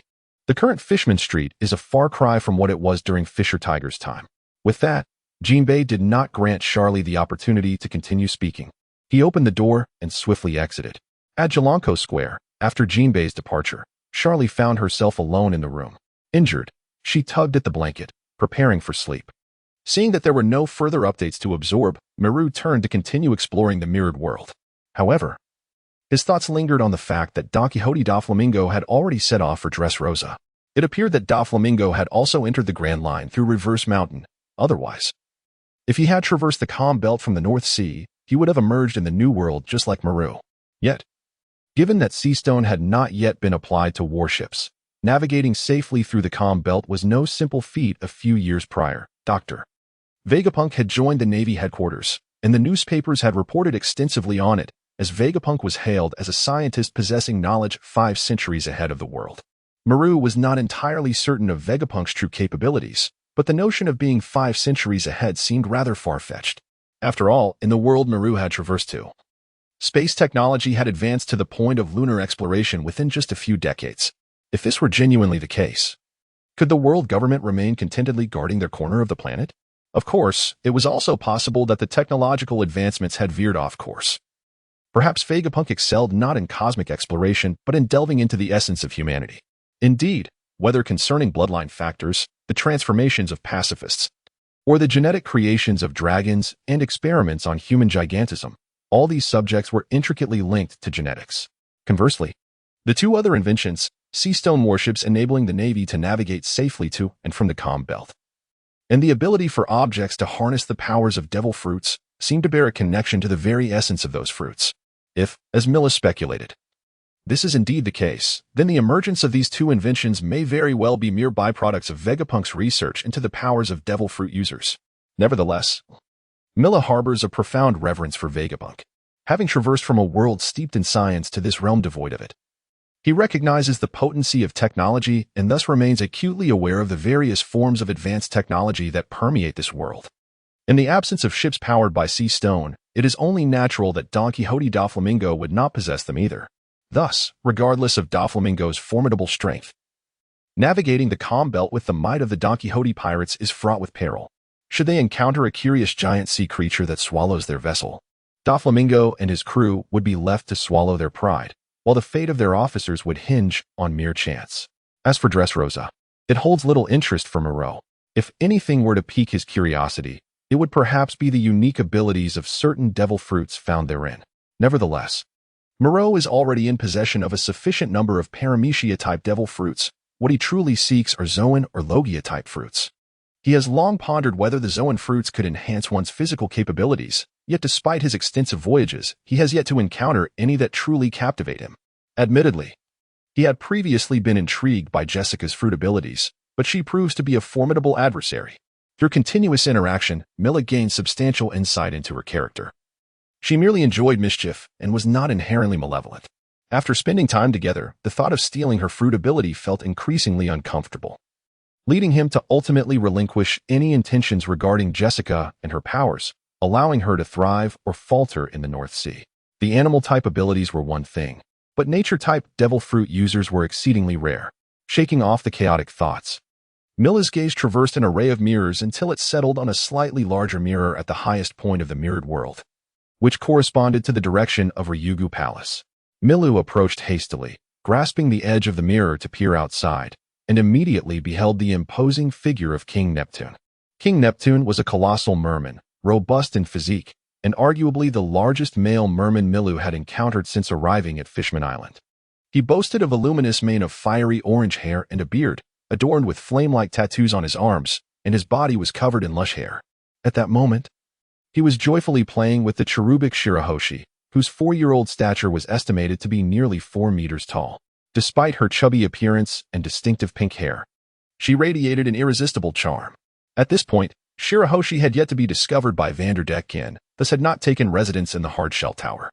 Milu's sole purpose for being there was to catch a glimpse of Shirahoshi, and if fortune favored him, to engage with her subtly. However, it was evident that Shirahoshi, engrossed in her frolic with King Neptune, offered no opportunity for Mila to approach. His desire to interact with her stemmed from a wish to leave a favorable impression, given her potential to summon sea kings. Remaining in the mirrored world until around 1 o'clock in the early hours, Mila finally emerged from the mirror he had created upon entering. The square was nearly devoid of people, though guards armed with weapons occasionally patrolled the nearby residential area. The absence of the sunlight provided by the sun tree eve rendered Fishman Island darker than the open sea at night. Utilizing this darkness, Mila stealthily entered the square. Previously, while in the mirrored world, he had contemplated 2 plans. One involved constructing a maze of mirrors in the square, complete with various funhouse mirrors to create a carnival-like atmosphere. However, upon reflecting on the significance of Giantcord Plaza within Fishman Island and its historical events, he abandoned this idea. The plaza had been the epicenter of numerous significant occurrences. From Princess Odoheim distributing signing lists, the celestial dragons visiting Fishman Island, to the tragic assassination of Princess Odoheim, and Shirahoshi summoning sea kings, marking it as the battleground of future events on Fishman Island. Transforming such a solemn location into an amusement park seemed profoundly inappropriate, with a high likelihood of dismantlement. The second method involves the extensive creation of thick, shatter-resistant mirrors to cover the entire square, transforming the Jelongkode Square into a unique plaza adorned with a mirror floor. During the day, coupled with the sunlight brought by the sun tree, Eva, and the distinctive scenery of Fishman Island, this square is likely to become even more splendid and breathtaking, potentially evolving into a hallmark of Fishman Island.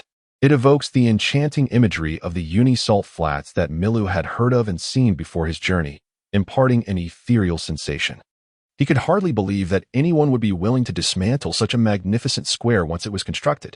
While Mila's idea was admirable, the task of creating numerous thick mirrors was not a trivial endeavor, especially when avoiding the patrolling guards. At around 4 o'clock, Mila wiped the sweat from his forehead, activated his ability, and gradually sank into the glass floor.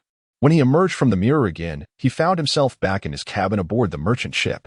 The room bore signs of having been rummaged through, and the ship was eerily silent, devoid of any presence.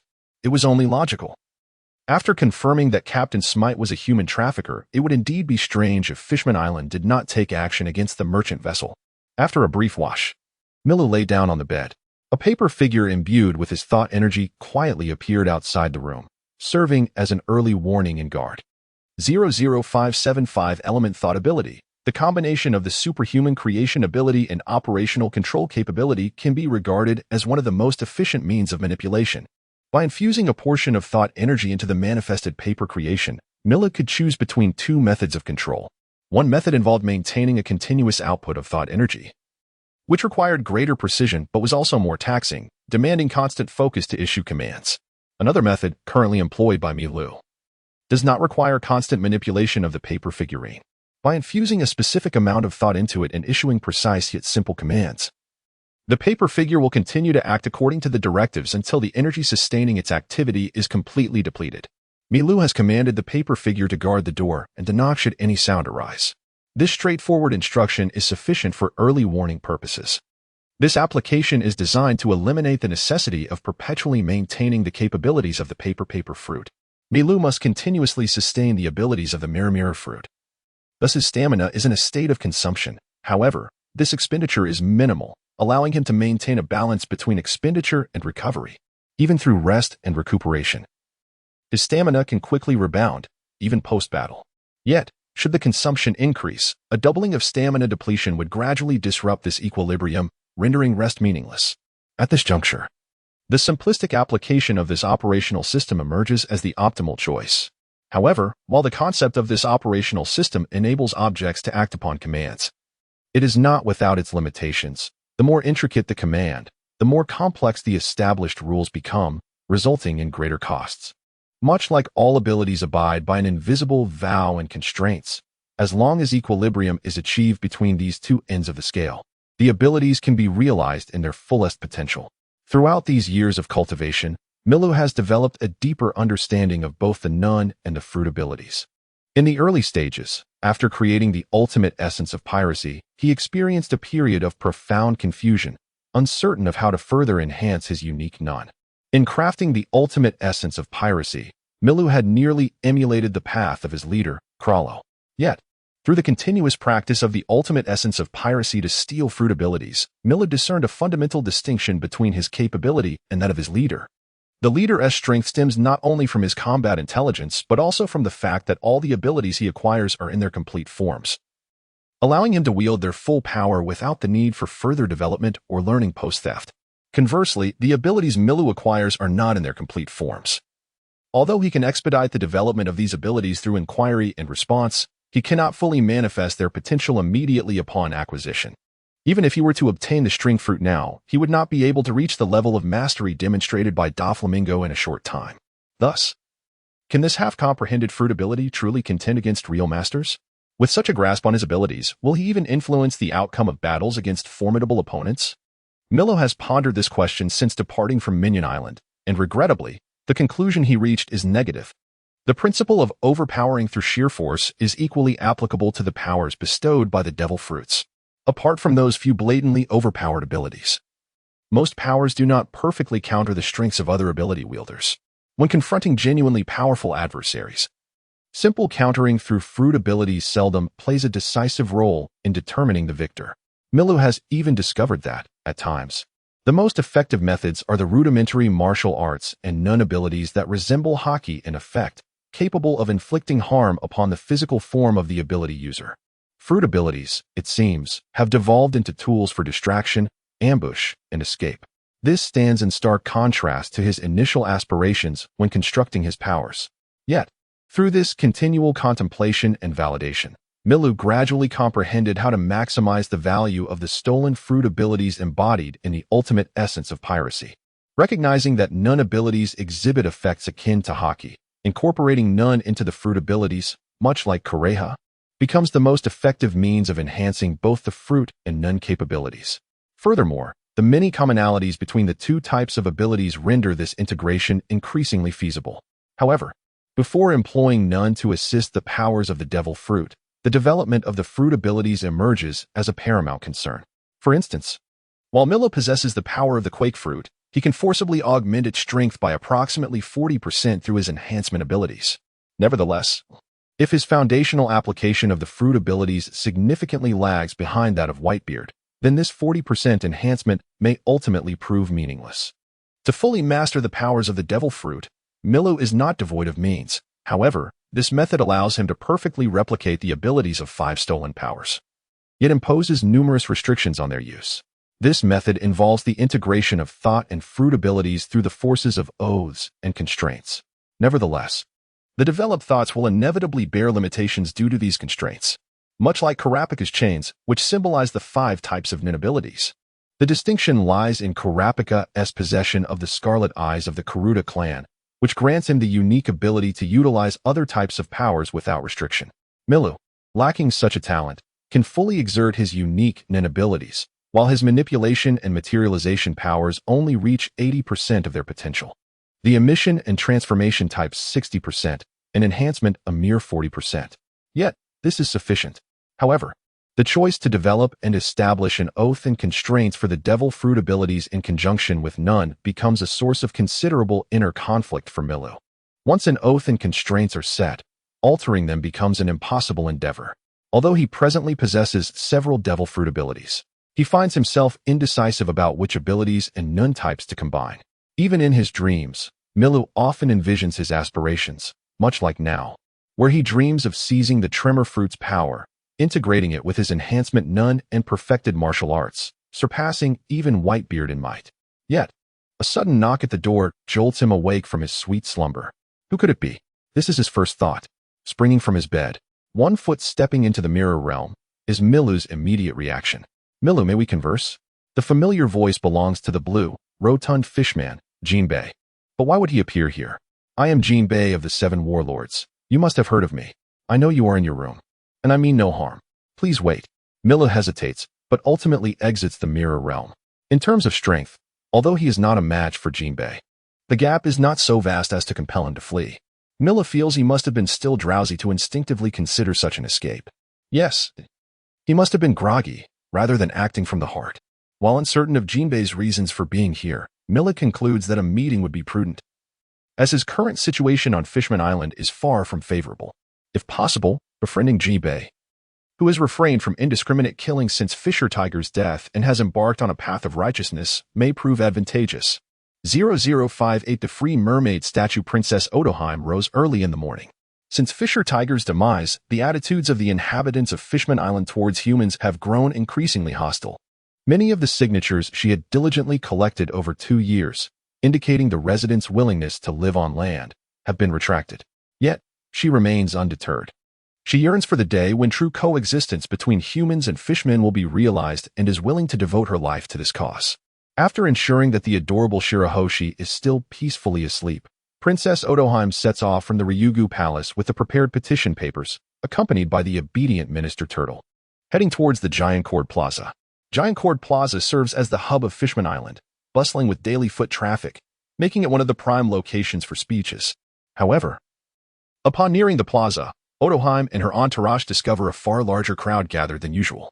In the distance, many fishmen and merfolk are converging towards the square, while those already at the plaza stand at the edges, pointing and murmuring in astonishment. It appears that something remarkable has transpired in the plaza. Odoheim's curiosity is piqued. What could have happened here? As she approaches, she notices a gigantic statue, reflecting a myriad of colors, in the center of Giant Cord Plaza. Make way, make way.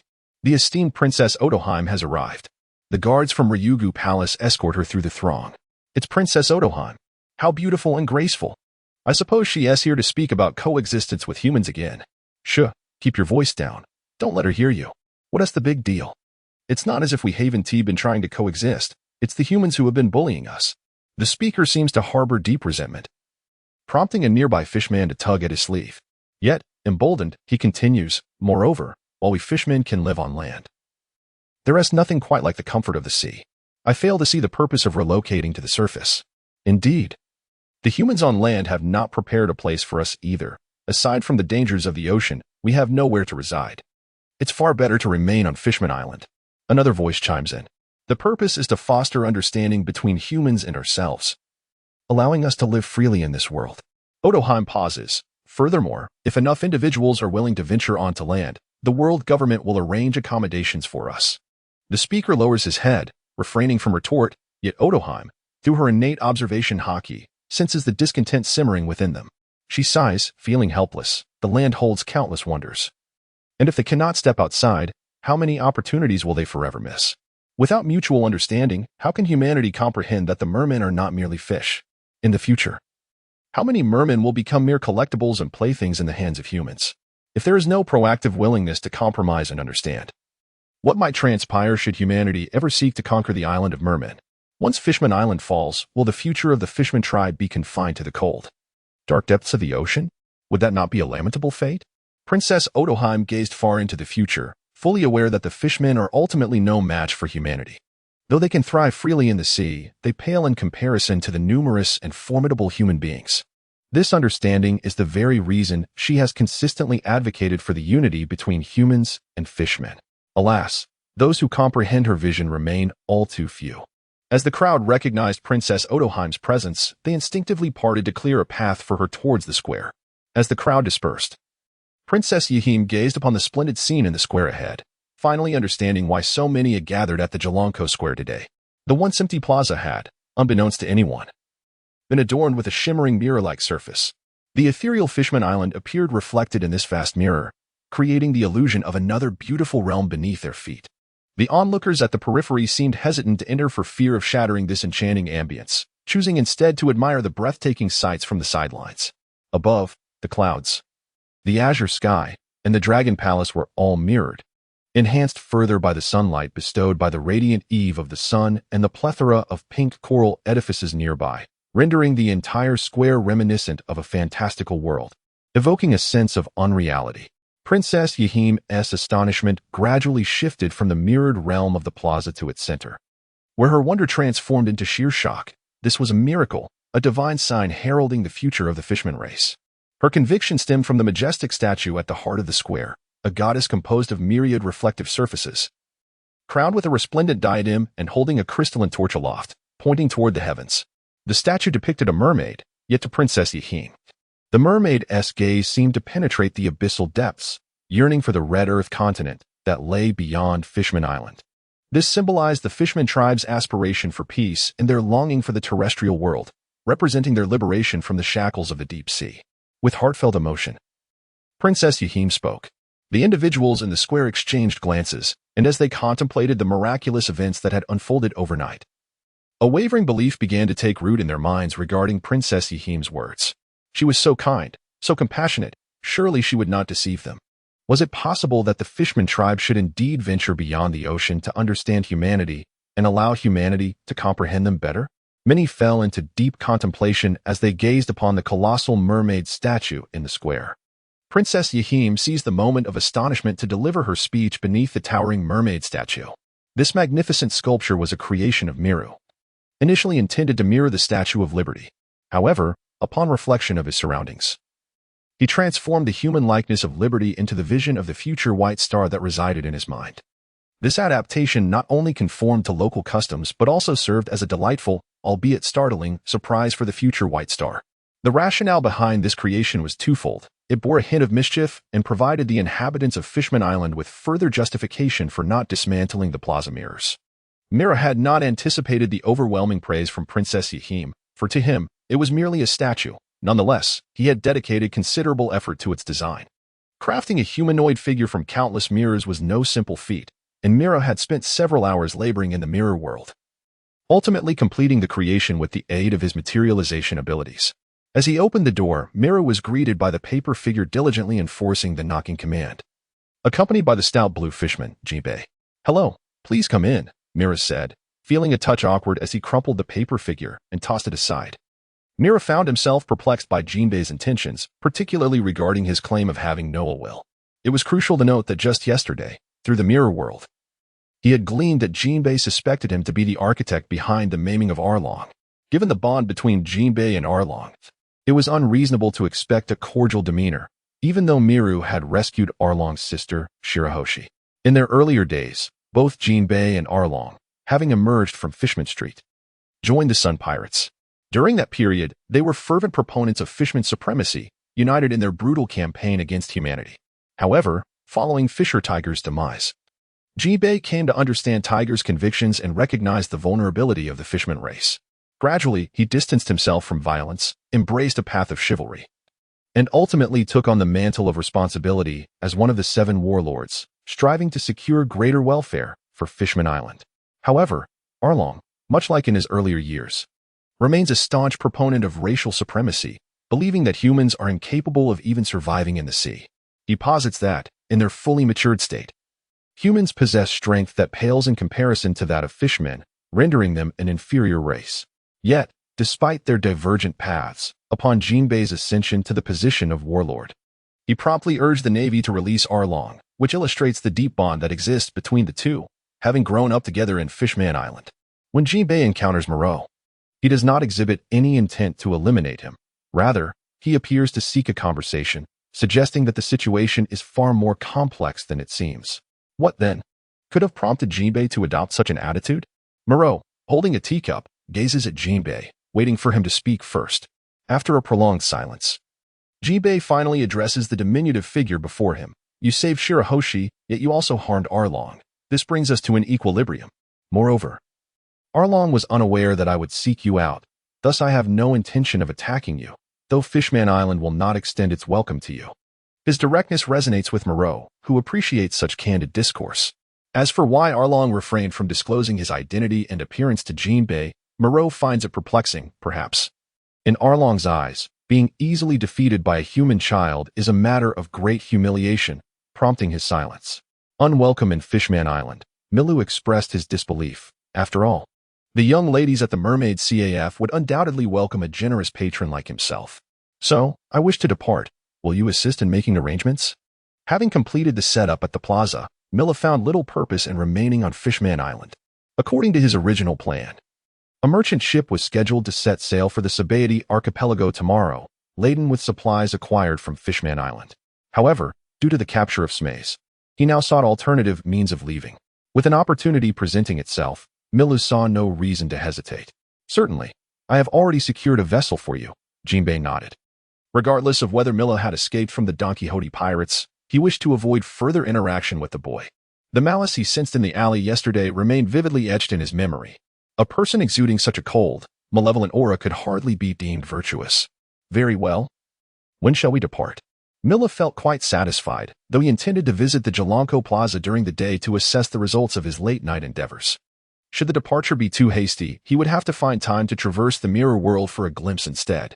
Jinbei perceived an unexpected maturity in Milu that contradicted his youthful appearance. Conversing with him felt less like engaging with a child. This was not surprising, considering Milu had indeed escaped from the Don Quixote pirates. Jinbei took a slight interest in Doflamingo, a fellow warlord of the sea. Knowing him to be a vile character who not only trafficked in arms but also operated an auction house for selling slaves in the Sabaody archipelago. You may leave at any time, Jinbei urged, wishing for Milu's swift departure. His reluctance stemmed not only from a personal dislike but also from another concern. It was rumored that the Big Mom pirate star, Katakuri, was currently in Sabaody Island coating pirate ships, pursuing Milu. Although Jinbei was unaware of what actions had offended the formidable Big Mom pirates, he wished to avoid any conflict spilling over onto Fishman Island, which could easily be misconstrued as a provocation against the Whitebeard pirates. He had no intention of relaying this information to Milu. Once Mila departed from Fishman Island, his fate would no longer concern them. In fact, should Katakuri offer sufficient compensation, revealing Milu's whereabouts would not be out of the question. Very well, let us depart. Mila set down his teacup. He had completed all necessary tasks on Fishman Island, and since he was not welcomed, it was best to leave post-haste. Moreover, the longer he lingered in Fishman Island, the more he yearned to return to the surface. The depths of the ocean, plunging to 10,000 meters, instilled in him an inexplicable sense of peril and oppression, despite Fishman Island being a resplendent and enchanting land. Furthermore, the mirrors had been sufficiently marked, making the journey back here an exceedingly simple endeavor. Although the mirrors revealed in the mirror world encompassed all mirrors within a 100-mile radius of Moreau, those he had marked would appear in the mirror world regardless of their distance from him. In other words, no matter how far away. As long as the marked mirror was sufficiently large, Moreau could locate it within the mirror world and traverse through it to reach the designated site. The unique characteristic of the Devil Fruit abilities allows Mirror to confidently and boldly leave his mark. This trait entails that while utilizing his powers, Miru expends stamina. Yet once the abilities are activated, maintaining them does not require further exertion. For instance, the mirrors produced by the Mirror Fruit and the paper constructs created by the Paper Fruit necessitate stamina upon their initial creation, but subsequent control incurs no additional cost. Thus, Mirror's decisive choice does not come as a surprise to Jinbei. Although Mirror's destination remains unknown, The New World poses a significant threat for someone who has offended both Doflamingo and Big Mom. Conversely, the Navy's stronger influence in the Paradise offers a more suitable refuge for Mira to hide and escape. Follow me. After finishing the tasteless tea on the table, Jinbei stood up and led the way off the merchant ship. The Fierce Cat Pirates, a crew succumbed to the treacherous environment of the New World, was led by a middle-aged man with green hair and whiskers resembling those of a cat. As he nodded and bowed in agreement for Miru to board, Miru nonchalantly wandered onto the pirate vessel. Little boy, what is your relationship with the warlord Jinbei? Just as Miru was about to explore his cabin, a melodious voice captured his attention. Turning towards the source of the voice, he beheld a strikingly tall girl, over 3 meters in height, with fiery red hair, clutching a longsword. The girl possessed blood-red eyes and a delicately beautiful face reminiscent of a porcelain doll, her lips curving into a subtle smile that imparted a peculiar charm, particularly accentuated by a small beauty mark at the corner of her left eye. Miss, why do you ask that? Miru innocently shifted his gaze from her impressive figure to her long, slender, snow-white legs, eventually meeting her playful eyes. The red-haired girl slightly squinted, resembling a crescent moon. It's nothing significant, just a casual inquiry. If you prefer not to answer, that's perfectly fine. Not much of a relationship. Just a fleeting acquaintance, Mira shrugged, opting to respond. Is that so? The girl replied noncommittally. My name is Miru. What about you? He stepped closer to the girl, feeling somewhat awkward as he had to look up at her, given her legs exceeded over 1 meter in length. Damn those leggings. Fina, she said, glancing down at Miru with a gracious demeanor. Are you also part of the Fierce Cat Pirates? You seem somewhat out of place on the ship. Fina's striking appearance stood in stark contrast to the somewhat disheveled captain and the rough crew members aboard. Like you, I am merely a passenger. Fina's response confirmed Miru's suspicions. Where are you from? I have only visited Pinecone Island and Honey Island. Miru initiated the conversation earnestly. Little brother Miru, I believe you will only gain charm and capability with time. As of now, you are rather too young. Fina remarked with a playful smile as she bent down to observe Miru. Feeling somewhat disheartened, Miru scratched his head as he compared their heights and attributes. At this moment, the captain with green hair returned to the pirate ship after Jinbei's departure, with a command from him. The pirate vessel gradually distanced itself from the enormous bubble surrounding Fishman Island. Milo stifled a yawn, having only fallen asleep around 4 or 5 in the morning. He was roused by Jinbei shortly after 8. It was only past 9 when he boarded the ship, and the fatigue from the previous day's exertions had yet to dissipate entirely, as the pirate ship gradually distanced itself from the light of Fishman Island. The depths of the sea grew dark and frigid. Mila cast a glance at Fina, who was eagerly gazing into the shadowy waters outside, before turning towards the cabin. He felt the need to catch up on some sleep, for this journey into the deep sea was far from safe. It would be wise to retreat to the Mirror World until the pirate ship reached Sabaody Archipelago. Just as the ferocious cat pirate cruise vessel began to ascend, the flag of the Big Mom Pirates finally reached the immigration checkpoint at the entrance of Fishman Island. However, no one dared to scrutinize the members of the Big Mom Pirates, who treated the officials at the checkpoint with utter disdain. On board the pirate ship, Boppin shook his head and retrieved a bounty notice from his pocket, waving it before the Fishman guards at the checkpoint. Hey, has this bastard been to Fishman Island? A tall, green-skinned fishman promptly stepped forward to accept the bounty notice, which bore the visage of a child marked with a crimson cross. The green fishman was quite familiar with the individual on the notice, having processed Milu's entry earlier. It was indeed rare for a child to be wanted for such a hefty sum of hundreds of thousands of berries. Sir, I have seen him. He arrived on a merchant ship, the green fishman respectfully replied. And where is he? Boppin inquired, but before he could finish, Clea, hidden beneath his biscuit armor, interrupted. What about the merchant ship? It was evident that Clea intended to eliminate even the merchant vessel. This behavior aligned perfectly with the notorious reputation of the Big Mom Pirates, known for their ruthless destruction of entire islands over delayed food deliveries. The merchant ship had been detained, but Milu was not aboard. As the green fishman prepared to respond, Jinbei, who had not wandered far, appeared at the immigration checkpoint. Jinbei, you're here. Clea's tone dripped with mockery. Jinbei's unexpected presence, coupled with Mila's absence, stirred Clea's curiosity. Yet, despite his dissatisfaction, he would not take action against Jinbei. This was not merely due to Jinbei's status as a warlord of the sea, but also because of his significant ties to the Whitebeard pirates, with Fishman Island remaining under Whitebeard's influence. Although the Big Mom Pirates did not fear the Whitebeard pirates, Clea still afforded the necessary respect to the strongest man in the world, Edward Newgate.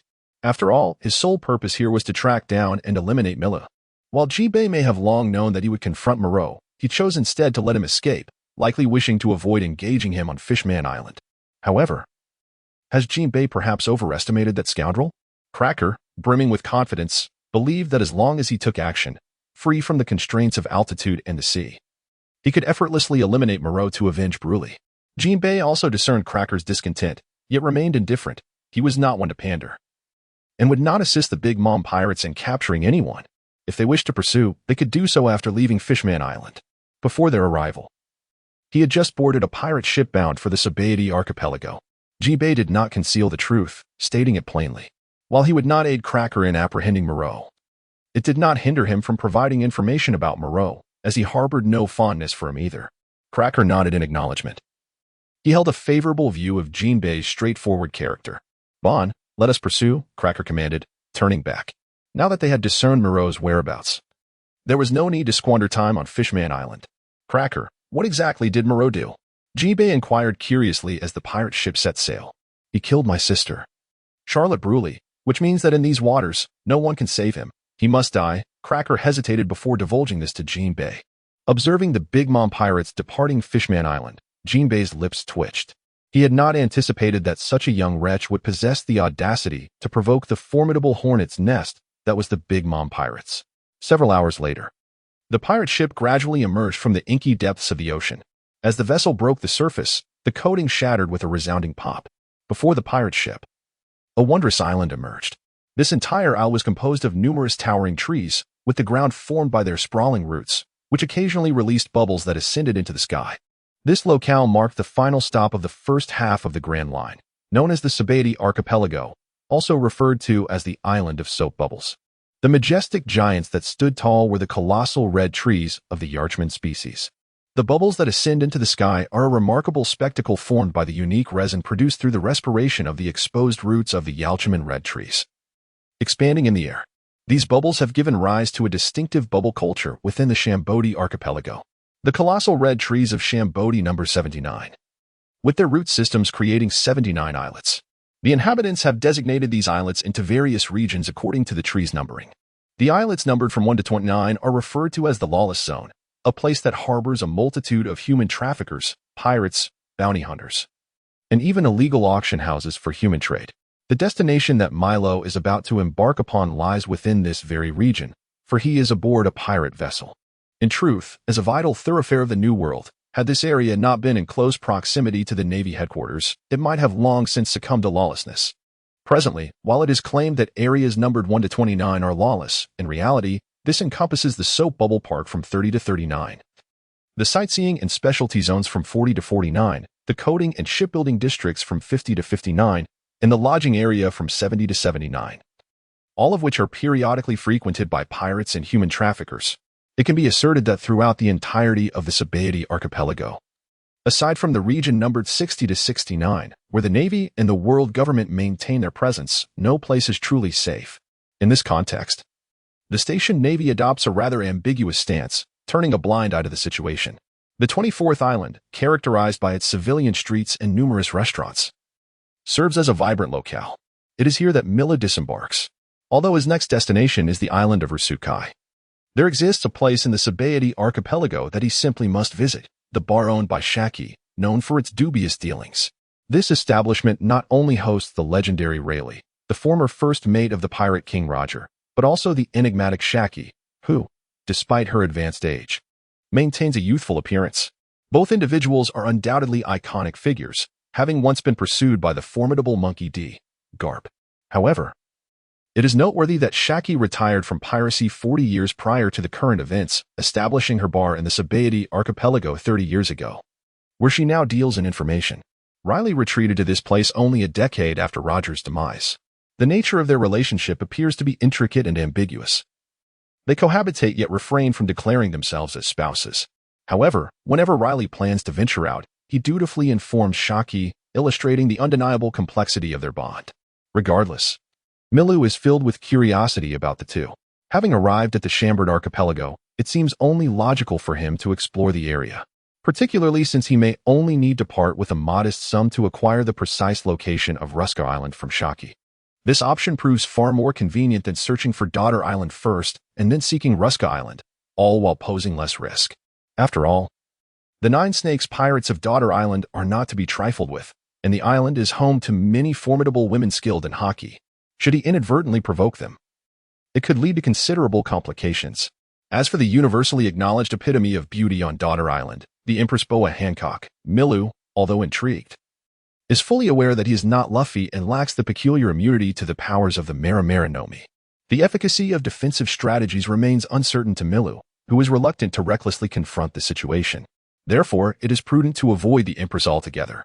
The bar owned by Shiachi, known for its notorious reputation, is one of the more infamous establishments in the Shambadi archipelago, as evidenced by its name, which brazenly implies extortion.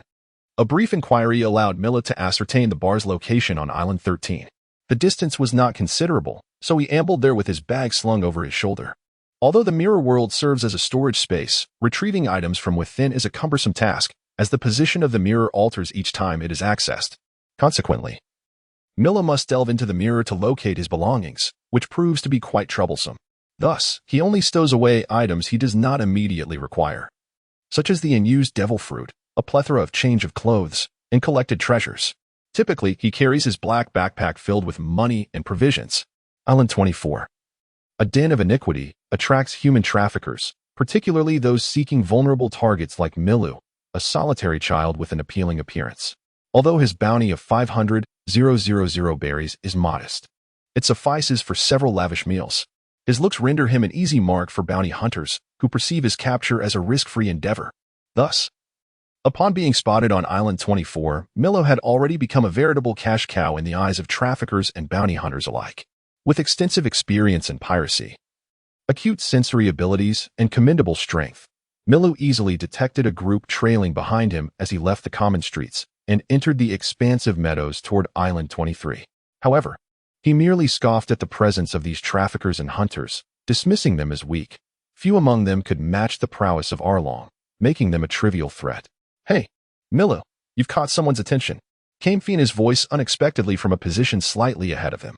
Mila had specifically looked for her when disembarking, only to find her absent, so her sudden appearance was surprising. However, upon noticing the throng of individuals following her, he rubbed his chin in resignation. It seemed he was not the only one being targeted. Fina, with her striking beauty, had similarly attracted the attention of traffickers, and among them were numerous bounty hunters. Could it be that Fina was also a pirate with a bounty on her head? "Hey, sister, you've got quite the entourage following you," Mila called out, amused by her nonchalant demeanor. The loud conversation between the two was impossible for the pursuing bounty hunters and traffickers to miss. Consequently, these individuals discarded their already peculiar concealment and approached, surrounding the pair. "I still believe the younger lady sounds more pleasant. The older sister appears somewhat aged," Fina remarked discontentedly as she drew nearer.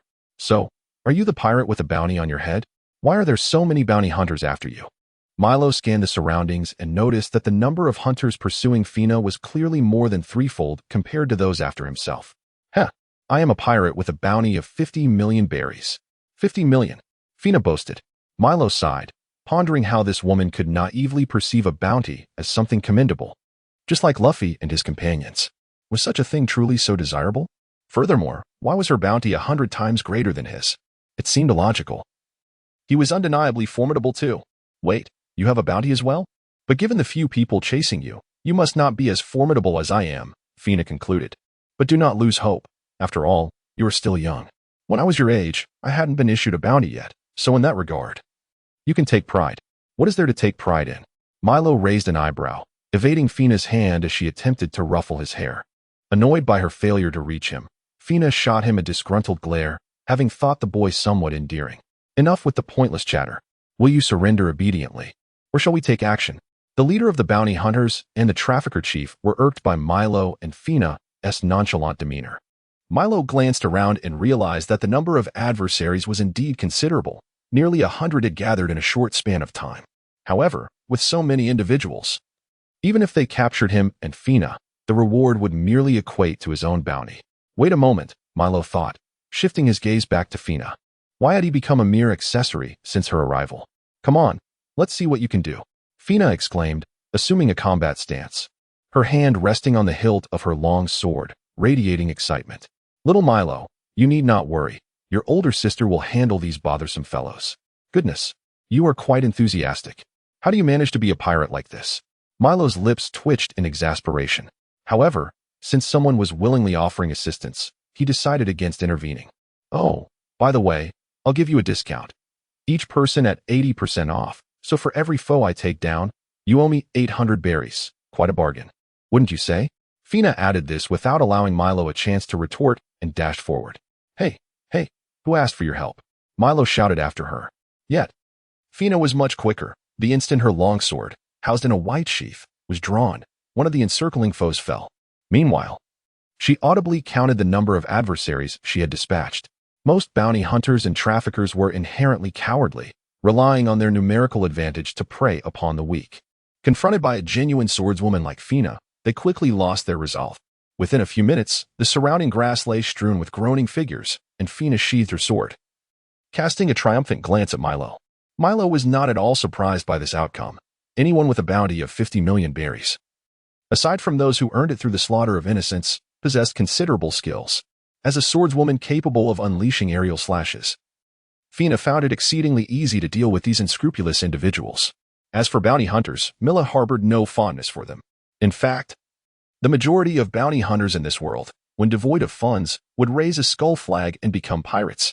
This explains why bounty hunters, despite their relentless pursuit of pirates, remain unappreciated by the Navy. Much like the bounty hunters currently entangled with human traffickers, their capture of a pirate does not guarantee delivery to the Navy. They might readily sell the pirate for a sufficient price offered by the traffickers. Thus, the bounty hunters of the Sabaody archipelago are not significantly different from the traffickers themselves. 112 people?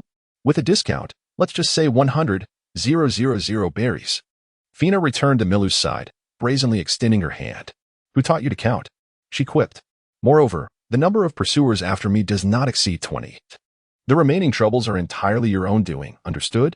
Milu was unwilling to part with his money. This felt like a blatant exploitation.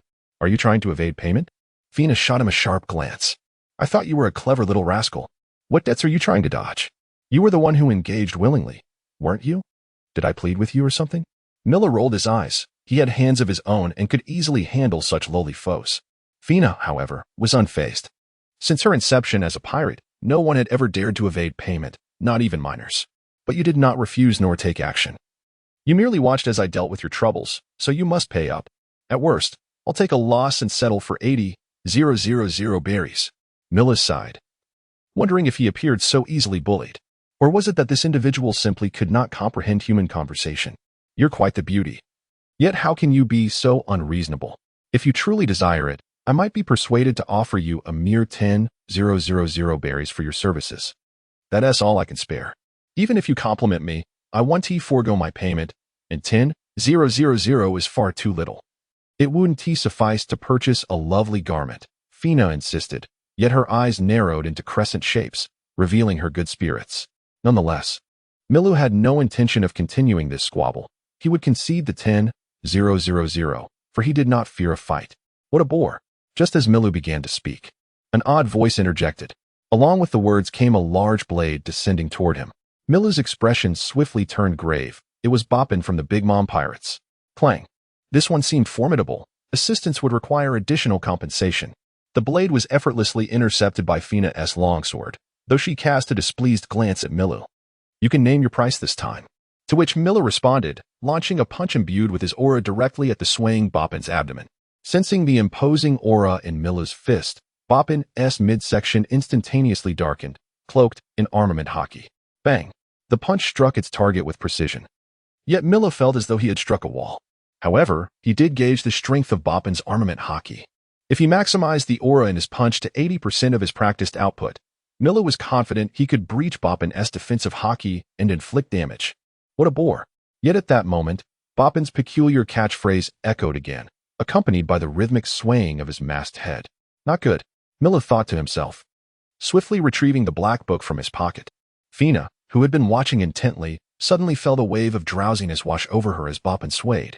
She yearned to collapse and sleep. Shaking her head did little to dispel the sensation, which only deepened, and even her grip on the sword felt weakened. Ah! A sudden sting at the nape of her neck jolted Fina awake, her eyes flying open. She reached behind her and grasped a paper airplane. Made of paper? Where did this come from? And what just happened? Before her questions could be answered, she noticed the diminutive Milu emanating a disconcerting aura. Throwing a punch at the newly appeared strange figure, the struck figure relinquished his sword, clutching his abdomen, blood at the corners of his mouth as he staggered back. Yet during his retreat, he swiftly produced a whistle from his pocket and blew it fiercely. Run, Milu urged as he pushed Fina's thigh. What is happening? Fina questioned, still bewildered by the situation. No time for explanations. We must leave. Grasping the black book, Milu swiftly pulled it before him, conjuring a smooth mirror from thin air. However, just as he intended to step toward the mirror, an intense sense of impending danger surged from behind him. Choosing caution, Milu opted to roll away to evade the threat. As he swiftly evaded, a spiraling slash instantly crossed the position he had previously occupied, piercing through the entire mirror. The fragments of glass scattered across the grass were far too insufficient for Miru to slip into, let alone the towering figure of Fina, who stood over 3 meters tall. What a close call, Miru thought, rising from the ground with a lingering sense of dread, his gaze immediately falling upon the colossal cookie man, Korea, advancing in his direction. Damn it! How did he arrive so quickly? Cursing under his breath, Miru flipped through the pages of his book until it settled on the page depicting the mirror fruit. With one hand pressed against the grass and the other conjuring yet another mirror, he realized that escaping by any other means was futile, especially with Korea in pursuit and the island beneath his feet. His sole chance of escape lay within the mirrored realm. However, given Korea as previous strike, it was evident that he would not grant Miru the opportunity to enter that world. After all, Korea was well aware of the powers bestowed by the mirror fruit. What will you do to compensate me? To access the mirrored world, one must be able to slip into the mirror itself. While Miru's petite stature made it relatively easy for him, Fina's towering height posed a significant obstacle that a mere small mirror could not remedy. Of course, he could abandon Fina, but under the current circumstances, it was clear that their combined efforts would yield the best chance for escape. Otherwise, if they were to be ensnared by Bobin and Korea closed in for close combat, it remained uncertain whether Miru and Fina could even shatter Korea's formidable cookie armor. After all, Korea was far from being at the same level as the half-hearted Bobin. Yet Mira felt an unsettling sense of misfortune lately. Since departing from the Don Quixote pirates, he had been in a constant state of flight, nearly pursued like a dog. If this were a novel, Mira sensed he must have offended the author, but he was left with no choice. What he needed now was growth, and when a favorable opportunity presented itself, he could hardly afford to let it slip away, especially since he had no desire to venture to the land of Tado. Thus, between the two choices of provoking the Big Mom pirates by fleeing or escaping with the powers he cherished while still incurring their wrath, Miro opted for the latter. The distinction between the two lies in the fact that the latter has offended the Big Mom pirates more severely. However, given the ferocity of the Big Mom pirates, the difference between a mild and a severe offense is negligible, at least from Miru's perspective. Therefore, Miru's choice of the latter became inevitable and was indeed the only advantageous option for him. He merely felt that he had underestimated the 4 emperors of the New World. The only lead that could allow Krija to pursue him was that merchant ship he had once boarded. Initially, he had clearly communicated his destination to the captain, and he had not been particularly vigilant at the time because he had not anticipated that Krija and his crew would acquire information and track him down so swiftly. In his mind, even though the Big Mom pirates wield immense power, he believed it would not be feasible for them to discover his whereabouts in such a vast ocean within a short span of time. Moreover, even if they were to receive the news, by the time they reached the submerged Fishman Island and subsequently pursued the Shambadi archipelago, he would have had ample time to silently arrive at Ruskaya. After spending a few years cultivating in Ruska, even if he were to continue being pursued by Korea, he believed he would possess the strength to no longer fear and perhaps even achieve a counterattack. However, no matter how much he said, he still felt a sense of being one step behind. This realization profoundly clarified the status and power of the 4 emperors in the New World. Yet, this was not the time for reflection. With his right hand, which had touched the ground, Milla raised it upward and swept it across, conjuring a massive mirror once more. At that moment, Kalia's slashing attack once again soared through the air, while Boppin vanished in an instant, dashing towards Milu at an astonishing speed. Although anxious, Milla remained composed and activated the power of the fluttering fruit. causing the ground within a radius of several meters around him to ripple in a rhythmic manner. Kalia's strike grazed the upper edge of the mirror, shattering a corner but failing to obliterate it entirely, while Boppin's assault was deftly intercepted by the quick-witted Fina. "Come in. Hurry," cried Milu as he stepped into the mirrored world. Without hesitation, Fina, amidst the ground's undulating waves, repelled Boppin, who dared not confront the slash barehanded, and then leaped directly towards the mirror. A multitude of ripples erupted upon the mirror's surface as it tilted towards the ground, engulfing Fina entirely into the mirrored realm. As the mirror shattered upon hitting the ground, Kalia's subsequent strike swept through like a tempest, yet it was a moment too late. Only able to crush the fragments of the mirror and leave a deep gash upon the grass of island number 24. "Search. Investigate all the mirrors here." Kalia's roar echoed across the island. Through the shards of the mirror, Milu could see Kalia's grim expression as he arrived and heard his command. However, having evaded pursuit, he collapsed onto the floor of the black and white checkered world, exhaling a sigh of relief. Currently, there were 3 locations connected to the mirrored world: a merchant ship in the New World, several spots on Fishman Island, and a mirror Milu had quietly left in the cabin of the Fierce Cat pirate crew. The mirror aboard the merchant ship in the New World was no longer a viable option, given Kalia's demeanor. It was evident that the mirrors there had likely been dealt with. As Kiriak has already caught up, the situation for the Fierce Cat pirates appears dire. It is to be hoped that Kiriak and his companions remain oblivious to the mirror concealed beneath the bed in his room. Otherwise, Milu would have no choice but to return to Fishman Island with Fina. Yet, is it truly safe to venture back to Fishman Island at this moment? Milu harbors doubts. "You little rascal, you've truly caused me a great deal of trouble this time." Fina, having witnessed the scene beyond the mirror, recognized the approaching figure as Kiriak, a formidable member of the Big Mom Pirates. Biting her finger, she paced anxiously in the mirrored realm. She never anticipated that a mere encounter with a young boy would lead to such significant turmoil. Had she known, she would have kept her distance. "Now, tell me, how did you offend one of the 4 emperors? I need to brace myself." Seemingly resigned to her fate, Fina tousled her fiery red hair and glared at Milu. Her teeth clenched in frustration. "It's nothing much, just killed Charlotte Pudding." Milu shrugged nonchalantly. "Oh, by the way, you know who Charlotte Pudding is, right?" "Of course. She is the 8th daughter of Big Mom," Fina replied weakly. "You really have some guts. That's the daughter of the infamous 4 Emperor. Then how do you intend to compensate me for this predicament?" 10,000 berries will hardly suffice." Fina's words momentarily stunned Milu. "Wait a moment. Do you even grasp the gravity of the situation? You're still thinking of extorting me for money? What do you mean by that?"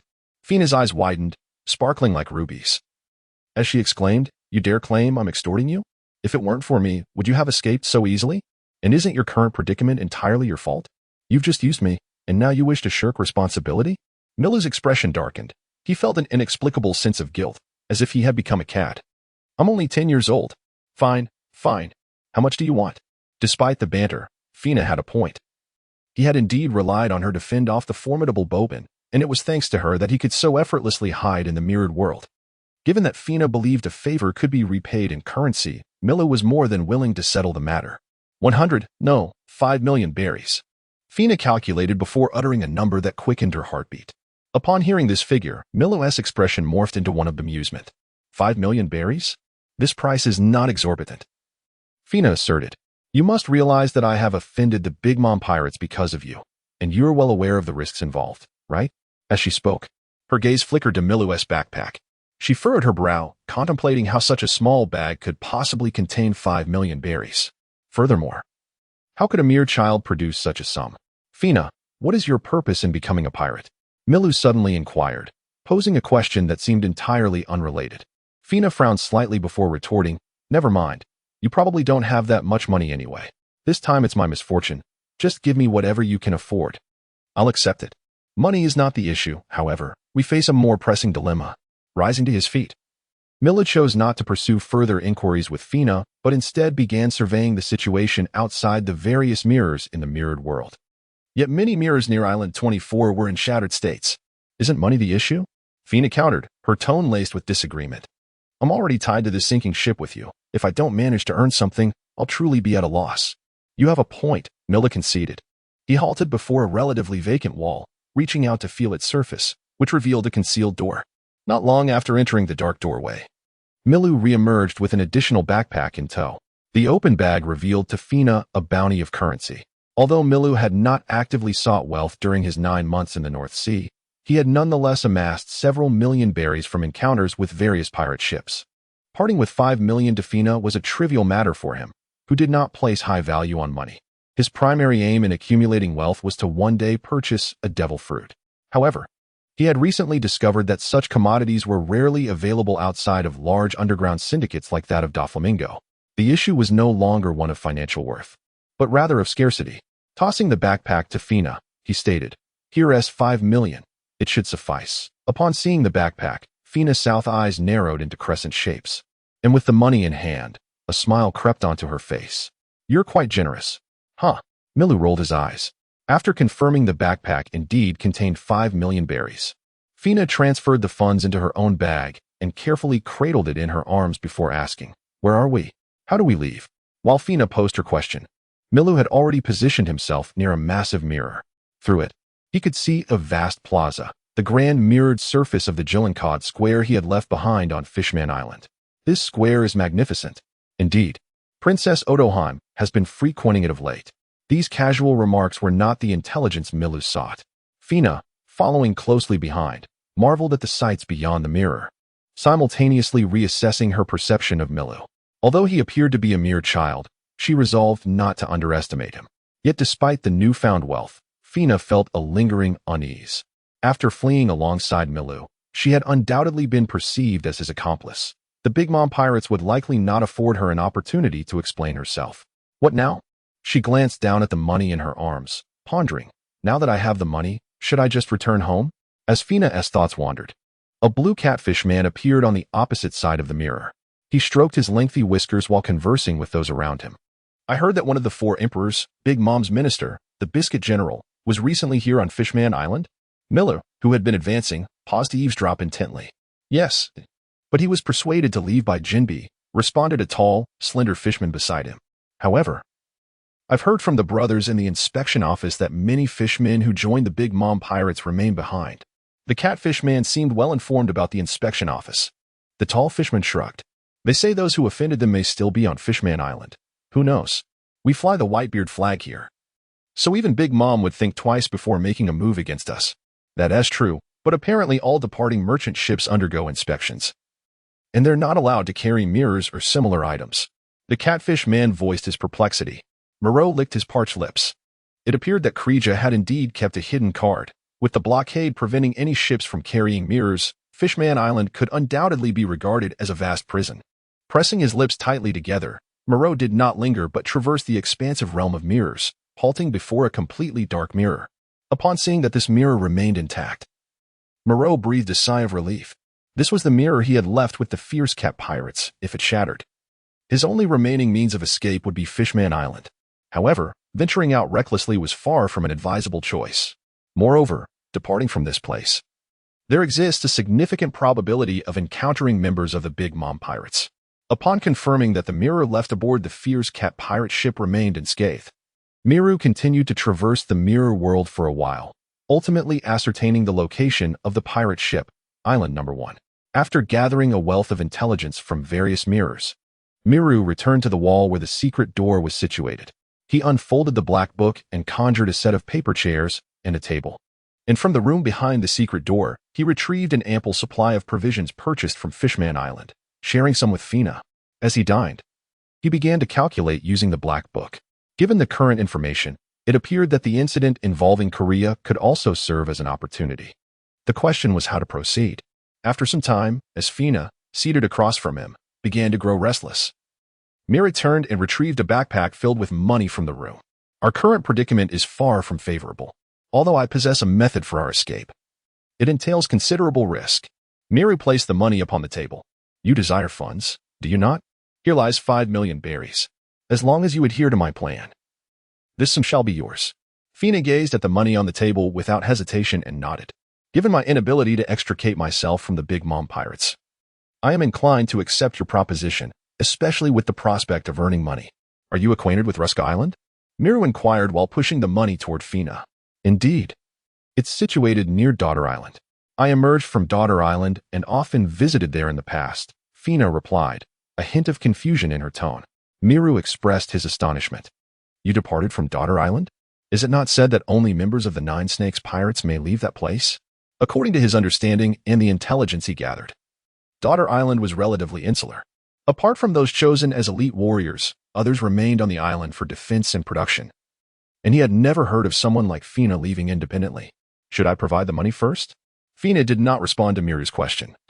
Instead, gazing at the money on the table, her expression conflicted. Miru chuckled softly. Well, do not think you can take the money without fulfilling your end of the bargain.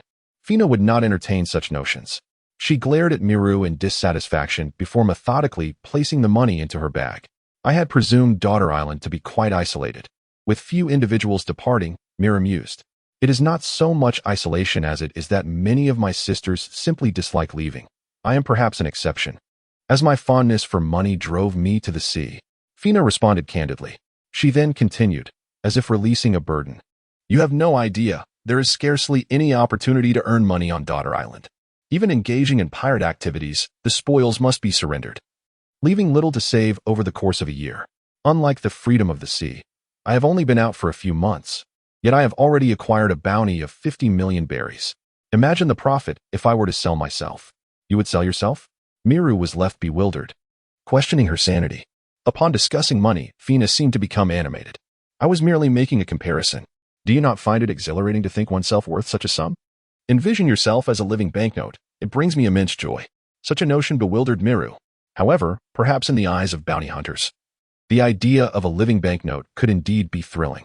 But as for imagining oneself as currency, Miru found such fantasies beyond his grasp. Not wishing to delve further into the peculiar concept of a moving banknote, Miru redirected the conversation. Perfect. When the time comes, you simply need to escort me to Rusco Island when I instruct you to emerge.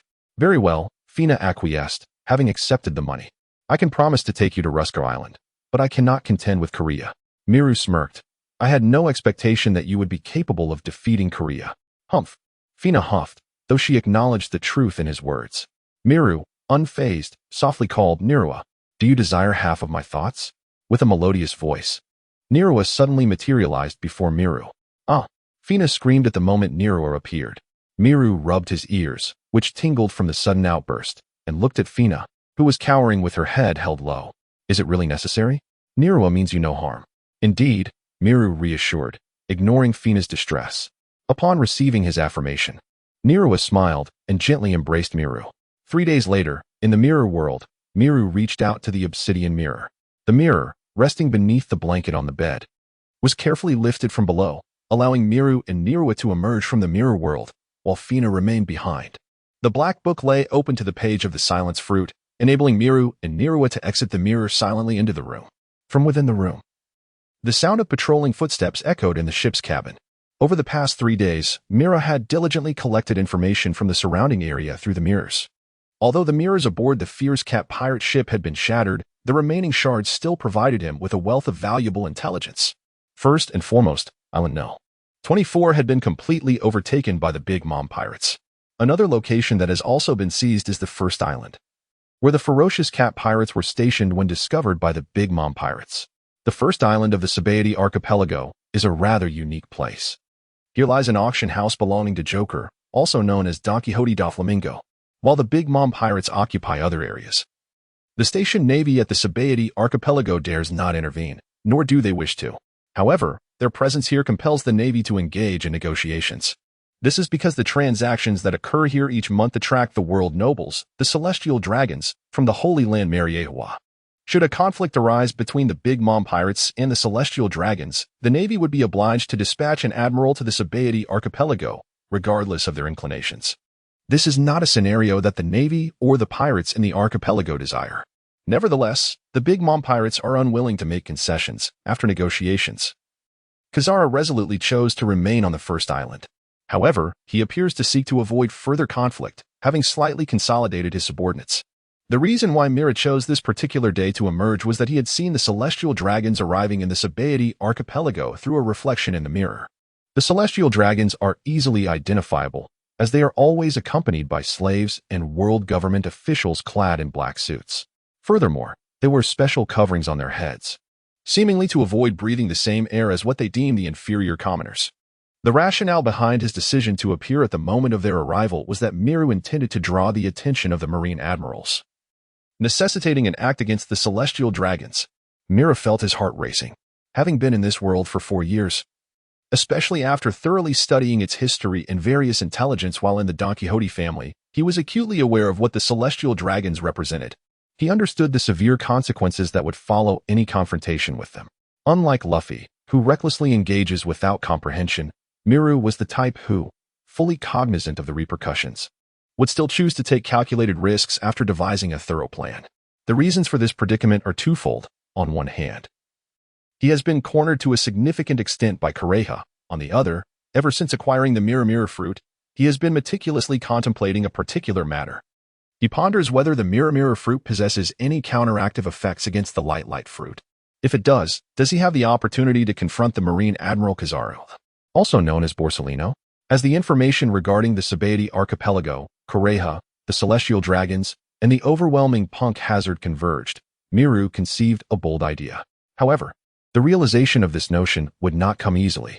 Clenching the dark book in his left hand and glancing at his companion Naruya, Miru exhaled deeply. Regardless of the outcome, having devised a plan, he was determined to give it a try. Even if the plan were to fail, he had already contemplated an escape strategy. Moreover, he had become somewhat evasive. Since you dare to pursue, let us engage in a grand venture this time, Milu thought with a tinge of determination. After inserting a bookmark into the black tome once more, Milu turned the pages to the section on weapon fruits. Oaths and constraints. Among the most enigmatic of abilities existing within the realm of Nen, it is governed by rules. As long as one is willing to pay the requisite price, one can unleash unexpectedly formidable power. Milu's hand rested upon the page while his gaze shifted towards Naluya. Do you desire my Nen? Naluya inquired at the opportune moment. Indeed. Milu replied without a moment's hesitation. The assault on the celestial dragons and the arrival of the marine admirals hinge largely upon which of the 3 top admirals at marine headquarters is present and available. Kizaru and Akainu, one frequently traversing the seas on a bicycle, the other relentlessly pursuing pirates across the globe. It is most likely that the one stationed at the headquarters would be Kizaru, who oversees the Marine Science Division. This is precisely what Mila desired. With the swiftness of the yellow ape, the time from receiving the news to arriving at the Sabaody archipelago would be merely a matter of minutes to half an hour. As Mila contemplated everything, in the fleeting moment when Naluya's kiss graced his forehead, he forcefully tore out the page depicting the weapon fruit from the black book. 0066 The Final Bloom Oath. Upon tearing out the page of the devil fruit from the black book, one would gain access to the full capabilities of that fruit, including its awakened powers. Constraint. Upon tearing the page, if the total amount of one's aura is completely exhausted, the ability granted by that devil fruit will be forfeited. After 9 months of training in the North Sea, Mila not only pondered the subsequent paths of his aura abilities but also conceived his own methods of explosive power and self-preservation. Upon departing from Minion Island, Milo had already discerned his vulnerabilities. He lacked a genuine means of safeguarding his life or contending with formidable foes. The special aura, the Final Bloom, was a power conceived by Milu, intertwining the pirate's ultimate intent with the notions of oath and constraint. The emergence of Naluya as a splitter of aura perfectly aligned with the capabilities Milu envisioned. Had her purpose been merely to eradicate malicious aura, Naluya's presence would not have siphoned even a fraction of Milu's aura, nor would there have been substantial risk involved. However, as a splitter, Naluya's unique trait allowed her to provide Milu with an increasing amount of aura, proportional to her duration of existence. Coupled with the Final Bloom, this would significantly extend the duration for which Milu could utilize the awakened abilities of the Devil Fruit. Otherwise, relying solely on his current aura might render his powers ineffective in battle before they could truly manifest. Moreover, Naluya's emergence also bestowed this ability with greater potential for growth, although utilizing Naluya might expose him to the peril of becoming utterly defenseless. The more aura she returned to Milu, the greater her protective capacity during the time he was collecting interest. With the added abilities of the chocolate fruit, Naluya would grow increasingly formidable. In essence, while Milu would become diminished in strength under absolute conditions, he would simultaneously gain a powerful guardian at his side. The ultimate manifestation of his current abilities, though not without its costs, maintains a certain equilibrium when weighed against what has been gained. Furthermore, this capability is precisely what enables him to fully exploit the powers of the fruits he has purloined. The development of such a capability is rooted in Milu's insatiable greed and yearning for the powers of the devil fruit. It can be asserted that the emergence of each ability is not a mere whim, but rather a culmination of intent and effort. Much like Nefert's toy repairer. If Nefert had not diligently studied a vast array of medical knowledge post-creation, driven by an innate interest in restoring broken items, the toy repairer would never have come into being. Similarly, Milu's powers have gradually materialized under such conditions. The torn pages ignited in a sudden blaze of ethereal blue flames, reducing them to ashes. This indicated that when Milu's mental energy was sufficiently depleted, he would forfeit his right to wield the powers of the weapon fruit, which would revert to its original owner, Baby 5. Having removed the soundproof barrier, Milu closed the black book and tucked it into his pocket. Interest will be collected in 77 hours, whispered the diminutive Naluya, who had quietly perched upon Milu's shoulder. Nodding in acknowledgement, Milu retrieved a piece of dark chocolate and placed it in his mouth.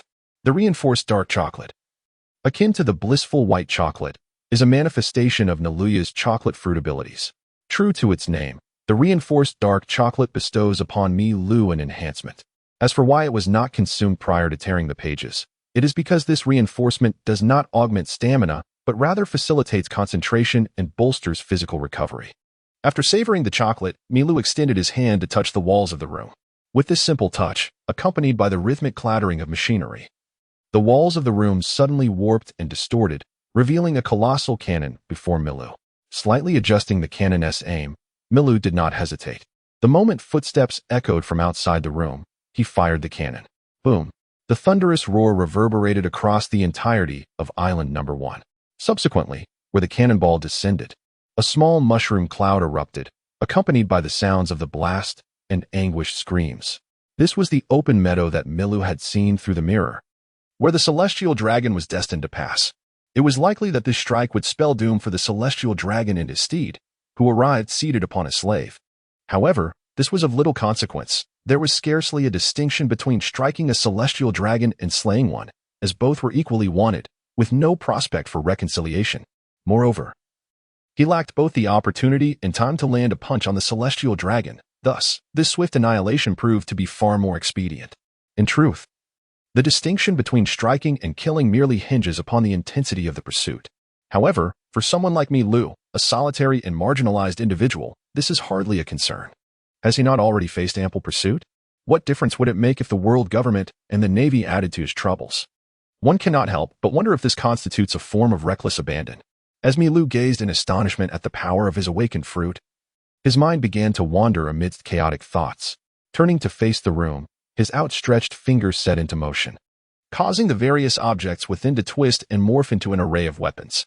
From bladed cold weapons to firearms, cannons, and explosives, everything transformed. In the midst of this metamorphosis, he found himself adorned in a suit of armor that had only ever existed in his imagination, a steel battle suit he had once witnessed in films. Based on Milu's prior experience with the weapon fruit, it was expected that its abilities would only manifest on certain parts of the user's body. And it was inconceivable to create such a fantastical product as a steel battle suit without sufficient knowledge. Yet, it was evident that the awakened fruit's capabilities had surpassed Milu's wildest imaginings. Flames erupted beneath his feet, propelling him skyward amidst a resounding roar. As he departed, the entire vessel twisted into a multitude of black bombs, each ignited by a burning fuse. Once the fuses extinguished, a thunderous explosion reverberated across the island once more. In the sky, Milu sensed his energy depleting rapidly. Just from these few uses of his abilities, Naria had stored over 3 days' worth of energy. And combined with his inherent half, he had expended nearly 1/10 of his total reserves. Based on Naria's daily accumulation, which equated to the entirety of Milu's visible energy, Milu's current energy total was roughly fourfold his usual capacity. Thus, after only a handful of attacks and usages, he had consumed almost half of what he would typically possess. Without Naria's augmentation, given Milu's current energy levels, he could scarcely sustain the final burst for an extended duration. However, in comparison to the devastation wrought upon the island, Milu perceived his energy expenditure as remarkably trivial. As the thunderous explosion reverberated, the entire Sabaody archipelago was engulfed in inexplicable panic. The shrill sound of alarms pierced through the air, echoing across the islands. Cloaked in the form of a giant biscuit, Kreeja's silhouette emerged near the pirate ship that had just exploded, gazing upward at a figure clad in red armor. from the height and stature. He recognized it to be Milu, yet he could not ascertain the nature of his devil fruit abilities. However, considering Milu's capacity to steal Brulee's powers, it was plausible that he could wield another fruit's abilities as well. Are you not going to hide? Krija bellowed toward the sky. Milu tilted his head down, and the armor on his face receded like a tide, revealing a taunting smile. What's the hurry? Eager to meet your end? Humph. Krija snorted, swinging his hand to unleash a slashing attack directed at Milu in the air. In the Marine headquarters, the door to the Marshal's office burst open unexpectedly. Marshal, we have received news from Sabaody Archipelago that someone has killed a celestial dragon on the island. Bengal, who was sipping tea with his old comrade Carp, spat his drink in shock and immediately stood up. What? Repeat that. Carp, munching on Sabay, knocked over his teacup, staring bewilderedly at the intruding messenger. Where am I? What did I just hear? Am I going mad? The messenger, panting heavily, stood straight and quickly reported. News from Vice Admiral Dalmesia stationed at Sabaody Archipelago indicates that a massive explosion has occurred on Island No. 1, and the celestial dragon, Cachelius Saint, has perished. Dead? Are you certain? Who did this? Are they insane? Bengal shouted, his mind racing with a torrent of thoughts. The audacity of someone to attack a celestial dragon was astonishing. Was this the work of a foolish upstart seeking notoriety? And where were the world government personnel tasked with protecting the celestial dragons? As of now, it is confirmed that on Island No. 1, one of Big Mom's suite commanders, Charlotte Krija, is engaged in combat with a notorious small-time pirate from the North Sea, Milu, who had been wanted for a year. The messenger spoke with disbelief but delivered the information nonetheless. What nonsense is this? A mere 10-year-old can battle the strongest forces under the Yonko? Had I not verified this multiple times before arriving? I would have thought of killing the messenger with a mouthful of salt water. Black Book Milu? Who is that? Bengal pondered, feeling a vague familiarity with the name but lacking any substantial memory. The term small-time pirate seemed absurd. Nonetheless, the gravity of the situation lay in the fact that a celestial dragon had died, implicating Big Mom's crew. This is truly troublesome. Carp, you must go, Bengal said, his brow furrowed. Does Big Mom's crew not comprehend the implications of killing a celestial dragon? Dismissing the less familiar Milu, Bengal instinctively placed the blame on Big Mom's crew. Yet, he could not fathom their motive behind such an act. Is it not preferable to remain as the pirate emperor in the New World? Do they truly think the celestial dragons are easy prey? Or are they testing the limits of the celestial dragons and the world government? Send Pagliusolino. If I go, Krija might very well have fled by the time I arrive. Carp stated gravely, yet he too subconsciously attributed the blame to Krija. If Krija was indeed the assailant, the world government personnel assigned to protect the celestial dragons would have had no chance to retaliate. However, Kazara would suffice to confront Krija. Bengal nodded, recognizing that sending Kazara would be swifter than sailing there himself. Notify Pagliusolino to proceed immediately and ensure the culprit is apprehended, even if it means engaging in battle with Big Mom's crew. The messenger swiftly took out a prepared transponder snail and dialed. Bengal, sitting back down, picked up the transponder snail on his desk and quickly instructed, notify Sakazuki and Kazan to return to Marine headquarters at once and summon Tsuru to my office. Is it that serious? Carp mused, stroking his chin. It depends on Big Mom's crew's subsequent actions. Earlier, there was intelligence that Katakuri was heading to Fishman Island. What could be their motive for such a drastic move? Moreover, with the celestial dragon dead, the 5 elders will not take this lightly. Suddenly, Bengal froze, recalling that 2 years prior, he had received intelligence from Razanandi about a young boy named Milu, marked with a red line for his attention. However, that boy was merely 10 years old. How could he possibly engage Krija in combat? It seemed ludicrous. Additionally, had that boy not joined the Don Quixote pirates? Could this incident somehow involve Doflamingo? Bengal clenched his fists. On Island No. 1 of the Sabaody Archipelago, a multitude of islanders rushed frantically toward the nearby islands. Since the first cannon shot rang out, more than 10 minutes had passed, yet the cacophony on the island showed no signs of abating. The news of the celestial dragon's demise had spread, and the pirates on the island understood that even the mere attack on a celestial dragon would summon high-ranking officers from headquarters, let alone a murder. The journalists are acutely aware that this is indeed a momentous news story that has the potential to astonish the world. A few years prior, Fisher Tiger ascended the Red Earth continent and even launched an assault on Mariewa. However, he did not truly confront the celestial dragons, nor did he even lay eyes upon them. His actions merely liberated the entertainment slaves, deemed insignificant by the celestial dragons, who were imprisoned on the outskirts of Mariewa. Yet, That incident sent shockwaves throughout the globe. Now, someone has audaciously dared to assassinate a celestial dragon in close proximity to the Navy headquarters. This occurrence is far more explosive than the earlier attack on Mariewa. The involvement of the Yonko Big Mom pirates elevates the situation to an entirely new level. Could it be that the Yonko are preparing to strike against the world government? What could possibly embolden them to such an extent? Is it merely the Big Mom pirates that are poised for action? Rumor has it that the red-haired pirates have also been spotted en route to Sabaody Archipelago. Are the two Yonko conspiring to assault Mariewa together? This is truly a monumental piece of news. The Navy swiftly cordoned off the entire Island No. 1. Nevertheless, a handful of fearless journalists, equipped with live-streaming devices, ventured into the depths of Island No. 1. As the instigator of the event, Milu now soared through the air, evading the relentless slashes unleashed by Kalia below, who was growing increasingly exasperated. Placing his hand upon the dark tome, Milu gazed at Kalia and remarked, "I have come to comprehend your abilities, akin to my paper fruit. You too can conjure a multitude of creations.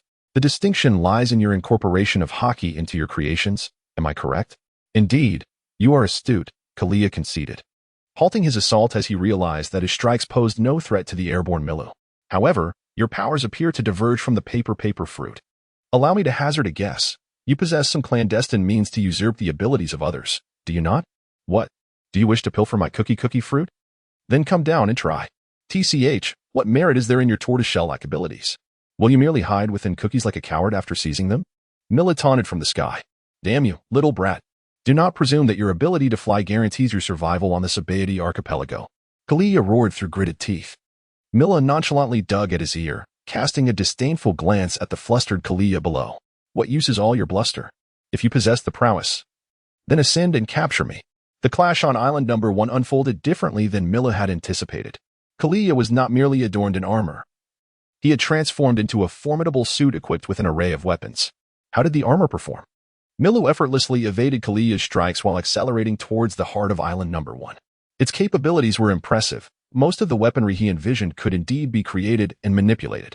However, large-scale weapons like nuclear bombs or the lethal viral weapon he dubbed Poor Man's Rose remained beyond reach. Yet, Milu sensed that the limitation was not due to the fruit's inability to conjure such weapons, but rather his insufficient energy and focus to manifest these formidable armaments. Moreover, even if he could construct them, he would be unable to escape the collateral damage from their detonation. He had no desire to meet an untimely end. Hence, even if creation were possible, he would refrain from such choices. Overall, the potency of the weapon fruit exceeded Milu's expectations. Even while airborne, he discovered that transforming into a Gundam or even a rail gun or planet-destroying cannon was within the realm of possibility, provided he could supply adequate energy and possessed at least a modicum of knowledge about these weapons. The suit he currently wore resembled Iron Man's, yet its essence diverged entirely, as the weaponry was solely of Milu's own conjuring. Moreover, the energy required to create such formidable entities exceeds what the current capabilities of Milu can withstand. Milu feels a tinge of regret. Had he known the weapon fruit would prove to be so potent, he would have simply torn other pages at that time. The explosion fruit should also be capable of achieving the effects he desires. However, upon further reflection, he considers that if the awakening of the weapon fruit possesses such immense power, then the explosion fruit, which is inherently linked to explosions, must unleash an even greater force upon its awakening. With this thought, he finds little to lament. Moreover, Milu is acutely aware that he still has the opportunity to reclaim the weapon fruit. The recipient of the fruit's return would be Baby 5, and this peculiar woman, in Milu's estimation, appears to be exceedingly easy to handle. Simultaneously, by examining the tangible and semi-transparent images of the fruit within the Black Book, he can ascertain whether Baby 5 has consumed the second devil fruit. It is evident that when he utilized his final bloom, the weapon fruit remained semi-transparent, thus confirming that Baby 5 has yet to ingest the second devil fruit. Perhaps Doflamingo does not place faith in the intelligence he has provided. Nevertheless, this poses no detriment to Milu, as supplying such information to Doflamingo serves merely as a precautionary measure and an experiment on his part. At the heart of Island No. 1, directly above Doflamingo's auction house, Milu came to a halt. Since the explosion commenced, over 10 minutes had elapsed, and the majority of the populace on Island No. 1 had already fled to nearby Isles. Correja, accompanied by his subordinates, soon pursued him. This time, Correja refrained from engaging in combat. Instead, he began rallying his men. Observing that he had maneuvered the battle to the central area of Island Number 1, and noting that Kureha was not in a rush to attack, Milu gazed towards the direction of the Red Land. Since the explosion began, if Kizaru had arrived, he should be nearing his destination. Naturally, Kureha noticed Milu's actions. The fact that Milu chose not to hastily retreat, but rather to remain and engage in a stalemate filled him with perplexity. From the earlier probing strikes and the subsequent display of Milu's flight speed, he had already concluded that if Milu intended to flee relying on his aerial capabilities, this capture would unequivocally be deemed a failure.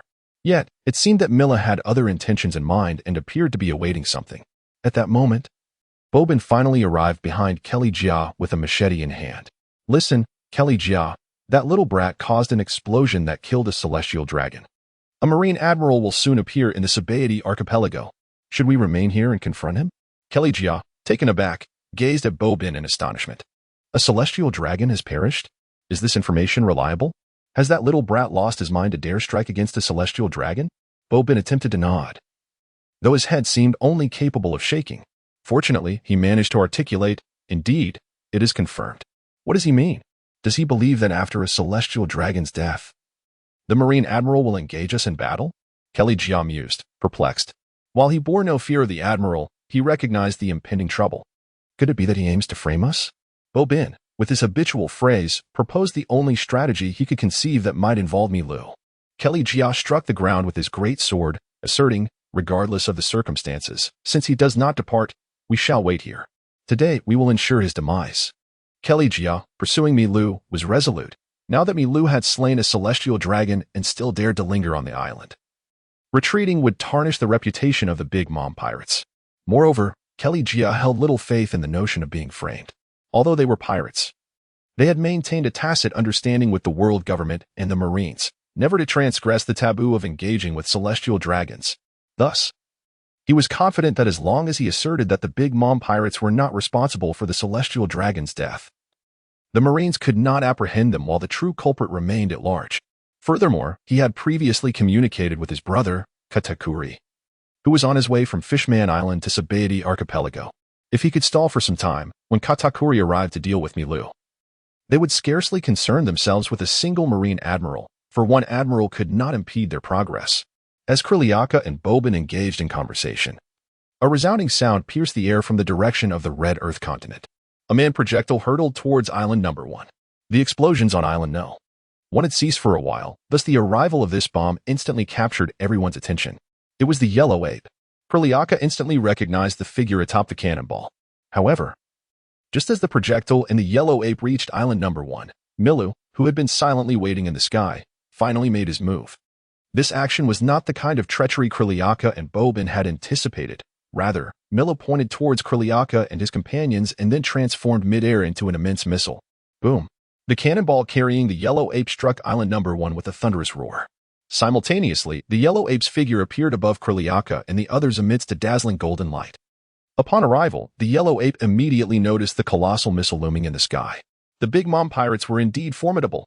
With his characteristic languid yet sardonic tone, the Yellow Ape cast a disdainful glance at the missile before addressing the Big Mom pirates, who gazed up at him. Clearly, he perceived the missile as a weapon prepared by the Big Mom pirates to deal with him. However, before he could even raise his hand to unleash a laser towards the missile, the gigantic projectile plummeted rapidly towards Island Number 1. As the missile descended, the various structures on the island, even the ground itself, began to morph into an array of weapons. Boom, boom. Before the Yellow Ape could complete his sentence, another missile quietly appeared ahead of the descending one. In a moment of utter surprise, the two missiles collided mid-air above the island. The simultaneous explosions reverberated across Island No. 1, producing a thunderous cacophony. A colossal mushroom cloud surged skyward from the blasts, engulfing the entirety of Island Number 1 in this terrifying spectacle. Even the Yalchum and red trees that constituted Island Number 1 were shattered into fragments, scattering in all directions. The disappearance of Island Number 1. Kira was a journalist stationed in the Sabaody archipelago. As the momentous events unfolded on Island Number 1, he received the news and hurriedly rushed towards the island with his equipment. However, being located on Island Number 21, he was at a considerable distance. Upon reaching the vicinity of Island Number 1, he found it completely sealed off by the Navy. Reluctantly, after reporting to his editor, he resorted to using a live-streaming snail, to capture footage of Island Number 1 from afar. Fortunately, the capabilities of the snail were impressive, as it managed to gather substantial information from the aerial bubbles hovering over Island Number 1. The large screen connected to the live broadcast is situated in the scenic plaza of Island 41 in the Shambadi archipelago. As the various advertisements for the Shambadi archipelago on the immense screen were replaced by the striking crimson armor of Moreau, the crowd, who had previously heard the explosion, erupted in excitement. Men were captivated by the sleek, formidable flying armor, while women were drawn to Moreau's cool demeanor and youthful visage. However, when the camera panned to the side of the island reduced to ruins, a sense of dismay washed over the spectators, eliciting gasps of shock. Among the debris lay the lifeless body of a male celestial dragon, adorned in distinctive white attire, his head now encumbered by mere fragments of a shattered helmet. Nearby, numerous corpses of black-clad figures were visible, clearly having made valiant efforts to protect the celestial dragon in the final moments before the explosion. Yet, the force of the blast was insurmountable. Despite the ultimate sacrifice of these guardians, they could not save the celestial dragon, who lay almost at the epicenter of the devastation. This was unmistakable from the grotesquely contorted remains of his once embellished body, which confirmed his demise. The reporters and the crowd in the plaza were thrown into a frenzy. Who possessed such audacity to strike against a celestial dragon? Just as the scene shifted, landing on Kizaru, who stood atop a cannonball soaring towards Island 1. The truth emerged. It was the four emperors, the Big Mom pirates. Yet, before the crowd could fully process this revelation, the live transmission abruptly focused on Kizaru as he flew toward Island 1. What transpired next rendered the crowd in the square breathless. As the yellow ape materialized above Island Number 1, the previously red-armored child twisted and transformed midair into a colossal missile adorned with a smiling face. The missile plummeted towards the ground amidst the terrified gazes of onlookers. Subsequently, all that remained in the swaying imagery was a mushroom cloud ascending into the sky. The crowd did not even need to glance at the large screen, for their eyes effortlessly beheld the mushroom cloud engulfing the entirety of the towering Yalchamam red tree on Island Number 1. As the people trembled in fear, awaiting the dissipation of the mushroom cloud, the footage displayed on the screen revealed a scene of seawater surging back violently at the location of Island Number 1. What could this imagery signify? Those witnessing the event in the square suddenly found their minds blank. The island has vanished? That towering Yalchamam red tree, reaching hundreds of meters, has been utterly obliterated? How could such a reality be conceivable?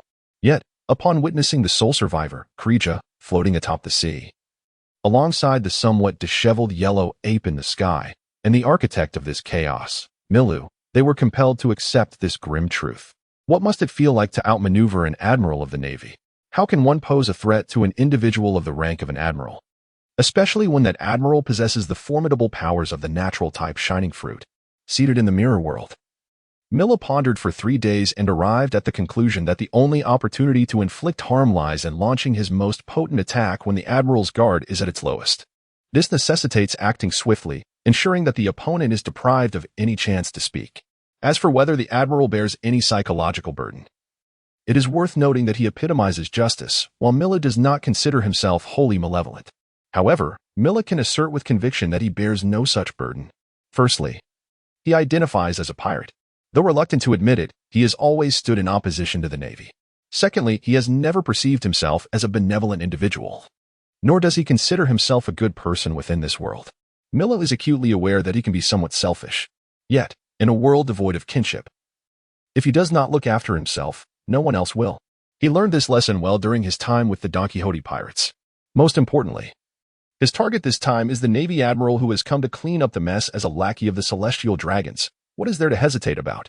Nonetheless, engaging in a direct confrontation with Kizaru is out of the question, as their levels of speed, endurance, martial prowess, haki, and fruit abilities are simply not comparable. This battle can only be waged through ambush, not through a head-on clash.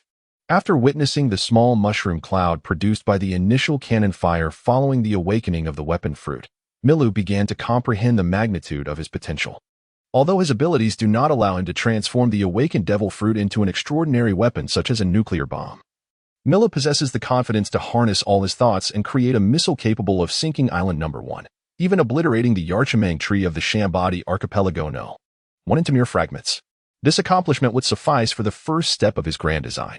Upon completing the initial step, the subsequent action that Mila must undertake is to exploit the inherent characteristic of devil fruit users, specifically their vulnerability akin to that of a drowning man when submerged in the ocean to confront Kizaru, while Sea Prism Stone may merely serve to restrain the abilities of such users. The ocean itself exhibits no leniency towards them. This is exemplified by Big Mom's incapacitation upon falling into the sea, illustrating the formidable limitations that the ocean imposes on those endowed with devil fruit powers. Thus, devising a strategy to ensnare Kizaru within the depths of the sea becomes the pivotal focus of this confrontation. The only strategy that Miru could conceive was to exploit the relative weakness of the shining fruit in comparison to the mirror fruit to execute his plan. However, Miru was acutely aware that he possessed but a single opportunity. Should he falter, he would be forced to embark on another flight for survival. Thus, when Kizaru materialized on Island Number 1, Miru unleashed the most formidable assault his awakened weapon fruit could muster, a colossal human missile. He aimed to annihilate the entire Island Number 1, allowing the sea to surge in, rendering the ground utterly uninhabitable, and transforming the battlefield into the sky. Should Kizaru plunge into the ocean, it would signify Miru's triumphant victory. In the midst of the descent, the missile resembling him was none other than the ability of the mirror fruit. It was the power of imitation, which could not launch proactive attacks, but could instead mirror the same formidable retaliation. As for the various transformations occurring on the island during the fall, they were merely the naturally radiated weaponized capabilities following the awakening of the fruit. Milu's figure gradually coalesced within the mushroom cloud. His complexion appeared somewhat pallid, rendering the situation below indiscernible. However, he was acutely aware of his current state. The energy required to sustain the weapon fruit had not been entirely expended, yet it was dwindling. Fortunately, with the aid of the enhancement provided by the black chocolate, he had managed to recover and retain a modicum of energy during the previous few minutes of resistance against Kalia. This energy could not sustain a final flourish, but it was sufficient to prevent him from being unable to summon even the Black Book after exhausting his abilities. Casting a sidelong glance at Niluya perched upon his shoulder, Milu exhaled heavily. His trump card had not yet been fully revealed, and the plan was merely in its nascent stages. As Milu lowered his altitude, he beheld, amidst the swirling smoke, the tumultuous sea water surging towards him, alongside the occasionally glimpsed severed roots of the red mangrove deeper beneath. Beyond this, he also spotted a cookie house adrift upon the waves, swaying with the tide. It was likely that Kalia was taking refuge within that small abode. Milu smirked. He had not been mistaken in his earlier assessment that Kalia's ability resembled a turtle's shell. Yet, it was not the time to concern himself with Kalia, for he had far more pressing matters at hand. With a swift motion of his hands through the air, large, sturdy mirrors materialized from his grasp. These mirrors, upon their emergence, were nonchalantly cast into the roaring sea. With the emergence of the mirror, Fina's silhouette appeared behind its reflective surface. The gaze she directed towards Milu was imbued with complexity. Although she remained within the confines of the mirror, this did not imply ignorance of the happenings outside. After all, in the span of a few days, she had thoroughly grasped the circumstances of the mirrored world, and observing the external realm through the mirrors had become one of her recent pastimes. The explosion on Island Number 1 was vividly clear to Fina in the mirrored world. However, she could hardly fathom that such a young lad possessed such remarkable prowess. Milu shook his head at her, signaling her not to be impatient, for the moment for her to make an entrance had not yet arrived. Nevertheless, he surmised that Fina had not comprehended his intent, yet this was of little consequence. After casting all the created mirrors into the sea, Milu ascended once more into the haze as his mask reappeared. Nirua, hand me another piece of dark chocolate. He extended his hand towards the small Nirua perched on his shoulder. However, instead of placing the chocolate in Milu's palm, the little Nirua, with her delicate white hands, brought the chocolate directly to his lips. Milu offered her a resigned smile as the mask around his mouth slightly retreated. Elated, Nirua fed the chocolate to Milu. It took nearly 10 minutes for the dust at the site of Island Number 1 to gradually disperse. The location had transformed into a vast chasm, filled with the incoming seawater.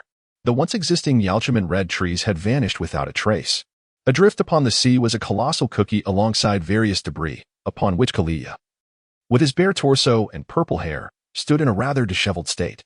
The cookie house had certainly ensured his survival amidst the explosion. However, the sudden blast had shattered his cookie armor and claimed all his subordinates in an instant. In the sky, two figures lingered. One was Milu, now re-encased in armor.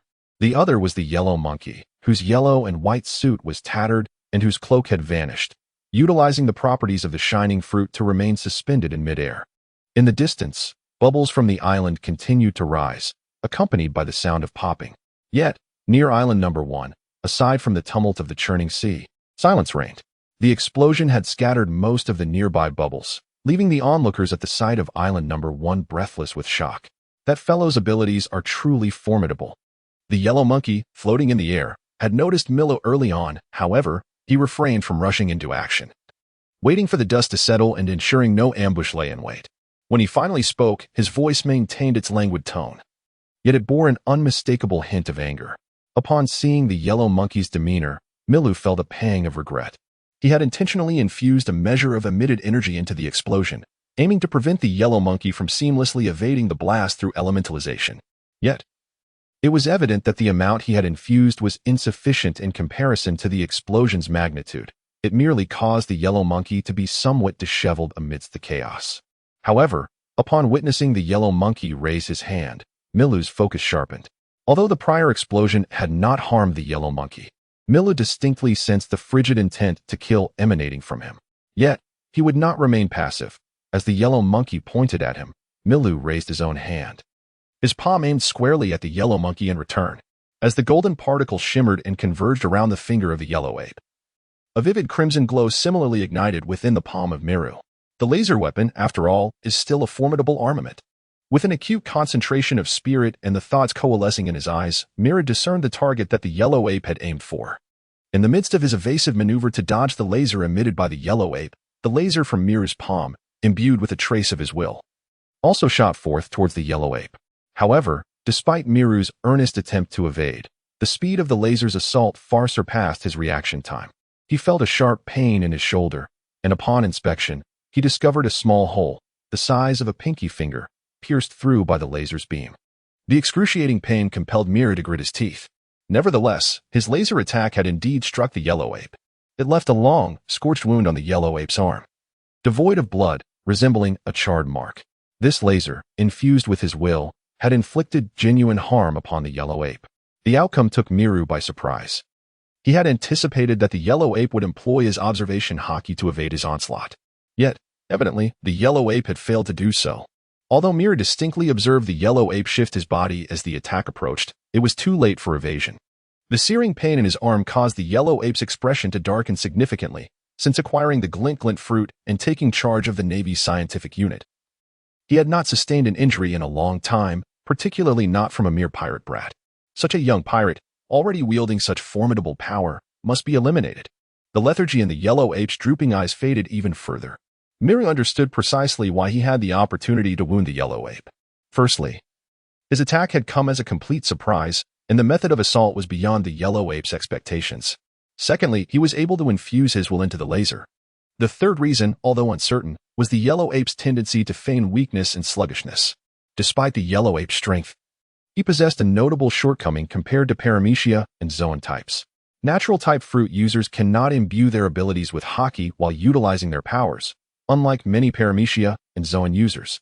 The yellow ape's laser, Akiji's freezing, Akainu's magma, Ace's flames. All the natural-type abilities in battle rely solely on their inherent characteristics, with none infused with haki. Even when Akainu's magma arm pierced Ace, it was not due to haki, but rather because magma inherently countered Ace's flames, resulting in a magma-laden wound. In contrast, paramecia abilities can indeed intertwine with haki, as demonstrated by Cracker's haki-infused biscuit armor, the biscuit soldier, and Luffy's haki-augmented stretching attacks. Such capabilities affirm that many paramecia abilities can be employed in conjunction with haki. Have you ever been kicked at the speed of light? The yellow ape cast his gaze toward the sea, where Cracker, wielding a large sword, menacingly looked to the sky. Intelligence had indicated that Cracker was engaged in a confrontation with Miru, a notion he had doubted before arriving. Could a mere child with a bounty of 500,000 berries contend with one of the sweet commanders of the Big Mom pirates? When had the children of the sea become so formidable? Upon arrival, he found that the intelligence was fundamentally flawed. He had observed both parties seemingly at peace until he arrived, prompting Miru to unleash an assault that nearly left him injured. If this were not a trap, what else could it be? What? Cracker's expression darkened, his tone sharp. Are you blind? Can't you see that I am the one suffering the most losses? This damn brat is certainly not one of our Big Mom pirates. Cracker was adamant about not taking the blame for this predicament. Due to Miru. He now felt an overwhelming pressure in his head. He could never have anticipated that the child he randomly encountered at sea after a storm would bring him such trouble and loss.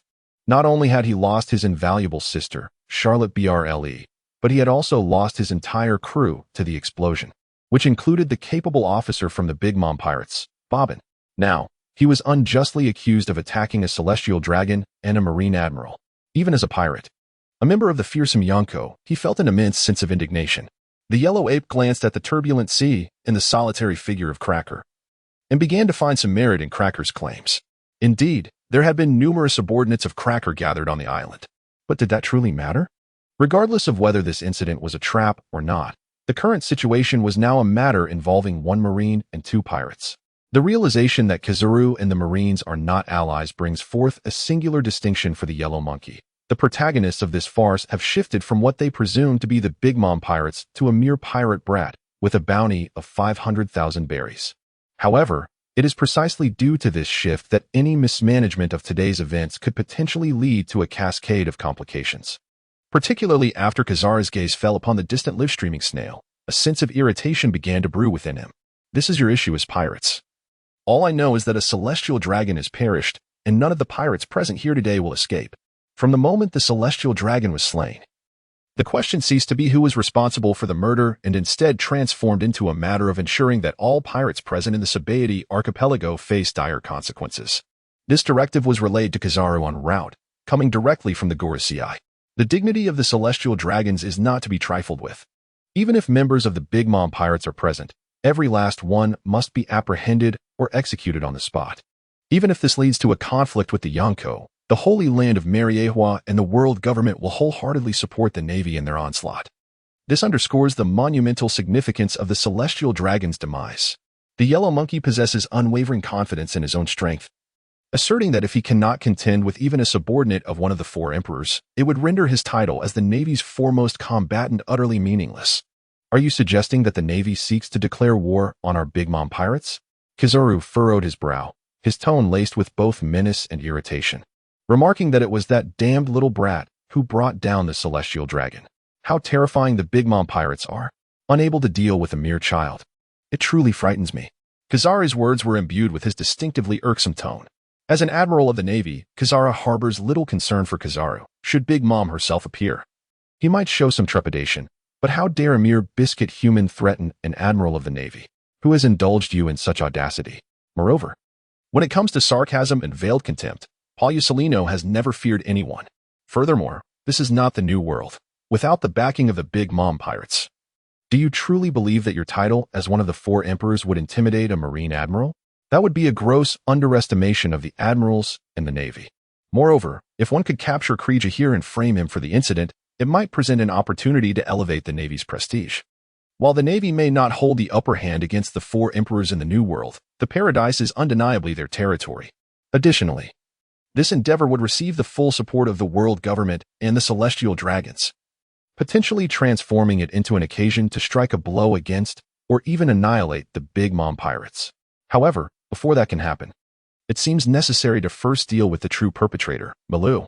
With this thought, Kizaru cast a glance in Milu's direction. As the words of the yellow ape fell, Krija's entire face flushed crimson. Regardless of how grandly he boasted, he had indeed failed to eliminate Miru, even allowing him to create such a mess.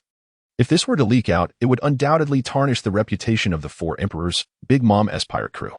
That damned yellow monkey spoke as if he were so formidable, but where was your cloak of justice? What about those sunglasses you used to conceal your dead fish eyes? Were they not taken by a mere child? Refusing to concede, Krija retorted, the Admiral of the Navy is truly impressive and terrifying. Mira listened to their banter. Feeling somewhat exasperated, he retrieved the black book from his armor and, out of habit, gave it a gentle tap. The first rule of stealing abilities had been fulfilled. The second involved inquiry and response. As Mira contemplated how to initiate the conversation, he suddenly noticed that the yellow ape had redirected his focus onto him. A subtle smile crept across Miru's face as he mused. The moment has arrived, shining. However, just as Miru began to speak, he was interrupted by the yellow ape. Kid, have you ever been kicked at the speed of light? This iconic line marked a pivotal moment for Miru's desire to acquire the shining fruit. Yet, he was acutely aware of what this statement signified. In Miru's plan, This phrase constituted a necessary and crucial juncture, determining whether he would have the opportunity to steal the shining fruit. Thus, at the instant those words escaped the yellow ape's lips, Milu sealed his mouth and swiftly conjured a mirror that enveloped him entirely. In that moment, the yellow ape's figure appeared directly before Milu as the mirror manifested. His golden-footed kick was perilously close to Miru's head, less than 10 centimeters away. Miru barely had time to react when the yellow ape's foot struck the mirror. With a thunderous impact, the attack collided with the surface, yet the mirror remained unbroken. In the midst of the yellow ape's confusion, his own reflection seemed to emerge from the mirror, launching a kick at him with the speed of light. Although the yellow ape possessed the power of the shining fruit, it did not imply that his reaction speed matched the velocity of light. Although the observation and color of the conqueror's haki can predict the opponent's attacks, it cannot foresee the extraordinary assaults brought forth by supernatural powers. The illusory yellow monkey appearing in the mirror executed a kick at the speed of light. Such an attack, if not anticipated in advance, is simply impossible to react to. And it struck the yellow monkey with considerable force, propelling his body rapidly towards the ocean's surface. Milu, concealed behind the mirror, felt a slight sense of relief upon witnessing the mirror fruit's seemingly unreasonable defense against the yellow monkey's assault. However, at that moment, the mirror before him shattered completely. Clearly, while the mirror had blocked the yellow monkey's attack and reflected it, it could not withstand the force of the strike itself. Nevertheless, this was no longer of consequence. As the yellow monkey plummeted towards the sea, his form transformed into dazzling particles of light midair. Reconstituting himself, he hovered not far from Krija, his complexion grim as he gazed up at Milu. This marked the third time he had been bested by Milu. Although this young lad did not possess great strength, the abilities of his devil fruit were quite formidable, and he seemed to wield armament haki with considerable skill. Yet, what exactly was his devil fruit power? What's the matter? Haven't you ever experienced a kick at the speed of light? Milu inquired, looking down at the yellow monkey.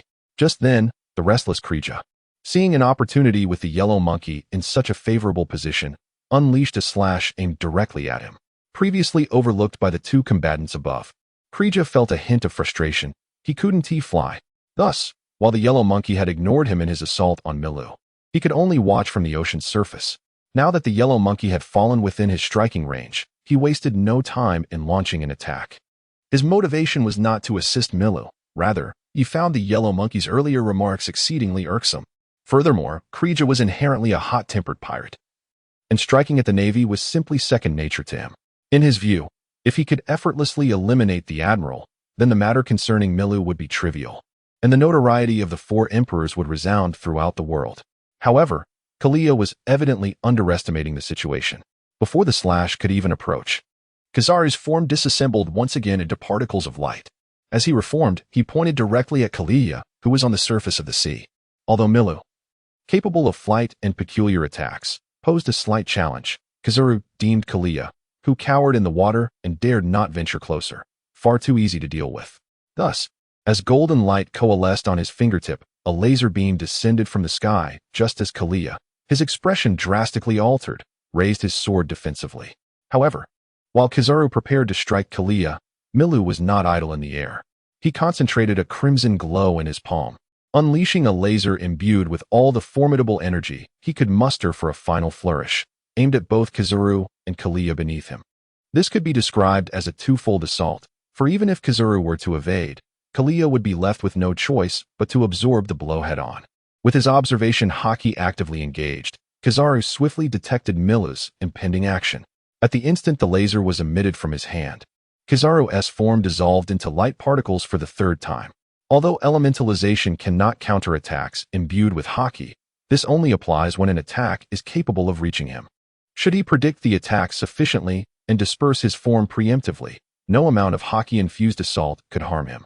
This is precisely why users of the Logia-type Devil Fruit are regarded as the most formidable combatants. However, this does not imply that those who master elementalization are truly invincible. There exists a distinction between active elementalization to evade damage and passive elementalization as a means of withstanding attacks. Active elementalization is a skill requiring continual refinement and foresight. Elementalization does not signify one's disappearance. Rather, the individual exists, merely dispersed into elemental form. Kizaru's active elementalization involves scattering his body into light particles throughout the space he occupied prior to elementalization. While in this state, he remains susceptible to attacks. But to strike him, an opponent must utilize a hockey-infused area attack. Passive elementalization, on the other hand, is a more straightforward ability acquired upon consuming a Logia-type devil fruit. The reason hockey can seize the physical form of a user lies in the fact that elemental transformation occurs passively only after an attack has been initiated. It is through the unique attributes of their abilities that the user can defend themselves. However, once an attack is imbued with hockey, the user is struck before they can undergo passive elemental transformation, rendering the transformation meaningless. Thus, the more formidable the natural type user, the more adept they are at utilizing observation hockey. This proficiency allows them to select the most suitable elemental transformation at the optimal moment, rather than releasing it indiscriminately, which merely depletes stamina and exposes vulnerabilities. As a Marine Admiral, Kizaru is undoubtedly skilled in the art of observation hockey. Consequently, the one at a disadvantage is the already beleaguered Kureha. Kizaru's laser beam is the first to descend. Not only does it possess formidable penetrative power, but it also carries the explosive effects of the Pika Pika Nomi. Although Kureha, with the aid of observation hockey, manages to block the beam with his sword enhanced by armament hockey, he cannot shield himself from the resulting explosion. However, Kureha's ability development, referred to by Myral as a tortoise shell, is not without merit. Alongside his large sword defense, he conjures vast shields of biscuit. Despite the explosion causing the biscuit beneath him to sway perilously over the sea, he suffers no significant harm. Yet, Myral's laser attacks are equally swift. Before the explosion on Kureha's shield has concluded, the biscuit before him is pierced by a narrow hole created by the laser. Kureha's cry of pain echoes as the biscuit shield is breached. The crimson laser not only perforates Kureha's right arm, but also continues its trajectory beneath the surface of the sea. However, with the strike, the steel armor enveloping Myral rapidly dissipates like a receding tide. The final bloom has lost the last vestige of support for its existence, signifying that the abilities of the weapon fruit can no longer be wielded by Myral. As the armor vanishes, Myral plummets from the sky toward the ocean. This sudden turn of events catches both the solidifying Kizaru and the scattered Kureha off guard. Splash! It is only when Myral plunges into the sea, sending up a spray of water, that the two react. Has that little brat exhausted his strength? Kureha feels a sense of bewilderment. As a devil fruit user, he understands all too well what it means to fall into the sea. Yet, he struggles to accept the prospect of not being able to personally exact revenge on his enemy. That little brat, who appeared to possess a multitude of cunning strategies. How could he ultimately resort to such a suicidal plunge into the sea? Could it be that he has an accomplice? Kureha contemplates the only conceivable possibility. As this thought emerged, he became increasingly convinced of its validity. When Milu was discovered in the Chambered Islands, a red-haired woman had been by his side. Yet, since the onset of the battle, she had not made an appearance. Where could she be hiding? However, Kli Jia was certain that under the veil of his observation hockey, there existed only him, Kizaru, and the lingering presence of Milu, who had not yet vanished beneath the waves. There was absolutely no indication of a fourth individual.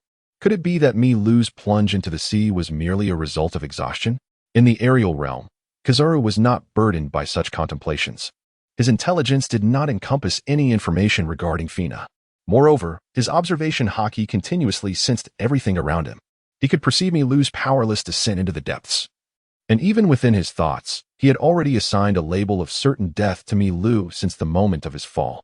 All he needed to do now was keep Kli Jia in check and pin the death of the celestial dragon on him.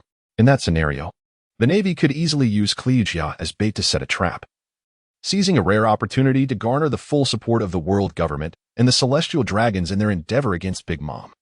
He even felt that Milu's act of killing a celestial dragon was simply splendid. With the conditions met, Kizaru, sensing this rare opportunity, chose not to focus on Milu any longer. In a flash, he reappeared before Kli Jia. Damn! Kli Jia's reaction was equally swift, as Kizaru vanished from his perception. He raised a biscuit shield before him. Bang! The lightspeed kick, imbued with explosive force, shattered the biscuit, yet it failed to inflict harm upon Kli Jia, who remained shielded behind it. As Milu sank beneath the waves, Kli Jia found himself disinclined to continue his battle against the yellow ape. However, evading the relentless pursuit of the yellow ape upon the vast sea proved to be no simple task. As a master swordsman and a wielder of the biscuit fruit, Kli Jia excelled in close-quarters swordsmanship and the overwhelming combat style afforded by his legion of biscuit soldiers. Yet, it was evident that swordsmanship was ill-suited for engaging the yellow ape. who floated effortlessly through the air. The existence of the Biscuit Man is well recognized, even if he were to manifest. It would be futile against the explosive output of the yellow ape's Pika Pika Nomi. The biscuit fruit, after all, does not confer formidable combat prowess. Its primary function lies in support and overwhelming numerical advantage during battles. Thus, it was not long before Correa found himself pierced multiple times by the yellow ape's laser beams. For someone as acutely sensitive to pain as Correa, this was utterly intolerable. Damn it, do you truly intend to engage in a relentless struggle with the Big Mom pirates?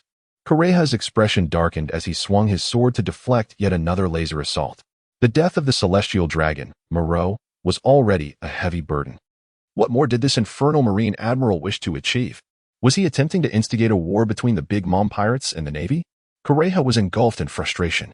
The Big Mom pirates indeed possessed an intimidating reputation. However, his only responses were the relentless attacks from the yellow ape and his sardonic remarks. Yet, Correa found himself powerless. His slashes were ineffectual against the yellow ape, and he had to safeguard the biscuits beneath his feet to prevent a plunge into the sea. While he felt an overwhelming sense of suffocation, Correa understood that his only option for survival against the yellow ape today lay in stalling for time until Katakuri's arrival. Otherwise, he would surely meet his demise here. Upon realizing this, Kleger ceased his fierce attacks and instead positioned his sword horizontally before him. While a multitude of imposing cookies continually manifested to shield him, he adopted a defensive stance, understanding that if he could not prevail, he would resort to exhausting his opponent and buying time. However, engaging in such a defensive tactic was precisely Huang Yuan's forte. At a most opportune moment, Moreau executed a swift maneuver, plunging into the depths of the ocean in a manner that was both unexpected and yet not surprising.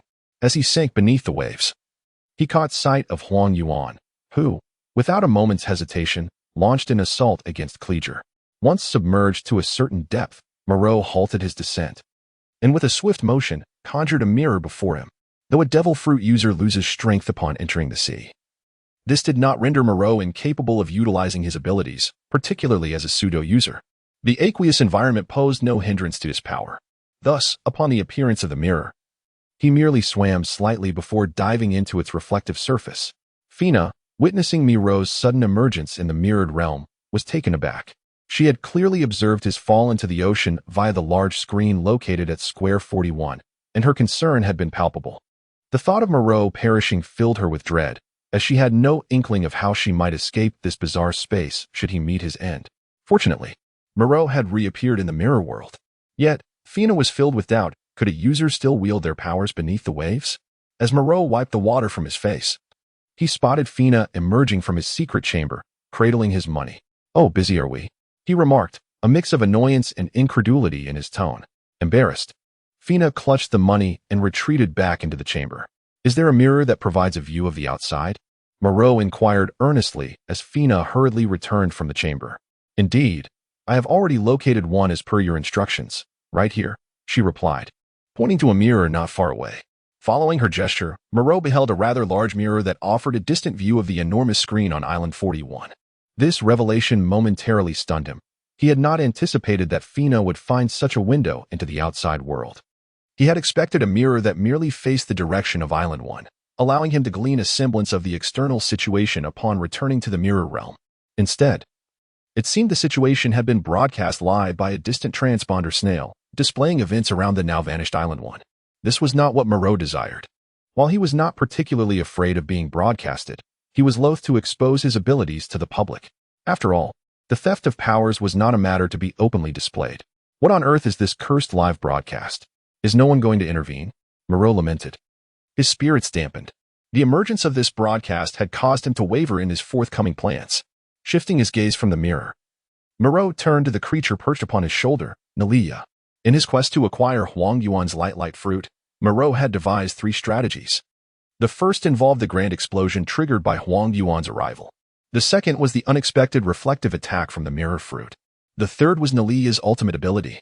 With the first 2 strategies already executed, Moreau found himself hesitating on whether to proceed with the third due to the implications of the live broadcast. If everything continued as planned, his powers would be fully revealed to the world, and should he successfully steal the fruit's abilities, acquiring further powers would become increasingly difficult, as people would be wary of him. Was it truly worth it to pursue the light fruit at such a cost? Moreau questioned himself internally. Yet, Having come this far, the thought of retreating filled him with discontent.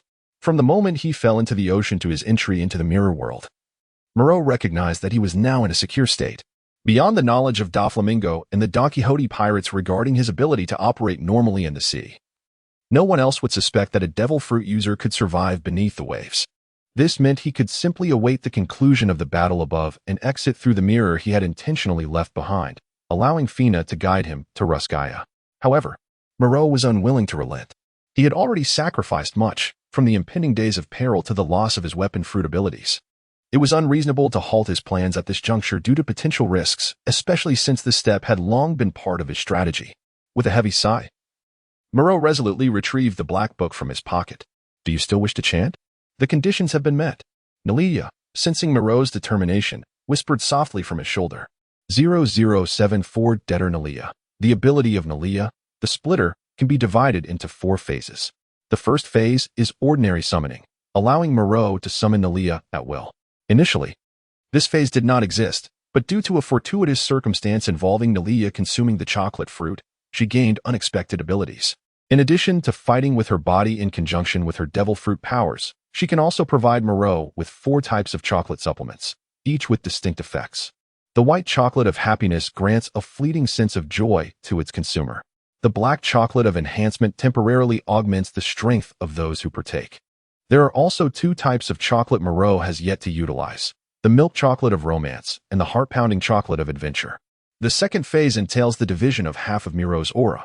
Upon Nalia's appearance, she will acquire half of Moreau's aura and all the malice contained within it through inquiry and response. However, during this phase, Nalia will not employ her aura to assist in combat. The third phase involves Nalia's interest. Once Moreau consents, Nalia will lend Moreau all the aura she has gathered during her existence, though this carries risk. When the borrowing period concludes, Nalia will forcibly place Moreau into a state of absolute vulnerability and will only return to Moreau once sufficient interest has been collected. During this phase, Nalia transitions from an auxiliary aura beast to a combat-oriented one. The fourth phase is the overdraft that Moreau is on the cusp of utilizing.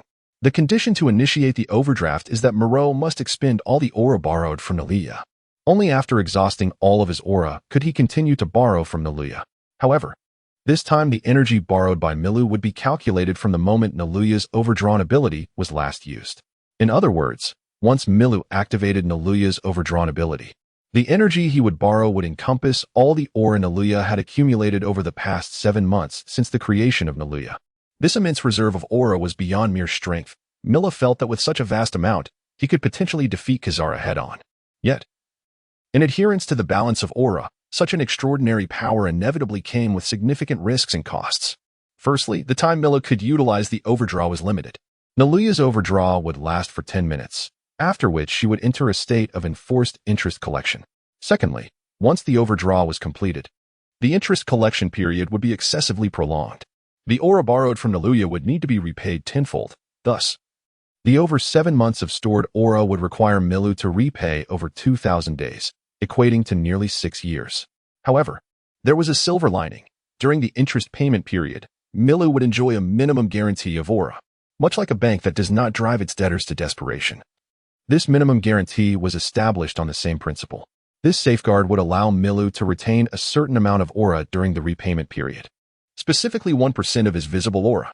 In summary, Nalia, the aura distributor, resembled a somewhat compassionate creditor, while Milu was the ultimate worker laboring for himself. If he desired aura, Nalia would lend it, yet the borrowed aura must be repaid, and the more one borrowed, the greater the repayment. Of course, if one found the terms too steep, one could opt not to borrow. Nonetheless, according to Milu's plan, the upcoming years would serve as his time for seclusion and growth. Thus, encountering such an excellent opportunity to seize a nearly perfect natural fruit, he had every reason to take a chance. Furthermore, during Nalia's overdraw period, he was not entirely unable to use his aura. It merely became a limited edition, which was not a significant concern for him. In fact, this situation was more conducive to his training. To him, a few years without full access to his aura was not a considerable setback. Through the mirror, Milu could see that the biscuit shell of Korizumi was on the brink of shattering on the large screen in the square. He realized that if he continued to hesitate, Kizara might leave after defeating Korizumi. Therefore, Milu extended his hand towards Nalia. In the coming years, I shall rely on you, Naluya. Naluya beamed her signature smile, of course. Master. As her words fell, an aura of terrifying magnitude erupted from her. Did you not join the commotion, Rayleigh? In the bar of Shaki on Island 13. Shaki gazed quizzically at Rayleigh, who had just returned from outside. What commotion? Rayleigh retrieved a bottle of beer from the fridge and placed it on the bar. Do you not know? Someone is wreaking havoc in Sabaody Archipelago, even killing a celestial dragon. Shaki skillfully produced 2 glasses.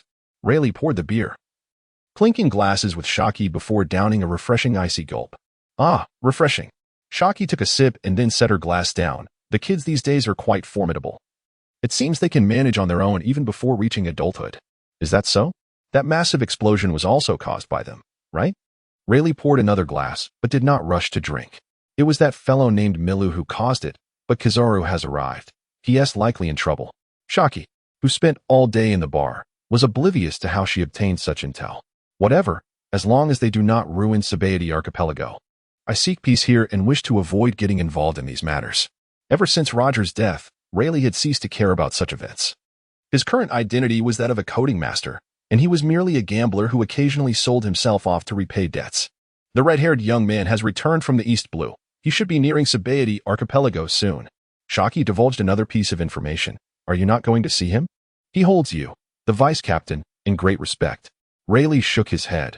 He is now capable of standing on his own, an emperor of the New World. It would not be wise for him to associate with me here in Sabaody Archipelago. Very well. Shaki drained her beer. I just hope the battle on Island 1 does not drag him into it. His timing for returning is truly unfortunate. That fellow. Before Rayleigh could finish his sentence, his brow furrowed tightly, and he turned with a grave expression towards Island 1. Shaki shivered.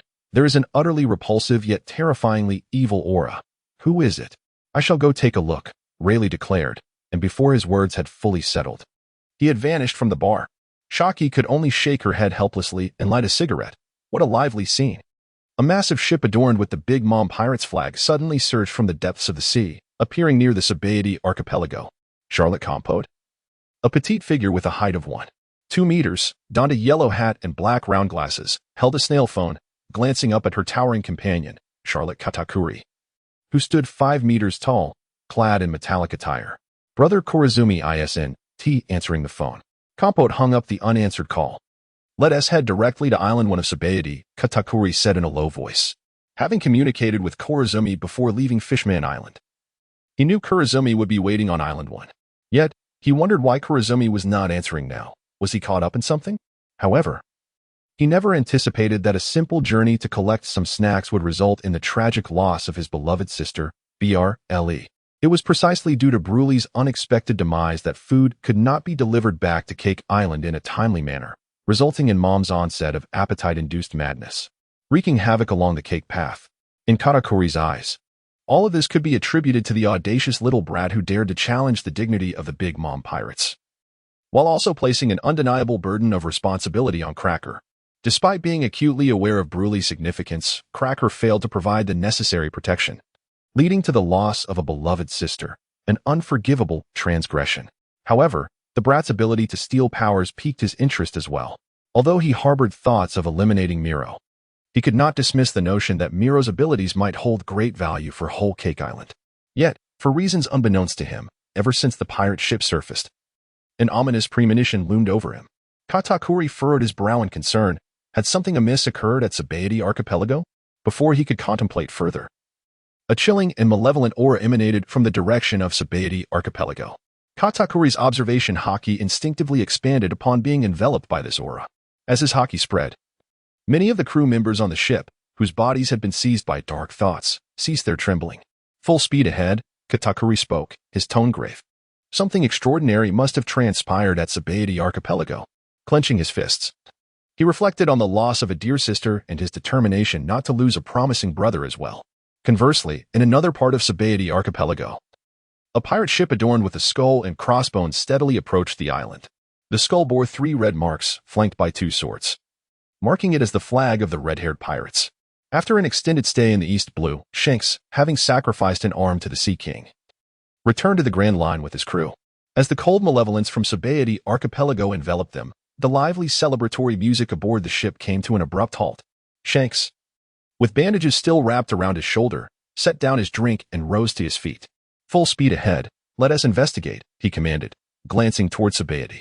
After a brief moment of hesitation, he issued the order.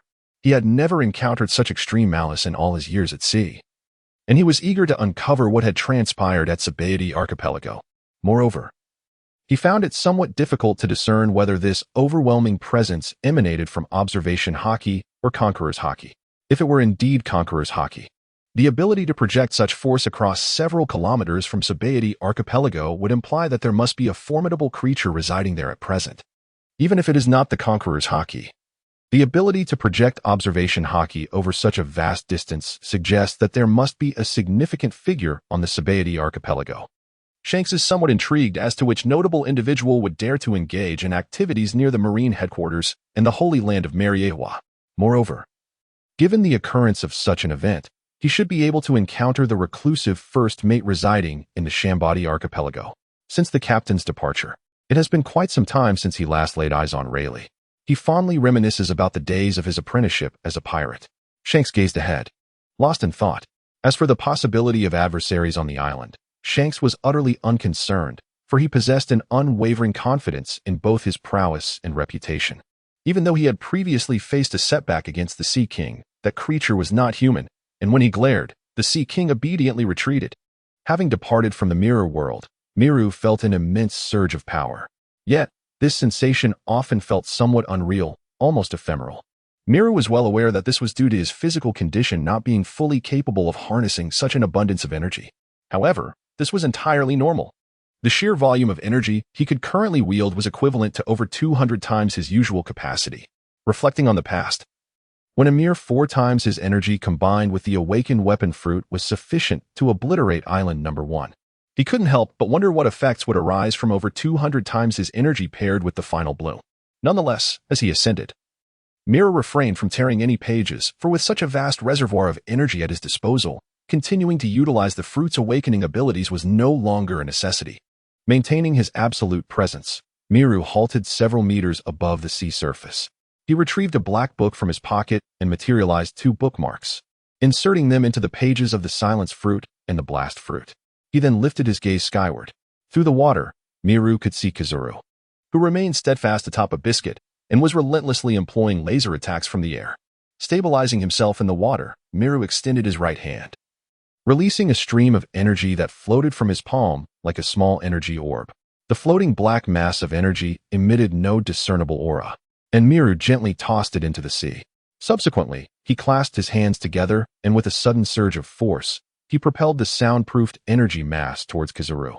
In Hunter x Hunter, Leorio, as an emitter, could launch emitted energy like a volleyball, effortlessly obliterating a fishing boat in the process. This was a capability Mira had long wished to test. Previously, he had practiced emitting energy, but the energy masses he could conjure back then lacked the potency to inflict significant damage, barely capable of destroying a small wooden fishing vessel. This limitation was partly due to his non-emitter status, and partly because he had been unable to output substantial energy at that time. However, the situation was different now. Mira aimed to maximize his combat results within 10 minutes while also expending the borrowed energy, or else he would feel a sense of loss. Thus, in terms of output, he compressed an energy mass that was several times greater than his normal state. The energy mass swiftly pierced through the surface of the sea, silent and unseen, perceived only through Miru's eyes, rendering it essentially intangible. The silence fruit not only muted sound but also concealed aura, proving to be a more effective ability than the application of the hidden technique that semi-materialized energy. As the thought group soared away, Milu also accelerated towards the surface of the sea. 0076 Milu versus Palusalino. In the sky, the yellow monkey inexplicably sensed a wave of alarming crisis that made his heart race. However, within the realm of his observation haki, he could not discern the source of this peculiar sense of danger. This left him feeling increasingly agitated, and his laser aimed at Kuriaka suddenly became more ferocious. To the yellow monkey, this battle had already dragged on for far too long. It was time to bring it to a close, lest the situation become more complicated with the arrival of Katakuri, as mentioned in the intelligence reports. Yet, at the moment his laser was unleashed, the sense of crisis in his perception reached its zenith. There was no time for him to ponder the origin of this unease before a sharp pain surged through his legs, instantly transmitting to his brain. Boom. Kuriaka, struggling against the explosive impact of the laser on the sea's surface, witnessed the yellow monkey inexplicably caught in an explosion. This sudden turn of events sent a chill through Kuriaka's heart. What was happening? However, in the next instant, he had no time to contemplate, as a tremendous shockwave suddenly surged from the biscuit beneath him. It was over. Kuriaka barely had time to entertain this thought before the biscuit that supported him was shattered by the abrupt assault. With no support beneath him and an explosion above, Kuriaka found himself with no choices left. He plummeted into the depths of the ocean. The immersion in seawater rendered him powerless, but amidst his weakness, he caught sight of a face that shocked him profoundly. It was Milu, the infuriating brat who should have drowned. How could he be here? Bang! Milu's fist, imbued with enhanced nin, struck Kuriaka squarely in the face. As blood flowed freely, Kuriaka closed his eyes and succumbed to unconsciousness beneath the waves.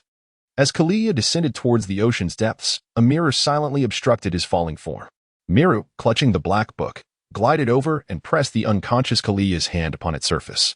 Only when the image of the biscuit fruit materialized upon the pages of the black book did Miru release Kalia, allowing him to plunge into the mirrored realm amidst the ripples that danced upon the mirror's surface.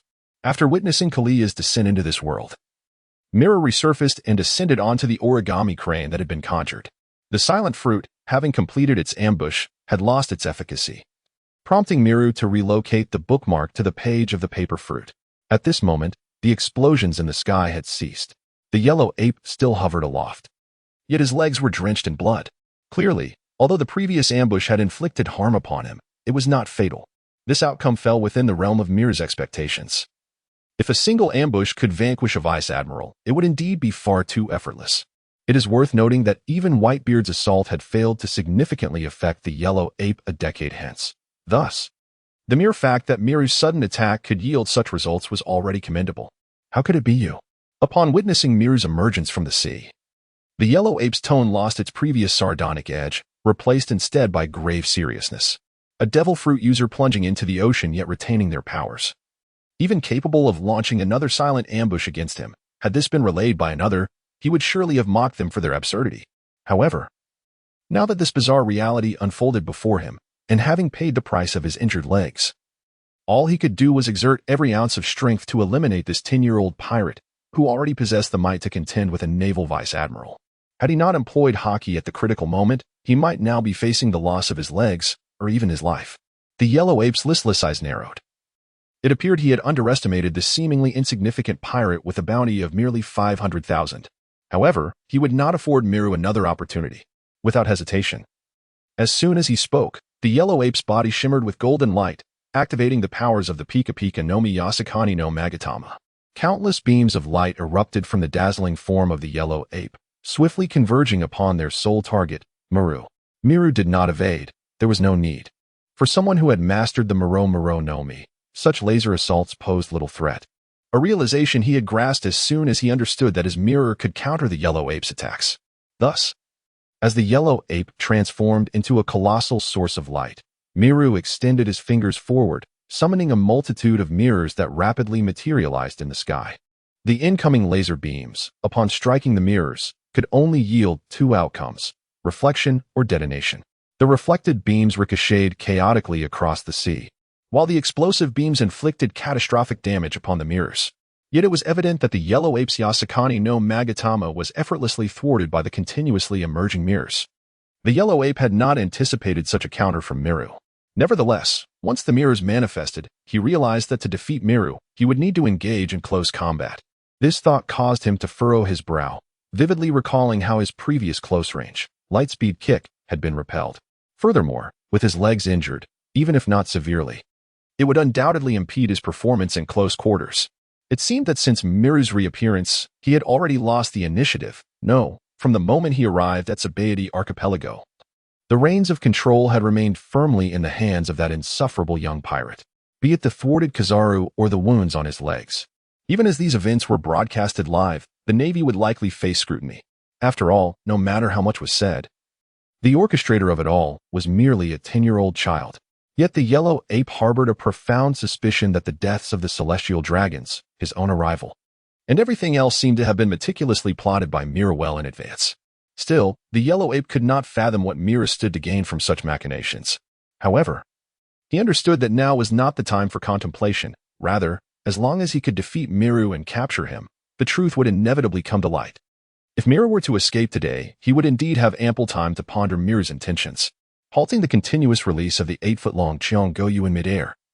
The yellow ape swiftly drew his hands before him, and a resplendent golden sword materialized in his grasp. The sword of a Matsukuni, regardless of the abilities one possesses. There shall always be weaknesses, a conviction that the yellow ape held with unwavering certainty. Moreover, the previous lightspeed kick indeed resulted in the shattering of the mirror. Therefore, should he manage to execute a second assault at a velocity so rapid that Mira cannot react after breaking the mirror, he would gain the upper hand in this battle. In an instant, Kizaru adjusted his stance and prepared to unleash the extraordinary speed of the Pika Pika Nomi against Miru.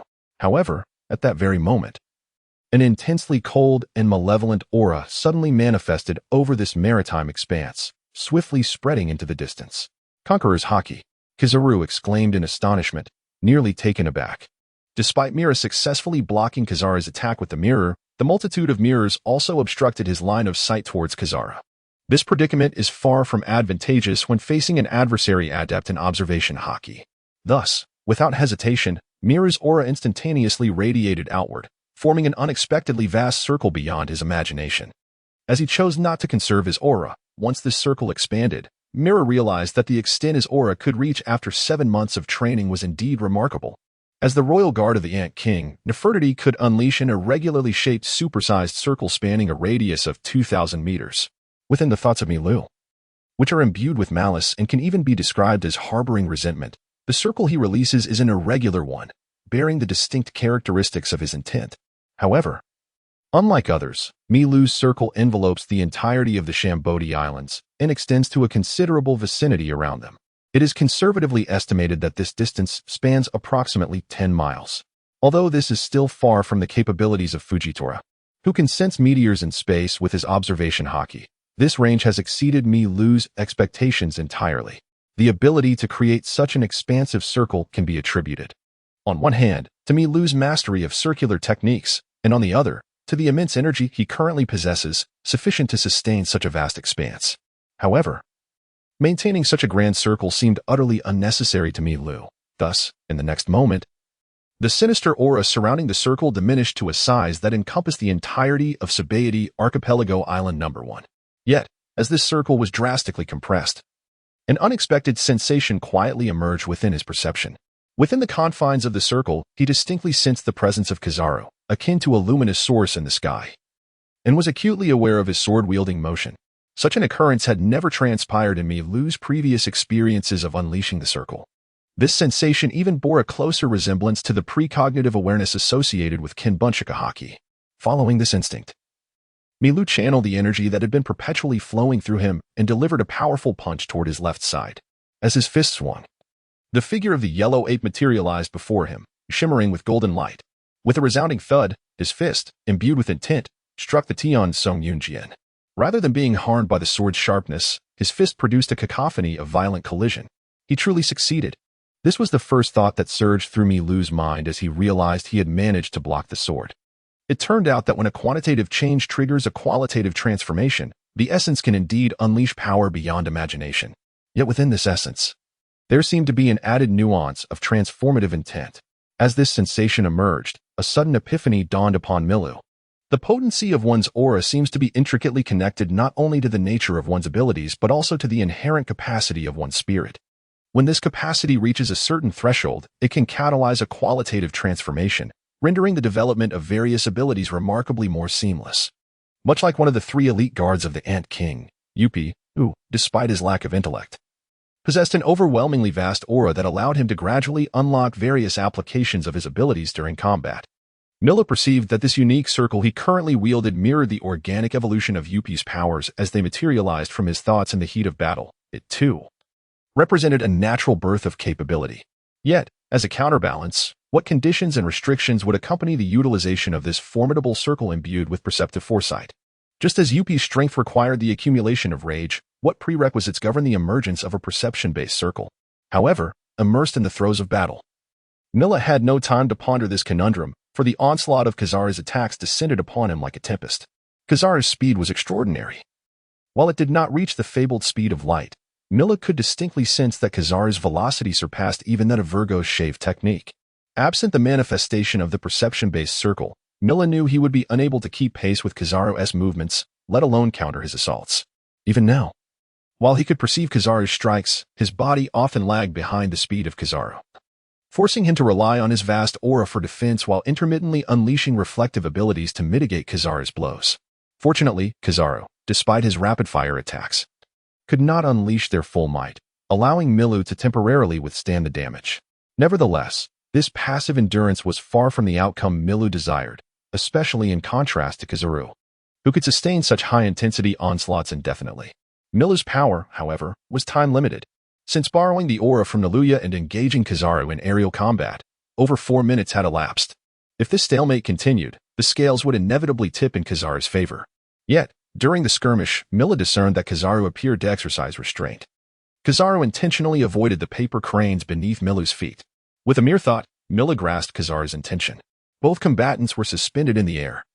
Kizaru could maintain a sufficiently forceful offensive to keep Milu at bay, but should he destroy the paper cranes beneath Milu, the latter, who could not fly in Kizaru's eyes, would surely plummet into the sea. In the knowledge that falling into the sea would merely prompt Miru to flee, maintaining the battle in the air naturally became the optimal choice for Kizaru. Miru was aware of this, yet he did not hastily alter his strategy. In fact, while he possessed the capability to contend with Kizaru, he realized that he need not necessarily bring Kizaru down into the ocean to seize his powers. If the conditions were met, he could still acquire the abilities of others during combat, which is the essence of a pirate's true mastery over those with powers. However, he was reluctant to have this core issue regarding abilities broadcasted by the distant live phone buck. Thus, under the cover of the round, Miru deftly evaded Kizaru's attacks while simultaneously flicking his fingers to launch a burst of his willpower towards the distant phone buck. Kizaru, maintaining his intense offensive, naturally observed Miru's movements. With his keen observation, Kizaru swiftly identified the target of Miru's detached hockey attack. After a brief moment of hesitation, he unleashed a laser that intercepted Miru's willpower midair. The current situation was certainly not an opportune moment to conclude the live broadcast. Although Miru posed a certain threat, Kizaru was well aware that defeating him was merely a matter of time. Moreover, the embarrassing display he had put on at Sabaody Archipelago necessitated a victory, however unimpressive. To redeem himself, Miru furrowed his brow slightly, surprised that Kizaru would thwart him. However, this obstruction appeared to Miru as a splendid opportunity. Thus, while evading, he continuously launched a multitude of willpower bursts from his right hand towards the distant phone buck. Meanwhile, he retrieved a black book from his pocket with his left hand, enveloping it in willpower to use as a weapon against Kizaru's onslaught. Simultaneously, because Kizaru had suddenly intervened to stop his willpower attacks, Miru finally found a moment to speak since Kizaru's appearance. "Admiral of the Navy, you truly are formidable. However, I have grasped your fruit's ability. The Logia-type Pika Pika Nomi allows you to become elemental, enabling attacks at the speed of light, accompanied by explosive laser strikes. Am I correct?" "Indeed," Kizaru acknowledged. "But this does not constitute a condition for you to leave here alive today. Furthermore, I have come to realize that the ability you wield seems to belong to Charlotte Bre. Am I right?" "Regrettably, you are mistaken," Miru retorted with feigned bravado. "And I never intended to escape based solely on my observational skills." Kizaru snorted dismissively, and Miru chose not to continue speaking. He could feel the depletion of his willpower during the battle occurring more rapidly than he had anticipated. The confidence he had felt upon exiting the mirror world with a vast reservoir of willpower had begun to waver. Each time he utilized his will to counter Kizaru's attacks, he expended an unexpectedly large amount, and despite this, he found multiple areas on his body reddening from the assaults. This was due in part to the overwhelming strength of Kizaru's attacks, but also because Miru's own physical form, enveloped in a substantial amount of willpower, was inherently weak. The reason Yuppie was formidable, aside from his immense reserve of willpower, was his body, which resembled that of a ferocious beast. However, Miru's physique did not attain such strength. And even with the mirror reflection technique, he found himself overwhelmed in resisting Kizaru's onslaught. Whenever the attack from Kizaru bypassed the effects of the Black Book, enveloped in the aura of Mirror and Milu, and struck his body, the force of such penetrating assaults would render the impacted areas red and swollen. Therefore, Milu understood all too well that he could not prolong this battle. However, when Kizaru responded to his inquiry, the situation became decidedly simpler.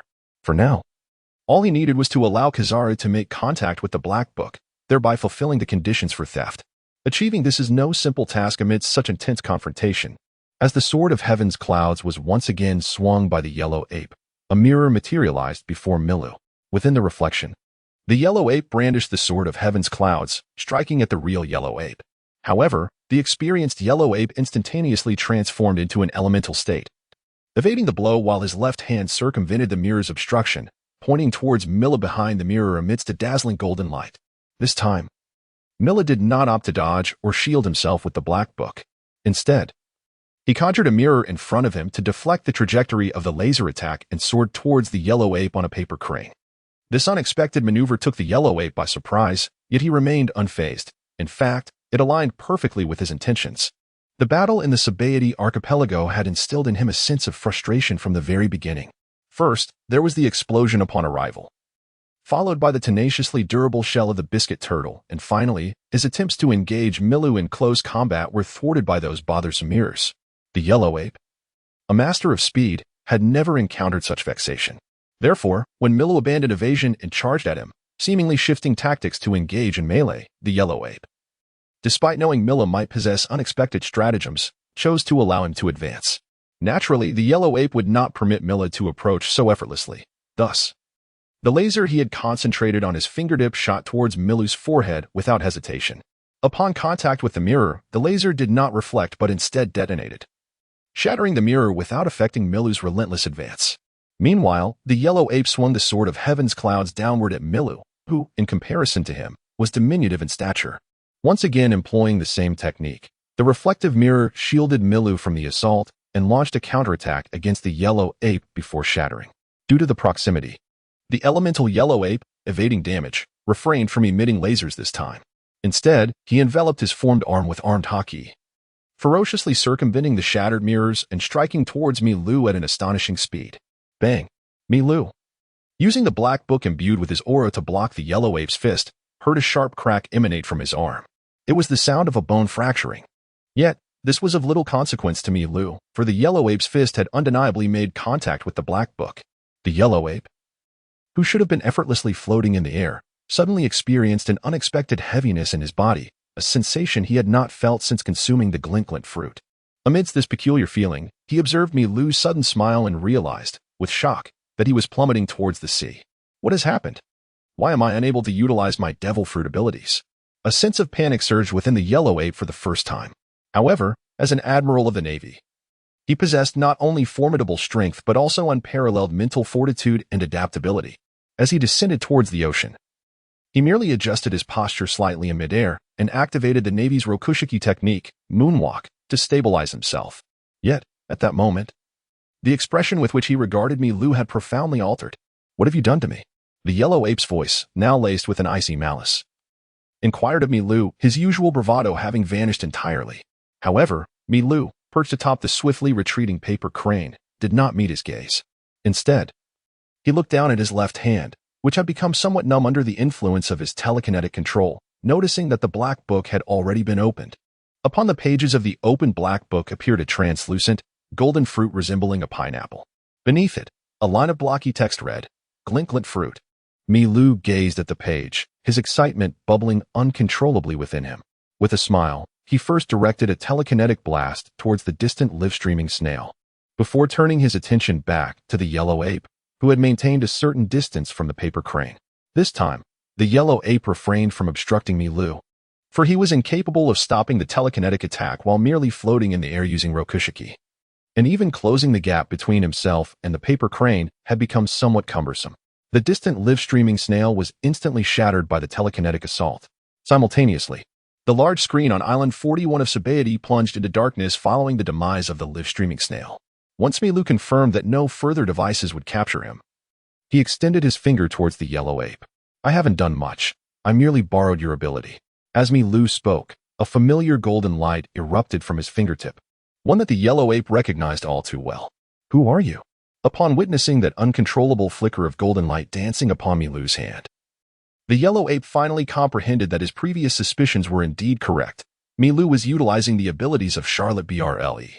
With this revelation, he completely unraveled the connection between the Big Mom pirates and Milu.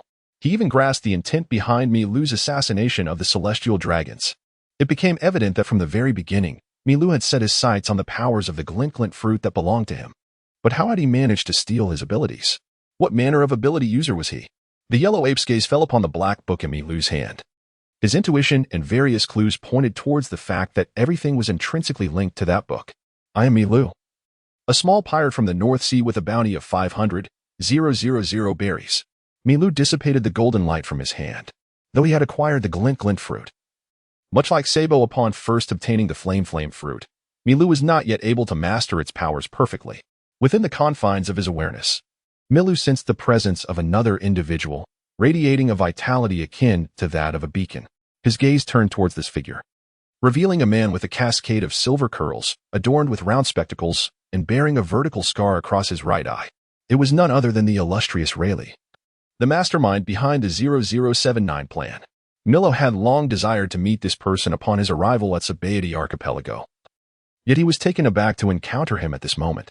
In Milu's perspective, the timing of Rayleigh's appearance was far from fortuitous, as his intention was to execute the subsequent plans after acquiring the glint fruit and then depart from this vicinity, which was perilously close to the Navy headquarters.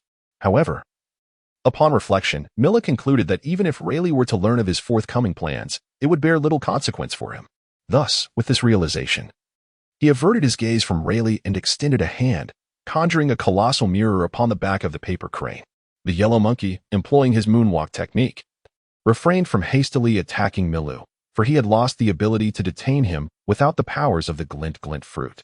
Although the moonwalk allowed him to traverse the skies, it incessantly drained his stamina, and this aerial maneuver lacked the agility once afforded by the glint fruit. Attempting to counter Milu, who could effortlessly navigate both air and sea, became an insurmountable challenge. It could be asserted that when the battlefield transformed into the vanished I'll-Know, and Milu had deprived him of his powers, Milu had secured an invincible position, at least in the eyes of the yellow monkey, who had lost the abilities of his devil fruit. Simultaneously, Rayleigh's arrival did not escape the yellow monkey's notice. Yet, he was not surprised by Rayleigh's presence, as the Navy had long been aware of his movements, choosing to ignore him due to his apparent disinterest in stirring trouble. After all, a figure of Rayleigh's stature is not easily provoked. Setting aside Rayleigh's formidable prowess, the surviving members of the Roger Pirates scattered across the globe would not stand idly by while the Navy attempted to act against him. Rayleigh's appearance here, in the yellow monkey's view, was merely a matter of curiosity, as the overwhelming and uncomfortable conqueror's haki emitted by Milu had undoubtedly drawn the attention of such an old-timer. As both parties fixated their attention upon Milu, a figure emerged within the mirror before him, Fina, accompanied by a bound and unconscious Krija. Milu's hand reached into the mirror, pulling both Krija and Fina forth. As Fina landed upon the paper crane, a spark of excitement flickered within her. The impact Milu had already made was substantial, and now that the danger had subsided, her emergence would surely enhance her recognition as an ally of Milu, potentially leading to a significant increase in her bounty. Milu regarded Fina's arrival with a hint of exasperation. His intention had merely been to retrieve Krija, unaware that Fina would follow suit. However, since she had made her choice, he had little to object. Polisalino, I shall not let you suffer a loss. Thus, Krija is yours. Standing upon the paper crane, Milu seized Krija by his skyward purple hair and, with a forceful motion, hurled him in the direction of the yellow monkey. Upon witnessing Milu extracting Krija, the yellow monkey furrowed his brow, and as he caught Krija, his countenance darkened further. The implications behind Milu's action became clear to him. No one on Sabaody Archipelago knew that the celestial dragon had been slain by Milu. Even though there had been a live broadcast, the snail phone lacked remote audio capabilities, leaving the outside world oblivious and unable to ascertain that Milu was the culprit. The only individuals aware of the celestial dragon's demise at Milu's hands were Krija, Milu himself, and perhaps Rayleigh, alongside the newly appeared red-haired woman. In this context, Milu's decision to hand Krija over to him was a strategic maneuver, intending to shift the blame for the celestial dragon's death onto the Big Mom pirates. Yet, despite recognizing Milu's intentions, the yellow monkey found himself powerless to refuse the offer, which only exacerbated his growing frustration. Milu was no longer perceived merely as an ordinary pirate. He had become a formidable force capable of altering the future trajectory of the world, a realization that weighed heavily on the yellow monkey's mind. Milu understood that the yellow monkey would inevitably attribute the blame for the celestial dragon's death to the Big Mom pirates, as this presented a rare opportunity to confront them. As for Krija and the biscuit fruit, Krija had never posed a threat within Milu's plans. In this unique locale of Sabaody Archipelago, Milu possessed numerous means to deal with someone whose downfall was imminent upon falling into the sea. Thus, Krija transformed into a crucial pawn, one capable of alleviating many of Milu's burdens. The significance and rarity of the celestial dragons became evident following Fisher Tiger's assault on the Holy Land Mariehwa. Consequently, eliminating a celestial dragon and framing it as the work of the Big Mom pirates would undoubtedly prompt the world government to retaliate against them in defense of the celestial dragon's honor. Naturally, as a participant, Milu would also become a target. However, as an individual, he paled in comparison to the weight of the Big Mom pirates. Therefore, in Milu's strategy, the focal point became how to effectively shift the blame onto the Big Mom pirates. His identity and that of Kalia serve as the pivotal points of this scheme. Should Milu be responsible for the demise of the celestial dragon, the world government would likely dismiss the incident as a reckless act of an inept pirate. Capturing Milu and executing him publicly would suffice to conclude the matter. However, if the hand of the Big Mom pirates were to intervene, and Kalia subsequently fell into the hands of the Navy, the ensuing actions of both the Navy and the world government would indeed be intriguing to contemplate. Milu's aspirations are modest, as long as the world government and the Navy can engage in a stalemate with the Big Mom pirates. Affording him the time to conceal and develop his abilities, that would be sufficient. Regarding the capabilities of the biscuit fruit, Milu regards its similarities to the paper fruit as merely adequate for reserve purposes. Its potential loss due to Kalia's death would not be deemed significant. Moreover, whether Kalia will survive remains uncertain. Ultimately, weighing the options of providing Kalia with a devil fruit and eliminating him to fully acquire the biscuit fruit against surrendering Kalia to the Navy, Milu leans decidedly towards the latter choice. The entire plan for the Chambord Archipelago, when scrutinized, reveals several discrepancies from Milu's initial conception. Firstly, the method of seizing the yellow ape's shining fruit. Secondly, the emergence of the perception-type circle. Thirdly, the unexpected arrival of Rayleigh. According to Milu's original strategy, he intended to exploit Naluya's overdrawn time in conjunction with the capabilities of the mirror fruit. This would occur at the moment the yellow ape activated the Yada mirror, creating a scenario where the yellow ape would be refracted into the sea, thus allowing the theft of his devil fruit ability. The groundwork for this plan was laid when Milu cast the mirror into the ocean. As long as the submerged yellow ape's head was placed within the mirror realm while his body remained in the water, it would not be a challenge for him to seize the fruit's powers as he pleased. Subsequently, by casting the incapacitated Kizaru and the unconscious bound Kureha onto a paper vessel, Miluo would successfully execute his plan and depart with ease. However, it was evident that Naluya's exhaustion and perception circle inadvertently provided Miluo with a simpler method to surreptitiously acquire the fruit's power. Although this approach cost him an arm, the trade-off was undeniably acceptable when weighed against the time saved and the risks involved.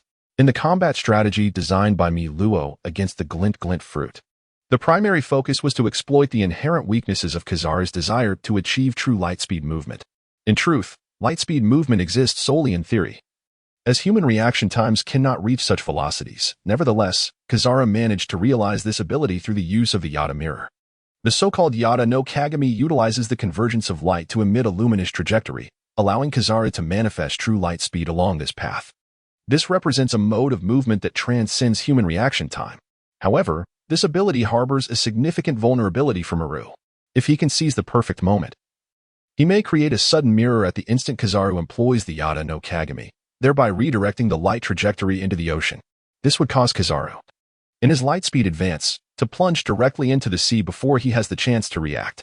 Although the plan is fraught with peril, it is not devoid of potential success. This is because Kizaru's execution of the Yada no Kagami involves a standard preparatory gesture, wherein he gathers light particles before him with both hands. To compel Kizaru to wield the power of the Yada no Kagami, one must consider the alternative purpose of the mirror left behind by Miru beneath the sea. He intends to create distance between himself and Kizaru by continuously traversing the world within the mirror, thereby forcing Kizaru to utilize the Yada no Kagami's abilities to pursue him. However, this battle plan is evidently more complex than simply seizing victory in combat. Yet, as Miru glanced down at his severed arm, it served as both a reminder and a lesson. This encounter has profoundly enlightened Mira regarding the essence of the world's most formidable combat prowess and has made him acutely aware of the chasm that lies between himself and these titans. Although the oaths and constraints may afford him a fleeting opportunity to resist, such ephemeral strength ultimately does not align with Mira's true aspirations. Moreover, the extent to which he could barely contend with the Admiral was not the pinnacle that Milu aspired to achieve. With Kizara now in possession of the Kizaru, the ensuing matters were beyond Milu's ability to influence. Thus, he found no reason to linger any longer. The paper crane carrying him and Fina fluttered its wings, preparing to soar into the distance. However, before departing, Mila cast several glances at Rayleigh, who was swimming in the sea and facing the direction of the red line. Was Rayleigh merely here out of curiosity? With a sense of perplexity in his heart, Mila shrugged it off. Given the opportunity, he would gladly engage in conversation with this legendary figure, but under the current circumstances, he deemed it unnecessary. As he observed the gracefully ascending paper crane, Kizaru raised the Kizaru in his hand, glanced at his somewhat disheveled appearance, and though reluctant, he refrained from pursuing them. Instead, he lowered his gaze towards Rayleigh. Are you merely here to spectate? Kizaru's tone carried a hint of mockery. A retired pirate certainly has ample leisure. How terrifying. You seem to have lost your abilities? Retracting his gaze directed towards Milu, Rayleigh addressed Kizaru, cutting straight to the point. Humph. Kizaru let out a cold huff, which could be interpreted as an indirect acknowledgement of Rayleigh's assertion. It would be wise for you to leave quickly, relying solely on physical prowess. I do not believe you can surpass him, Rayleigh remarked nonchalantly, gesturing towards a large ship gradually emerging on the distant sea.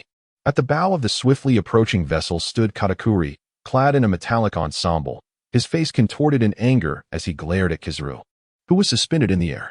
Upon spotting Katakuri, Kizaru's heart skipped a beat. He glanced down at the Kizaru and cursed inwardly, realizing he had been deceived once again. That scoundrel who fled undoubtedly knew Katakuri was coming. As for Rayleigh's skepticism regarding his ability to defeat Katakuri, Kizaru chose not to refute it. Indeed, without the power of the Pika Pika Nomi, relying solely on Haki, he would be at a disadvantage against Katakuri, who possessed nearly maxed-out observation Haki. This conclusion had long been drawn through their numerous encounters. Thus, upon realizing Katakuri's arrival, Kizaru shot a glare at Rayleigh, who seemed to revel in the unfolding drama. In turn, using his moonwalk to dash towards Island Number 2. There, a naval fleet led by Rear Admiral Dalmesia, stationed in the Sabaody archipelago, was also en route. The current situation had escalated beyond Kizaru's capacity to manage alone. Moreover, aside from contending with the pursuing Katakuri, Kizaru had a multitude of responsibilities to attend to. Primarily, he needed to confirm that the celestial dragon's demise was indeed at the hands of Kureha. Subsequently, he would dispatch individuals to transfer Kureha to the deep-sea prison. Furthermore, he had to compile a report regarding the situation with Milu and convene those pursuing him. He could not allow Milu to effortlessly abscond with his devil fruit abilities. Having battled pirates upon the seas for numerous years, Kizaru understood well that such powers, which usurp what rightfully belongs to others, must possess inherent vulnerabilities. And there surely exists a method to enable the rightful owners to reclaim what is theirs. Although he remained unaware of the precise approach, he was cognizant of one fact. He still had a chance. Where to now? Fina inquired, seated upon the paper crane, her curiosity piqued as she gazed downward. This was her first experience soaring through the sky since her birth, and it felt magnificent. To Rasukai, Mila replied, You have a record pointer, correct? None, Fina responded matter-of-factly. Rasukai lies to the northwest of Women-S Island, which is situated within the Calm Belt. Therefore, a record pointer is unnecessary.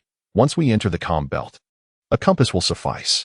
Fina's reasoning was sound, and to bolster her argument, she retrieved a compass from her backpack, its needle whirling wildly.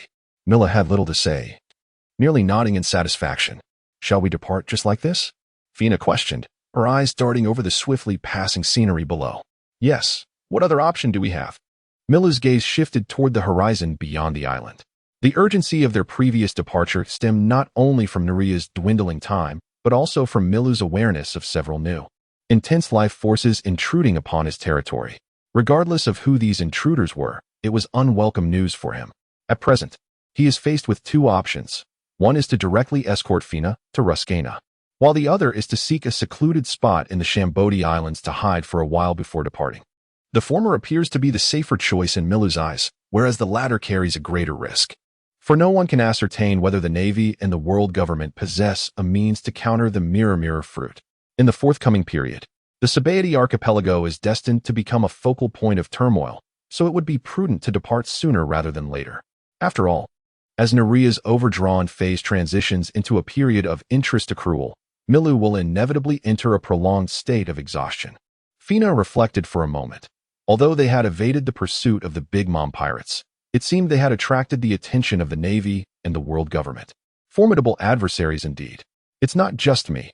It's us, Milu asserted, casting a pointed glance at her. Oh, right. It's us, Fina replied cheerfully. Milu found it perplexing how this woman could be so enamored by the bounty. He wondered what sort of values had been instilled in her. However, just as the paper crane was about to leave the Sabaody archipelago, Neruya finally spoke up from Milu's shoulder. The time for Neruya's interest has arrived. You will now enter a guaranteed period of 818 hours of thought.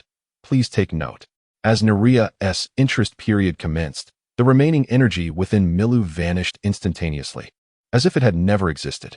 An unusual sense of emptiness washed over him, despite his prior preparations, leaving him with a twinge of discomfort. The pages of the black book unfolded within the confines of the paper fruit's pages. The remaining 1% of energy allowed Milu to temporarily maintain the simultaneous use of two abilities. It was only when they neared the island's edge that he descended the paper crane, bringing Fina and the now restored Neruya, who stood at a height of 8 meters, safely to the ground. Skillfully, Milu utilized the paper fruit's powers to craft a sturdy paper boat at the seaside, accompanied by two large cardboard figures wielding oars. After closing the black book and retracting the energy that animated his left arm, he felt a sharp pain coursing through his nerves. Fortunately, he had acquired a fair amount of medical knowledge, enabling him to realign his bones and bind his arm with the crafted cardboard as they sailed away from the Sabaody archipelago. Once all was settled, he sat upon the deck of the paper boat, exhaling deeply, fatigue washing over him. He infused the cardboard figures with the operational energy, though he knew it would not last long, as he needed to reserve sufficient energy to maintain the existence of the mirror fruit's abilities. 1% of energy was, indeed, woefully inadequate. Fina, I entrust you with the journey to Risukai, Milu said, ruffling his somewhat disheveled hair to stay alert. Neruya obediently massaged Milu's shoulders and offered him a piece of dark chocolate. Leave it to me. You should rest, Fina assured him, though her gesture was somewhat distracting. Is it far from Amazon Lily? Milu inquired, chewing on the chocolate while glancing towards the distant sea, where two large ships appeared to be sailing towards the Sabaody archipelago. One of the blue ships, in particular, caught his attention, for it was unmistakably a Navy vessel, habitually intending to open the black book. Milu recalled that the weapon fruit had dissipated. However, after assessing the Navy ship's course, he stood up, created a mirror on the boat, and said, Fina, let us hide until the Navy ship passes. Fina quickly approached Milu's side. What is the point of hiding? You could take the opportunity to attack the Navy and increase your bounty. Dear sister, if you desire a bounty, go confront them yourself. I won't stop you. But I must kindly remind you that we are quite close to the Navy headquarters, Marineford. Though Milu spoke so, he observed Fina, who, despite her words of confrontation, was quite earnestly standing in front of him, realizing that she was nothing short of a verbal warrior. Quickly get inside. Besides, the ship lacks many supplies that need retrieving. Fina beckoned him as she stood before the mirror. But Milu, you aren't planning to use this paper boat as a pirate ship, are you? And what shall we call our pirate crew? What do you mean? What shall we call our pirate crew? Milu hesitated at the mirror's edge. When had Fina become part of his crew? He distinctly remembered drifting along solely with Neruya. Weren't we just partners pursued by the Navy and the world government?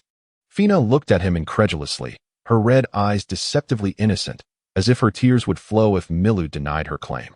Yet, Milu was known for his icy demeanor, an established reputation within the Don Quixote family, and scaring someone like Baby Five had been merely routine for him. Although this was partly due to Baby Five's propensity for tears, he was indifferent to the weeping of this uninvited woman, especially considering he remembered all too well her ulterior motives for approaching him. Did she think he would not retaliate after her schemes? Did she truly believe he would easily accept her? Furthermore, Milu was not prepared for the concept of establishing a pirate crew. Being pursued together did not equate to being allies, in his opinion. Before stepping into the mirror, he spoke candidly. Neruya, please cover the boat with a layer of chocolate for camouflage. It's too distinctive to my characteristics. The paper fruit was the ability that had left a mark on the Navy during Milu's bounty. Thus, he deemed it wise to disguise it. Understood. Neruya signaled with an okay gesture, then placed a hand on the boat's edge, causing a cascade of white chocolate to flow from her palm, enveloping the entire vessel in a thin chocolate layer in mere moments. Humph, how stingy, Fina scoffed, feeling that her bounty would rise exponentially simply by association with this young lad, since he did not seem interested in her. She was not the type to cling stubbornly to others. After pulling a face at Milu, she joined him in gazing through the mirror at the two large ships now fully visible. The bow of the Navy ship bore the image of a dog's head with a bone in its mouth, causing Milu's lips to twitch in recognition. This was a vessel he had been instructed to remember during his time with the Don Quixote pirates. The ship was commanded by none other than the Navy hero, Monkey D. Garp. He was the grandfather of Luffy, who incessantly boasted of becoming the Pirate King, the father of the revolutionary leader Dragon, and the head of an altogether chaotic family that had adopted the Pirate King Roger's son, Ace. Beside the legendary naval ship, instead of commercial vessels or legitimate ships, sailed the Red Force, adorned with the flag of the New World's four emperors, the red-haired pirates.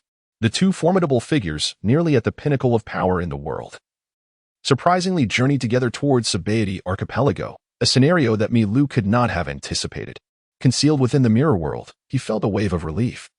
Fortunate that the battle on the island had concluded swiftly, and even more grateful for his timely escape. Had he waited for Carp's arrival, despite any extensions on his debts, he remained uncertain if he could withstand even a single blow from Carp. Unlike the relatively weaker physical combatant among the three admirals, Carp was a genuine master of hockey, a formidable force who had shattered several mountains in his training. The chocolate paper boat, though uniquely shaped and composed, did not draw much attention from the crews aboard the two ships. Standing quietly on his vessel, Milu, along with the vigorously rowing chocolate cardboard figure, paid little heed to the occupants of the ships. However, as they passed each other, Fina, who was also observing the external situation through the mirror, voiced her confusion. "What's wrong?" Milu inquired, turning to her. Shanks appeared to be missing an arm. How could this be possible? He was so powerful. Who could inflict such harm upon him? Following Fina's pointing finger, Milu caught sight of Shanks, who was curiously gazing at the chocolate paper boat from the side of his ship. Yet, as his gaze shifted, Shanks seemed to sense something, and his eyes swept over to the mirror on the deck, locking eyes with Milu for a brief moment. Shanks rubbed his eyes and looked again at the mirror, only to find it empty, seemingly having misperceived the situation. "What's the matter, Captain?" The rotund figure dressed in a watermelon-like outfit, Lucky Lu, questioned, gnawing on an unknown beast's leg. Shanks, somewhat uncertain, replied, "I thought I saw someone in the mirror just now." "Don't be ridiculous. How could there be anyone in the mirror? You must have been mistaken, Captain."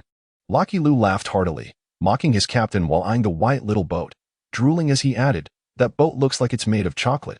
It smells delightful." "You have a point, and besides, it was Fina I saw. How could that be? She should still be in the New World, busy increasing her bounty." Shanks chuckled, returning his gaze. He had a fondness for the red-haired girl he encountered in the New World. It was a pity that her ambition was not to become the Pirate King, but to amass a fortune beyond measure. As a pirate with dreams of his own, Shanks could not bear to see such a promising talent veer off course. Thus, he kindly offered Fina a more favorable path to wealth. With his identity as a notorious pirate with a bounty of 2.7 billion berries, Shanks was confident in his ability to guide her. "Captain, you're quite cunning. Knowing well Fina's insatiable greed, you not only discourage her from becoming a bounty hunter, but also coax her into raising her own bounty, treating herself as currency," Lucky Lu said, slapping Shanks on the back with his greasy hand. Shanks dodged, avoiding Lucky Lu's slap. "This isn't coercion. It's her own choice. Besides, what's wrong with being regarded as currency? Isn't it a joy to think about how beloved I am? Look at me, as a senior. I find joy in it every day." Captain speaks the truth. Lucky Lu gazed at Shanks with a hint of melancholy before devouring the beast's leg in his grasp and pulling out an even larger roasted leg from his pocket. "I eagerly await the next time we see little Fina. I wonder what her bounty will be by then," Shanks exclaimed with anticipation. "Phew." Milu, who had pulled Fina aside to the mirror, sighed in relief. He hadn't anticipated Shanks' keen perception. He had nearly been discovered with just a glance. Yet, upon reflection, he pondered. What was there to fear? What was there to hide? Let us seek out Shanks for some amusement. He seems rather amiable and is, in fact, my idol. Fina's eyes sparkled as she gazed at Milu. "Idol? You know him?" Milu asked, puzzled. "Indeed. When I first ventured to the New World to earn money, I encountered Shanks. He was the one who guided me to earn bounties as a pirate." Fina replied proudly. At that time, he showed me his bounty of 7 billion berries. It was simply astonishing. He is my life as goal, and I must surpass him. I aspire to become the woman with the highest bounty on these seas. Observing Fina, brimming with youthful ambition, Milu suddenly found the idea of having a spirited companion aboard quite appealing. Moreover, he began to comprehend why Fina evoked such an intense sense of DJVU within him. It turned out that, much like the foolhardy Luffy, he too had been ensnared by Shank's influence. However, when it came to dousing the flames of enthusiasm, Miru felt no qualms. Did he not notice the ship of the Iron Fist, Garp, docked nearby? If they were to venture out and be discovered, they might not even set foot on Shank's vessel before Garp casually sent them plummeting into the sea, thereby shattering any dreams of bounty. Indeed, Fina scratched her head, responding with a hint of embarrassment. By the way, you wouldn't happen to share the surname Monkey, would you? Miru could not help but inquire. Fina gazed at him earnestly. No, my full name is Edwina Fina.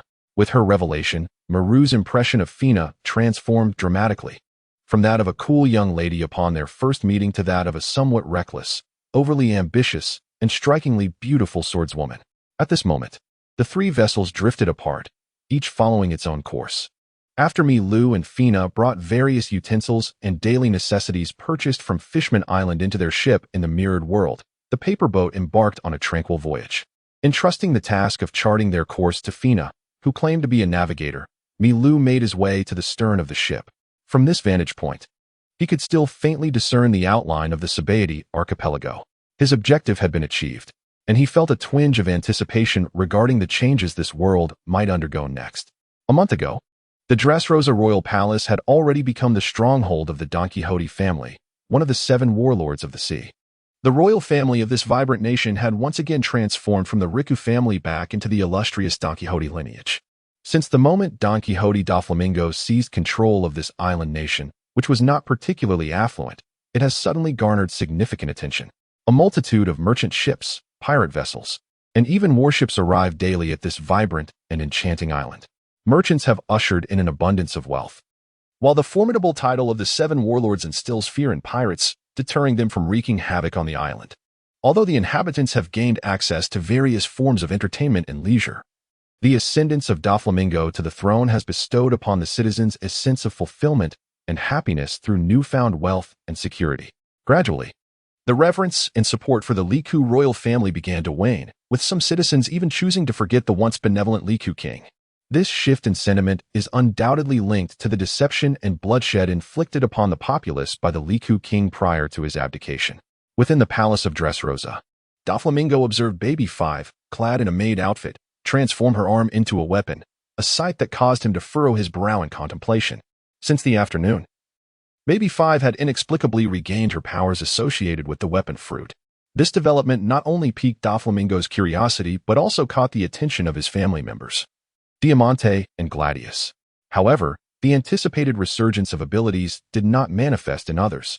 As night fell, Baby 5 remained the sole individual to have reclaimed her powers.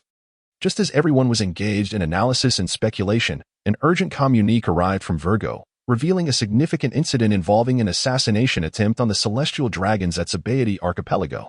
At this juncture, Doflamingo and his associates became aware of the gravity of the situation, though numerous aspects of the intelligence raised questions. Why did the Big Mom pirates target the celestial dragons, and what role did Moreau play in this affair? Virgo's report merely glossed over these details, suggesting that higher-ups in the Navy might be deliberately concealing certain information. Nevertheless, one undeniable fact emerged. Marine Admiral Kazara had lost the powers of the Pika Pika Nomi and remained stationed at the Navy's scientific division, thus absent from any operations against the Big Mom pirates. Doflamingo's gaze shifted from Baby 5 to Gladius, who held a devil fruit in his hands, his expression laden with gravity. Gladius, have you made your decision? Doflamingo inquired in a low voice, tinged with a hint of anticipation. When Moreau departed from the family, he had mentioned to Doflamingo that those who had their powers taken could consume another devil fruit. At that time, Doflamingo had dismissed the notion, perhaps due to skepticism regarding Moreau's assertion and a reluctance to expose his family to such peril. Regardless of his reservations, he nevertheless conveyed this information to the 3 individuals who had lost their abilities, while also articulating the potential risks associated with consuming a second devil fruit. Upon receiving this intelligence, Gladiolus had already harbored the notion of attempting something daring. However, he had not previously encountered the desired fruit ability, which led to a prolonged delay of his ambitions until now. Recently, the family acquired a special Paramecia-type fruit of anger, perfectly aligning with Gladiolus's needs, prompting him to retain the devil fruit. Yet, given the immense risks involved, even Gladiolus hesitated to gamble his life on this endeavor. The situation was further complicated by the fact that Baby 5 had regained control over the weapon fruit, intensifying Gladiolus's uncertainty. He remained oblivious to whether he would have the opportunity to reclaim the bomb fruit ability, and was equally unaware of the potential transformations he might undergo if he consumed the devil fruit again and survived, should Milu decide to return the fruit's powers to him. Since losing his fruit ability, Gladiolus had noticed a gradual divergence in his strength from that of his family members, a reality he could not accept. Thus, when Doflamingo inquired about his intentions, the scales in Gladiolus's mind began to tip. Especially upon witnessing the anticipation in the eyes of the one he revered as the young master, he realized the course he ought to take. Should he consume the fruit again and acquire a second ability, and if Milu were to restore his original powers in the future, he might fortuitously come to wield two devil fruit abilities. This would elevate Milu's value and his potential contributions to the young master to a level comparable to that of the surgical fruit. I have made my decision. Someone must take the plunge. Gladiolus did not afford others the opportunity to dissuade him, nor did he allow himself to linger in indecision. In an instant, he tore off his mask and bit into the devil fruit. As the morning sun bathed the paper boat in its golden rays, a news bird appeared, carrying newspapers on its back. After paying in berries, Neruya presented a newspaper to Milu, who lounged in a deck chair. "Thank you," Milu said politely as he accepted the paper. "You're welcome, hee." Neruya replied with a smile, turning towards the cabin. "Milu, what would you like for breakfast?" Neruya was behaving as if she were a real person. Despite being mentally prepared and having encountered her numerous times before, Milu still felt a sense of disorientation. "A sandwich, please." Observing Neruya's cheerful demeanor, Milu marveled at the wonders of thought and felt a swell of pride for having created such an aesthetically pleasing companion. "All right, just a moment." Neruya spun around, her ponytail swaying as she entered the cabin. Neruya's culinary skills had improved remarkably. Milu had only taught her a few times, yet she had acquired a wealth of cooking techniques. Therefore, for quite some time, Milu had entrusted the task of cooking during their travels to Neruya. She seemed to relish the act of cooking and enjoyed it immensely. With a smile, Milu shifted his gaze to the newspaper in his hands. And the moment he opened it, he was greeted by a striking photograph and a bold headline on the front page. The image captured a thrilling moment of the battle between Kizaru and Kurazumi after Milu fell into the sea, entirely omitting his presence, as if someone had intentionally excluded him from the narrative of the clash. Although Milu had anticipated this, he couldn't help but feel a twinge of annoyance. After all, he was the mastermind behind the entire affair.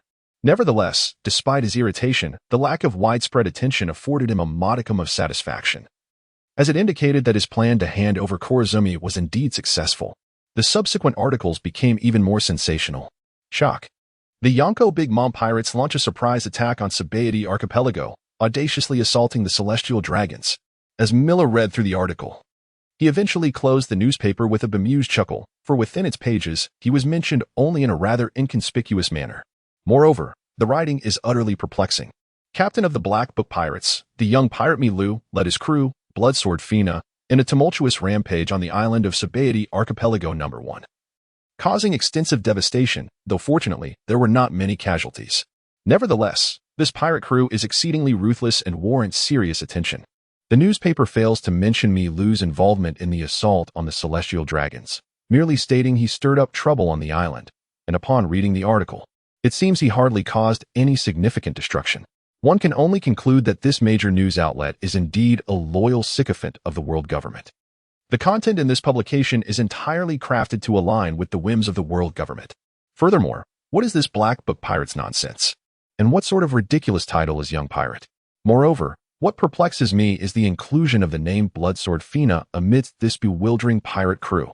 Clearly, we are not allies. She is herself, and I am myself. How is it that we have been so erroneously conflated? Just then, as Milu was enveloped in frustration, Fina joyfully approached from the stern, brandishing two large bounty posters. The first poster bore Milu's likeness. The image had transformed from one of them sitting atop a paper crane while soaring through the air during his time with the Don Quixote pirates, to one where he appeared with damp hair, exuding a cool demeanor as he gazed into the distance. Milo quickly recognized it as a photograph taken just before his confrontation with Kizaru, evidenced by the scattered biscuits floating on the sea in the background. Upon closer inspection, one could also spot the little Naluya hiding on Milo's shoulder.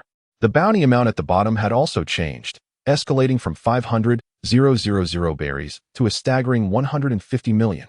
The additional zeros instilling a profound sense of accomplishment within him. Milo nodded in satisfaction, but in the next moment, he found himself stunned. Damn it. Spending time with Fina had somehow led him to feel a sense of contentment regarding the bounty. Perhaps it would be wise to maintain some distance from her. Nevertheless, despite this contemplation, his gaze was inevitably drawn to the second bounty poster. In this one, Fina was captured mid-action, smiling as she dispatched a bounty hunter while assisting Milo at Sabaody Archipelago.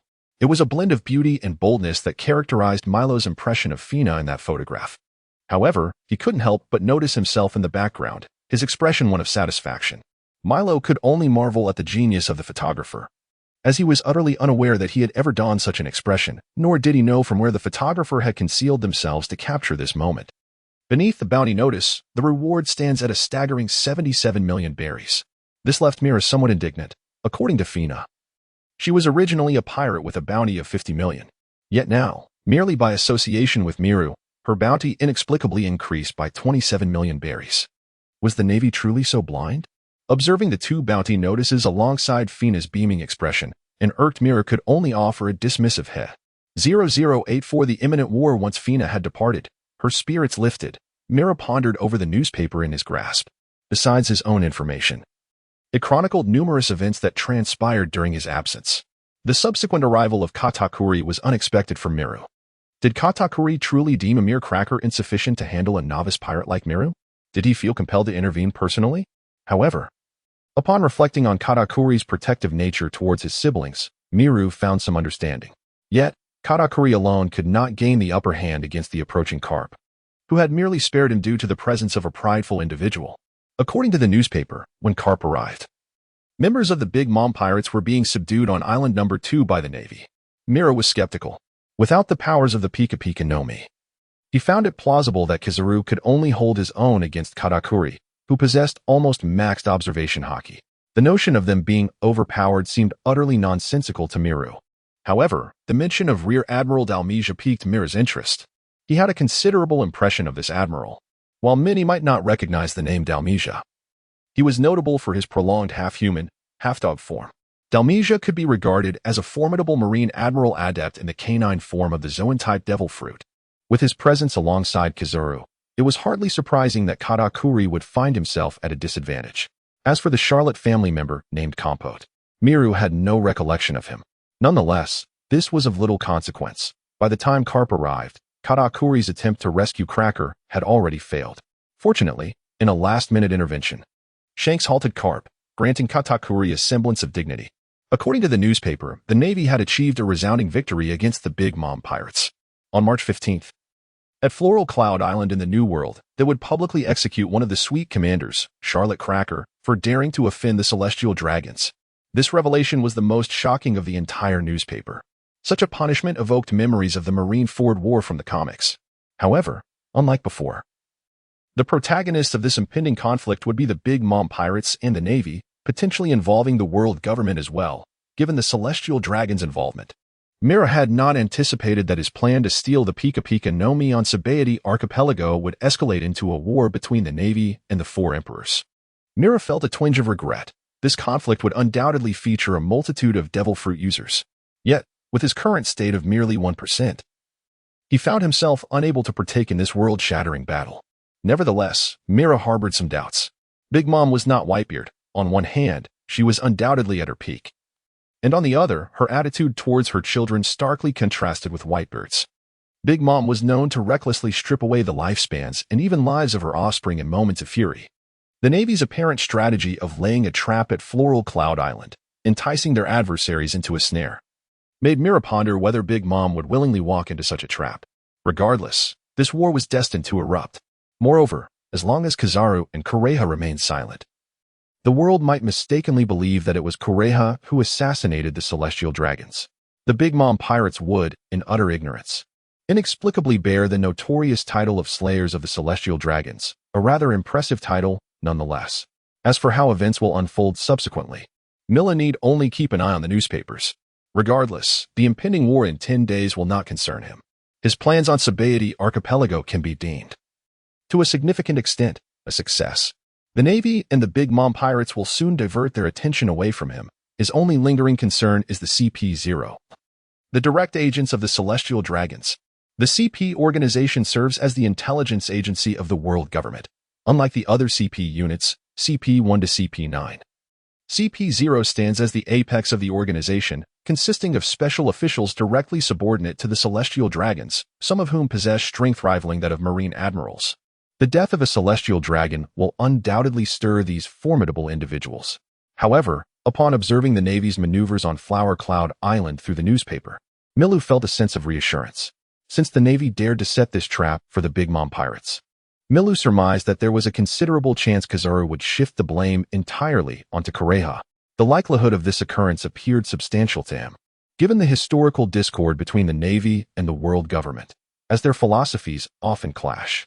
The Navy seeks peace upon the seas to safeguard the lives and properties of the people, while the world government pursues harmony and stability, occasionally resorting to collaboration or compromise with pirates to achieve the same. Such actions have generated considerable discontent within the Navy. Nevertheless, regardless of how forthcoming events may unfold, Milu knows that his next course of action is to diligently head to Ruskana for training. As he observed Naruya emerging from the cabin with a sandwich, a smile graced Milu's face. Although he was uncertain about the future changes resulting from the disruption of the narrative in this moment, he felt a profound sense of ease. Since mastering the powers of the Goro Goro no Mi and the Mirror Mirror fruit, he had secured a true means of survival in this world. Naruya's culinary skills were exceptional. The sandwich was delightful. Just as Milu was savoring the moment, Fina's voice echoed from the cabin. Looking at her, he smiled in return. He almost forgot that before his training, he needed to deal with this troublesome young lady. Should he toss her into the sea to feed the fish? Or make her his ultimate subordinate? Milu found himself hesitating, as both options seemed quite appealing. 3 days later, under the serene sky of the calm belt, a large white paper crane soared gracefully through the air. Upon the crane's back, Milu stood atop a sizable mirror, peering through a telescope purchased from Fishman Island, allowing him to clearly discern an island in the distance marked with the characters 9 snakes. That was Daughter Island, and it lay not far from Ruskana. Fina pointed towards the northwest of Daughter Island, stating, "Although I am unaware of your purpose in going to Ruskana, I believe it prudent to remind you. Ruskana is perilous, and the warriors of 9 snakes frequently train there. While you are undoubtedly formidable, I do not believe you would stand a chance against Lady Snake Princess." Milu was unaware of the frequent visits by the 9 snakes warriors to Ruskana. The manga only provided a general introduction to Ruskana without delving into further specifics. Fina nodded, explaining, "The warriors of 9 snakes undergo rigorous training from a young age, and the criteria for becoming a national defender are exceedingly stringent. Ruskana, being a natural testing ground, sees aspiring defenders undertake a month-long survival challenge each year. Only those who awaken their haki during these trials are deemed true elites of 9 snakes and receive the favor and recognition of Lady Snake Princess. The power of haki cannot simply be awakened through casual training."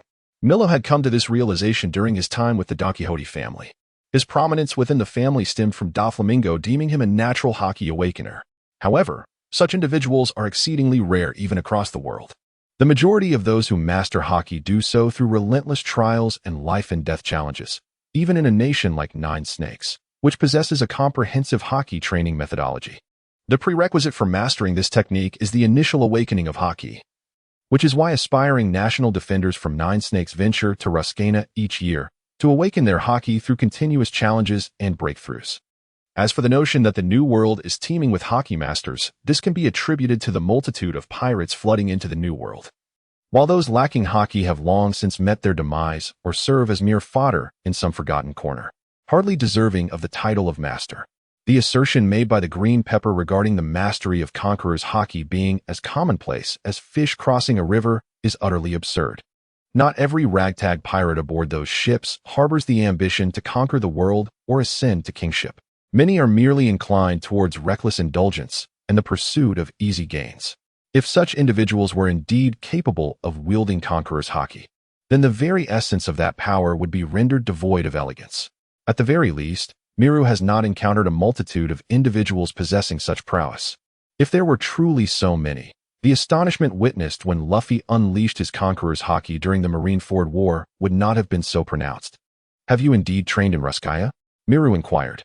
Although Fina did not display particularly formidable combat abilities, upon learning she hailed from Amazon Lily. Miru had already assumed she possessed haki, for to venture into the new world without it would indicate a reckless disregard for life. Fina admitted, indeed. I survived alone in Ruskaya for 3 months. Miru nodded thoughtfully and then asked, what are your plans moving forward? I suppose I shall return to Amazon Lily. It has been several years since I last ventured outside, Fina replied with a hint of nostalgia. Miru stroked his chin and said, if possible, could I trouble you to take Naruya for a visit to Amazon Lily? His upcoming days will be filled with monotonous training, and in such circumstances, Naruya's protective role seems rather redundant. Moreover, with Naruya's protection, he would experience considerably less sense of crisis, which would ultimately hinder the intended training effects. It would be more beneficial to allow Naruya to explore the Nine-Snake Island, where he could also make a few markings. Surely, you do not harbor any ill intentions towards Nine-Snake, do you? Fina inquired with a hint of skepticism. Milu merely shrugged. What intentions could I possibly have? I'm not going. I merely suggested you take Naruya for a visit. After all, Naruya is a woman too. You may not be going, but you can still observe through the mirror. Bringing you along feels rather ominous, Fina muttered. As if you could control the situation, Milu candidly acknowledged. I'm not sending you without compensation. I'll give you some money. Captain, why didn't you say so sooner? Fina's eyes lit up at the mention of money, her previous doubts dissipating. Naruya hesitated and spoke softly, I don't want to leave. Although Naruya had been in a state of free activity since her time was overdrawn. Being with Milu was of utmost importance to her. The thought of separation instilled a profound sense of insecurity. Milu patted her thigh, unable to reach her head, and reassured her, take the mirror with you for a look. It's not far, and you can return to find me anytime. Ah, so that is your intention. Fina realized upon hearing about the mirror. 1 million berry for a comprehensive tour of the Daughter's Island with Naruya, comfortable and considerate. Is that sufficient? Mila boasted extravagantly. Fina wiped the corner of her mouth. Need it even be stated? Naruya is my dear sister. If I cannot treat her well, who else could I possibly care for? If it were not for the intense red glow in Fina's eyes, Milu might have almost believed her.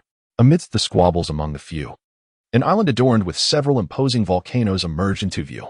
This was none other than the destination of Milu, Ruskana. At the moment Miru arrived at Rusukai, the current 7 warlords received their inaugural summons from high-ranking officials of the Navy.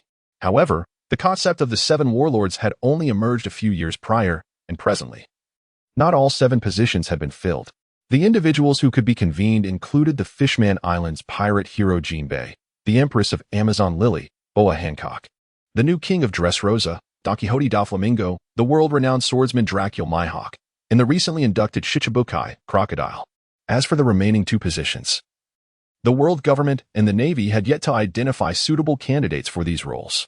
Among the 5, only Jinbei and Da Flamingo possessed some knowledge regarding the unfolding events. Jinbei, in particular, was aware that Miro had been sent away from Fishman Island under his watch. Upon reading the newspaper a couple of days ago, he felt an immense sense of relief for his prudent decision. Simultaneously, his regard for Mira grew significantly.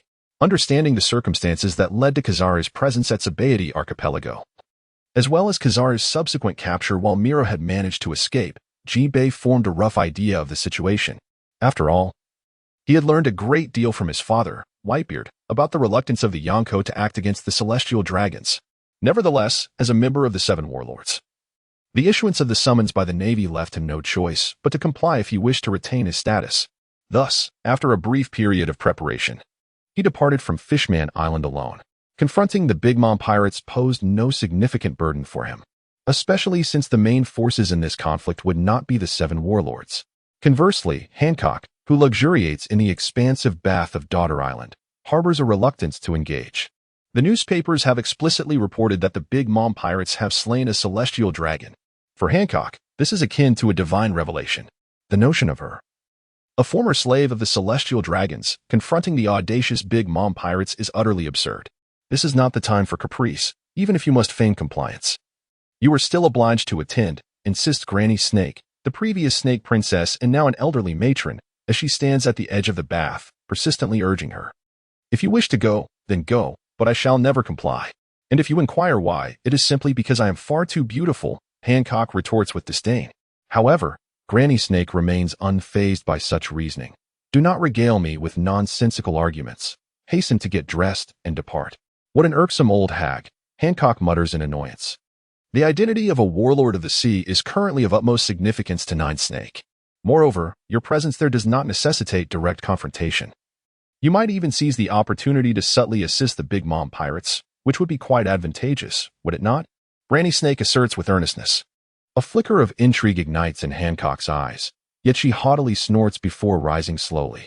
What is the situation with Fina? Hancock inquires as she dresses. How has she become embroiled in the affairs of Sabaody Archipelago? How would I know what that rascal is up to? Granny Snake replies, feeling somewhat exasperated, pondering why the younger generation of Daughter Island is so troublesome. Flower Cloud Island is situated near the entrance of the New World.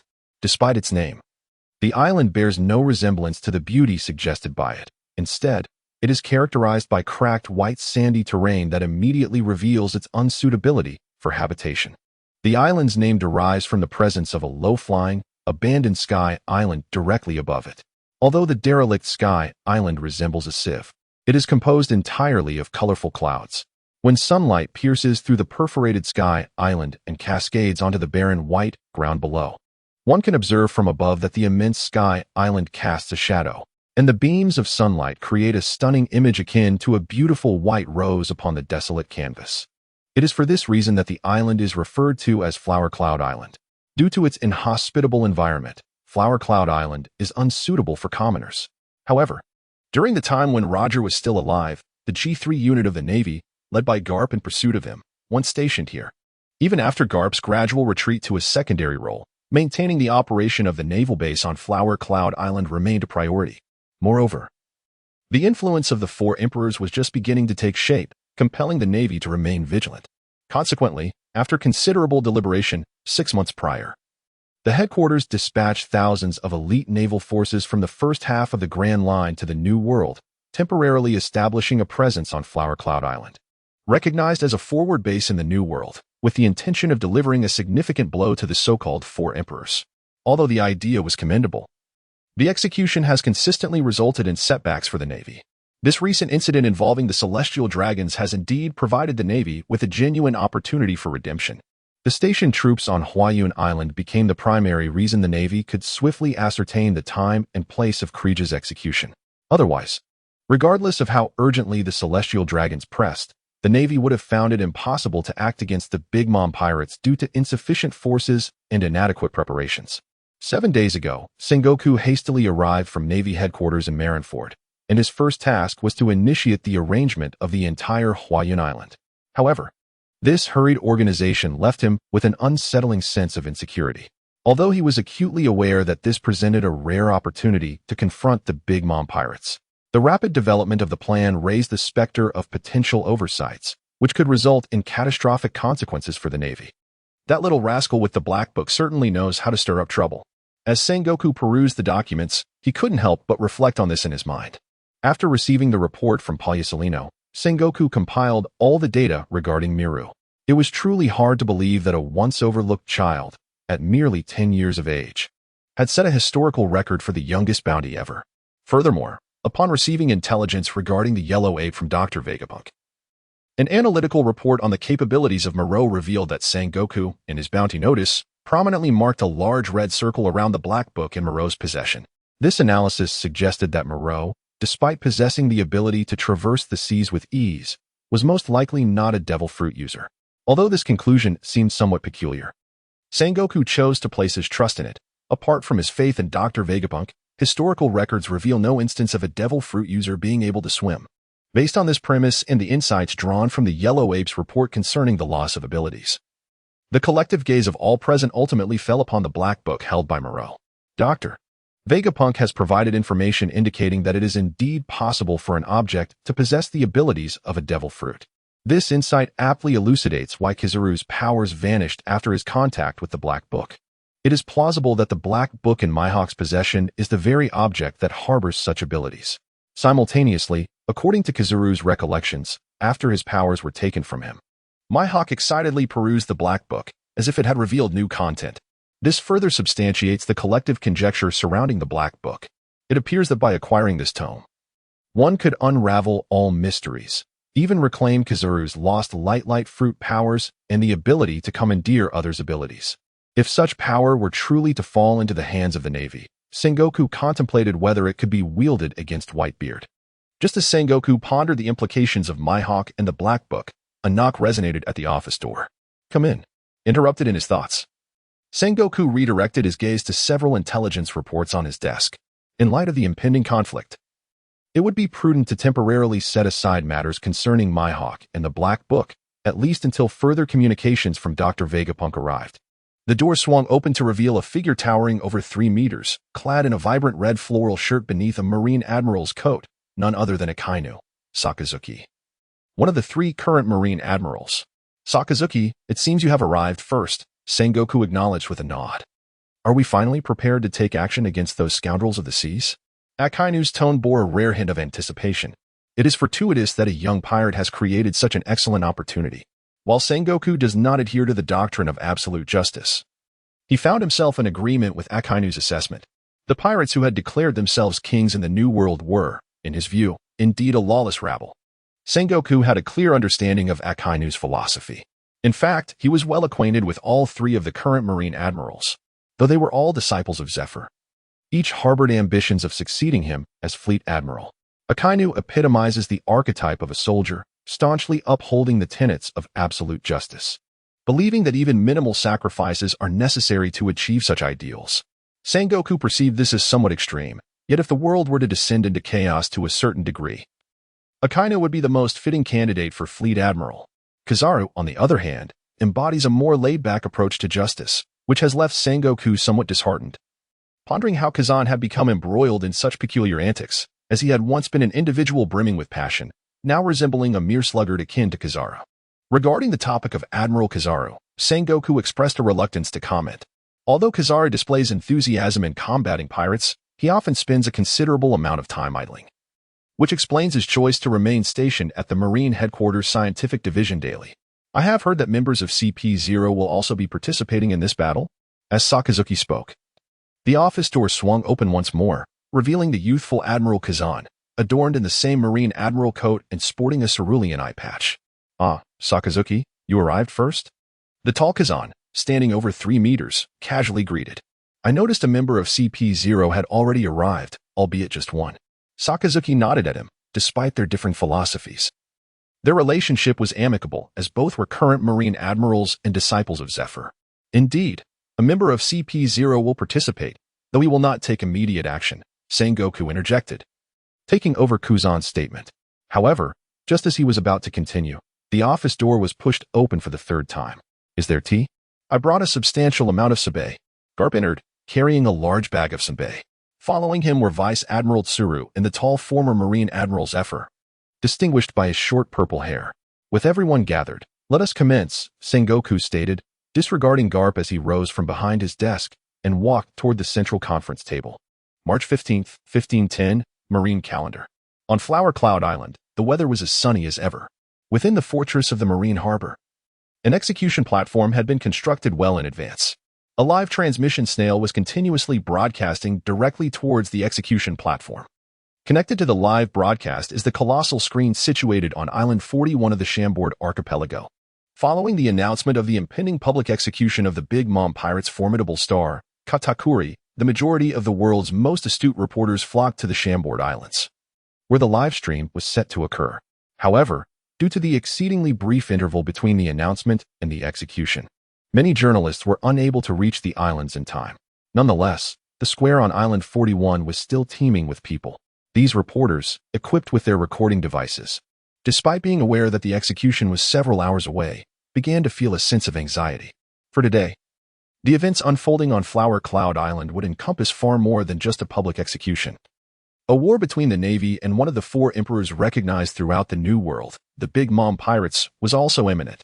Their sole task, as they stood before the screen, was to disseminate the occurrences on Flower Cloud Island to the world in real time, illuminating the audacity and folly of offending the celestial nobles, the Tenryubito. Simultaneously, they aimed to reveal the true nature of the conflict between the Navy and the Big Mom Pirates. Would the Navy achieve victory reminiscent of their triumph over the Pirate King, Gold, Roger, or would the Big Mom pirates vanquish the unprepared forces of justice, thereby casting the ominous shadow of the four emperors over the entire globe? It can be asserted that the events about to transpire in the base square of Flower Cloud Island would, to a significant extent, dictate the future trajectory of the world. Yet, within the hearts of many reporters lingered an understanding. The audacity of the world government and the Navy to broadcast this war live was a testament to their unwavering confidence in overcoming the Big Mom pirates. Still, an undercurrent of anxiety persisted among the populace, as the fearsome reputation of the four emperors had grown increasingly formidable in recent years. Could the Navy truly anticipate every eventuality? This question loomed in the minds of all those watching the live broadcast and awaiting the latest updates. As the hour drew near to the execution, a considerable number of Navy soldiers gathered in the square facing the sea on Flower Cloud Island. Beneath the execution platform, on a raised dais, sat three figures cloaked in the grand attire of naval admirals. At the center was the former admiral, Zephyr, flanked by the current admirals, Akainu and Akiji. Below them stood several individuals who seemed out of place among the Navy. Cloaked in a dark coat, with a cigar in his mouth and a prominent horizontal scar across his face, the Sand Crocodile, engaged in a casual exchange with his companion, Don Quixote da Flamingo, who adorned himself in a flamboyant pink feather coat. Both were entrenched in the world of underground powers. However, their ambitions diverged significantly. One aimed to dominate the globe, while the other wielded a legendary weapon capable of obliterating an island with a single blow. It is difficult to ascertain whose aspirations were loftier, as Da Flamingo merely manipulated a small nation, whereas Crocodile toyed with a legacy-laden empire.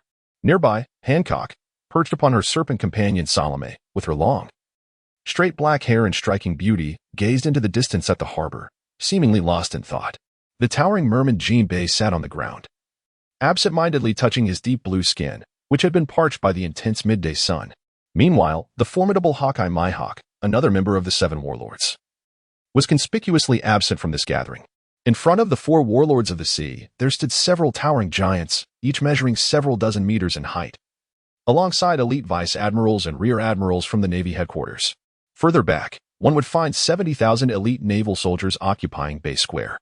It can be asserted that the individuals gathered in this Base Square undoubtedly represent the pinnacle of combat prowess in the world. As time passed, Clayka was escorted to the execution platform by two executioners during the live broadcast of the telephone buck. Kneeling on the platform, Clayka's eyes were filled with a mixture of resentment and madness. Yet, upon witnessing the tens of thousands of elite naval forces gathered at Bay Square, along with the formidable warships and cannons arrayed outside the bay like an ironclad fortress, despair began to seep into his heart. Accompanying the disheveled Clayka was the naval admiral Sengoku, clad in a marshal's cloak, adorned with round spectacles and a seagull hat. Unperturbed by Clayka's inner turmoil, Sengoku glanced at his pocket watch, noting that little time remained before the execution. However, he was not anxious, for he had long since ascertained the movements of the Big Mom pirates. He was acutely aware that shortly, perhaps at the very onset of the execution, the formidable fleet of the Big Mom pirates would arrive just beyond the harbor of Flower Cloud Island. The war would then officially commence. Initially, Sengoku harbored concerns that Big Mom might not come, considering Clayka was merely a star of the Charlotte family and one among Big Mom's many offspring. Yet, it appeared he had underestimated Clayka's significance. The intelligence network established by the Navy in Totland had already relayed information back when the Big Mom pirates began to mobilize. This, in fact, proved advantageous, having confirmed that the Big Mom pirates were indeed en route to Flower Cloud Island. Sengoku was spared the need to concoct strategies to compel their arrival. Consequently, his tasks became considerably simpler. Clenching his fists, Sengoku felt a surge of fervor. The prospect of eliminating such a colossal threat from the seas before reaching retirement age filled him with exhilaration. Just as Sengoku awaited the execution hour, a messenger hurriedly ascended the platform. "Admiral, we have a communication from Marineford." The messenger saluted and swiftly presented a black telephone buck. This was an encrypted device, capable of shielding against eavesdropping. "I am Sengoku," he stated as he connected the telephone bug, promptly conveying his information. At that moment, the telephone bug adeptly imitated the languid demeanor of the yellow monkey on the other end. The beast pirates had stirred in the New World, with Kaido's ship departing from the Grand Fleet, heading towards Flower Cloud Island. The yellow monkey's tone retained its characteristic nonchalance, as if Kaido's movements were of little consequence. Sengoku furrowed his brow. He had been monitoring the actions of the four emperors in the New World, particularly those of the red-haired pirates, which could be linked to this matter. However, after the red-haired pirates captain had left Sabaody Archipelago and returned to the New World, news emerged of an encounter with Dracula Mihawk. Although somewhat displeased with Mihawk's lack of summons, Sengoku couldn't help but feel a sense of admiration upon receiving this news. To hold off one of the four emperors single-handedly, Mihawk had certainly earned the title of MVP among the current warlords of the sea. Conversely, his other primary target, Kaido, had indeed taken action. Yet, Sengoku had long prepared contingencies for such developments, to proceed according to plan. Received. With that, the yellow monkey voluntarily ended the call. As the warlord handed the telephone bug back to the messenger, he stood atop the high platform, clearly perceiving a colossal purple wave, adorned with a smiling visage, surging wildly towards Flower Cloud Island from the distant sea. "It's coming," the warlord murmured softly towards the impending wave. The 0088 Big Mom Pirates, led by Charlotte Lin, wield the power of the Soul Fruit. She possesses the ability to seize the souls and lifespans of those who harbor fear towards her, while simultaneously bestowing the appropriated souls upon inanimate objects, thus crafting the sentient beings known as homies. This wave, sporting a personified smile, is a manifestation of the homie created by Big Mom through her eldest son, Charlotte Perispero, infused with the essence of soul power. However, as the formidable wave drew near to Flower Cloud Island, the young figure seated beneath the execution platform vanished in an instant. He reappeared soaring above the bay, uttering softly, "Ice Age." A solid shard of ice shot forth from his palm, targeting the approaching wave. Upon the moment of contact between the ice and the wave, the seemingly insatiable torrent poised to engulf Flower Cloud Island was instantaneously encased in ice just beyond the harbor. Yet, at that very moment, from the frozen wave emerged a vast, dark thundercloud, bearing an expression of fury, as it approached Flower Cloud Island while expanding ominously. Simultaneously, a pair of large eyes stealthily appeared upon the frozen wave, their agility evident as they moved, and beside them extended two slender ice arms, comparatively broad against the wave's robust form. Evidently, in a fleeting moment, the frozen wave had been transformed into an ice candy giant wave homie by Big Mom. At that moment, the towering and corpulent figure of Big Mom radiated both light and warmth, resembling a miniature sun, accompanied by the sinister grin of one of the most formidable homies, Prometheus, who materialized directly above the icy wave. The anthropomorphized wave reached out to touch its crest, which was gradually melting under Prometheus's illuminating glow, displaying an expression of utter despair. "Naval forces, here I come." Big Mom's voice echoed throughout the plaza, resonating with the comical visage of the icy wave. As she spoke, the waves imbued with soul surged forth, revealing the diverse figures of the Charlotte family's offspring. However, standing upon the execution platform, Sengoku paid no heed to them. Instead, as the timepiece indicated precisely 10 o'clock, he withdrew a small speaking snail from his pocket and proclaimed, "Big Mom Pirates, bounty of 550 million berries, Charlotte Cracker, for the audacious offense against the esteemed celestial dragons and the outrageous assault upon them. Hereby sentenced to death." Sengoku's voice was not loud, yet through the transmission of the small speaking snail, it resonated throughout the entire bay of Flower Cloud Island, clearly reaching the ears of journalists on the distant Sabaody Archipelago, who listened intently via live broadcast. At this moment, beneath the floating isle of Huayun, the irate figure of Homie Zeus had swelled to its utmost, seemingly poised for the thunder to descend upon the entirety of Huan Island. However, prior to Zeus's arrival, Akaino had already risen to his feet, his arm having transformed into molten magma unbeknownst to anyone. At the instant Sengoku's words fell, he let out a soft grunt, followed by a powerful punch directed towards the storm clouds in the distant bay. The magma erupted forth like a volcanic explosion, piercing through the stormy skies and erupting beneath the small isle. Yet, to everyone's astonishment, the fragmented storm clouds of Zeus still unleashed an onslaught amidst the flickering lightning. The shattered remnants of the storm coalesced into a formidable column of thunder, targeting an unexpected victim, Krija, who was left kneeling in a pitiful state upon the execution platform. Sengoku, standing upon the very platform, witnessed the impending storm. In the moment the thunder descended, golden ripples erupted from the platform, and a towering golden Buddha, several meters in height, manifested, raising its hand to shield against the oncoming thunder. With a resounding crash, the collision of thunder and golden light illuminated the isle in a dazzling display. Yet, in an instant, the thunder was obliterated by the shockwave emanating from Sengoku's golden fist.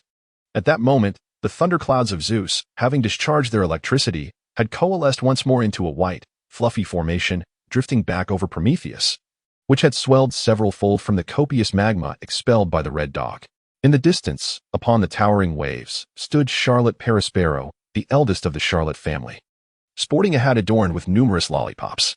Slender in stature, with an elongated nose and tongue, he had, unbeknownst to him, retrieved a small snail phone akin to the one in Sengoku's possession. Holding a candy cane in one hand and the snail phone in the other, he tentatively uttered a couple of sounds.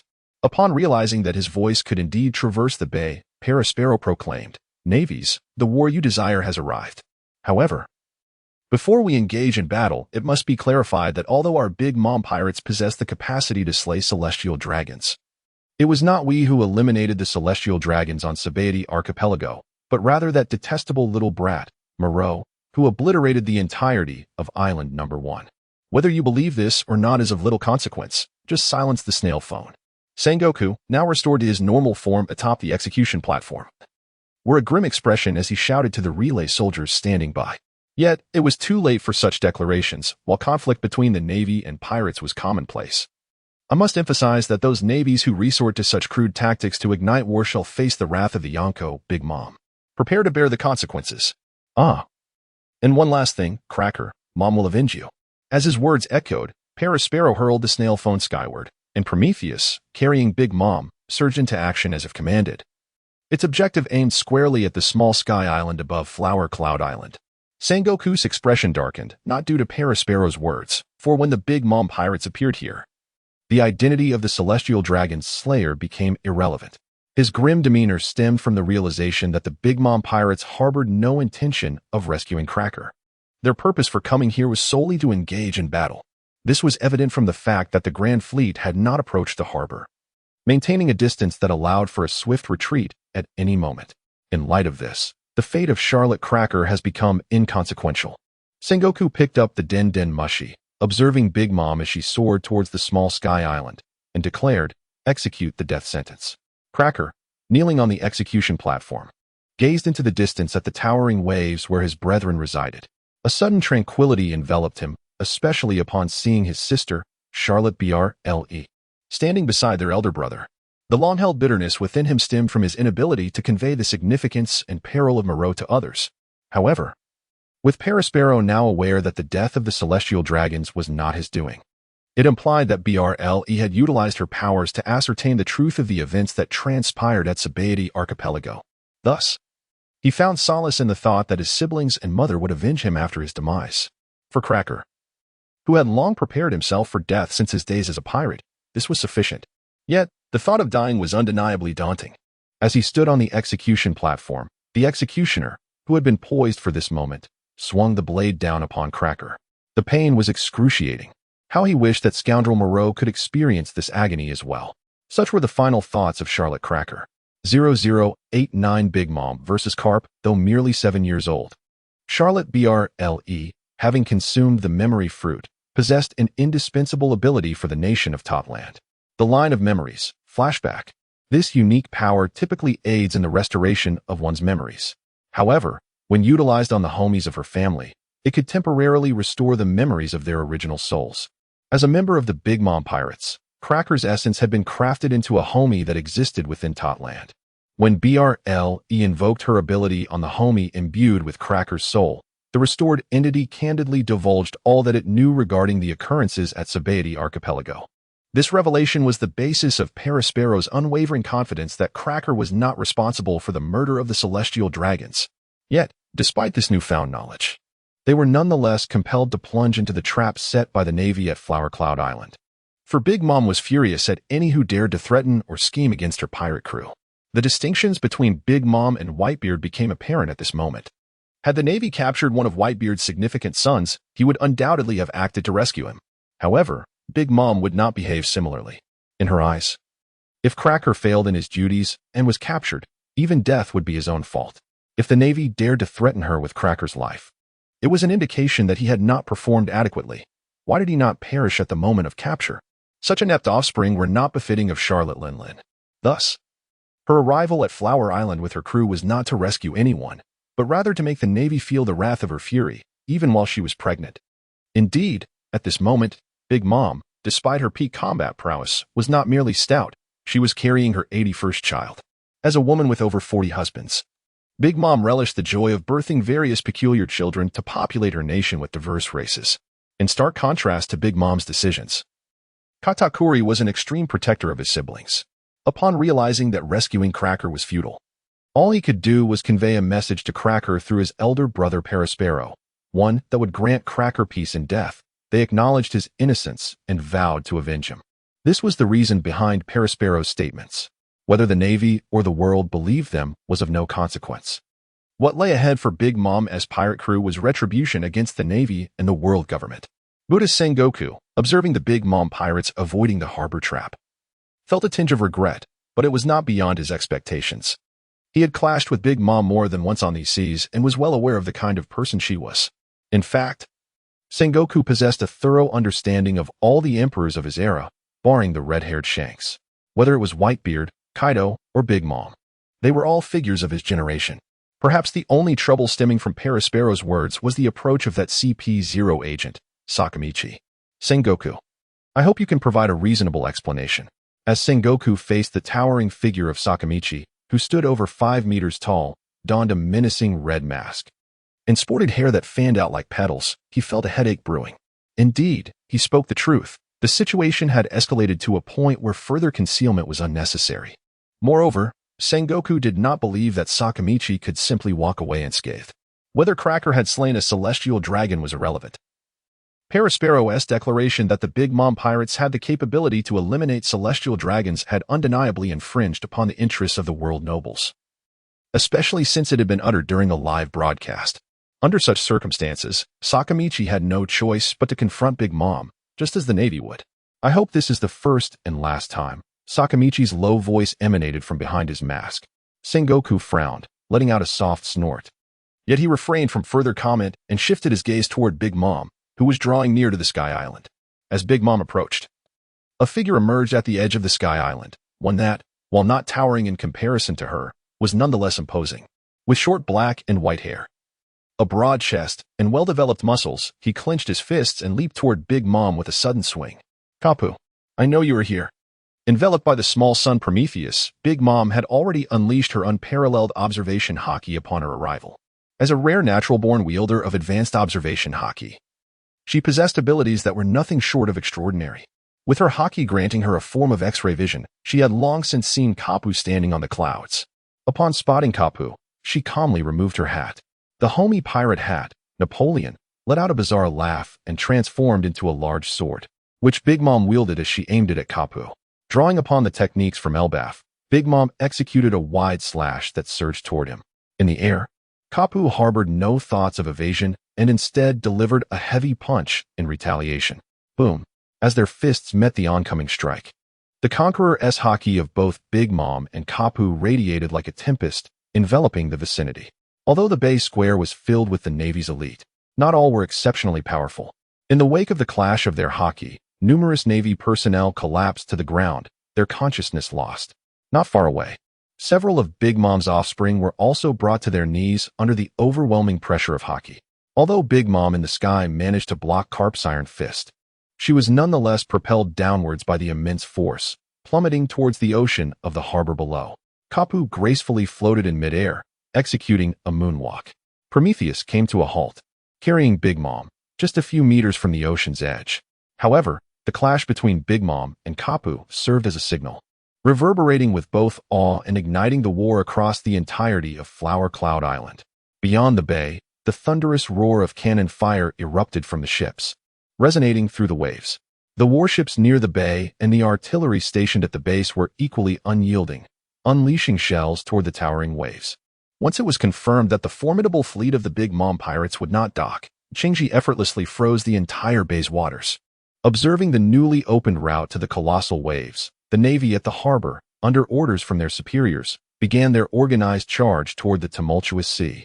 Standing upon the execution platform, Sengoku remained motionless, while Zephyr slowly rose and turned his gaze toward the airborne Big Mom. Concurrently, a line of cannons emerged at the edge of the small Sky Island, under the command of Admiral Crane, targeting the immense Homie's wave. In stark contrast to the fierce exchange between the Navy and the Big Mom pirates, the four Shichibukai, who were expected to support, lingered at the back of the square, seemingly indifferent to the chaos of war. Although the battle had commenced, it appeared to have little relevance to them. They were not summoned to charge into the fray like ordinary soldiers. Meanwhile, several dozen kilometers away from Flower Cloud Island, a solitary Navy ship stood in the path of a pirate vessel flying the flag of the Beast Pirates. At the bow of the pirate ship stood a tall and imposing figure with long black hair cascading over his shoulders, adorned with dragon horns and a beard reminiscent of dragon whiskers. His left arm bore dragon scales, and his bare torso revealed a cross-shaped scar on his abdomen, presenting a devilish visage. This man was none other than Kaido, one of the four emperors of the New World, renowned as the strongest in one-on-one combat, even hailed as the strongest creature in the world. Is it truly an old man like you who dares to impede my path? It seems the Navy has shown me considerable respect, Kaido boomed at an elderly man aboard the small vessel, who appeared equally formidable, with a broad chest and sun-kissed skin. His white hair stood upright like a mountain peak, and a stitched scar marked beneath his left eye. He crossed his arms and gazed at Kaido, remarking, "There's no helping it. I've long since retired. Yet, with so many scoundrels like you still roaming the seas, I can only begrudgingly step out for a stroll. Haha, this is merely a consequence of the Navy's incompetence, requiring a centenarian like you to engage in battle, isn't it?" Former Fleet Admiral Steel Bone Kong. Kaido jested. Above the bay of Flower Cloud Island, the battle between Big Mom and Carp raged fiercely, but since Zephyr's involvement, the tide of combat had begun to shift. Regardless of Big Mom's formidable strength, facing the combined assaults of two admirals proved to be quite taxing. In the distance, the colossal ice wave, now bereft of Prometheus's protection, has been largely melted by the magma of the Red Dog. Although the home ice entwined with the ice wave continues to struggle valiantly, it has been significantly overrun by a multitude of Navy personnel. Members of the Big Mom pirates, having landed upon the ice wave, have engaged in fierce combat with the Navy. Moreover, shortly after the onset of the conflict, a considerable number of vessels appeared in the rear of the Big Mom pirates' fleet. The occupants of these ships were not Navy personnel, but rather a substantial contingent of individuals clad in black suits, representing the world government. At the forefront of one ship stood 7 individuals dressed in starkly contrasting white attire, distinguishing them from the typical government officials. These individuals belong to the world government's intelligence organization, CP3, while CP1 to CP8 are widely recognized as the intelligence divisions of the world government. The higher echelons of these departments are comprised of elite personnel. Not only are they adept at gathering intelligence, but they also excel in combat, serving as the public face of the world government.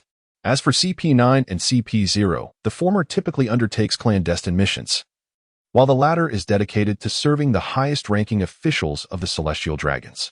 Following the confirmation of the Celestial Dragon's demise, the ambush against the Big Mom pirates has transcended a mere Navy operation. The world government is equally intent on achieving accolades in this endeavor, for the Celestial Dragons are indeed the benefactors of the world government. At this moment, the warships that appeared were precisely the vessels designated in the operational plan to sever the retreat of the Big Mom pirates. With the emergence of the fleet and the thunderous roar of the cannons aboard the ships, their purpose became unmistakably evident. The formidable fleet, which was supposed to facilitate the Big Mom pirates' escape, had evidently not anticipated that the Navy would lie in ambush in the open sea. After all, they had gathered intelligence prior to their arrival. They were well aware of the Navy's deployments, which provided them the audacity to engage in battle despite knowing it was a trap. For even in the face of defeat, as long as they refrained from engaging in land operations, they possessed the means to withdraw at any moment. It could be said that before the battle commenced, the Big Mom pirates had already resolved to ensure that while they might incur minor losses, they would not suffer significant detriment. However, the sudden appearance of the world government fleet behind them took them completely by surprise. As for why the Big Mom pirates' intelligence network failed to detect this development, it became clear when their gaze fell upon the warships belonging to various nations allied with the world government in the New World. Although they had investigated the movements of the Navy, these vessels did not belong to the Navy at all. This entire scenario was a trap set by Sengoku. Ostensibly, he intended to arrange the decisive battlefield at Flower Cloud Island. To achieve this, he had intentionally positioned the Navy fleet near Flower Cloud Island, creating the illusion for the Big Mom pirates that the Navy could only set sail from that location to pursue them. In reality, the battle would not occur in the open sea at all. with the appearance of the fleet from behind.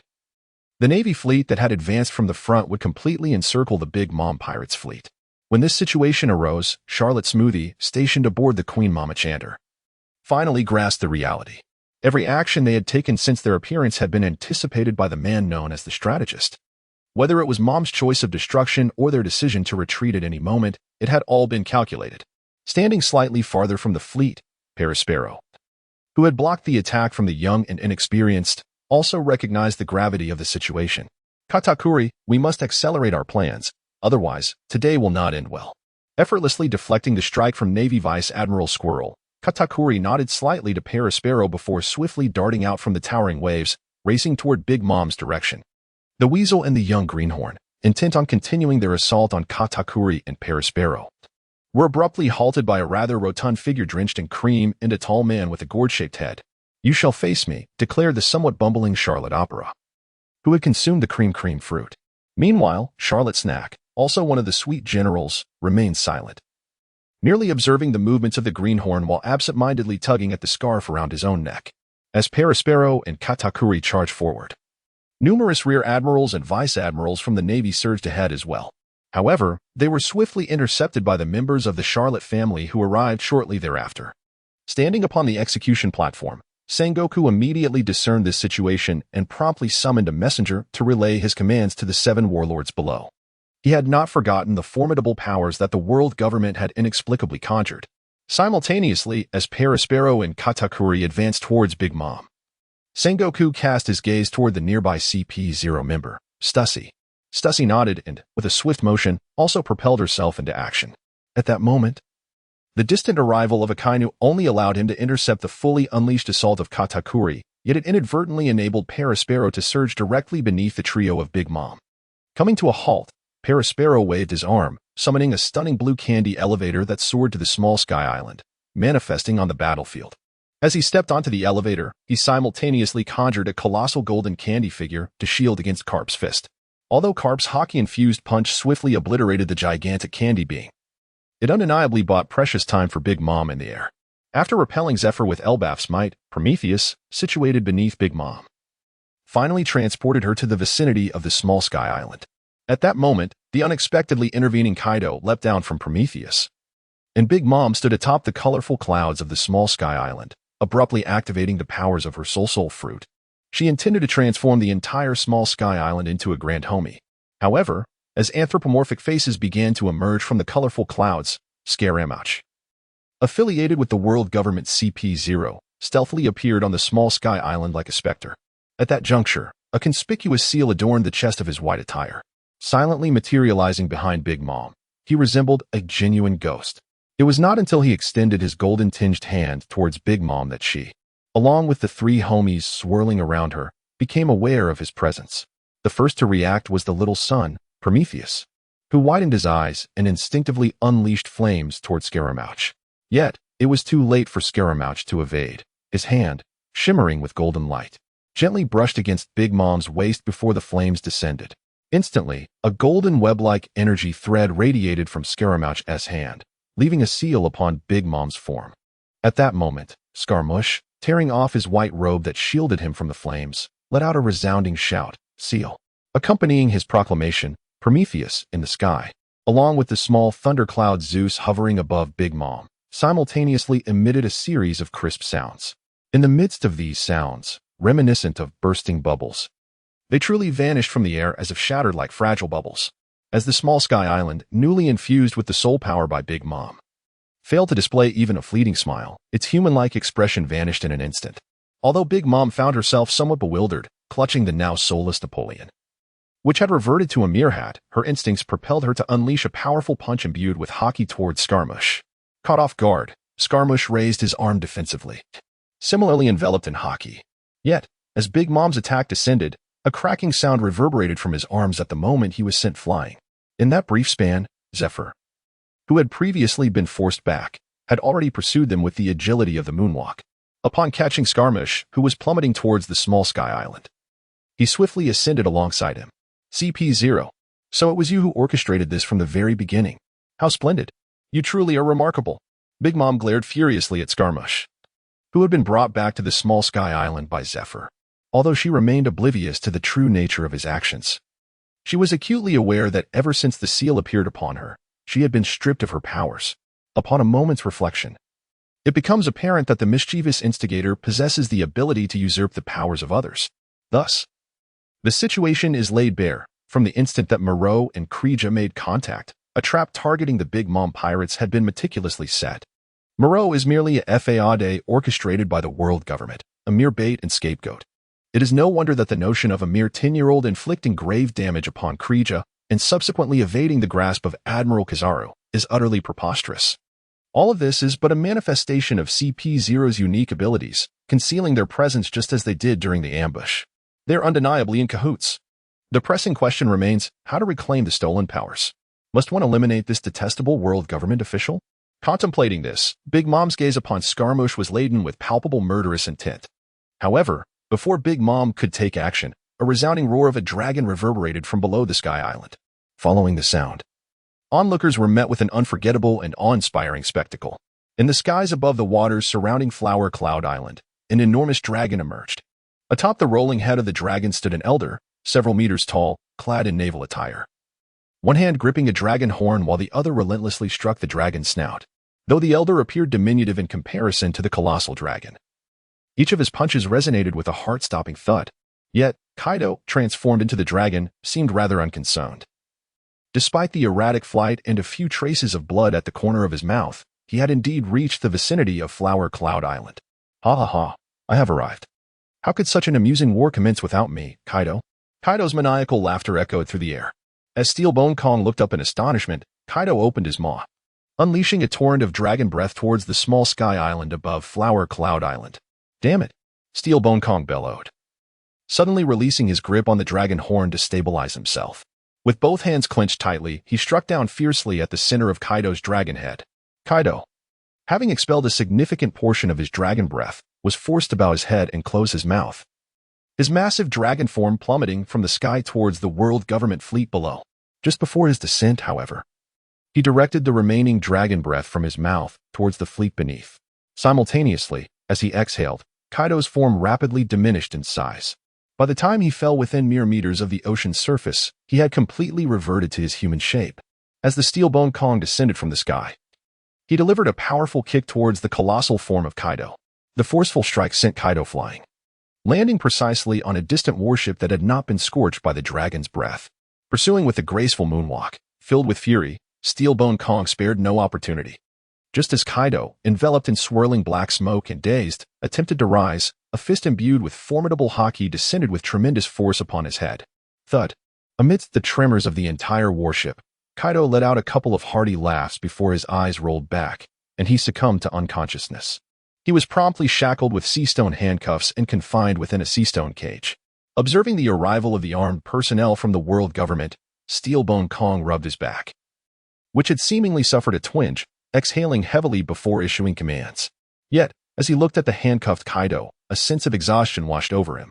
This fellow was simply too resilient. Despite the relentless assault, Kaido had managed to wreak havoc all the way to Flower Cloud Island. Moreover, this is not the first occasion the Navy has captured Kaido. As one of the four emperors, he is not particularly easy to apprehend, however. In comparison to the other emperors, he is the most vulnerable. This is chiefly due to his propensity to recklessly engage in attacks against both the emperors and the Navy while acting alone. If the Navy were unable to capture him under such circumstances, it would be time for them to close their doors for good. While capturing him is indeed achievable, eliminating him proves to be an insurmountable task. In fact, throughout the Navy's numerous attempts to apprehend Kaido, there have been over 30 instances in which he was sentenced to death, yet not a single execution has been successfully carried out. This situation is undoubtedly frustrating. Moreover, the distress is compounded by the fact that each attempt to apprehend him results in a significant expenditure of manpower, resources, and finances. Consequently, following the unsuccessful execution of Kaido during the previous encounter, the Navy established an unspoken rule to refrain from capturing Kaido until a viable method of execution is found. However, it is evident that Kaido's sudden rampage has rendered any considerations of restraint impossible. The dilemma of how to manage his capture is indeed troubling. Furthermore, the situation is exacerbated by the fact that Hawaiian Island is currently under live broadcast. Should Kaido manage to escape once more, it would undoubtedly be a considerable source of frustration. Helplessly, Steel Bone Kong contemplates shifting the responsibility onto Sengoku. Perhaps he might bear this burden. Or maybe he possesses a solution to the predicament. 009 to the mysterious Milu as Kaido was captured, significant changes unfolded above Flower Cloud Island. Although Kaido released only a substantial portion of his dragon breath, its trajectory was precisely directed towards Big Mom, Zephyr, and Scaramouche, known as the Iron Balloon. Big Mom was naturally unfazed by an assault of such magnitude from Kaido. Thus, even when she withstood the brunt of the attack, it merely left her garments slightly charred and considerably soiled. Similarly, Zephyr, possessing the strength of an admiral, was able to defend against this onslaught. However, Scaramouche, who had been brought to the small sky island by Zephyr and was now gasping for breath on the colorful clouds, lacked the prowess of the previous two. Despite exerting all his might to shield himself with haki amidst the dragon breath, his prior injuries from fending off Big Mom's assault rendered him incapable of withstanding Kaido's attack.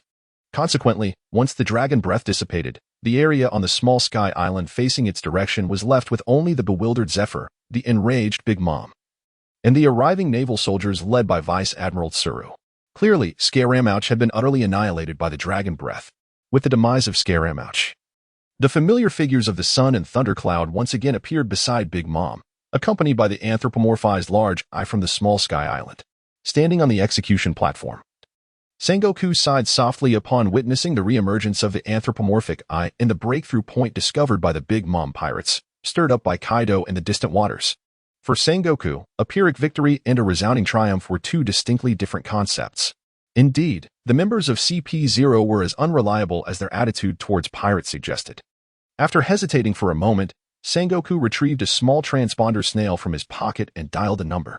However, upon connecting, he did not wait for anyone to answer, instead choosing to return the transponder snail to his pocket. Not long after the warring states embraced the telephone insect, a pirate wielding a machete appeared near the enormous telephone insect responsible for the entire live broadcast. In an instant, the pirate effortlessly pierced the live broadcast telephone insect with a single blow before the Navy could intervene. With the demise of the live broadcast telephone insect, the grand screens on Island 41 of Sabaody plunged into darkness. Beneath the enormous plant resembling a white radish, a fire crackled, roasting the flesh of some wild beast.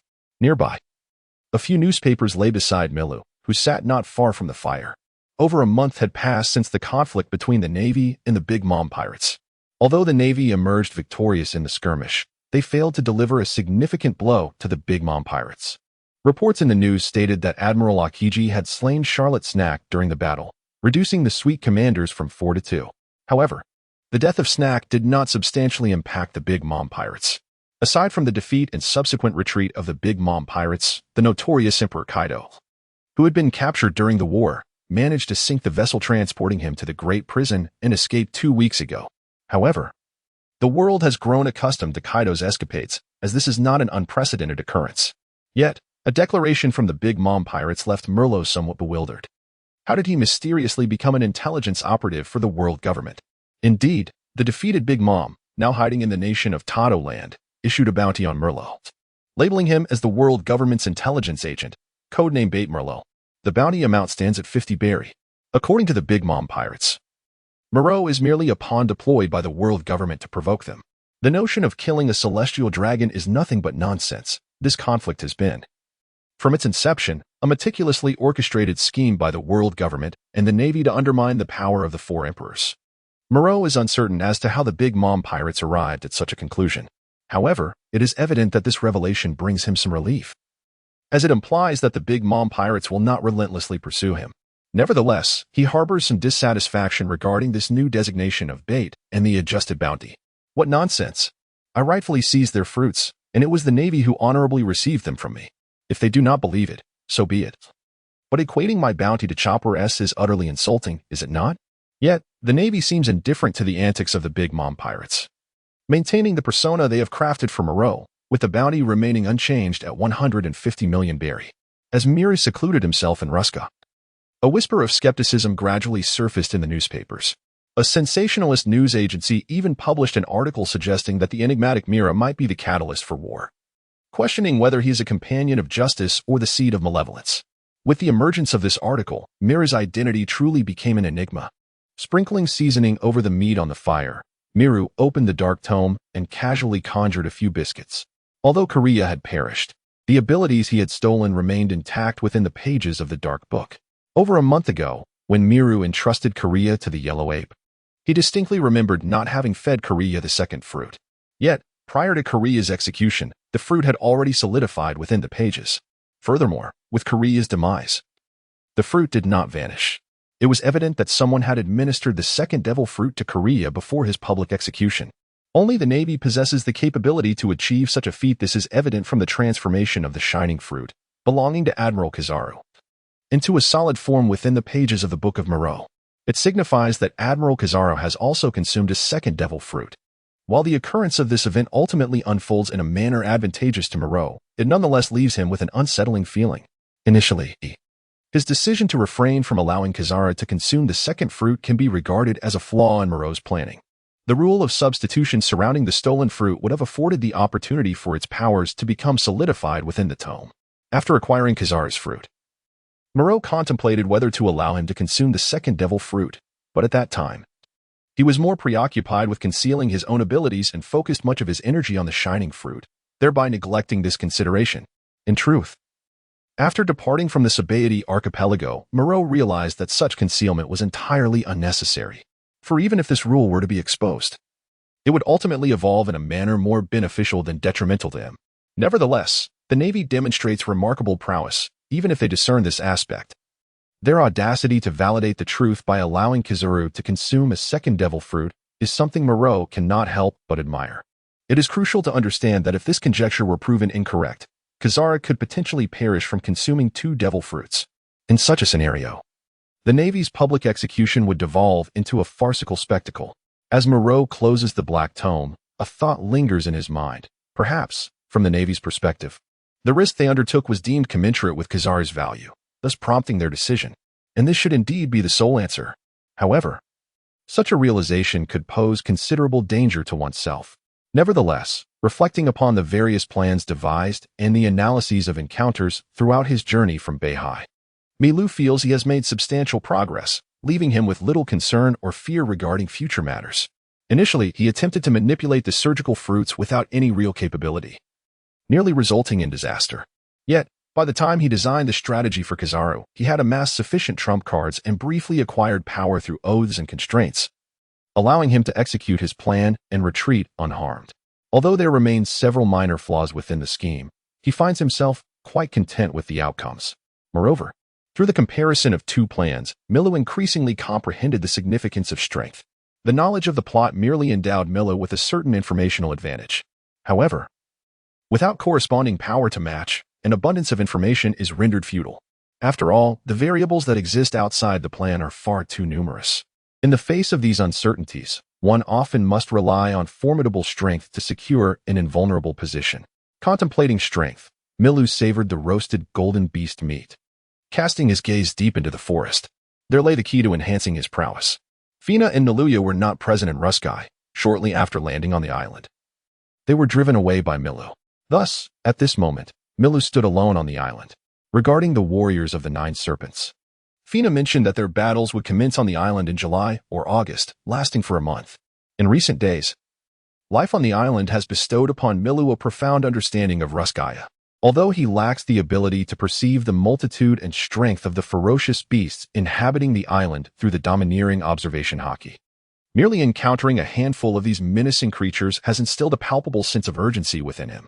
In situations where his physical prowess alone proves inadequate, he often resorts to the capabilities granted by the glint fruit to make his escape. It is fair to say that life in Ruskaya has rekindled in Milu the familiar sensation of flight. Nevertheless, amidst this interplay of evasion and challenge, he has increasingly honed his application of the glint fruit's powers. From initially struggling to even achieve elemental transformation, he has made remarkable progress, now effortlessly manipulating light particles to execute basic attacks. The sole hindrance remains the fact that he frequently cannot fully unleash his abilities. The constraints imposed by that minuscule fraction of thought weigh heavily upon him.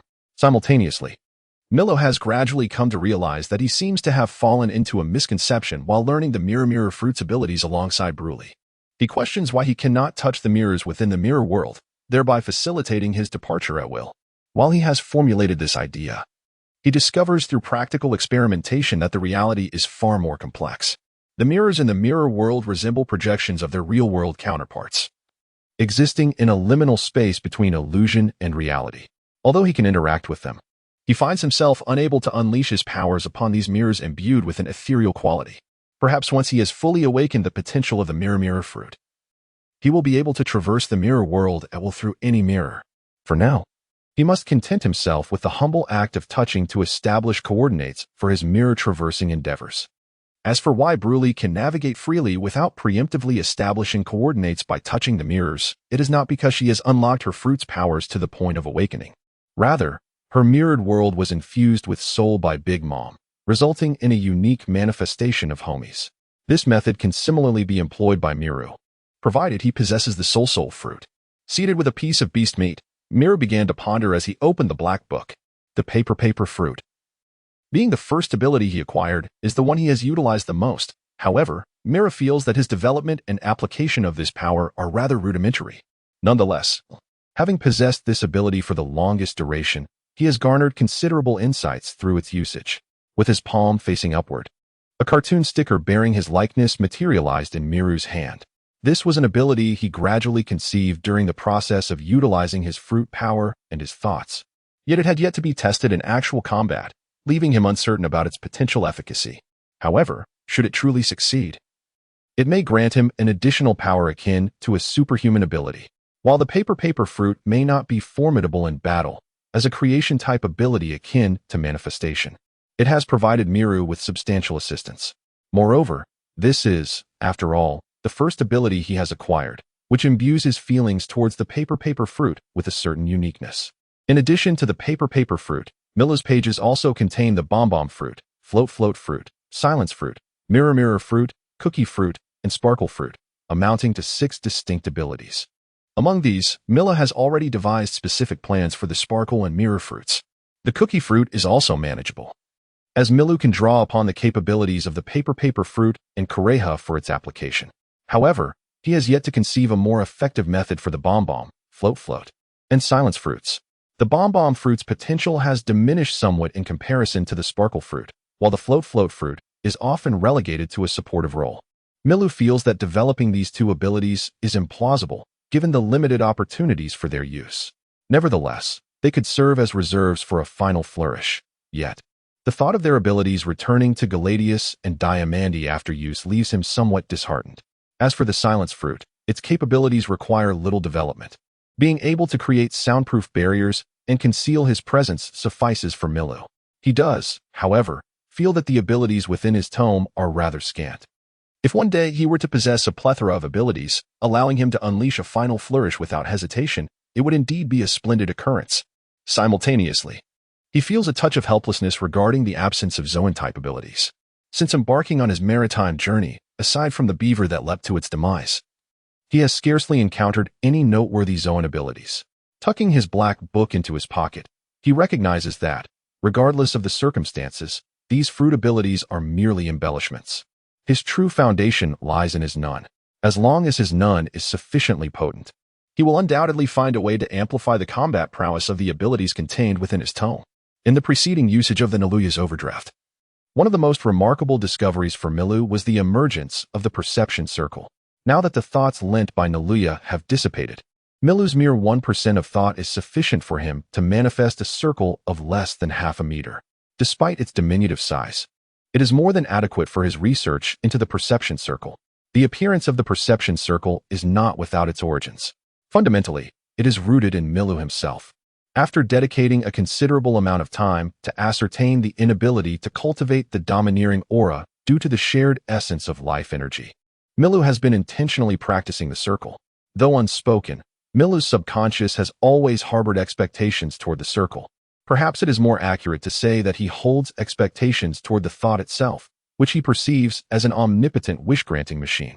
Provided that one's strength and the price one can pay meet the special balance conditions, this extraordinary wish machine will fulfill one's desires. The emergence of the perception circle is Milu's manifestation of thoughts sufficient to maintain a 10-mile radius, yet compressed into a kilometer range.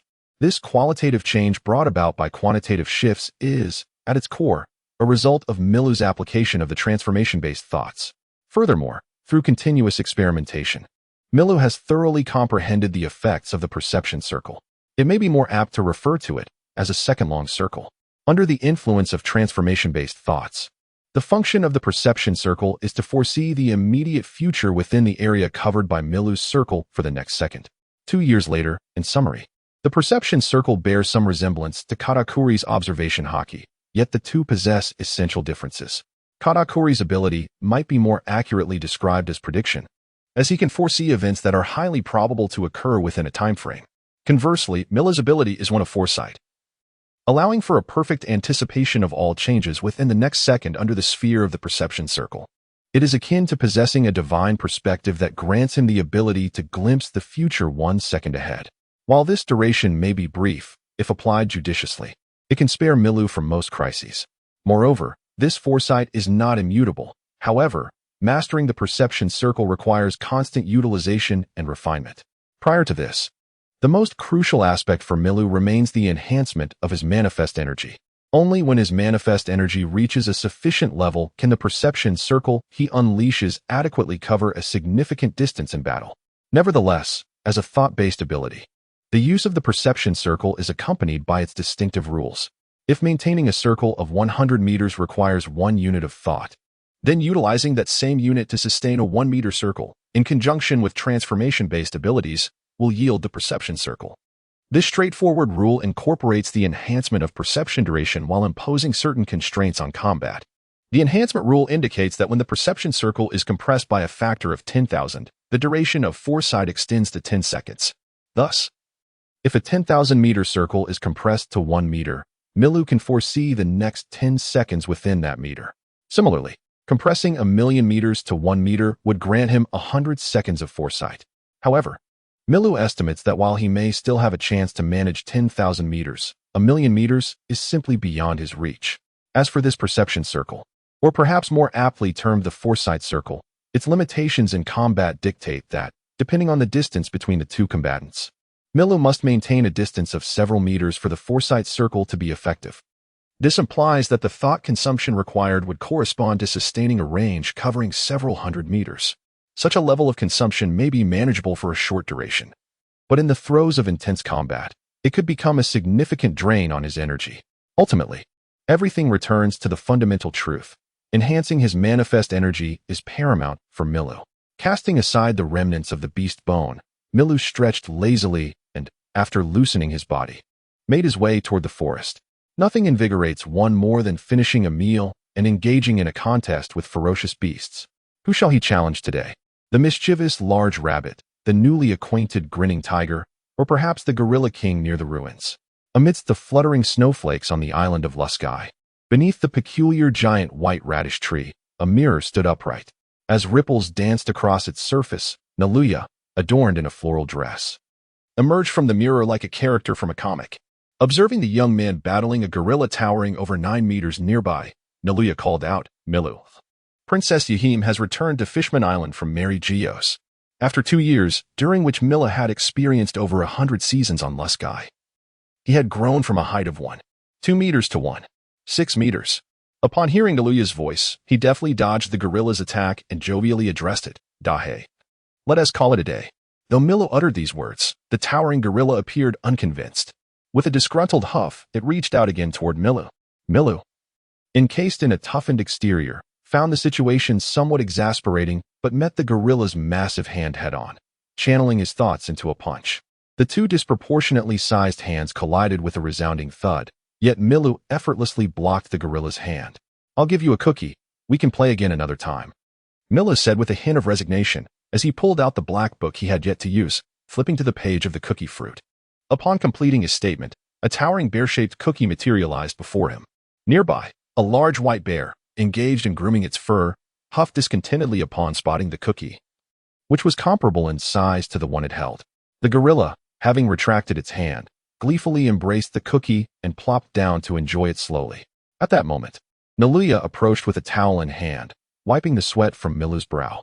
"This morning, Princess Yahim just returned to Fishman Island," she remarked. But she did not linger long in Dragon Palace City before heading to Jalancode Square, seemingly to deliver a speech. Milu was taken aback by Princess Yihim's urgency. Having just returned, she was already preparing to gather signatures. It appeared she had indeed secured significant gains from the celestial dragons. A week prior, a momentous event had transpired on Fishman Island. A ship carrying celestial dragons had met with misfortune and landed on the island. The stricken celestial dragons had clashed with the fishmen, who harbored grievances against them. Fortunately, the timely arrival of Princess Yihim had shielded the celestial dragons from bullets. Subsequently, due to the actions of Princess Yihim, the celestial dragons began to harbor trust in her and extended an invitation for her to journey upon the vast seas. Although Milu had been diligently honing his skills in Ruskaya, he maintained a keen interest in Fishman Island. Thus, at the dawn of the year 1512 in the Sea Circle calendar, he dispatched Naluya to Fishman Island. His concern for rescuing Princess Yihim was not rooted in personal affection, but rather in the strategic advantage it would afford him in establishing a favorable rapport with Fishman Island. Cultivating such relations was undeniably a lucrative endeavor and represented a crucial facet of Milu's future plans. While Fishman Island may appear somewhat feeble, it possesses numerous commendable attributes. Firstly, the fishmen and mermaids are quite formidable within the aquatic realm, as they possess the ability to manipulate ocean currents and marine beasts.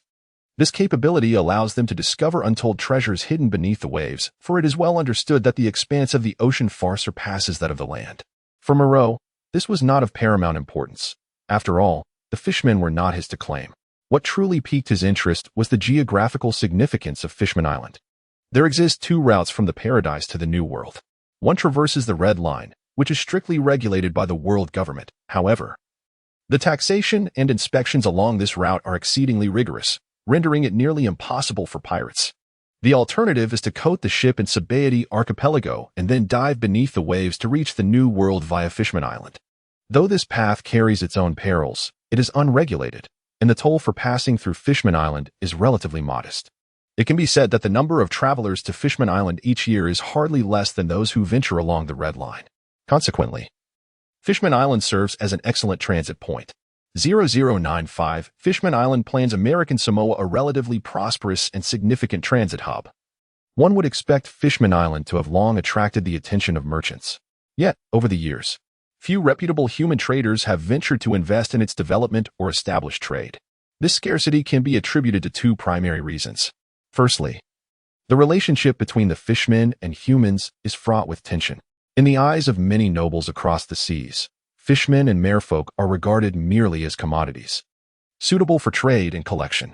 While there are indeed some righteous and neutral individuals advocating for the merfolk, asserting their humanity, such voices are but whispers in the wind. This has fostered a mutual distrust and lack of understanding, compounded by fear and animosity, rendering the pursuit of commerce between the two groups a formidable challenge. Another point of interest is the unique geographical location of Fishman Island, situated 10,000 meters beneath the sea. Even with the presence of advanced coding technologies in this world, the number of lives lost on this perilous route each year is staggering. Although there are numerous vessels traveling back and forth to Fishman Island from the Sabaody Archipelago and the New World, the individuals aboard these ships can generally be classified into two categories. One category comprises human traffickers, individuals who would readily risk their lives for monetary gain. Given the consistently high price of mermaids, they brave the dangers to venture to Fishman Island, driven by the intent to abduct and sell these creatures. A single successful endeavor could provide them with sufficient wealth to live comfortably for a considerable time. The captain's smize of the so-called merchant ship that Milu once boarded from Pinecone Island epitomizes this type of trafficker. The other category includes pirates who cannot traverse the Red Line. For instance, the Green Cat pirates, who transported Milu to the Sabaody Archipelago, fall into this group. While genuine merchants may harbor some interest in the route to Fishman Island, the significant risks associated with descending 10,000 meters into the deep sea, coupled with the overwhelming presence of pirates along this route, compel them to abandon the venture, as the potential rewards do not justify the peril. After all, traversing the Red Line is relatively safe and can yield modest profits, while the journey to Fishman Island is fraught with inevitable losses, including the potential loss of life. Despite the allure of the underwater paradise of Fishman Island attracting numerous adventurers each year, the number of ordinary individuals who can safely reach the island pales in comparison to those unscrupulous souls. The influx of scoundrels into Fishman Island has perpetuated a vicious cycle. The animosity and hatred between the fishmen and humans have worsened amidst the turmoil instigated by these miscreants. Although the island has enjoyed the protection of the Whitebeard pirates in recent years, the underlying tensions remain unchanged. After all, while the Whitebeard pirates offer sanctuary, they are, at their core, still pirates. For Miru, however, this situation is fortuitous. Armed with the capabilities of the mirror fruit, he possesses a means to transfer goods from Fishman Island to the mainland without risk. By fostering a positive relationship with the island and establishing trade connections, he can ensure a steady flow of wealth in the future. This is the essence of Miru's desire to cultivate ties with Fishman Island. Ultimately, money is a valuable asset, and it would be illogical for Miru to spurn the opportunity to acquire it when it is within his reach. With financial resources, he stands to gain access to devil fruits, whether from Doflamingo or the pirates who venture to Fishman Island. Moreover, rescuing Princess Otoheim presents an excellent opportunity to approach Princess Shirahoshi. She possesses the remarkable ability to summon and control the Sea Kings. If a rapport can be established, it is possible that she may play a pivotal role in the future. However, one thing he is acutely aware of is that, as an individual with a peculiar identity, simultaneously pursued by both the Navy and the Big Mom pirates, and not particularly favored by Jinbei, it is utterly implausible for him to gain the complete goodwill of Fishman Island merely by assisting Princess Otoheim once. Therefore, from the outset, Moreau had no intention of revealing himself.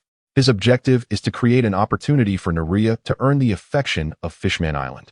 As Naluya served as his nun beast, Mila deemed her the most dependable ally. The precise moment when Hody Jones acted against Princess Otoheim eluded Mila's knowledge. However, he was aware that Hody's assault occurred while Otoheim was gathering signatures in the square. As a witness to these events, as the witness Megalo, he would relay the details to Shirahoshi years later, yet she would remain silent about it. Milu could only lament that Shirahoshi was excessively kind-hearted, perhaps even a bit too much like her mother, the embodiment of maternal compassion. Nevertheless, according to Milu's scheme, his intention was not to thwart Hody, but to orchestrate the assassination as a performance entirely under his control. To achieve this, his first course of action was to journey to Fishman Island in search of Hody Jones, standing at a height of 1.6 meters. Milo had undergone slight changes since his childhood, yet he remained easily recognizable. However, in Milu's perspective, prior to his crossing over, he struggled to distinguish between individuals of different races, perceiving them as somewhat alike. Now, he faced the challenge of differentiating between fishmen and merfolk. While he might identify merfolk, he doubted his ability to recognize the oddly shaped fishmen. To ensure his safety, Milu donned a mask he had prepared before entering the mirror world. Moreover, Milu, regarding the information he requested about Hody and Arlong, had indeed gathered some news. Naluya remarked as she walked ahead, passing through the mirror. According to Buriai, traversing the mirror required her consent or a physical touch to the mirror. However, Mila found this notion of consent to be utterly nonsensical in his attempts. He surmised that Buriai's so-called consent was merely a command issued to the Homais formed within the mirror world. Despite lacking Homais' assistance, Mila possessed the power of Nen. Utilizing his emanation-type Nen abilities proved effective in spatial manipulation. Thus, after developing the capabilities of the mirror fruit, Mila transformed this concept of consent so that anyone carrying his Nen could freely traverse mirrors he had touched. As Milu's creditor, Naluya undoubtedly carried a significant amount of his Nen, making her traversal through the mirrors effortless. Among those endowed with the ability to traverse the mirror realm is Fina. Previously, Milo had left a trace of thought on her, sufficient for her to navigate freely within that world. Fina possesses commendable prowess, excelling in both swordsmanship and the cultivation of her formidable aura. After careful consideration, Milu opted to hire Fina as his training partner. Although his finances have dwindled, he still holds a position akin to that of an employer when compared to Fina. However, as he interacted with her, Mila gradually realized that while Fina delights in accumulating wealth, she exhibits a surprising ferocity when it comes to expenditure, something he had not anticipated. In his mind, such greedy characters were typically akin to Nami, who scarcely allowed money to flow in or out. Yet, Fina evidently possesses her own unique perspective on this matter, as evidenced by the meticulous arrangement of 70 or 80 gleaming swords and blades within Mila's mirror world. She is a quintessential sword and blade enthusiast. The money she earned from Milu over the span of 2 years has been entirely transformed into various weapons. However, despite her extensive collection, Milo has never witnessed Fina wield any of her newly acquired swords. she consistently opts for her well-loved crimson blade, which strikingly resembles her hair color. Nerua, oblivious to Milu's contemplations, systematically conveyed the intelligence she had gathered. A week ago, shortly after the celestial dragons arrived on Fishman Island, Arlong departed. Seemingly taken away by members of the Arlong pirates returning from the East Blue. Milu expressed his astonishment. Wait, you mean Arlong left Fishman Island? He was rendered incapacitated by me back then. Why would he choose to abandon it? I cannot say for certain, but he indeed has left Fishman Island, Nerua replied. Somewhat exasperated, for the atmosphere of Fishman Street was ill-suited for her inquiries. Their attitude towards humans starkly contrasted with that of other places. Milu furrowed his brow in contemplation. The encounter with Arlong on Fishman Island had been entirely serendipitous. According to Milu's recollections, Arlong, having emerged from the Grand Prison, did not return to Fishman Island, but instead fractured from the Sun Pirates at sea due to ideological differences, accompanied by Jinbei and others. It was peculiar that Arlong had inexplicably appeared on Fishman Island, seeking recruits for the seas. This oddity led to his misfortune at Milu's hands. Nevertheless, Milu has long harbored doubts regarding Arlong's motive for returning to Fishman Island. After discovering Arlong's unexpected presence there, he had deliberately investigated information pertaining to the Arlong pirates. This inquiry revealed that figures like Jinbei were absent from Fishman Island, suggesting that Arlong had returned alone. Yet, this situation was fraught with anomalies, leading Milu to feel that the narrative of Fishman Island had taken an unexpected turn. However, this was not particularly alarming, as the world had already undergone a significant upheaval due to his presence, and it was not unreasonable for Fishman Island to experience unforeseen changes. Yet, one couldn't help but wonder, where would Arlong, with his incapacitated body, go after leaving Fishman Island? As the 2 years have slipped away, one cannot help but ponder whether Nami's homeland might still fall victim to the nefarious grasp of the fishmen. Contemplating the myriad of potential paths, he found himself momentarily halted, struck by the thought of a certain entity, one that might grant Arlong the strength to rise once more. Should Arlong succeed in acquiring this elusive object, his departure from Fishman Island to the vast seas would undoubtedly be marked by an even greater extremity than before. The substance in question is the EX potion, which can also be referred to as a specialized energy steroid for the fishman race. It serves as a unique agent designed to enhance the capabilities of the fishman, providing immense strength for a brief period at the cost of one's lifespan. Contemplating this, Milu promptly inquired of Naluya, what news has emerged from the Dragon Palace lately? If his memory served him correctly, the EX potion had always been stored within the jade box of the Dragon Palace's treasure vault. Indeed, ever since Princess Shirahoshi summoned the Sea Kings, the captain of the flying pirate crew, Vanderdecken 9, has set his sights on her. Recently, the Dragon Palace has been thrown into disarray, with numerous weapons being transported from the sea to Princess Shirahoshi. King Neptune is reinforcing the hard-shell tower to ensure her safety, Naluya replied swiftly. Milu found himself at a loss. After all, he was unaware of when the celestial dragons might arrive. By the time he received any news, Princess Shirahoshi would have already summoned the Sea Kings. However, Milu felt utterly speechless regarding this matter. How could King Neptune, who could not handle someone as inept as Vanderdecken, dare to boast about being a great knight? Moreover, with Jinbei on the island, these individuals seemed more focused on restricting Shirahoshi's freedom rather than resolving the issues at hand. Milu could only lament. What kind of thought process is this? Yet, from Milu's perspective, this situation had its silver lining. Once Shirahoshi was confined within the hard-shell tower, he would have the opportunity to engage with her. He contemplated drawing the innocent Shirahoshi into the mirror world and was eager to observe where the weapons thrown by Vanderdecken would land, courtesy of the target fruit's ability. Indeed, Milu had set his sights on Shirahoshi. In a scenario where the whereabouts of the King of Heaven and the King of the Underworld were unknown, cultivating a favorable relationship with the Sea Kings, or even winning one over, seemed a prudent choice. As for resolving the issue of their differing races, that was hardly a concern. According to the lore of mermaids, a female mermaid would evolve legs upon reaching 30 years of age, and many of those who had transformed would seek human partners for marriage and procreation. Thus, Milu's aspirations towards Shirahoshi were entirely feasible. The only potential complication lay in their disproportionate sizes, yet such matters often had solutions, particularly through the capabilities of devil fruits. Nevertheless, this was evidently not the time to discuss potential romantic partners.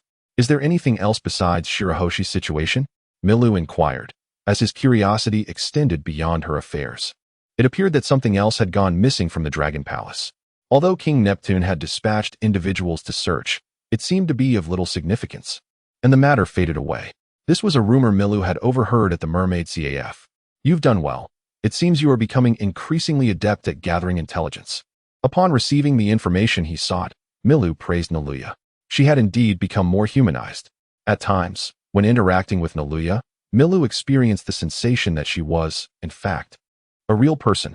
Naluya beamed with joy at the compliment, eager for further praise, and continued, "However, I heard that members of the Whitebeard Pirates are expected to visit Fishman Island soon." "Really? What could they want? Isn't it a bit early for them to be collecting protection fees?" Mila questioned, puzzled. While the Whitebeard Pirates had granted Fishman Island the use of their flag and provided protection, this arrangement was not without cost, as even pirates needed sustenance. Nevertheless, the fees they charged for their protection were relatively modest, well within the means of Fishman Island. "I'm not sure. Perhaps some urgent matter has arisen," Naluya replied, as her intelligence primarily revolved around Fishman Island, leaving her less informed about external affairs. Milu shared this limitation, as he had devoted most of his energy to developing and applying his own abilities, leaving him little time to delve into matters of influence and information. Regardless of the Whitebeard Pirates' intentions, Milu felt it held little relevance to him. Moreover, whether Arlong departs from Fishman Island is of little consequence to Miru. For someone of Arlong's caliber, even 2 years ago he was no match for him, and now he certainly does not merit his attention. What of Hodi's reaction? Miru is far more concerned about Hodi, who has always regarded Arlong as an idol and elder brother, and how he might respond to Arlong's departure. Should Hodi, in a fit of irrationality, choose to leave as well, Miru would have to adapt his plans accordingly. As for Nami, who might fall victim to Arlong's malice far away in the East Sea, Miru can only express his helplessness. He has not left any marks in the East Sea. Moreover, to him, Nami appeared to possess little value beyond her beauty. As an individual designated for close observation, Maruya was well aware of Hodi's whereabouts. Hodi was still serving as a soldier in Dragon Palace. Upon receiving this information, Maruya nodded in satisfaction. For as long as Hodi remained, matters would be uncomplicated. As Naluya concluded the information she had received, the two approached the immense mirror located in Jalanko Square, which led to the mirrored world. "Are you going directly to seek out Princess Yuhaim?" Naluya inquired, standing at the edge of the mirror, gazing at the square beyond. While Milu also fixed his gaze upon the plaza, Milu refrained from stepping into the mirror, for once he entered the corresponding vicinity of the mirror's front, those outside would be able to perceive his presence. "Yes, I will seek him out once Princess Yuhaim returns to Dragon Palace City." Uncertain of when Hodi would take action, Milu resolved to be proactive, seizing the initiative for himself. However, Hodi should still be engaged in patrol duties with the soldiers of Dragon Palace City at this hour, so it would be more advantageous to approach him near Fishman Street, Naluya suggested thoughtfully. "You'll need to lead the way. I am not well acquainted with Fishman Island." Although Milu had visited Fishman Island several times, he had not spent much time wandering its streets. In contrast, Naluya often found herself alone on Fishman Island, as Mila dedicated much of his time to training. Occasionally, she even accompanied Fina to the Sabaody archipelago for leisure. After all, Milo had left behind numerous mirrors at the now-vanished Island Number 1, most of which were submerged in the sea. However, this posed no challenge for the swimming-capable Fina. Once Fina transported the mirrors ashore, Naluya, unable to swim due to her devil fruit abilities, would also be able to set foot on Sabaody archipelago. In truth, Mila harbored an ambition. When time permitted, he intended to establish a mirror factory to sell mirrors to the world. This way, as mirrors spread across the globe, he could effortlessly traverse to any location through the mirrored world. Yet, while the ideal was commendable, reality dictated that he currently lacked both time and funds, necessitating a gradual approach to his aspirations, or perhaps even focusing on the human fruit instead. Its powers appeared to be more straightforward and forceful than those of the mirror fruit. In a relatively deserted area of the square, Milu and Naluya emerged from the mirror, enveloped in a soundproof barrier. The combination of the silence fruit's abilities and the extraordinary was undoubtedly the most effective for erasing one's presence. Furthermore, most of the crowd in the square was captivated by Princess Yuhaim beneath the Grand Mermaid statue, rendering Milu and Naluya's arrival unnoticed. They did not rush to depart.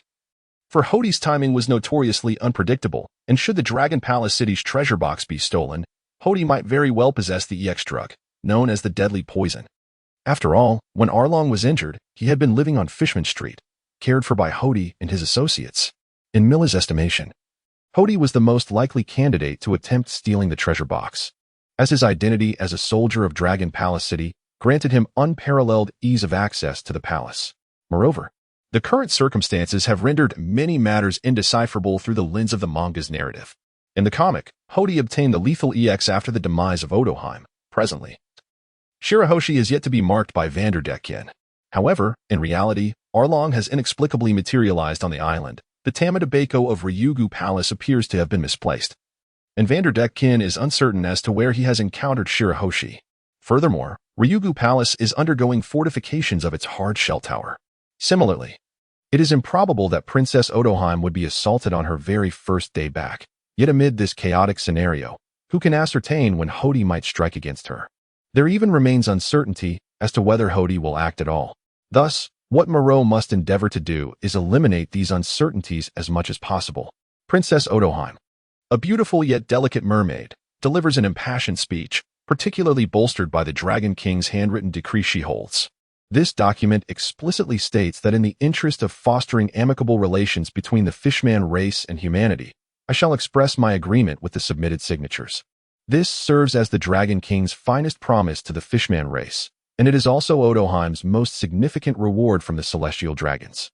The noble status of the Celestial Dragons grants them considerable influence in the World Conference, coupled with the fact that Fishman Island is a member of the world government.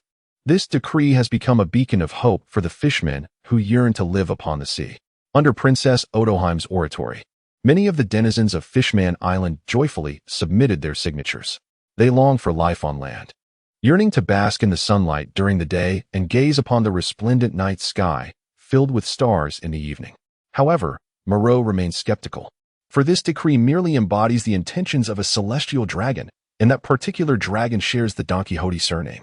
In Moreau's perspective, this family of celestial dragons is bound to harbor a few anomalies, much like Don Quixote Doflamingo's father, who voluntarily renounced his celestial dragon identity. The extent of influence such individuals wield within the World Conference and among the celestial dragons is a matter of doubt for Moreau. Moreover, setting aside the celestial dragons, Fishman Island, submerged beneath 10,000 meters of ocean, appears to Milu as a divine sanctuary for the Fishman race. Although it is true that fishmen possess innate strength that can surpass that of ordinary humans by several times, even tenfold, this does not imply their superiority over humanity. On the contrary, the Fishman tribe is rather feeble, lacking formidable champions. While they may reign supreme in the depths of the sea, they would undoubtedly falter on land against human adversaries. It is noteworthy that, despite the protective embrace of the deep ocean, numerous fishmen are captured and sold each year. Should they lose the ocean's safeguard and venture onto land, they would confront the true malevolence of humanity. Has Princess Odoheim genuinely prepared herself to face all that awaits on land?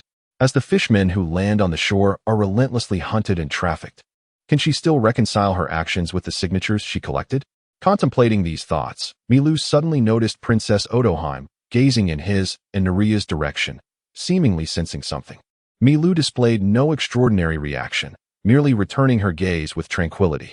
While the concept of a hypocritical saint may evoke disdain, it is impossible for Milu to harbor such feelings towards Princess Odoheim, a genuine embodiment of virtue, especially as she is the mother of Shirahoshi. After a brief exchange of glances, Princess Odoheim averted her gaze first, for many of her kin were presenting their signatures before her. Although she felt a flicker of curiosity about the human youth who regarded her with favor in her perception, her primary focus remained on the collection of signatures. After waiting in the square for over an hour, Princess Odoheim concluded her signature-gathering endeavor, nearly exhausted, and returned to Ryugu Palace under the escort of her soldiers. As a group prepared to depart from the square, Mila caught sight of Jinbei seated not far away, as well as Hody among the ranks of soldiers. Without drawing any attention, Milu and Neruya discreetly exited the Jalanko Square. Hody Jones, Fishman Street is not located on Fishman Island, but rather beneath it, submerged in the ocean. Initially, it served as a sanctuary for orphans. However, shortly after its establishment, the facility fell into disrepair due to financial constraints. Gradually, it transformed into a haven for delinquents and ruffians from Fishman Island. The original leader of Fishman Street was Fisher Tiger, but following the incident at Mariewa, He met his demise, succumbing to severe injuries inflicted by an ambush set by the Navy. After his death, the forces of Fishman Street splintered into 3 factions due to differing ideologies. One faction, led by Jinbei, is the Sun Pirates, dedicated to the protection of Fishman Island. They hold the status of warlords of the sea and maintain amicable relations with the Whitebeard pirates. The second faction adheres to Arlong's philosophy, embodying extreme racism and harboring deep-seated hatred for humans. Hody Jones emerged as the leader of this faction following Arlong's departure. These fishmen, united by their disdain for humanity, largely consist of those who have witnessed the maltreatment and persecution of their kin, and influenced by Arlong and other supremacist ideologues, they irrationally perceive all of humanity as adversaries, a species inferior to their own. The final faction represents the true scum among fishmen. Under the leadership of the Fishman Makuro, they engage in human trafficking, collaborating with humans to sell the young fishmen and women of Fishman Island. Aside from these 3 factions, the ship Noah, known as the Vessel of Oath and the Ship of Unfinished Missions, is home to the flying pirates led by Vanderdeckin. Vanderdeckin and his crew are genuine pirates, seizing any targets of interest in the depths of the sea. In Milu's plan, he intends to exploit the hatred for humans embodied by Hody Jones. Other factions hold no significance for him, as they are irrelevant to his interests. Competing with fishmen in maritime combat is evidently an unwise choice. Thus, along the essential route from Fishman Island to the depths of Fishman Street, Milu patiently awaited Hody Jones, who would inevitably return to Fishman Street after completing his tasks. Naria, destined to save Princess Odoheim, has already concealed himself. Only Milu remains, gazing from the vicinity of the bubble towards Fishman Street. The colossal Noah looms behind Fishman Street, and through the gaps in the tree trunks above, beams of sunlight cascade down, allowing Milu to discern the general outline of Noah through the crystalline waters. Milu does not comprehend what Noah represents, yet its immense presence undeniably instills a sense of awe within him. Above Noah, the immense whales and various enchanting sea creatures gliding through the waters fulfill Milu's myriad fantasies about the wonders concealed beneath the ocean's surface. Yet, in comparison, the sea forest and Mermaid Bay seem to exude a beauty and dreamlike quality that surpasses this place. After all, many areas of this ocean dwell in shadow, and such depths inevitably evoke a sense of trepidation towards the unknown. Lowly human wretch, have you not been taught not to obstruct the path? Milu, sensing the approaching footsteps, recognized that his awaited companion had arrived. As Hody delivered a kick alongside his taunt, Milu effortlessly evaded it with a graceful turn. I've been waiting for you. Upon observing the 2 additional fishmen accompanying Hody, Milu's brow slightly furrowed. Hody, towering over 3 meters with a faint blue hue to his skin, embodied the formidable stature of a great white shark fishman, complete with a prominent dorsal fin protruding from his back. The only incongruity in his appearance was the pink flat cap perched atop his head. Upon hearing Milu's words and noting his position, Hody's laughter revealed a menacing glint in his eyes. Ha ha ha. Are you saying you've been waiting for me because you're eager to die, human? Here, near Fishman Street. No one will care if you meet your end. Milu merely scoffed at the brutish demeanor of the fishman, deciding that in the face of potential conflict, it was wiser to remain silent. With a swift motion, he harnessed the flow of energy within him, vanishing from sight in an instant. This rapid movement was not the shave technique of the Navy's 6 styles, for Milu did not possess what he considered to be an odd ability. According to his recollections, shave required a flurry of rapid footfalls upon the ground within less than a second to achieve acceleration. Milu had attempted to master it during his training with Ruska, but regrettably, he found himself unable to execute it. Moreover, he discovered that there seemed to be no necessity for him to strive to achieve this. For with the enhancement of his physical prowess, coupled with the explosive force of his nin, the ability for instantaneous acceleration could be effortlessly mastered. Such explosive capability is not considered a remarkable skill among hunters. Whether it was the ninja Hans during the hunter examination or the likes of Gon and Killua, trained under Biscuit, both were able to swiftly grasp this ability. Although Miru's years of training did not reach the level of Biscuit's astonishing punching speed, which could bewilder even Gon and Killua when they utilized their nin, he had nonetheless attained a speed akin to that of a swift cut. With a soft thud, 2 fishmen standing beside Hody collapsed as Miru, with an unknown flick of his wrist, had severed their throats with 2 cards that had appeared in his hand. Uncertain of whether these 2 fishmen were friend or foe, it was best to eliminate them promptly, lest they cause further complications later. Damn humans! Hody roared in madness upon witnessing his fallen comrades. His palm thrust downward, and a droplet of water, sharp as an arrow, coalesced upon his skin, shooting forth in an instant towards Miru. Fishman karate, water shot.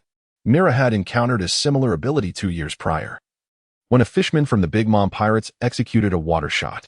However, at that time, such an attack posed little threat to him. Even though Hody's water shot was more potent than that of the fishman from 2 years ago, Miru was no longer the same as he had been then.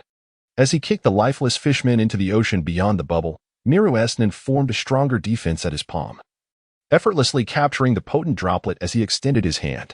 After a brief contemplation, Miru released a counterstrike against the descending droplet. Smack! Miru karate, water extraction. With a splatter, the droplet pierced through Hody's abdomen as he charged forward, eliciting a spray of crimson blood. Yet, the ferocious Hody showed no signs of halting. Instead, as he closed in on Miru, he lunged forward, his massive hand seeking to crush the lowly human who dared to strike at the fishman. However, when Miru's hand met Hody's in a powerful grip, the red gleam in Hody's eyes flickered with confusion. This is impossible.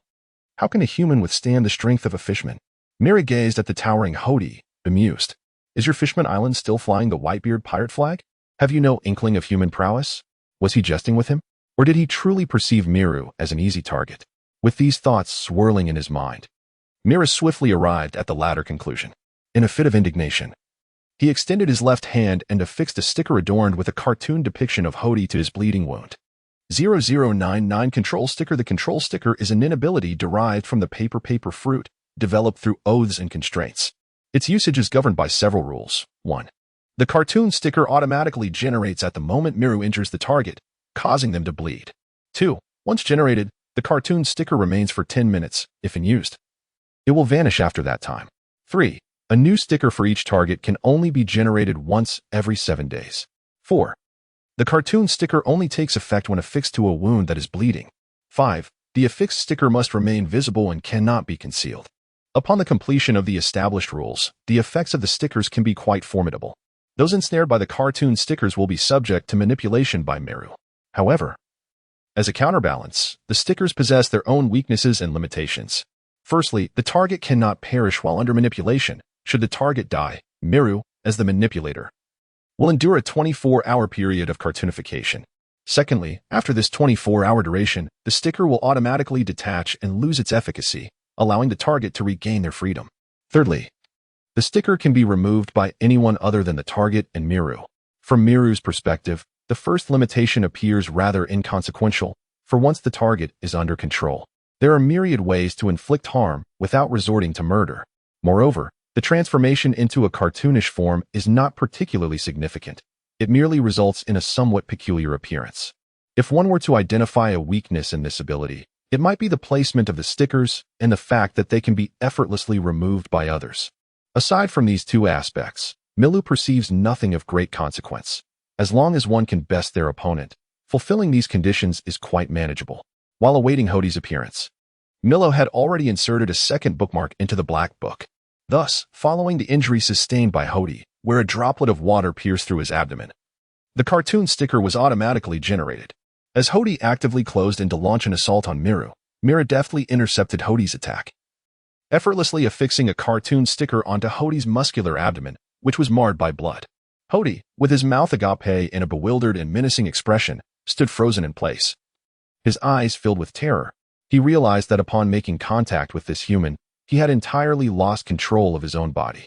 Meanwhile, Miru clapped his hands and retrieved a black book from his pocket, flipping it open to the page dedicated to the paper fruit, from which he extracted a bookmark.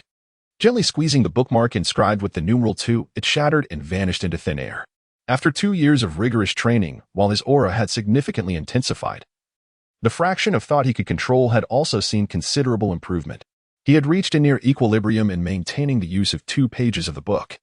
Yet the previous tactic of engaging in battle with 2 bookmarks was unsustainable due to the immense fourfold energy expenditure.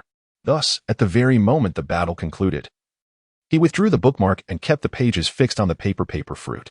At that moment, behind Hody, Naruya whispered, "The fishman is so weak."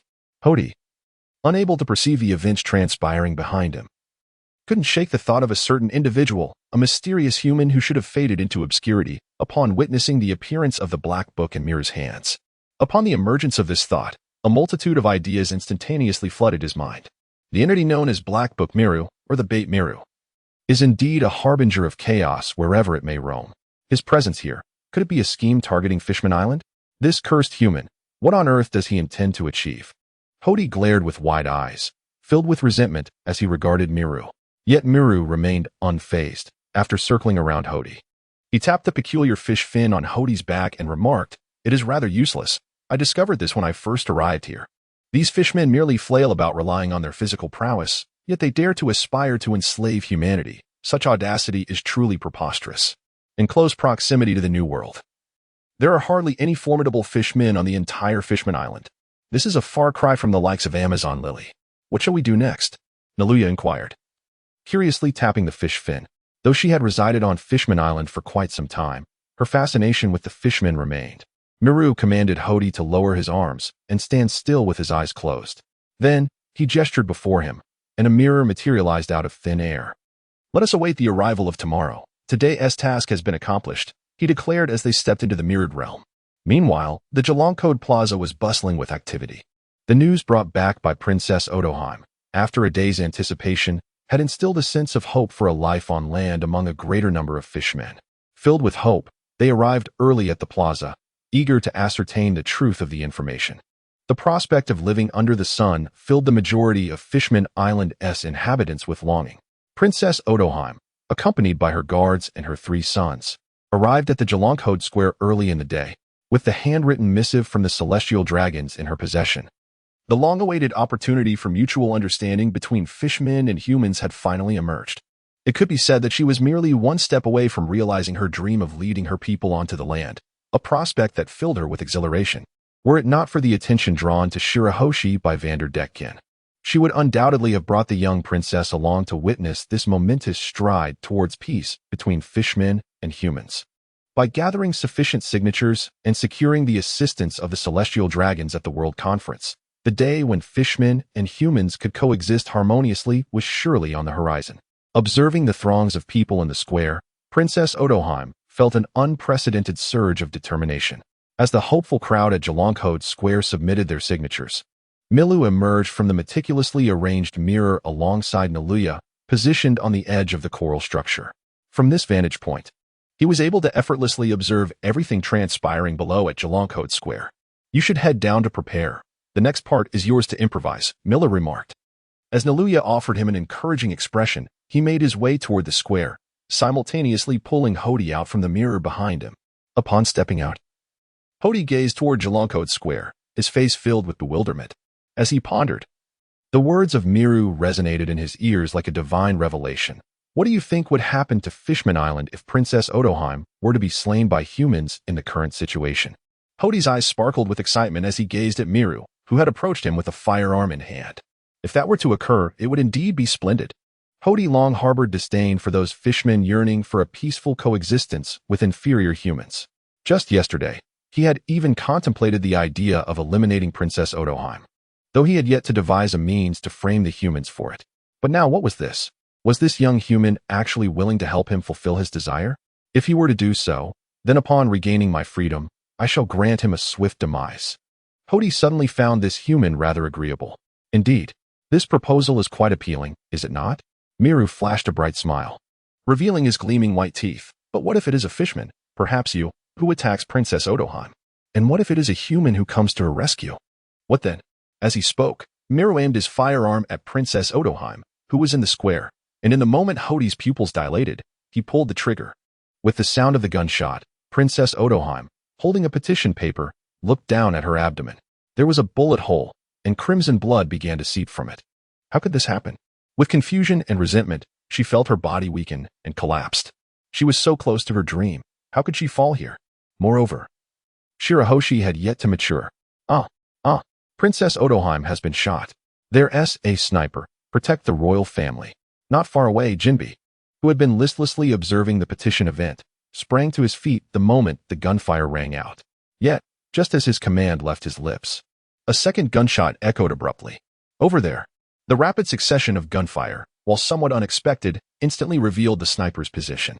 However, when the crowd turned to where the shots originated, they beheld an astonishing sight. There stood Hody Jones, clad in the attire of a Ryugu palace soldier. gripping a firearm and madly pulling the trigger once more in the direction of Princess Otohan. What is happening? Why is it a fishman? A soldier from Ryugu Palace? This was the immediate thought of everyone in the square. For reasons unknown, from the moment the gunfire erupted, they had instinctively associated the perpetrator with humans. Yet, they could hardly fathom that the individual firing at Princess Otoheim was, in fact, one of their own kind, just as they struggled to comprehend the unfolding events.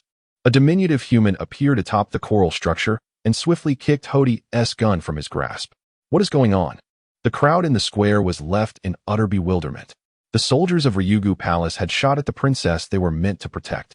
Those who are not trusted by humanity have launched an offensive against the gunmen, thwarting their heinous acts. What a chaotic situation this is. Amidst this turmoil, near the position where Princess Yuki resides, a human girl clad in a blue lace dress appeared seemingly out of nowhere. After ensnaring several advancing guards with peculiar chocolate, the girl approached the fallen Princess Yuki. Before more guards could reach her, she knelt down and retrieved a curious cartoon sticker from her bag, gently placing it upon the princess's wound. To the astonishment of all present, the princess, who should have been incapacitated by the gunshot, blinked, touched the site of her injury, and stood up. Gasps of shock and disbelief echoed throughout the square as onlookers witnessed Princess Yuki rise to her feet. The advancing guards, along with those struggling free from the chocolate, and even Jinbei, who had intended to capture Hode but was drawn by the commotion, halted in their tracks, gazing incredulously at the princess and the charming cartoon bandage adorning her wound. How could someone shot simply apply a cartoon band-aid and recover? It seemed utterly absurd. Yet, seeing Princess Yuki stand as if entirely unscathed, wiping the blood from her lips, the crowd had no choice but to accept this astonishing reality. The princess had been rescued by this enigmatic human girl. At the same time, the vice-captain of the Sun Pirates, Aladdin the Fishman, leapt forward to intercept Hode's assault, taking over for Miru. "Cease your actions, Hode," Aladdin said, his expression a complex mixture of emotions as he regarded the disheveled and somewhat deranged Hode. However, the current predicament was not merely about whether Hode would relent, but rather whether Miru would allow him to do so. "Ha ha ha, cease. Do you think you, who wish to serve humans like dogs, are worthy of speaking such words to me?" Hode, manipulated and sounding somewhat distorted, retorted. It was utterly incomprehensible. Realizing that Hode was impervious to reason, Aladdin abandoned any hope of persuasion and swiftly adopted the stance of fishman karate. Miru was not skilled in such techniques. Yet he did not require such elaborate arts. He merely needed to control Hode's body and charge directly at his opponent. From the outset, this confrontation was destined to be lopsided. Although Aladdin was not as formidable as Jinbei, as the vice-captain of the Sun Pirates and a veteran who had fought alongside Fisher Tiger in his early days, he found it easy to handle Hode, even when he was not under Miru's control, let alone in the current circumstances. However, Hode's madness exceeded Aladdin's expectations. Even when beaten to the ground, he writhed violently, attempting to retaliate. It was only when the guards arrived to bind Hode tightly that his frenzy abruptly diminished. From a distance, hidden behind the guards of Fishman Island, Miru observed the cartoon sticker that had inadvertently been scraped off Hode's body by the ropes, and a smile spread across his face. As the cartoon stickers fell, Hode gradually emerged from his frenzied state of control, though the wound inflicted by Miru with a droplet of water reopened, oozing fresh blood. Glaring furiously at Miru, Hode attempted to voice his indignation, but his words were abruptly stifled by a rag, inexplicably procured by the guards. Observing Hode being taken away by the soldiers of Dragon Palace, Aladdin shook his head with a hint of melancholy before turning to Miru. "Thank you for your timely intervention," Aladdin expressed. "Had you not acted swiftly, who knows how many shots the deranged Hode might have fired at the plaza." "Not at all. It was a mere trifle," Miru replied with calm composure, nodding slightly. Aladdin felt a surge of admiration for Miru's demeanor and suggested, "If you are not in haste, why not accompany me to the plaza?" Unaware of Miru's masked identity, Aladdin, concerned about the situation in the plaza and eager to extend goodwill, issued the invitation. However, Miru shook his head, indicating his task was complete and there was no further need to linger. "I have other matters to attend to, my apologies," Miru said as an excuse. "Moreover, you should have more pressing concerns, should you not? How is Her Highness the Princess faring? And what of that captured fellow? Are there any accomplices left?" Aladdin's brow furrowed slightly, for Miru had indeed articulated his unspoken worries. Hode had several associates in Fishman Street, and without knowing their intentions, He could not afford to waste time in this place. I sincerely apologize, but once this incident concludes, Fishman Island will undoubtedly reward you handsomely, Aladdin noted, offering a respectful nod to Miru before hastening towards the plaza. In Aladdin's mind, as long as Miru remained on Fishman Island, he would surely find a way to reach him, thus rendering immediate gratitude unnecessary. After watching Aladdin and his companions depart, Mira took a few steps towards the spot where Hody had been captured and retrieved the fallen sticker. Used stickers do not simply vanish. And not wishing to have the stickers associated with Princess Odoheim linked to himself, he casually pocketed it. Instead of immediately utilizing the mirror world to depart, Miru turned and, retrieving a small pill from his pocket, tossed it playfully before proceeding to the summit of the coral structure to gaze down upon the Jillincod Plaza. The pill in Miru's hand was the EX lethal drug. After subduing Hody, he had discovered a box of this substance on Hody's person. By tentatively questioning Hody, Miro had discerned through Hody's expression that his suspicions were indeed correct. Hody had stolen the deadly drug, which was meant to be secured in the treasury of Dragon Palace. Amidst the chaos instigated by the celestial dragons and Vander Deckkin, Orin's departure is likely attributed to the influence of the lethal drug. However, it remains uncertain whether Luffy will be able to contend with this enhanced version of Orin, who has been under the drug's effects, by the time he sets sail. As it stands, Luffy is still 8 years away from his journey, and it is difficult to predict the condition of Orin after 8 years of drug use, especially considering that the EX serum exacts a toll on one's lifespan. Coupled with Orin's existing injuries, Moreau finds himself leaning towards Luffy's prospects. Yet, such considerations seem distant. Perched atop the coral edifice, Moreau ponders the opportune moment to have Hody consume the lethal drug. Indeed, Hody currently carries a substantial amount of the potent substance. Moreau has not retained all of the drug for himself. He has merely kept a few capsules as mementos, while the remainder has been entrusted to Hody. Although Hody, in his bound state, lacks the opportunity to ingest the lethal drug, Moreau is prepared to assist him in that endeavor. Moreover, Mira firmly believed that as the moment arrived, Hody would be quite willing to consume the deadly potion. Observing Aladdin, who was gradually approaching the square with Hody, and noticing the once bustling coral structures now rendered desolate, Mira retrieved the black book from his pocket, in order to maintain the facade and prevent others from discerning his true identity at first glance. He concealed the black book once more. Due to the necessity of utilizing stickers, 2 bookmarks were perpetually lodged within the black book. At this juncture, his role was nearing its conclusion, and thus he felt liberated from any reservations. Retrieving the black book from his pocket, he opened it to the page depicting the paper fruit, subsequently removing the bookmark that had imposed a considerable burden upon him. The instant he fired and struck Princess Odoheim, a sticker belonging to her was promptly generated. Following this, he handed the gun to Hody, urging him to continue firing, while he swiftly transferred the newly created sticker into Naruya's bag through the mirror world. Upon reappearing after delivering the sticker, he seamlessly stepped into the scene of a human thwarting the nefarious actions of the Fishman rioters. Although the entire scheme was somewhat tightly orchestrated, it unfolded with impeccable timing. By directing Hody to persist with his gunfire, he ensured that the perpetrator was pinpointed as Hody himself, while simultaneously facilitating Naruya's approach towards Princess Odoheim, allowing her to affix the cartoon sticker with ease.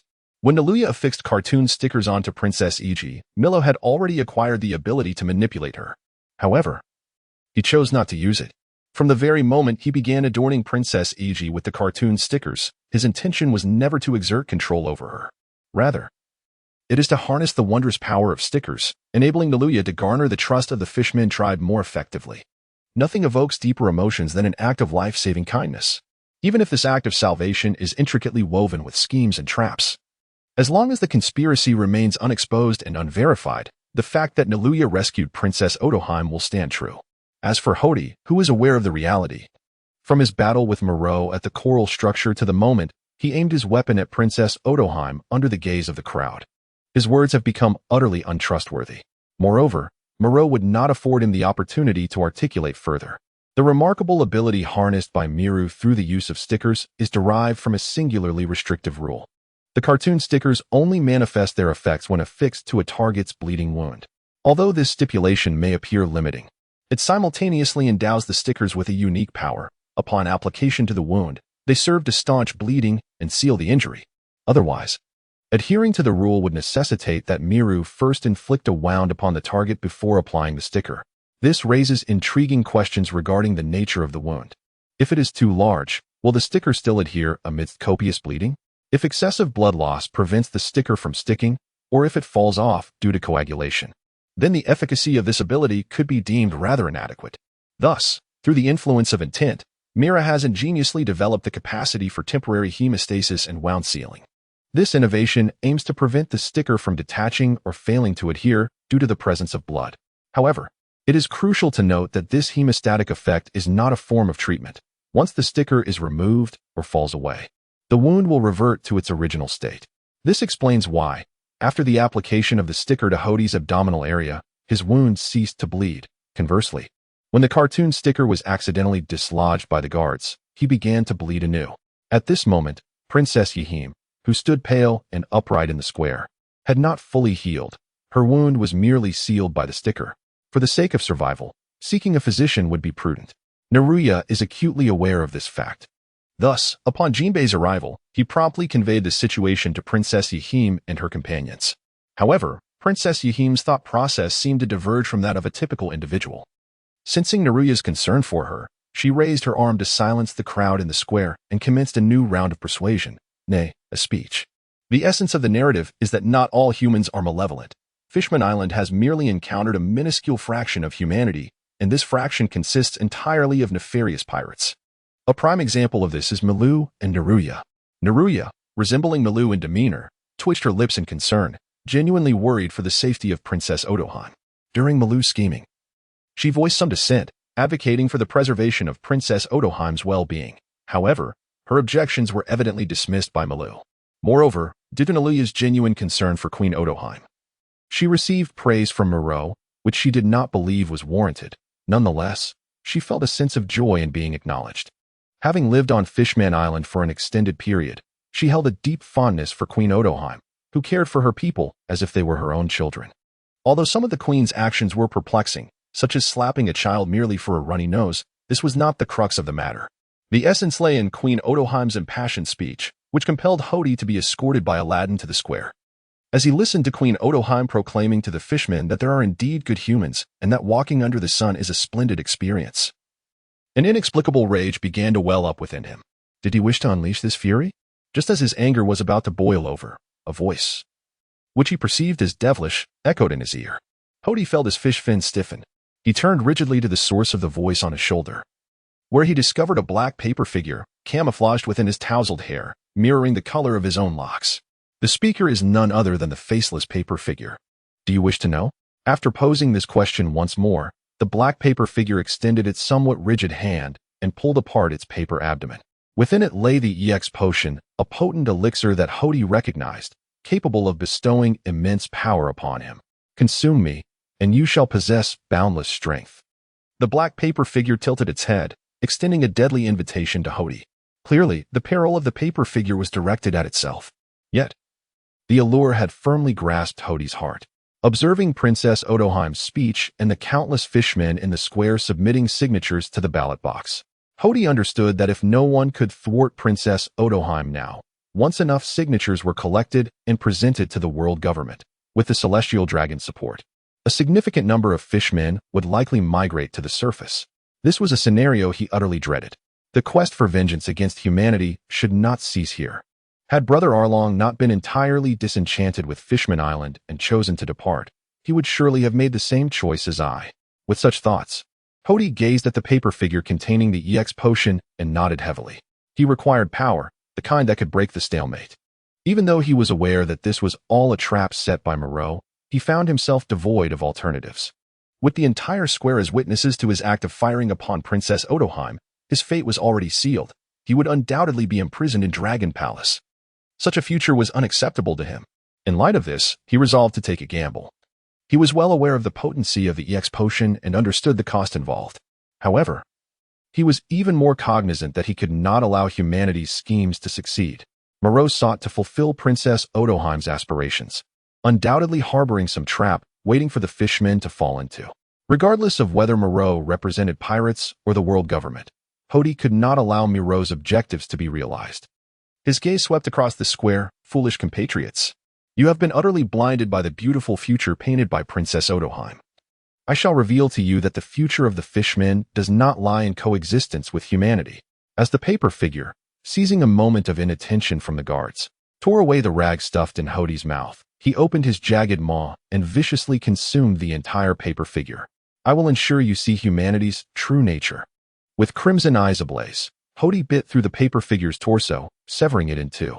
The multitude of pills concealed within the paper figure cascaded into Hodi's mouth as it shattered. Yet, the sound of Hodi gnawing on the figure caught the attention of the guards. When the soldiers turned to look at Hodi, he tilted his head back, swallowing both the pills and the upper half of the paper figure whole. As the dark lower half of the paper figure slipped from him, it fell away just as the rag had before. Behave yourself. Although unaware of Hodi's actions, a long-nosed tuna soldier kicked Hodi in irritation. Noticing Hodi's relatively compliant demeanor, the tuna guard chose not to scrutinize the dark fragment further, grunting as he continued to escort Hodi toward the square. Hodi merely cast a sidelong glance at the soldier before directing his gaze toward Princess Odoheim in the square. The girl beside Princess Odoheim and the plaster on her wound drew his attention. Hodi distinctly remembered that his subjugation had begun with the application of that very plaster. The restoration of one's freedom appears to have commenced when the guard inadvertently dislodged a small sticker. Milo's ability to exercise self-control seems to stem from that seemingly insignificant piece of adhesive, prompting Hodi to make an instantaneous judgment. At this moment, Princess E.G. also bore a sticker on her body, which seemingly indicated that she had fallen under the control of Milu. If Princess E.G. were indeed under Milu's influence, what could his intentions be? Most importantly, if this could be substantiated, the current predicament could be easily unraveled. Hodi's eyes sparkled with realization as he contemplated two potential strategies. The first involved a woman in Milu's vicinity. Although he had never encountered her, there was only one human female present in the square, leading him to focus his attention on Naria. That woman was undoubtedly affiliated with Milu. Capturing her would certainly compel Milu to reveal himself. The second strategy entailed removing the cartoon sticker affixed to Princess E.G. As a multitude of potent drugs coursed through his veins, Hodi felt an unprecedented surge of strength awakening within him. He was confident in his ability to break through Jinbei's defenses and execute his plan. With this conviction, Hodi clenched his fists and exerted a slight force, instantly freeing himself from the iron chains that bound him. What a marvelous power! As he continued to feel the energy surging within him, Hodi extended his right hand forward. To the astonishment of Aladdin and the nearby soldiers, a droplet of water fell from his fingertips and was propelled towards the center of the square in an instant. Aladdin, the first to react, swiftly deduced that the direction of Hodi's water strike corresponded precisely to the location of Princess Odoheim. This wretched man intended to harm Princess Odoheim. As this thought crossed Aladdin's mind, his hand instinctively grasped the trident that had remained unused on his back, and he charged towards Hodi.